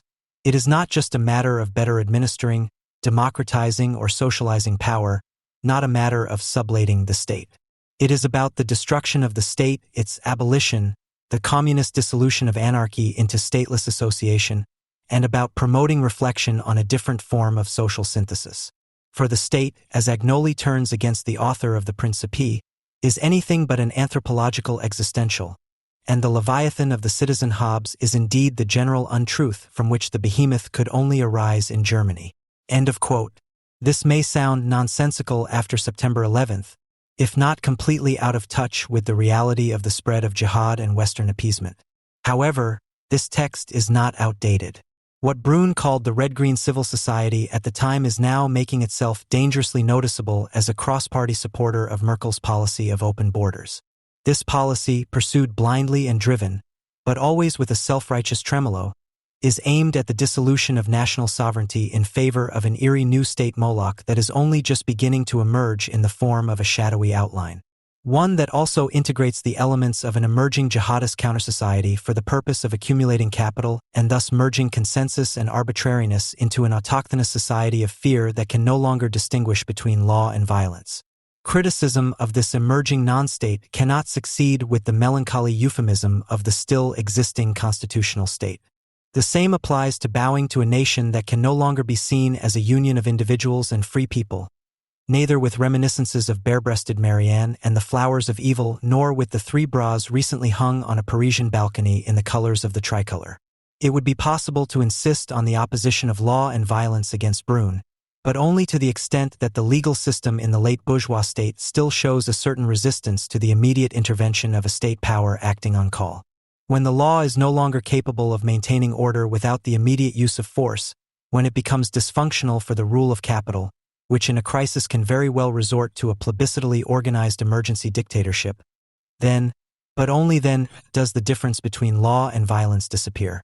What is missing in the Brun quote is the critique of ideology, which the same author does elsewhere, which does not seek to replace the critique of the state, but to bring it up to the level of the non-revolutionary era. Too brash and lacking in mediation, too simple in a superficially charming way, Brun, with Agnoli, recommends the communist dissolution into the stateless association by means of the destruction of the state. Such statements are too strongly influenced by the poorly processed experience of the German autumn, but also see Agnoli's flirting with the Black Bloc at left-wing radical demonstrations in West Berlin in the 1980s and the inevitable chanting of fire and flame for this state, the defiant imperative that, as a critic with revolutionary intentions, one should deal with the essential, the destruction of the state.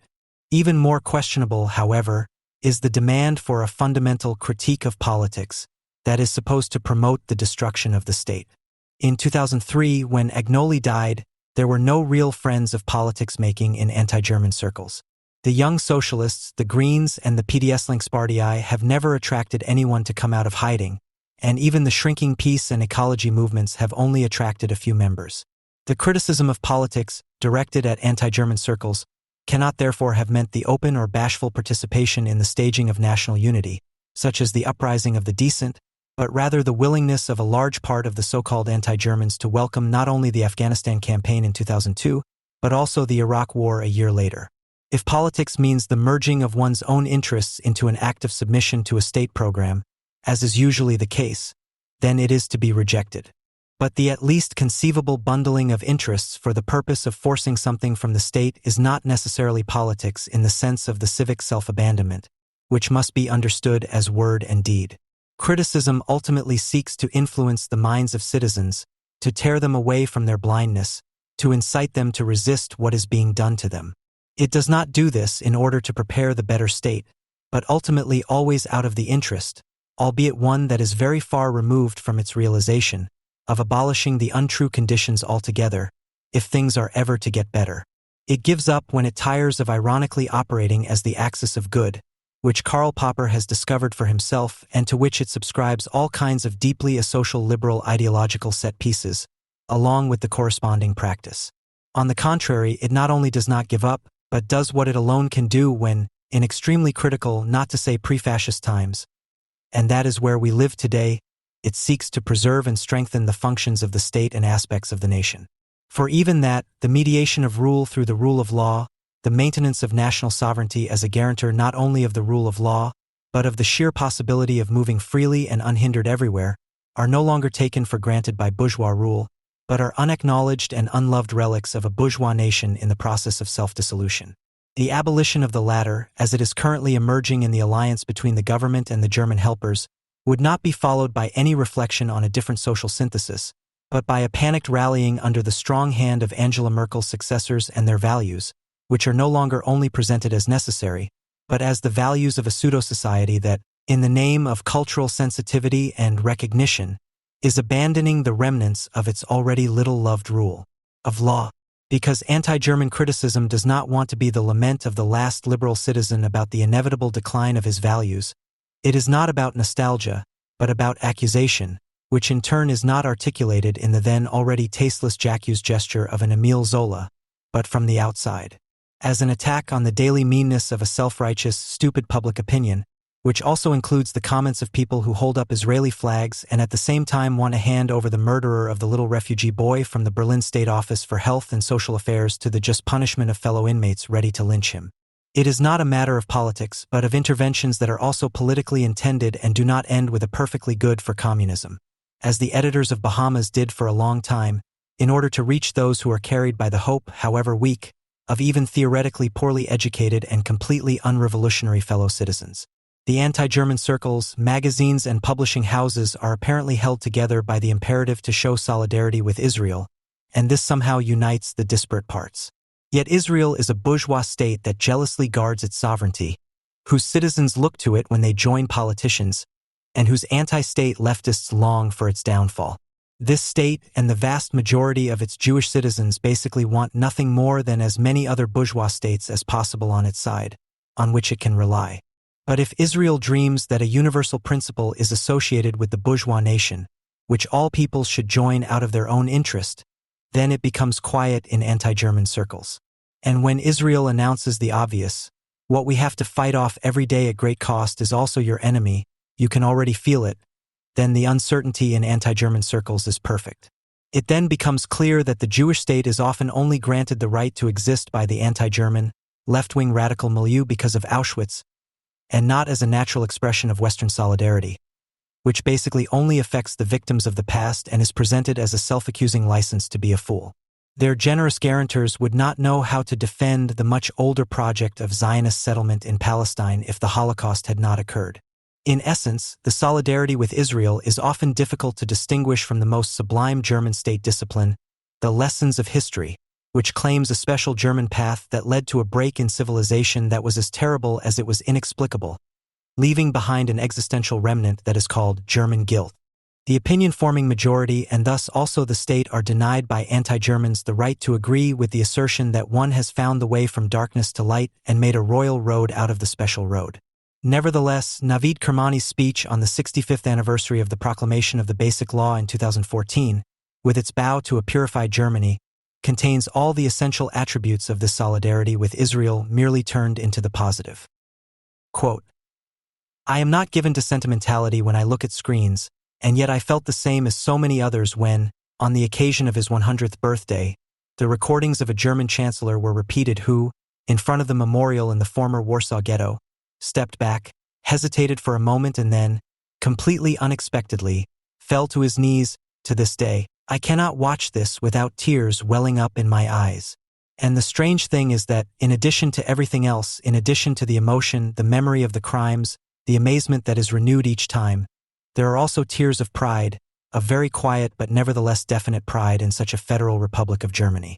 It is the Germany that I love, not the boastful, not the muscle-flexing, not the proud to be German Germany or the Europe finally speaks German Germany, but rather a nation that is desperate about its history, that struggles and quarrels with itself, even to the point of self-accusation.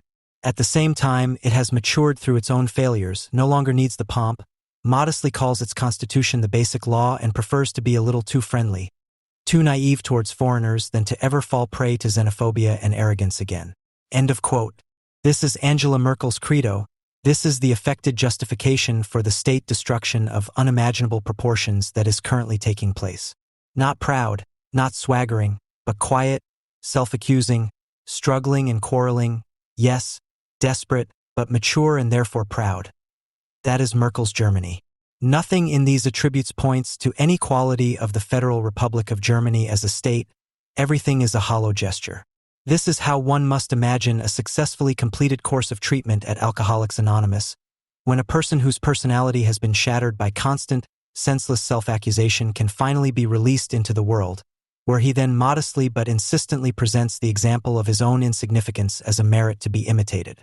Just as he reduces his former life to the devil of alcohol, so Germany presents itself as a lesson from history 70 years after the unconditional surrender, never again wanting to be xenophobic and therefore arrogant.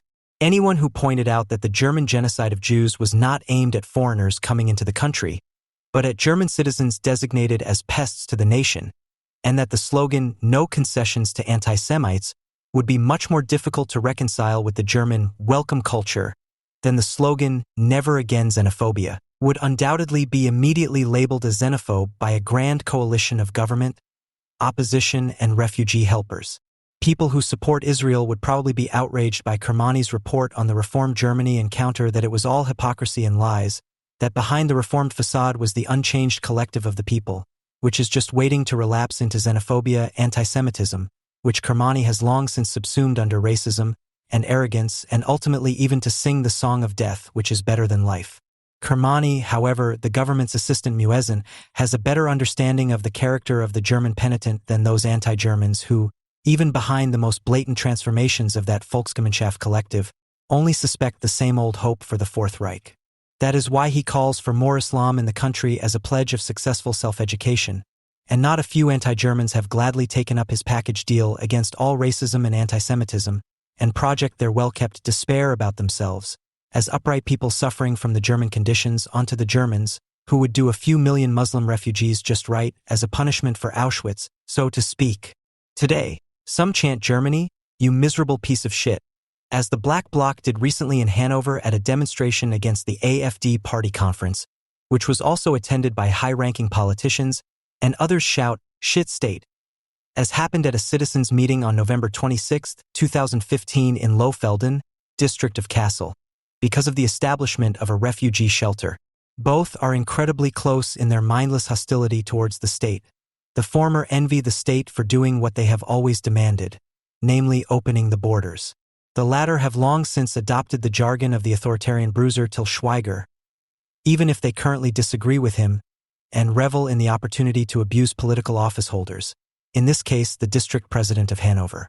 Both groups have long represented milieus that are held together by nothing but hatred of a state that appears to them as an impersonal, incomprehensible, and unjust machine, which they call the system in unbroken German tradition, and whose concrete functionaries, such as politicians or government officials, they have so far mainly targeted verbally. Both are happy to note that everything is changing, especially that the mediation of power no longer works in times of open borders and that it is now finally up to them. The helpers play the role of a counter-government by the grace of the government, the Pegida Germans a national revolution. The much-invoked values, which since November 13th have been understood as what distinguishes us from jihadists and what we should therefore defend, are also not known by those who do not think much of harassing politicians, who would never march in front of a refugee shelter and who certainly understand that refugees should not be allowed to freeze to death at the Macedonian border. However, they have nothing to counter the irrationalism of the government, which invokes the lessons of history, and they stare numbly at a state of emergency that they fear far less than the embarrassment of having to say that the times since August 2015 have become eerie and threatening. These people do not love death any more than they love their mostly unfulfilling lives. They are just so self-conscious that they dare not name their own interests and, in a sense of hopelessness, wait for something to happen. This majority does not think much of Islam. A primary election among Berlin SPD members in November, for example, resulted in a clear yes to a headscarf ban for female teachers. But they would never criticize it. If they thought about it, these same people would be able to list certain standards that guide life in Germany and consider them worthy of defense. Standards that are generally attributed to bourgeois nations. But they remain silent. Perhaps they are waiting for someone from the all-party coalition to present them with an alternative to the refugee crisis as a permanent state of emergency. This ominous silence, which cannot be broken, is what makes the times we are living in so dangerous. To tackle the fascistization that can currently be observed without fascists, the abolition of the state without revolutionaries, indeed without any self-confident actors or arguments at all, would be the task of critics who know little more about the joy of life or the good life than that both are objectively denied to them, which is not only reflected in Marx, but also in the state-distant, less revolutionary poets Balzac, Baudelaire and Flaubert.